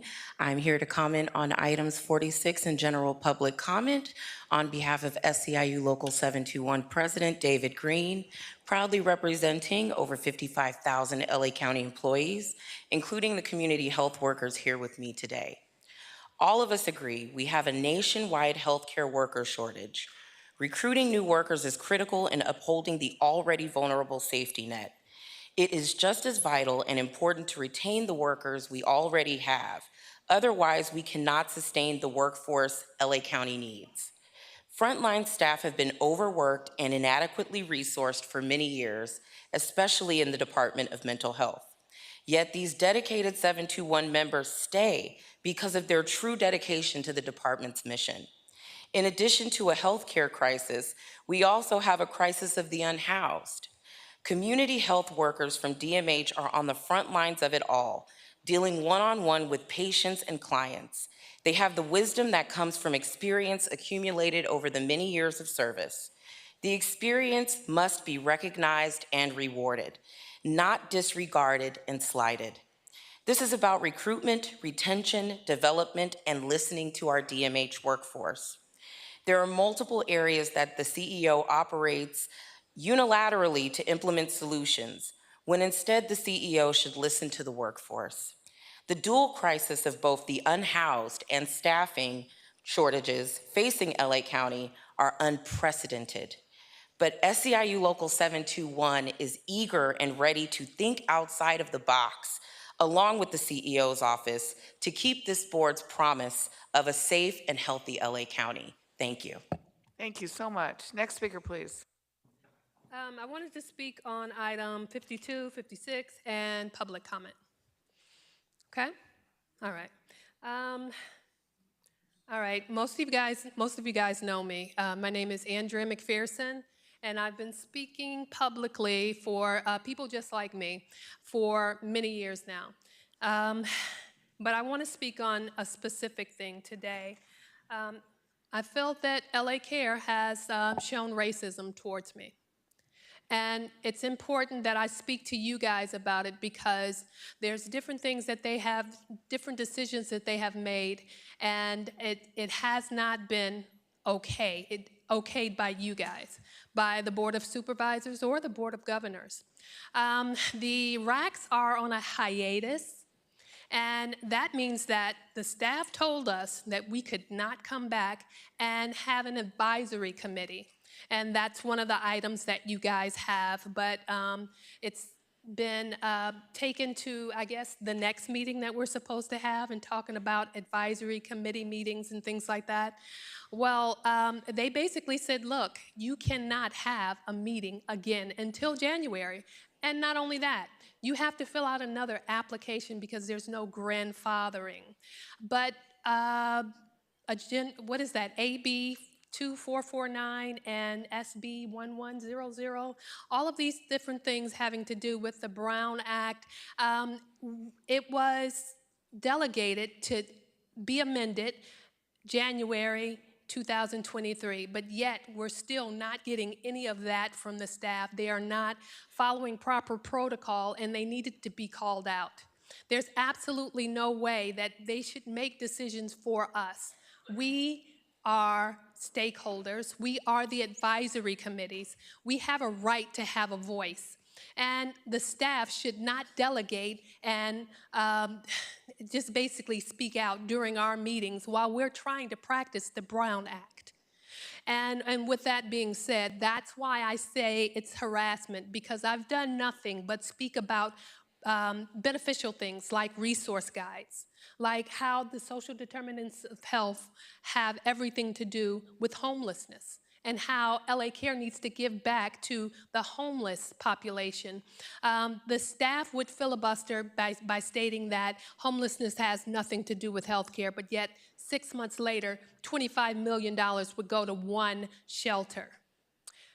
And I'm looked at as a villain, as an enemy, when all I'm trying to do is to advocate for people just like me that have been homeless, that are low income, that are Black, and that need assistance, and that's what LA Care has the billions of dollars for, and I'm just trying to help advise them, but yet they took the advisory committee away as well. Thank you. So what are we gonna do? Next speaker, please. Thank you. Hello, my name is Aide Bravo. I'm speaking on public comment, just general public comment. Okay, so I am Aide Bravo. I am a teacher in the Southeast for 29 years. I live in Janice Han's district. I was a petitioner on a lawsuit against KIPS SoCal charter schools. I have the ruling here I'd like to share with you, and I'll if you can give that to them. And in the lawsuit, we filed it because KIPS SoCal charter schools did not do the proper reviewing of the soil before they wanted to build on it. The ruling indicated by the judge that they could not build anymore because of the fact that they didn't follow the CEQA requirements. And so they abandoned the plan in Cudahy and then went over to Walnut Park to start building. And that's where we're at right now. So the County Department of Building and Safety provided a building permit to KIPS SoCal via a ministerial project, which is a violation of CEQA. They attempted to do the same thing in Cudahy when, and then we stopped them from doing that. KIPS SoCal charter schools is not exempt from proper environmental review. I oppose the building plan. Thank you very much. Thank you very much. And hope that you will help us. Thank you. Next speaker, please. Hi, my name is Liv Gott, and I'll be speaking on general public comment. I'm here with the rest of my colleagues from AHF to talk about STIs as a public health concern. The CDC's Healthy People 2030 goals identifies a need for increased public health infrastructure, including investment in information systems and public health organizations to expand our capacity for response to public health needs. If we follow the advice of the experts, we would be investing towards surge models, pop-up clinics, and mobile testing units. We would invest in reducing barriers to STI testing and treatment processes. If we were listening to the experts, LA County would work with the community health organizations to improve capacity at the structural level by reducing complicated paperwork and health insurance requirements for STI testing. The lack of trust and cooperation between governing bodies and community organizations in LA County has increased barriers for the individuals that we both aim to serve. If we listen and experts work collaboratively, we can help meet the needs of our community together. Thank you very much. Next speaker, please. Hi, I'm Braylon, here with AHF, speaking on public comment. So, sorry, okay. I am concerned about the cuts to laboratory funding for STIs. Many people come to AHF and other CBOs like the LGBT Center and APLA as opposed to their primary care provider because we do not judge them. We do not send EOBs to their homes that someone else might read, and our clinics are a safe space to address their sexual health. With the ever-rising rates of STIs and the threat of antibiotic-resistant gonorrhea, why would anyone want to disrupt discrete services for those who need it the most? APLA, LGBT Center, AHF, and others are trusted in the community as places to receive services without judgment. Please don't interrupt that process when STI rates are so dire, and consider reestablishing free lab processing for CBOs. Thank you. Thank you. Next speaker, please. Mike Greenspan. I want to speak on 11, 12, 17, 52C, and general public comment. 11, John Walsh always said, snitches get stitches. The city of LA pays $50,000 rewards, and they still don't get any takers. And that 11 is now over 6.5 years old. 17 is 8 years old. You haven't gotten anybody yet. Now, 52C, oh, we're going to have a prayer breakfast. Gee, I wonder if the officers can afford the $4. I just wonder if they can. Yes, praise Jesus. Now pass the ham. Excuse me, Jesus never ate a slice of ham. Maybe you guys ought to learn some food law and law enforcement. It would really help. Now, the Park Month. Let me quote this. Parks make life better. I've umpired baseball, softball, everything from t-ball to the old folks, the seniors in softball, done fast pitch, slow pitch, done synagogue leagues, done Christian leagues, you name it. I think I've done about everything there. And it's always interesting because the people that claim to be good sports are usually the worst. I mean, politicians, judges, ministers, they're some of the worst. And you know what happens when they get caught cheating in a Christian league? You want to know what happens? They jerk their dicks and blame the umpire. Okay, That's what. out of line. Please Stick to the motion. Next speaker, please. So yes, in the story of Brandenburg versus Ohio, US 395, 444, 1969, Madam Attorney, get yourself into gear. It is protective speech. It's an opinion by the courts, and I have a right to exercise my First Amendment to repeat what the testimony of that opinion is. And Janet, get it straight. Yes, current price, DeMillie, a dirty nigger. Yes, and I will save America. No, you're done. Thank you. Good night. Any other speakers? No other speakers. Okay.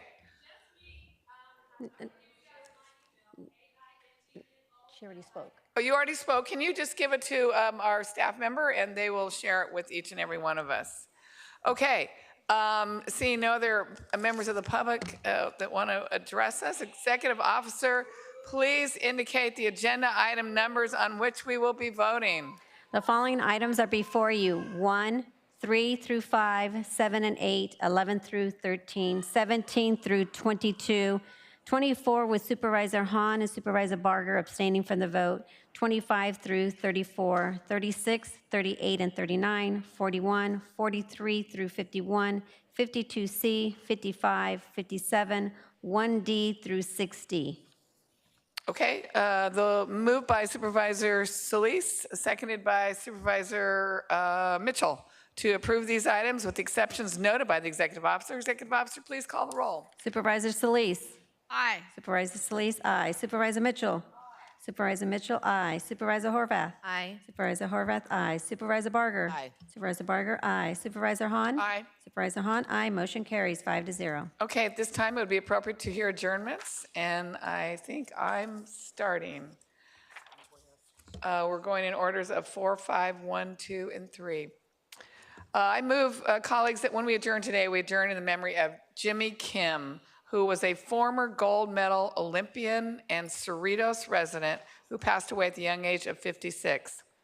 Jimmy was raised in Cerritos and graduated from Cerritos High in 1985. He was the first American male to ever win a gold medal in Taekwondo at the Olympics. Jimmy began his Taekwondo training when he was 2 years old and began competing by age 7. By 1988, he had collected between 45 and 50 medals, including 3 national gold medals, 3 gold medals in international competitions.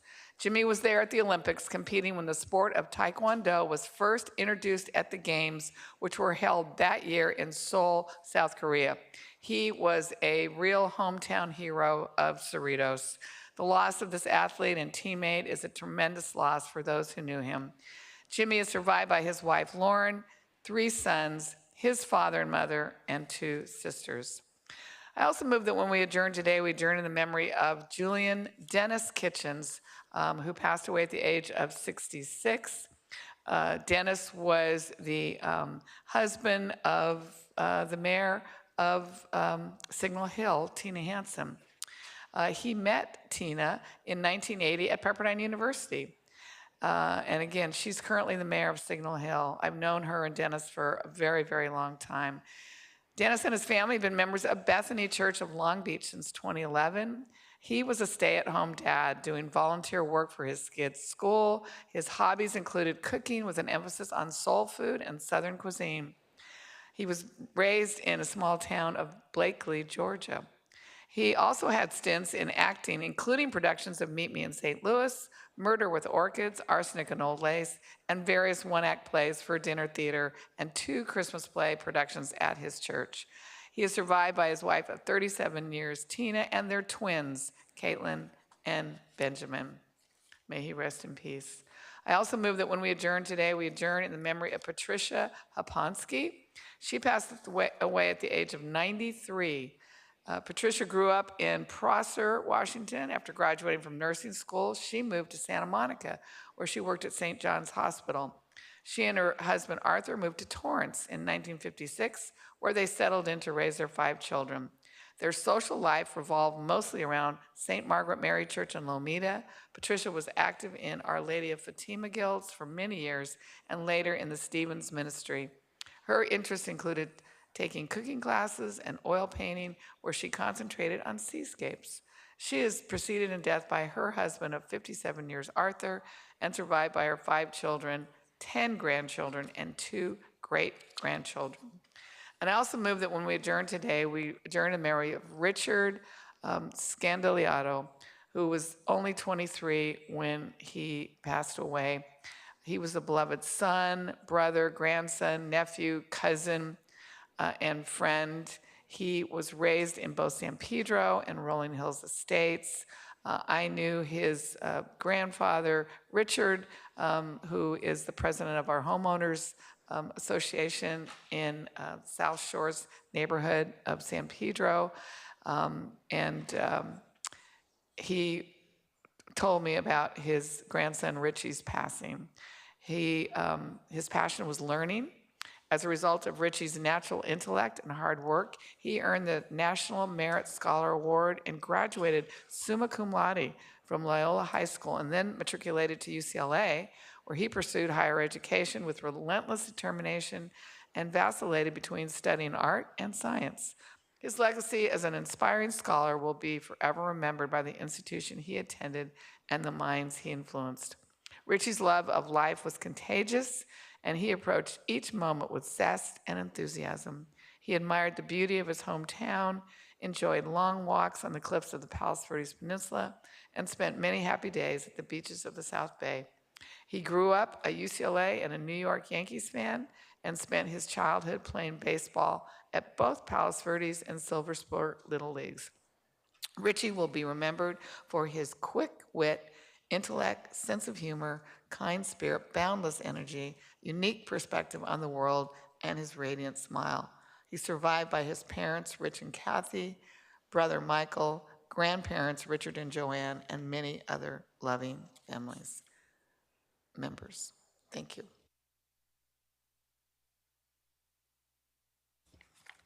Who's next?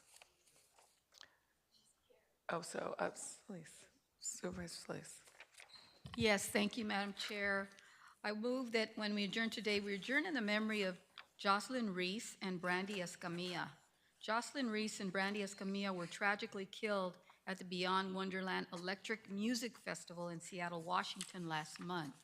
Escamilla and Reese, who lived in Seattle but were both originally from Southern California, both Walnut and Norwalk, were the definition of soulmates. The pair met in high school. Together they graduated from Mount St. Mary's University in 2018 and later went on to work at nurses in the COVID-19 unit at the City of Hope in Duarte. After getting engaged, they moved to Seattle as travel nurses to realize their dream of growing and being a team. They brought out the best of their friends and families and loved ones.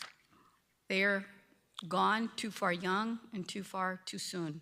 Both Escamilla and Reese lived a full life. May they rest in eternal peace, and may their families be in all our thoughts and our prayers for the days to come. Thank you. Thank you, Madam Chair. Thank you. Supervisor Mitchell. Thank you so much, Madam Chair. When we adjourn this evening, I ask that we adjourn in memory of Ralph Douglas Sutton. Mr. Sutton was born on December 22nd, 1946 in Los Angeles and passed away this past June 16th at the age of 76. He proudly received his education in the 2nd District, where he attended Manual Arts High School. He was a student athlete who played football and ran track. He was also a Glee Club member and loved music. In 1964, he joined the United States Air Force and was stationed in Afghanistan and Japan. He proudly rose to the rank of sergeant before his honorable discharge. Upon discharge, Mr. Sutton returned to Los Angeles, where he received an associate's degree in broadcast journalism from LA City College then in 1974. He transferred to Cal State University, Los Angeles to continue his education while working as the public relations and media director for the Brotherhood Crusade. Throughout his distinguished career, he worked as an anchor and writer at prominent news stations such as KGFJ, KFWB, and K-Earth 101. Mr. Sutton was committed to the well-being and education of his community, as exemplified by his work as the Vice President and Chief Operating Officer at the Sickle Cell Disease Association of America for over 12 years. He later became the African American Community Development Coordinator for One Legacy, the nation's largest organ, tissue, and eye donation procurement organization serving Southern California. Charged with educating people on the benefits and importance of organ donation, he became a trusted voice as he developed a series of powerful outreach programs. Organizations across the nation credit their African American community outreach to his work. After 6 years with One Legacy, Mr. Sutton semi-retired and joined Entrepreneur Educational Center, Inc., a Watts-based nonprofit designed to nurture and promote entrepreneurship and small business creation and expansion in the underserved communities of Watts, Willowbrook, Compton, Carson, and South Los Angeles. His work led to the creation of over 35 small minority-owned businesses in the 2nd Supervisorial District. Mr. Sutton will be deeply missed. He is survived by his 2 children, Vincent and Sella, 5 grandchildren, his brother James, and a host of extended families, friends, and colleagues. Thank you, Madam Chair. Supervisor Horvath. Thank you. I have 2 adjournments today. I would first move that when we adjourn today, we adjourn in memory of Esther Baum, who was an active member of the West Hollywood community. She died last month at the age of 98. A 33-year resident of West Hollywood, Esther was involved in the civic life of the community, planning the annual National Night Out event for many years in her neighborhood. A native Angelino and trained accountant, Esther gave back after retiring in 2017 by helping local seniors with their taxes. Her volunteerism also included 28 years on the Senior Advisory Board of West Hollywood, a role that led her to champion the Seniors in Action program. She was a longtime advocate for senior issues as well as rent control. She was also a block captain for her neighborhood watch group.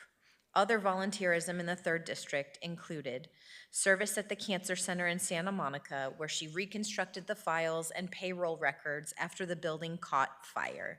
She volunteered at Project Angel Food, the Maple Counseling Center in Beverly Hills, and AARP.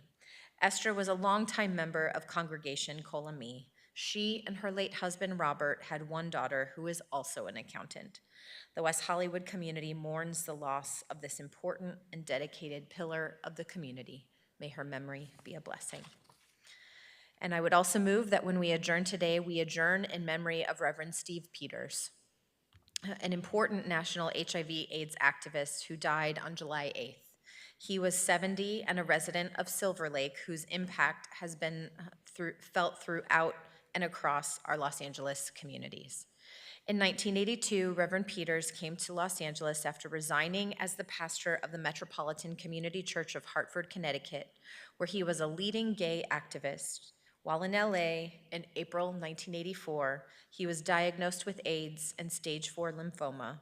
He was told by one health professional that he would not live to see 1985. That year, he became patient number 1 on the first antiviral drug trial. Both cancers went into complete remission, and he beat all odds.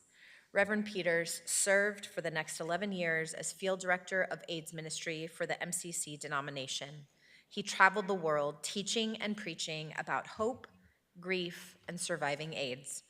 He served on the Los Angeles AIDS Task Force and on the boards of both the AIDS Project Los Angeles and the AIDS National Interfaith Network. He was regularly looked to by the media as an important voice. He was featured in Life, Time, and Omni magazines, as well as the LA Times. He regularly appeared on CNN and was famously interviewed by Tammy Faye Baker in 1985, a poignant national moment recently captured in the film The Eyes of Tammy Faye. He said of that interview, "More than anything else I've done, so many people have said my interview with her helped them come out or even saved them from suicide by helping them realize they could be gay and Christian, or that God was not punishing them with AIDS for being gay."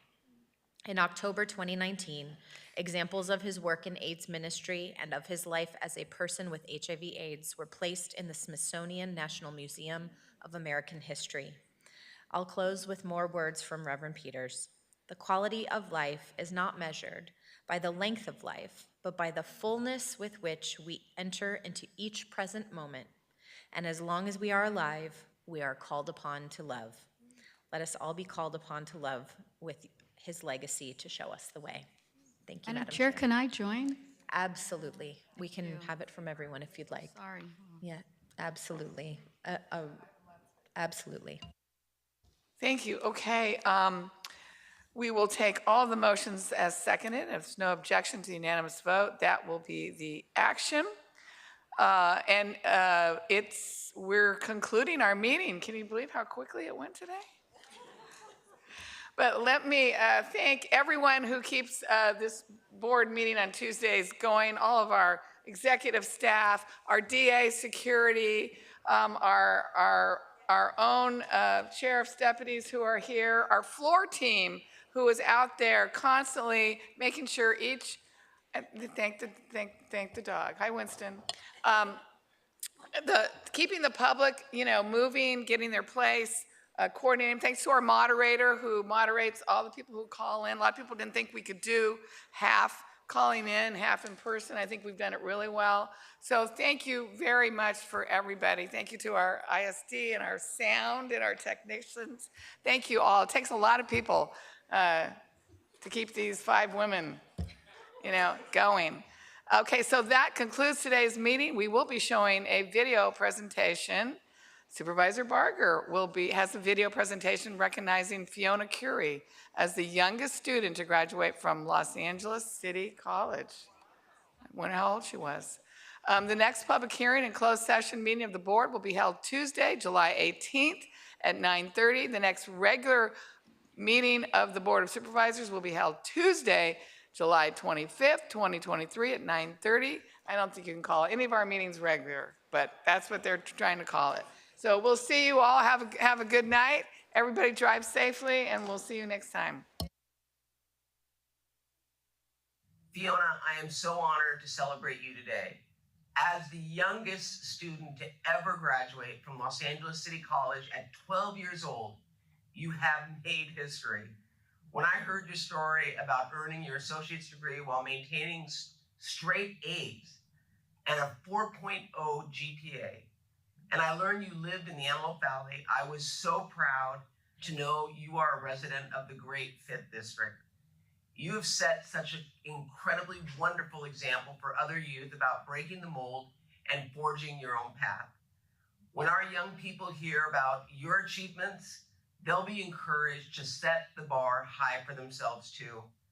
While you achieve this incredible accomplishment, I hope you continue to enjoy your time as a 12-year-old and give yourself grace as you navigate the years ahead.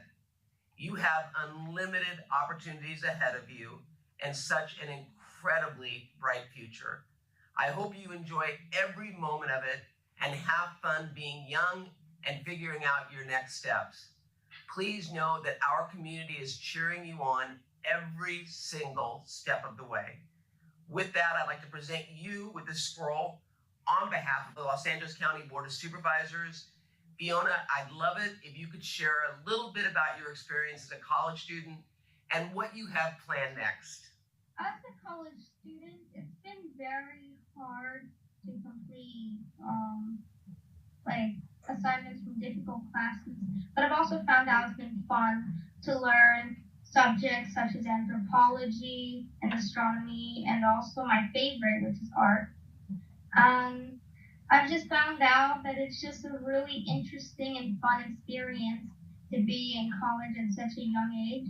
And though I am very busy at times, I still manage to find some time to have fun, play and do what I enjoy, like riding horses or drawing or reading books. And in the future, I'm thinking of continuing college to get 2 more art degrees, one in graphic design and one in general arts. And when I have completed those 2 degrees, I'm thinking of transferring to a 4-year university, maybe UCLA, or my dream would be to transfer to Otis College. Fantastic, and I have to acknowledge your dad.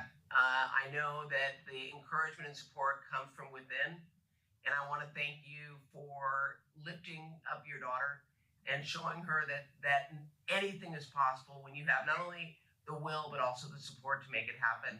And I'm excited to watch your future as in any field that you go into, but it sounds like arts is your passion, and we are going to be cheering you on all the way. Thank you.